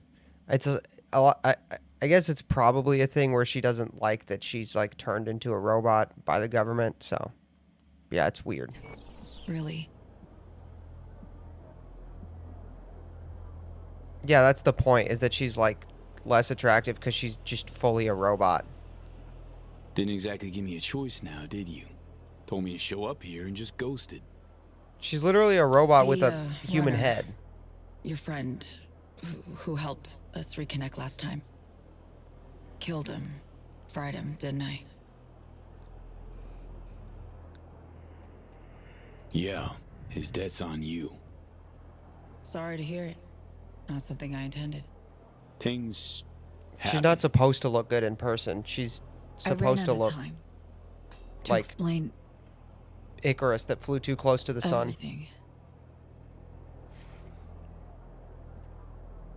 Saul, I've made so many mistakes. It's all right, son. Not your fault. The blame's on us. All of it. On you? Yes, all of them. I know what they made you do. They pushed and pushed, and I wasn't there to stop it. Listen, guys. We do not have the time for this now. Right. Main thing is to get you out of here. That's not happening. It is. We got in, we can get out. Just not the point. I'm dying, Saul. Like V. Hansen has the cure we need. We run now, we both die. Relic's killing V. Blackwall's my poison. I can't bow out now. Whoa. Sharing a boat to oblivion with me? Could have said something. Had no time. Still don't. But hear me out. Can't blame her. Yeah. I need You can't. help. Well, yeah. Your help. Yeah, you can't. That's why her avatar looks like a normal, like, relatively normal relative to Cyberpunk woman. Tech that could cure both V and me. We need to clip it. And not this. Only way I see of doing that is to stay close. Play the prisoner. So, fuck. We'll wait for an opportunity and pounce. I'll be on the inside. Ask for your help when the time's right. I can flee once I have that tech. Nothing's ever simple, is it? So me. Care to introduce your friends? It's not often I'm simply not familiar with guests attending my own party. And I never forget a face. Kurt Hansen. Name's V. Just V. Haven't seen Somi in years. Trying to catch up. Oh, that's what this is. To me, reunions consist of picking up the broken, scattered shards of your heart. Or teeth. Always hurts. Well, I need to grab you, darling. I have a couple NC politicos here who are dying to meet you. And if we're to keep hungry rats from devouring Dogtown, we really do need to feed them the occasional scraps. I'm all yours, Kurt. See you soon, V. Yeah, like, look, she's like, she's a whole ass robot, dude. She's a whole ass robot. What? Oof. Premium, it worked. Reestablished our link the moment I touched you. Interesting. I need a minute to process. And I need a drink. Heading downstairs. I'll explain everything. Just need you to listen. What's the deal, Song? Doubt I've ever seen a prisoner parade around in a cocktail dress at a swanky party. Not to mention being hella friendly with their captor. It's a charade, V. Doing what I need to survive, to get what I want. I'm letting Hansen show me off like his personal trophy. V, I can't explain everything now. It's too much. But I really do need your help. All I want is to get that cure for us. It's what I've been chasing all along. Why is she what does she mean chasing it all along? She crashed here. She crashed here. She was chasing nothing. She wanted me to help them not get out. What does she mean chasing? The cure. How do we get it? We need the neural matrix. Secret tech that incorporates AIs from beyond the black wall. The matrix is nested in a mainframe Hansen pulled out of the bunker. The mainframe secure. I really don't think she could be not a robot. I think that's part of the whole thing. I think it's implied that her fucking with the black wall so much means she had to like replace her flesh with chrome just to survive it.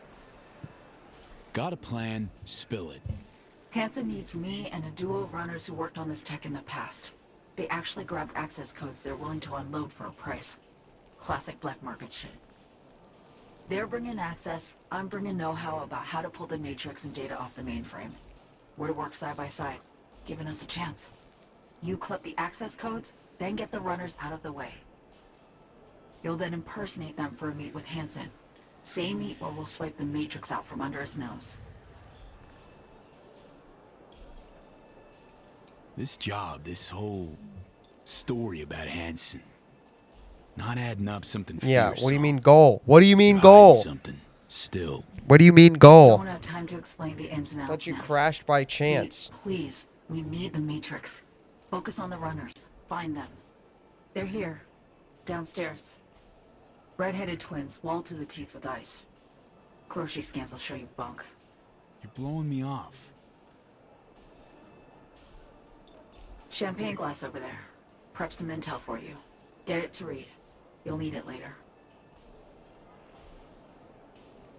Really need to go now, V. I'm counting on you. Songbird. And she's gone.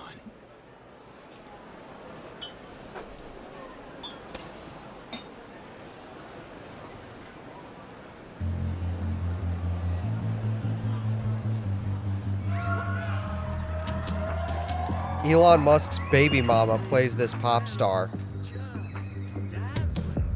One of his many baby mamas.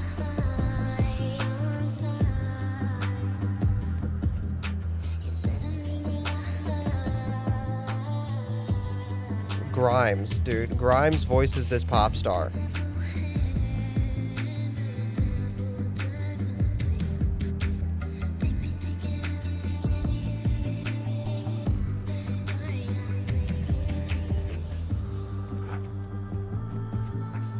Hilarious.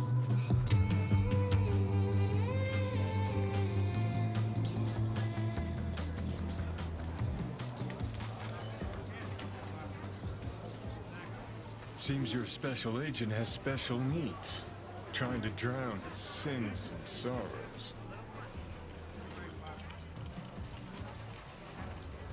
Talk to Songbird via the relic. We can communicate again. All good there, Reed? Yeah. I just need to process for a minute. It's just how I'm built. A little adversity and I need a few moments to think. Come up with anything? Yeah. Elon Musk baby mamas must be like a nightmare blunt rotation, to be honest. Thinking Songbird planned the whole thing. You're thinking right. Don't know about you, but I see coincidences as patterns, structures we have yet to recognize. What you driving at?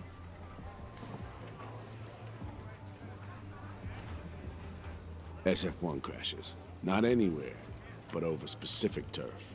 Controlled by someone who found some obscure forgotten tech in a secret bunker. Right.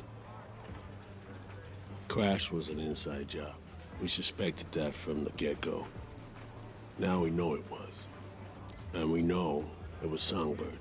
She was behind it.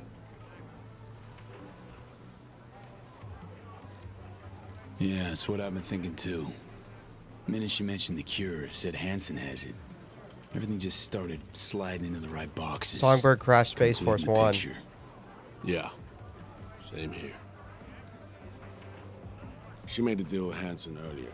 Had to, before any of this went down. Traded the president's life for access to the tech. If there's truth to this, Song's guilty of high treason. Her and her actions, I won't judge. Not my place.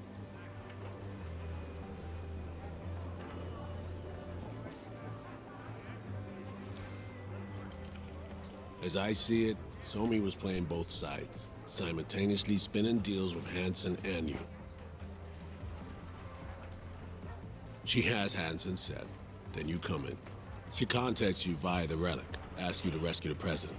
Absolution for her right there. You need to cure just as much, guaranteeing you'll help if her plan falls through. And here we are. Yeah, and here we are, rushing to Songbird's rescue.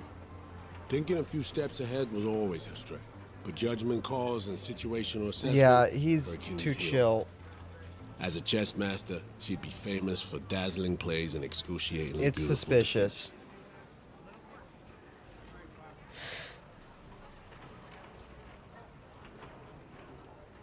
Shit. Can't shake the feeling she's still running a game. Sure, seems more upfront than at first. No way she's telling all, though. Could be right. Staying alert's never a bad idea. But I know Somi well enough to know she'll do her damnedest to be fair. Right. Just branded your beloved Belle of the Ball, who you're out to rescue, a traitor. What now? What do you want to do about it? You know, V, treason ain't ever black and white. They tried to zero me once, too. What if we've all been played? Main thing now is to get her out of this cesspool of a sitch. Then we'll see which direction to take.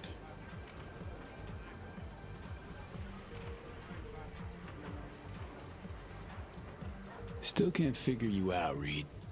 Trying to stay true to both the FIA and your friend could be a recipe for failure. Think I don't know that? I want to gather info. Know where I stand before I decide the way forward. Just how I'm built. Right. Back to the sitch at hand. What do we have to do to save her? To grab the tech Songbird and I both need, we gotta go to a meet with Hansen. Prep for it's required. Because we show up as a pair of runners. Need to collect their identities first. Whatever that means. Personality imprint theft. Sounds like our Colombian job of yore. Who are they and where do we find them? Song got this shard to me. Take a look. Our targets are a brother and sister, red-haired twins. Look, they're right there. Schmoozing. Okay, we need to pull data. Get samples of Up there. assorted behavior. We make contact with them, talk, scan as we talk. Got it, I think. So, time to make our move? Over there. Twin roulette, looks like. Alex, you copy that? Read you loud and clear. Prep and scan tech now. You're new to this, but relax. We'll do it as a four-hander. I scan one, you handle the other. Alex will pilot us through. V, zipping funds your way from our operating budget. Load up on chips and join their gang. Just don't go all in from the get-go. We stagger our approach, and we're strangers. Let's get to this. Struck gold with roulette, really. Gambling throws people around, high and low, brings the joy of winning and the despair of defeat. Perfect for our purposes. You guys only gave me $80,000. Want to buy some chips? Of course. Good luck at the tables.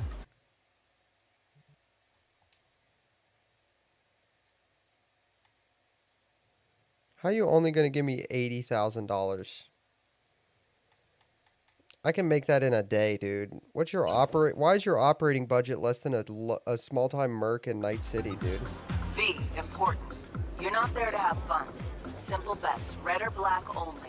None of the double street or basket bullshit, understood? I'm about to do both, Understood. though. Will you join us? 12. Even. Red.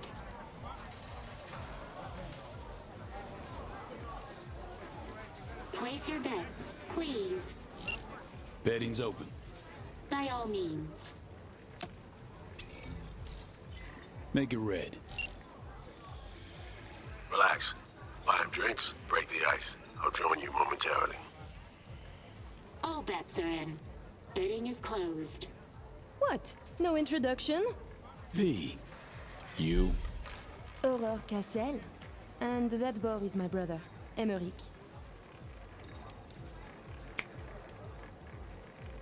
What's your poison? My treat. A bourbon for me. Alas, mon frère does not drink. You heard the lady. And real water for the gentleman here. And what'll you have? Gin and tonic, baby. Tea, please. Gin tonic.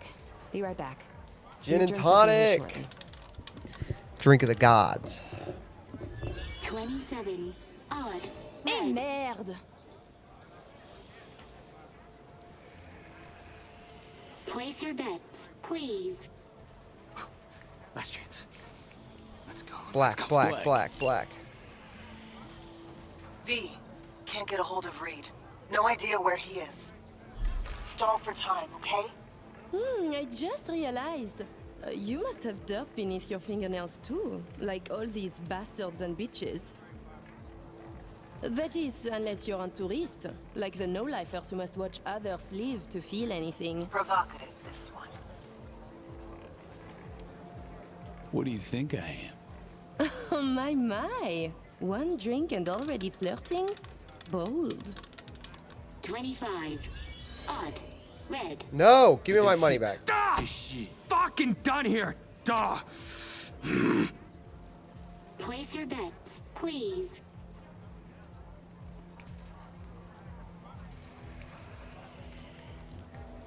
Can't help feeling I interrupted something when I walked up.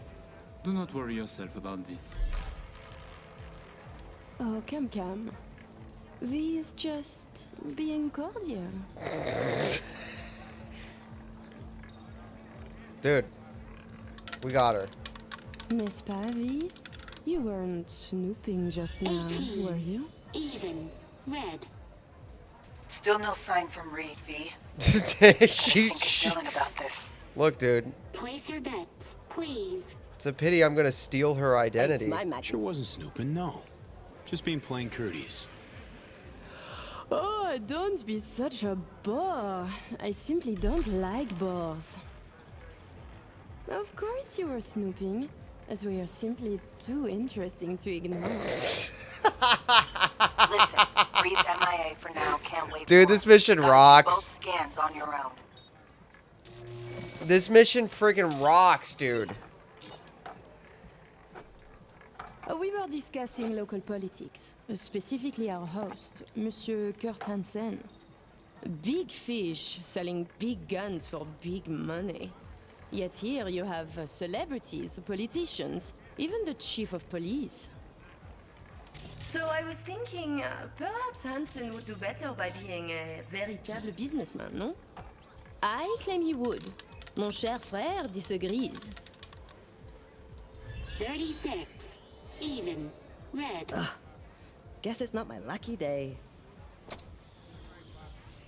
Place your bets, please.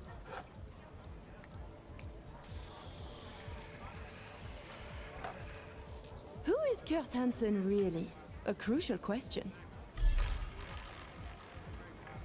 Tread carefully with that duo, V.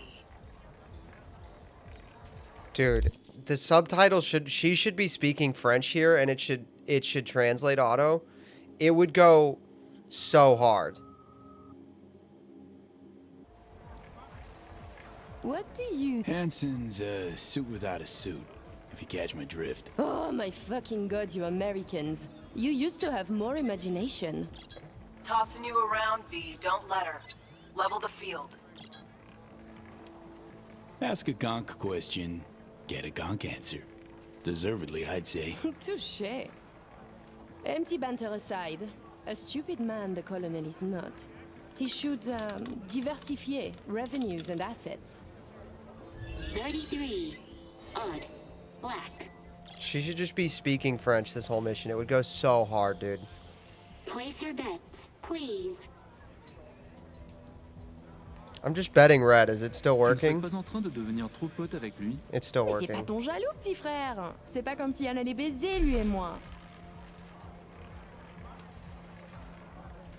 Pretty shameless bastard. See? That was way cooler. I agree. That was cooler. Why don't they do that the whole time? Hansen could take Dog down by the throat, eject the junkies, and make it a paradise for billionaires. Just getting rich is dull. You should work for the community. Invest, create jobs, throw banquets. She's getting chatty. Doing good, V. And charities are excellent washing machines. You launder billions, believe me. 29. Is it? I think it might be because French accents. English is sexier. That's true. Oh, I got black that time? That's crazy, dude. Place your bets, please. I'm just betting You're red, so dude. childish. It's beautiful. What? Hansen going missionary position in business? Nonsense. Reed's still not responding. But you keep working it. Let's go. Swap twins. Sis is right, you know. Legit biz. Lots better. Safer than the gangster shit. Oh, please. What would he do? Build homes? Strip malls? He is very good at what he does. A professional criminal. Soldier yesterday, crime lord today. Why not biz shark tomorrow? Yet he is a businessman. And to make it legal, it is a lot of work to do for a simple change of label. Good. Little worm's opening up. 17. Odd.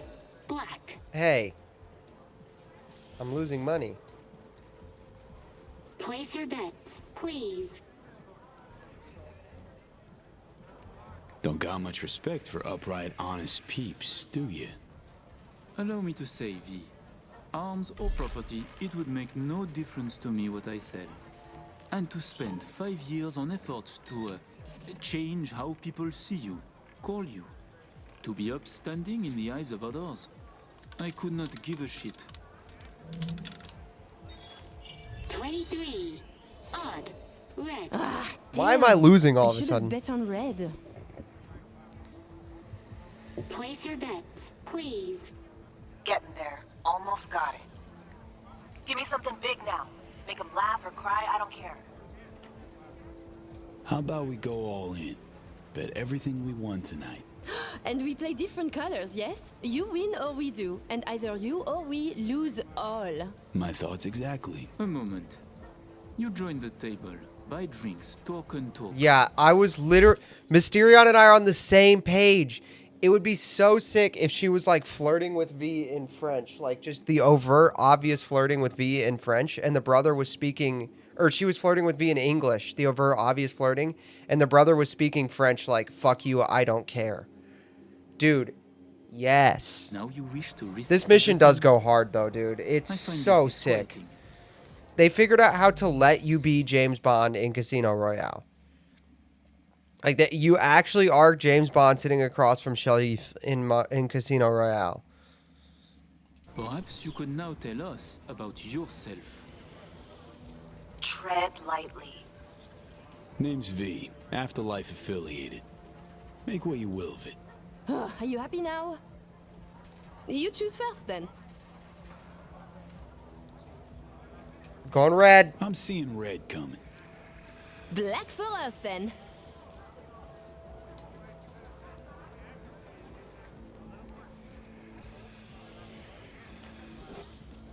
Here we go. Come on, red.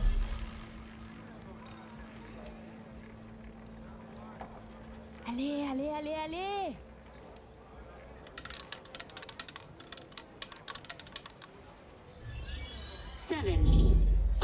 Putain de merde. Let's go, chat. Money. Leave us for a moment, if you please. Oh, this is bad. Congratulations to you. This is bad. I know your friend Reed is FIA. My natural assumption is you're an agent too. I might be guessing you two took it upon yourselves to save the president, then exfil her out of Dogtown. I should send you back to Night City in body bags, filled with pieces. You are more than welcome to try. I have a military-grade Sandavestin in my neck. It will not go well for you. Wow, you cracked it. Clever man. To be honest, I got tired of the media circus. All the allegations thrown in my we didn't get her face, number, though. The bullshit propaganda. Luckily, we can put all that behind us now. So what now? Gonna kidnap me? Torture me? I will let you and Reed walk free of this place. In one piece. On your own 2 feet. Consider it a gesture of my goodwill. Your little bird came to me on her own, though. She was tired of breaking international laws on the president's whim. She simply had to run away. Breaching the Black Wall, jeopardizing the net, all humankind's safety. Dude, did you just come up with that? Why are you not writing stuff, dude? That's such a good line. Watch would say. Pass it on to President Myers. Also tell her her toy of mass destruction is my friend now. And she should get the fuck out of my backyard, or the world will learn about her games. I've matters to attend to. You'll find Mr. Reed downstairs. Bye. Okay, V. Got all we need. Sheesh, colossal prick. Hear what he said? Yeah, caught it all. Didn't like it one bit either. Son of a bitch said I'd find Reed downstairs. Yeah, heard him. Wasn't crazy about his tone. What do you mean cash out your winnings and I only have 80? I bought in for 80. I doubled up on 60. I should have $120,000. Kurt Hansen scammed me.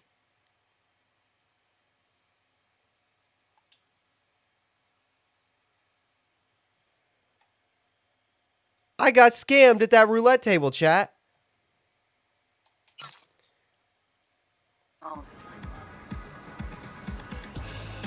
Time to evac, V. Best not tempt the fates. Head to the elevator, right down to 1. Need to know what's up with Saul. Eat something, Lizzie. No buts. Hey, Liz Wiz, famed singer, right? And you are? V. Just V. Nice to meet you. Nice to meet you, Just B. Perhaps we'll meet again someday. We just might. Enjoy your evening. One of the funniest, like, black comedy side missions in this game is Lizzie Wizzy. Because she's so chromed out, she goes full cyber psycho and kills her manager slash boyfriend. Is everything in order? And, Routine verification. Please enjoy your evening. you have to cover it up for her. And she sits there thinking about how people will forgive her because it's a great song.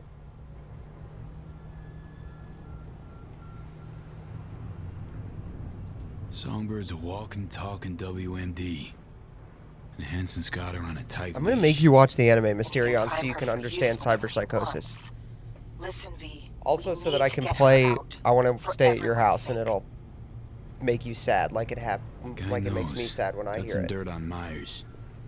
Can't imagine it happening. But if the public learns that any U.S. president willingly broke international laws governing cyberspace use, NUSA's fucked. Myers will either have to take the fall, let herself be buried in dirt for this, or she'll defy the world and spark another war. Myers will start another war. That's what will Just happen. once I'd like to see things go smoothly, as planned. This feels so very, very wrong. Oh, I have tissues over here. Those are so much smoother.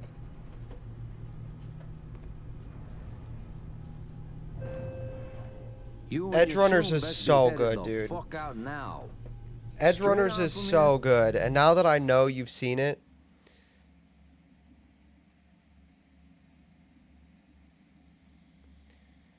it's not. Edge Runners isn't even like, bro. I have not seen any anime really at all. Like I watched a season of Titan, whatever it is. Attack on Titan, I think, yeah. But dude, you have to watch Edge Runners.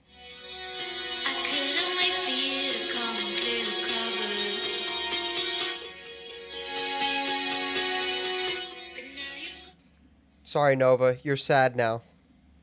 Nova is sad now. I just made Nova sad. That was a crazy magic trick that you all just watched. Nova in chat. Gonna walk you two out. Are you sad now? Come on, V. No reason to hang.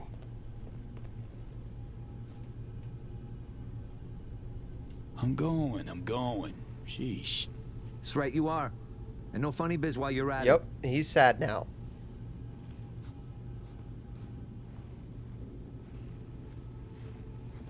Feels weird how easy in the game against Adam Smasher is when David clapped him.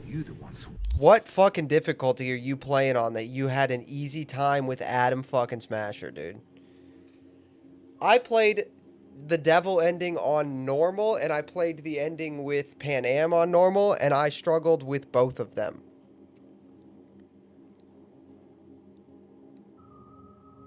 What, are you playing on easy? Busted your way in. Through them tunnels like eels or something. No, you should watch it though, Mysterion. You should watch it. It is sad. You should watch it. What you gonna do about it? Took out some of my chooms. We fucking served together. Maybe Hansen lets you walk. But we won't. And since he is not here, who knows what's gonna happen?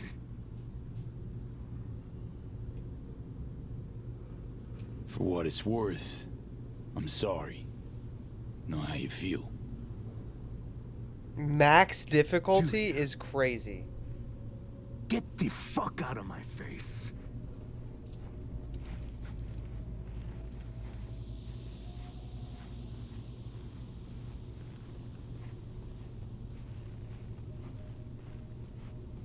I know you can get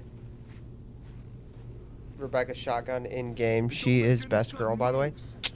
Or you can stick We're not gonna have around. this debate while I'm Get on down stream, on all fours, but you're wrong. twerk it, and work it. What? That's gay. We'll be out in moments. That was gay of you to say that. Off? Great. Hit the fucking road.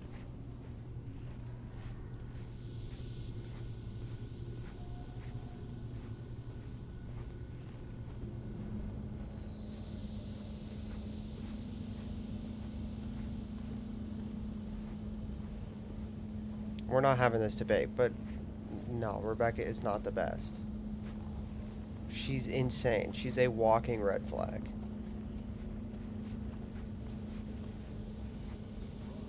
You need to watch Edge Runners, Mysterion.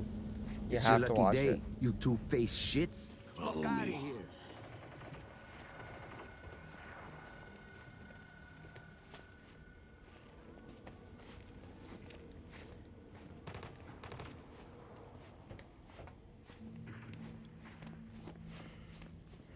How'd things go, V? Got everything. All set. You can blame me for the You got thorough consequences. scans of the I think you're runners. going to be Both. sad and glad What's you up? watched it. I said we got everything. Well. And then you, excused yourself, stepped away, disappeared? Hansen showed up. We chatted. Threats were made, actually. Said if Myers doesn't let up, the world will learn about Songbird Pierce and the Black Wall. Oh yeah, dude, that guy, he straight up told me to get on the ground and twerk it. That's so gay. Why did he say that? Hansen knows all. Need to get her the fuck out, Reed. Really. I was afraid of this. Okay. P, Alex and I have work. We need to analyze the data from Songbird. Might take a day or two. Preem. Open comms line then? Sure. We'll work out a game plan. Get back to you ASAP. Oh, and V, bang up work. I should have cut his head off. I would have had to fight like 70 people in there. I don't think that's a great idea.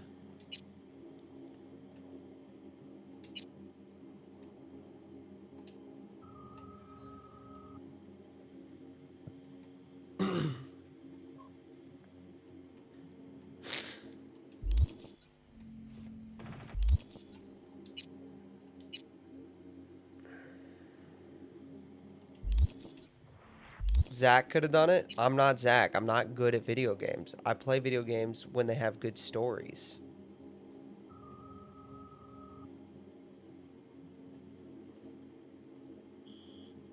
And for almost no other reason.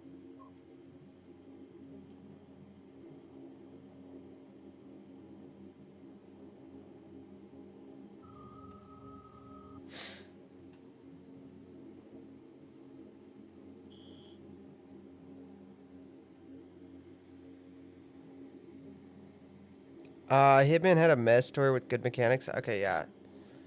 But, I mean, that was kind of the exception, right? It's kind of like the exception to my rule. Yeah, Zach, this jump is so much better, but it is way harder to time. I can't time it very well. Were you playing on keys? I wonder if you're playing on mouse and keys.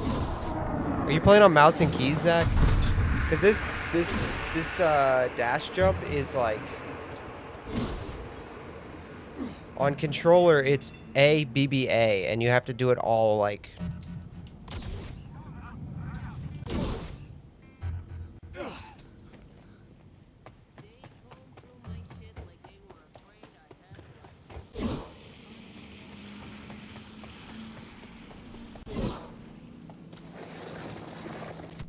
Dude, I kept sliding. I just kept sliding. You do you play on keyboard? Okay, yeah. Cause it's like you have to jump. I don't want to do it right here because I don't want to accidentally start a fight with these guys. I'll do it facing this way. You have to jump, push B twice to dash. Getting close to the end of the casino. That was the end of the casino mission. No, you have to push B twice. Like, look. Watch.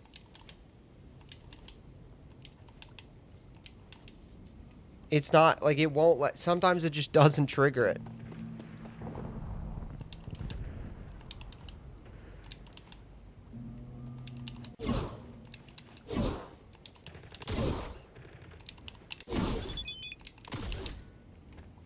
Yeah.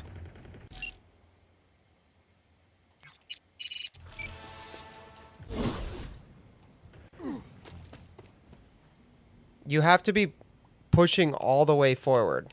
That's what it is. I'm realizing it now. If you're not pushing all the way forward, it doesn't dash. So if you're like... if you're not all the way forward on the stick, because on mouse and keyboard, if you have W down, it counts as the stick being all the way forward. So if your stick's not all the way forward, it doesn't work. It only works when the stick's all the way forward.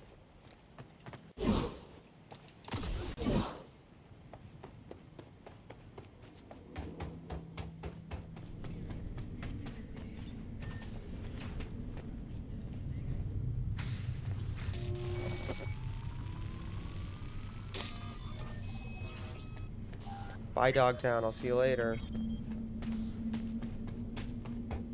Why don't you use keyboard?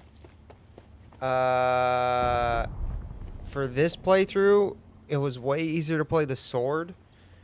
And also the driving. Yes, I'm on PC. And the driving sucks on mouse and keyboard. And the movement is way more fun, I thought.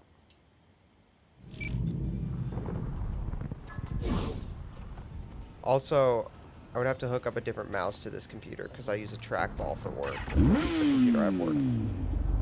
Watching you today made me re-download this. That's just how bad I am at the game, chat.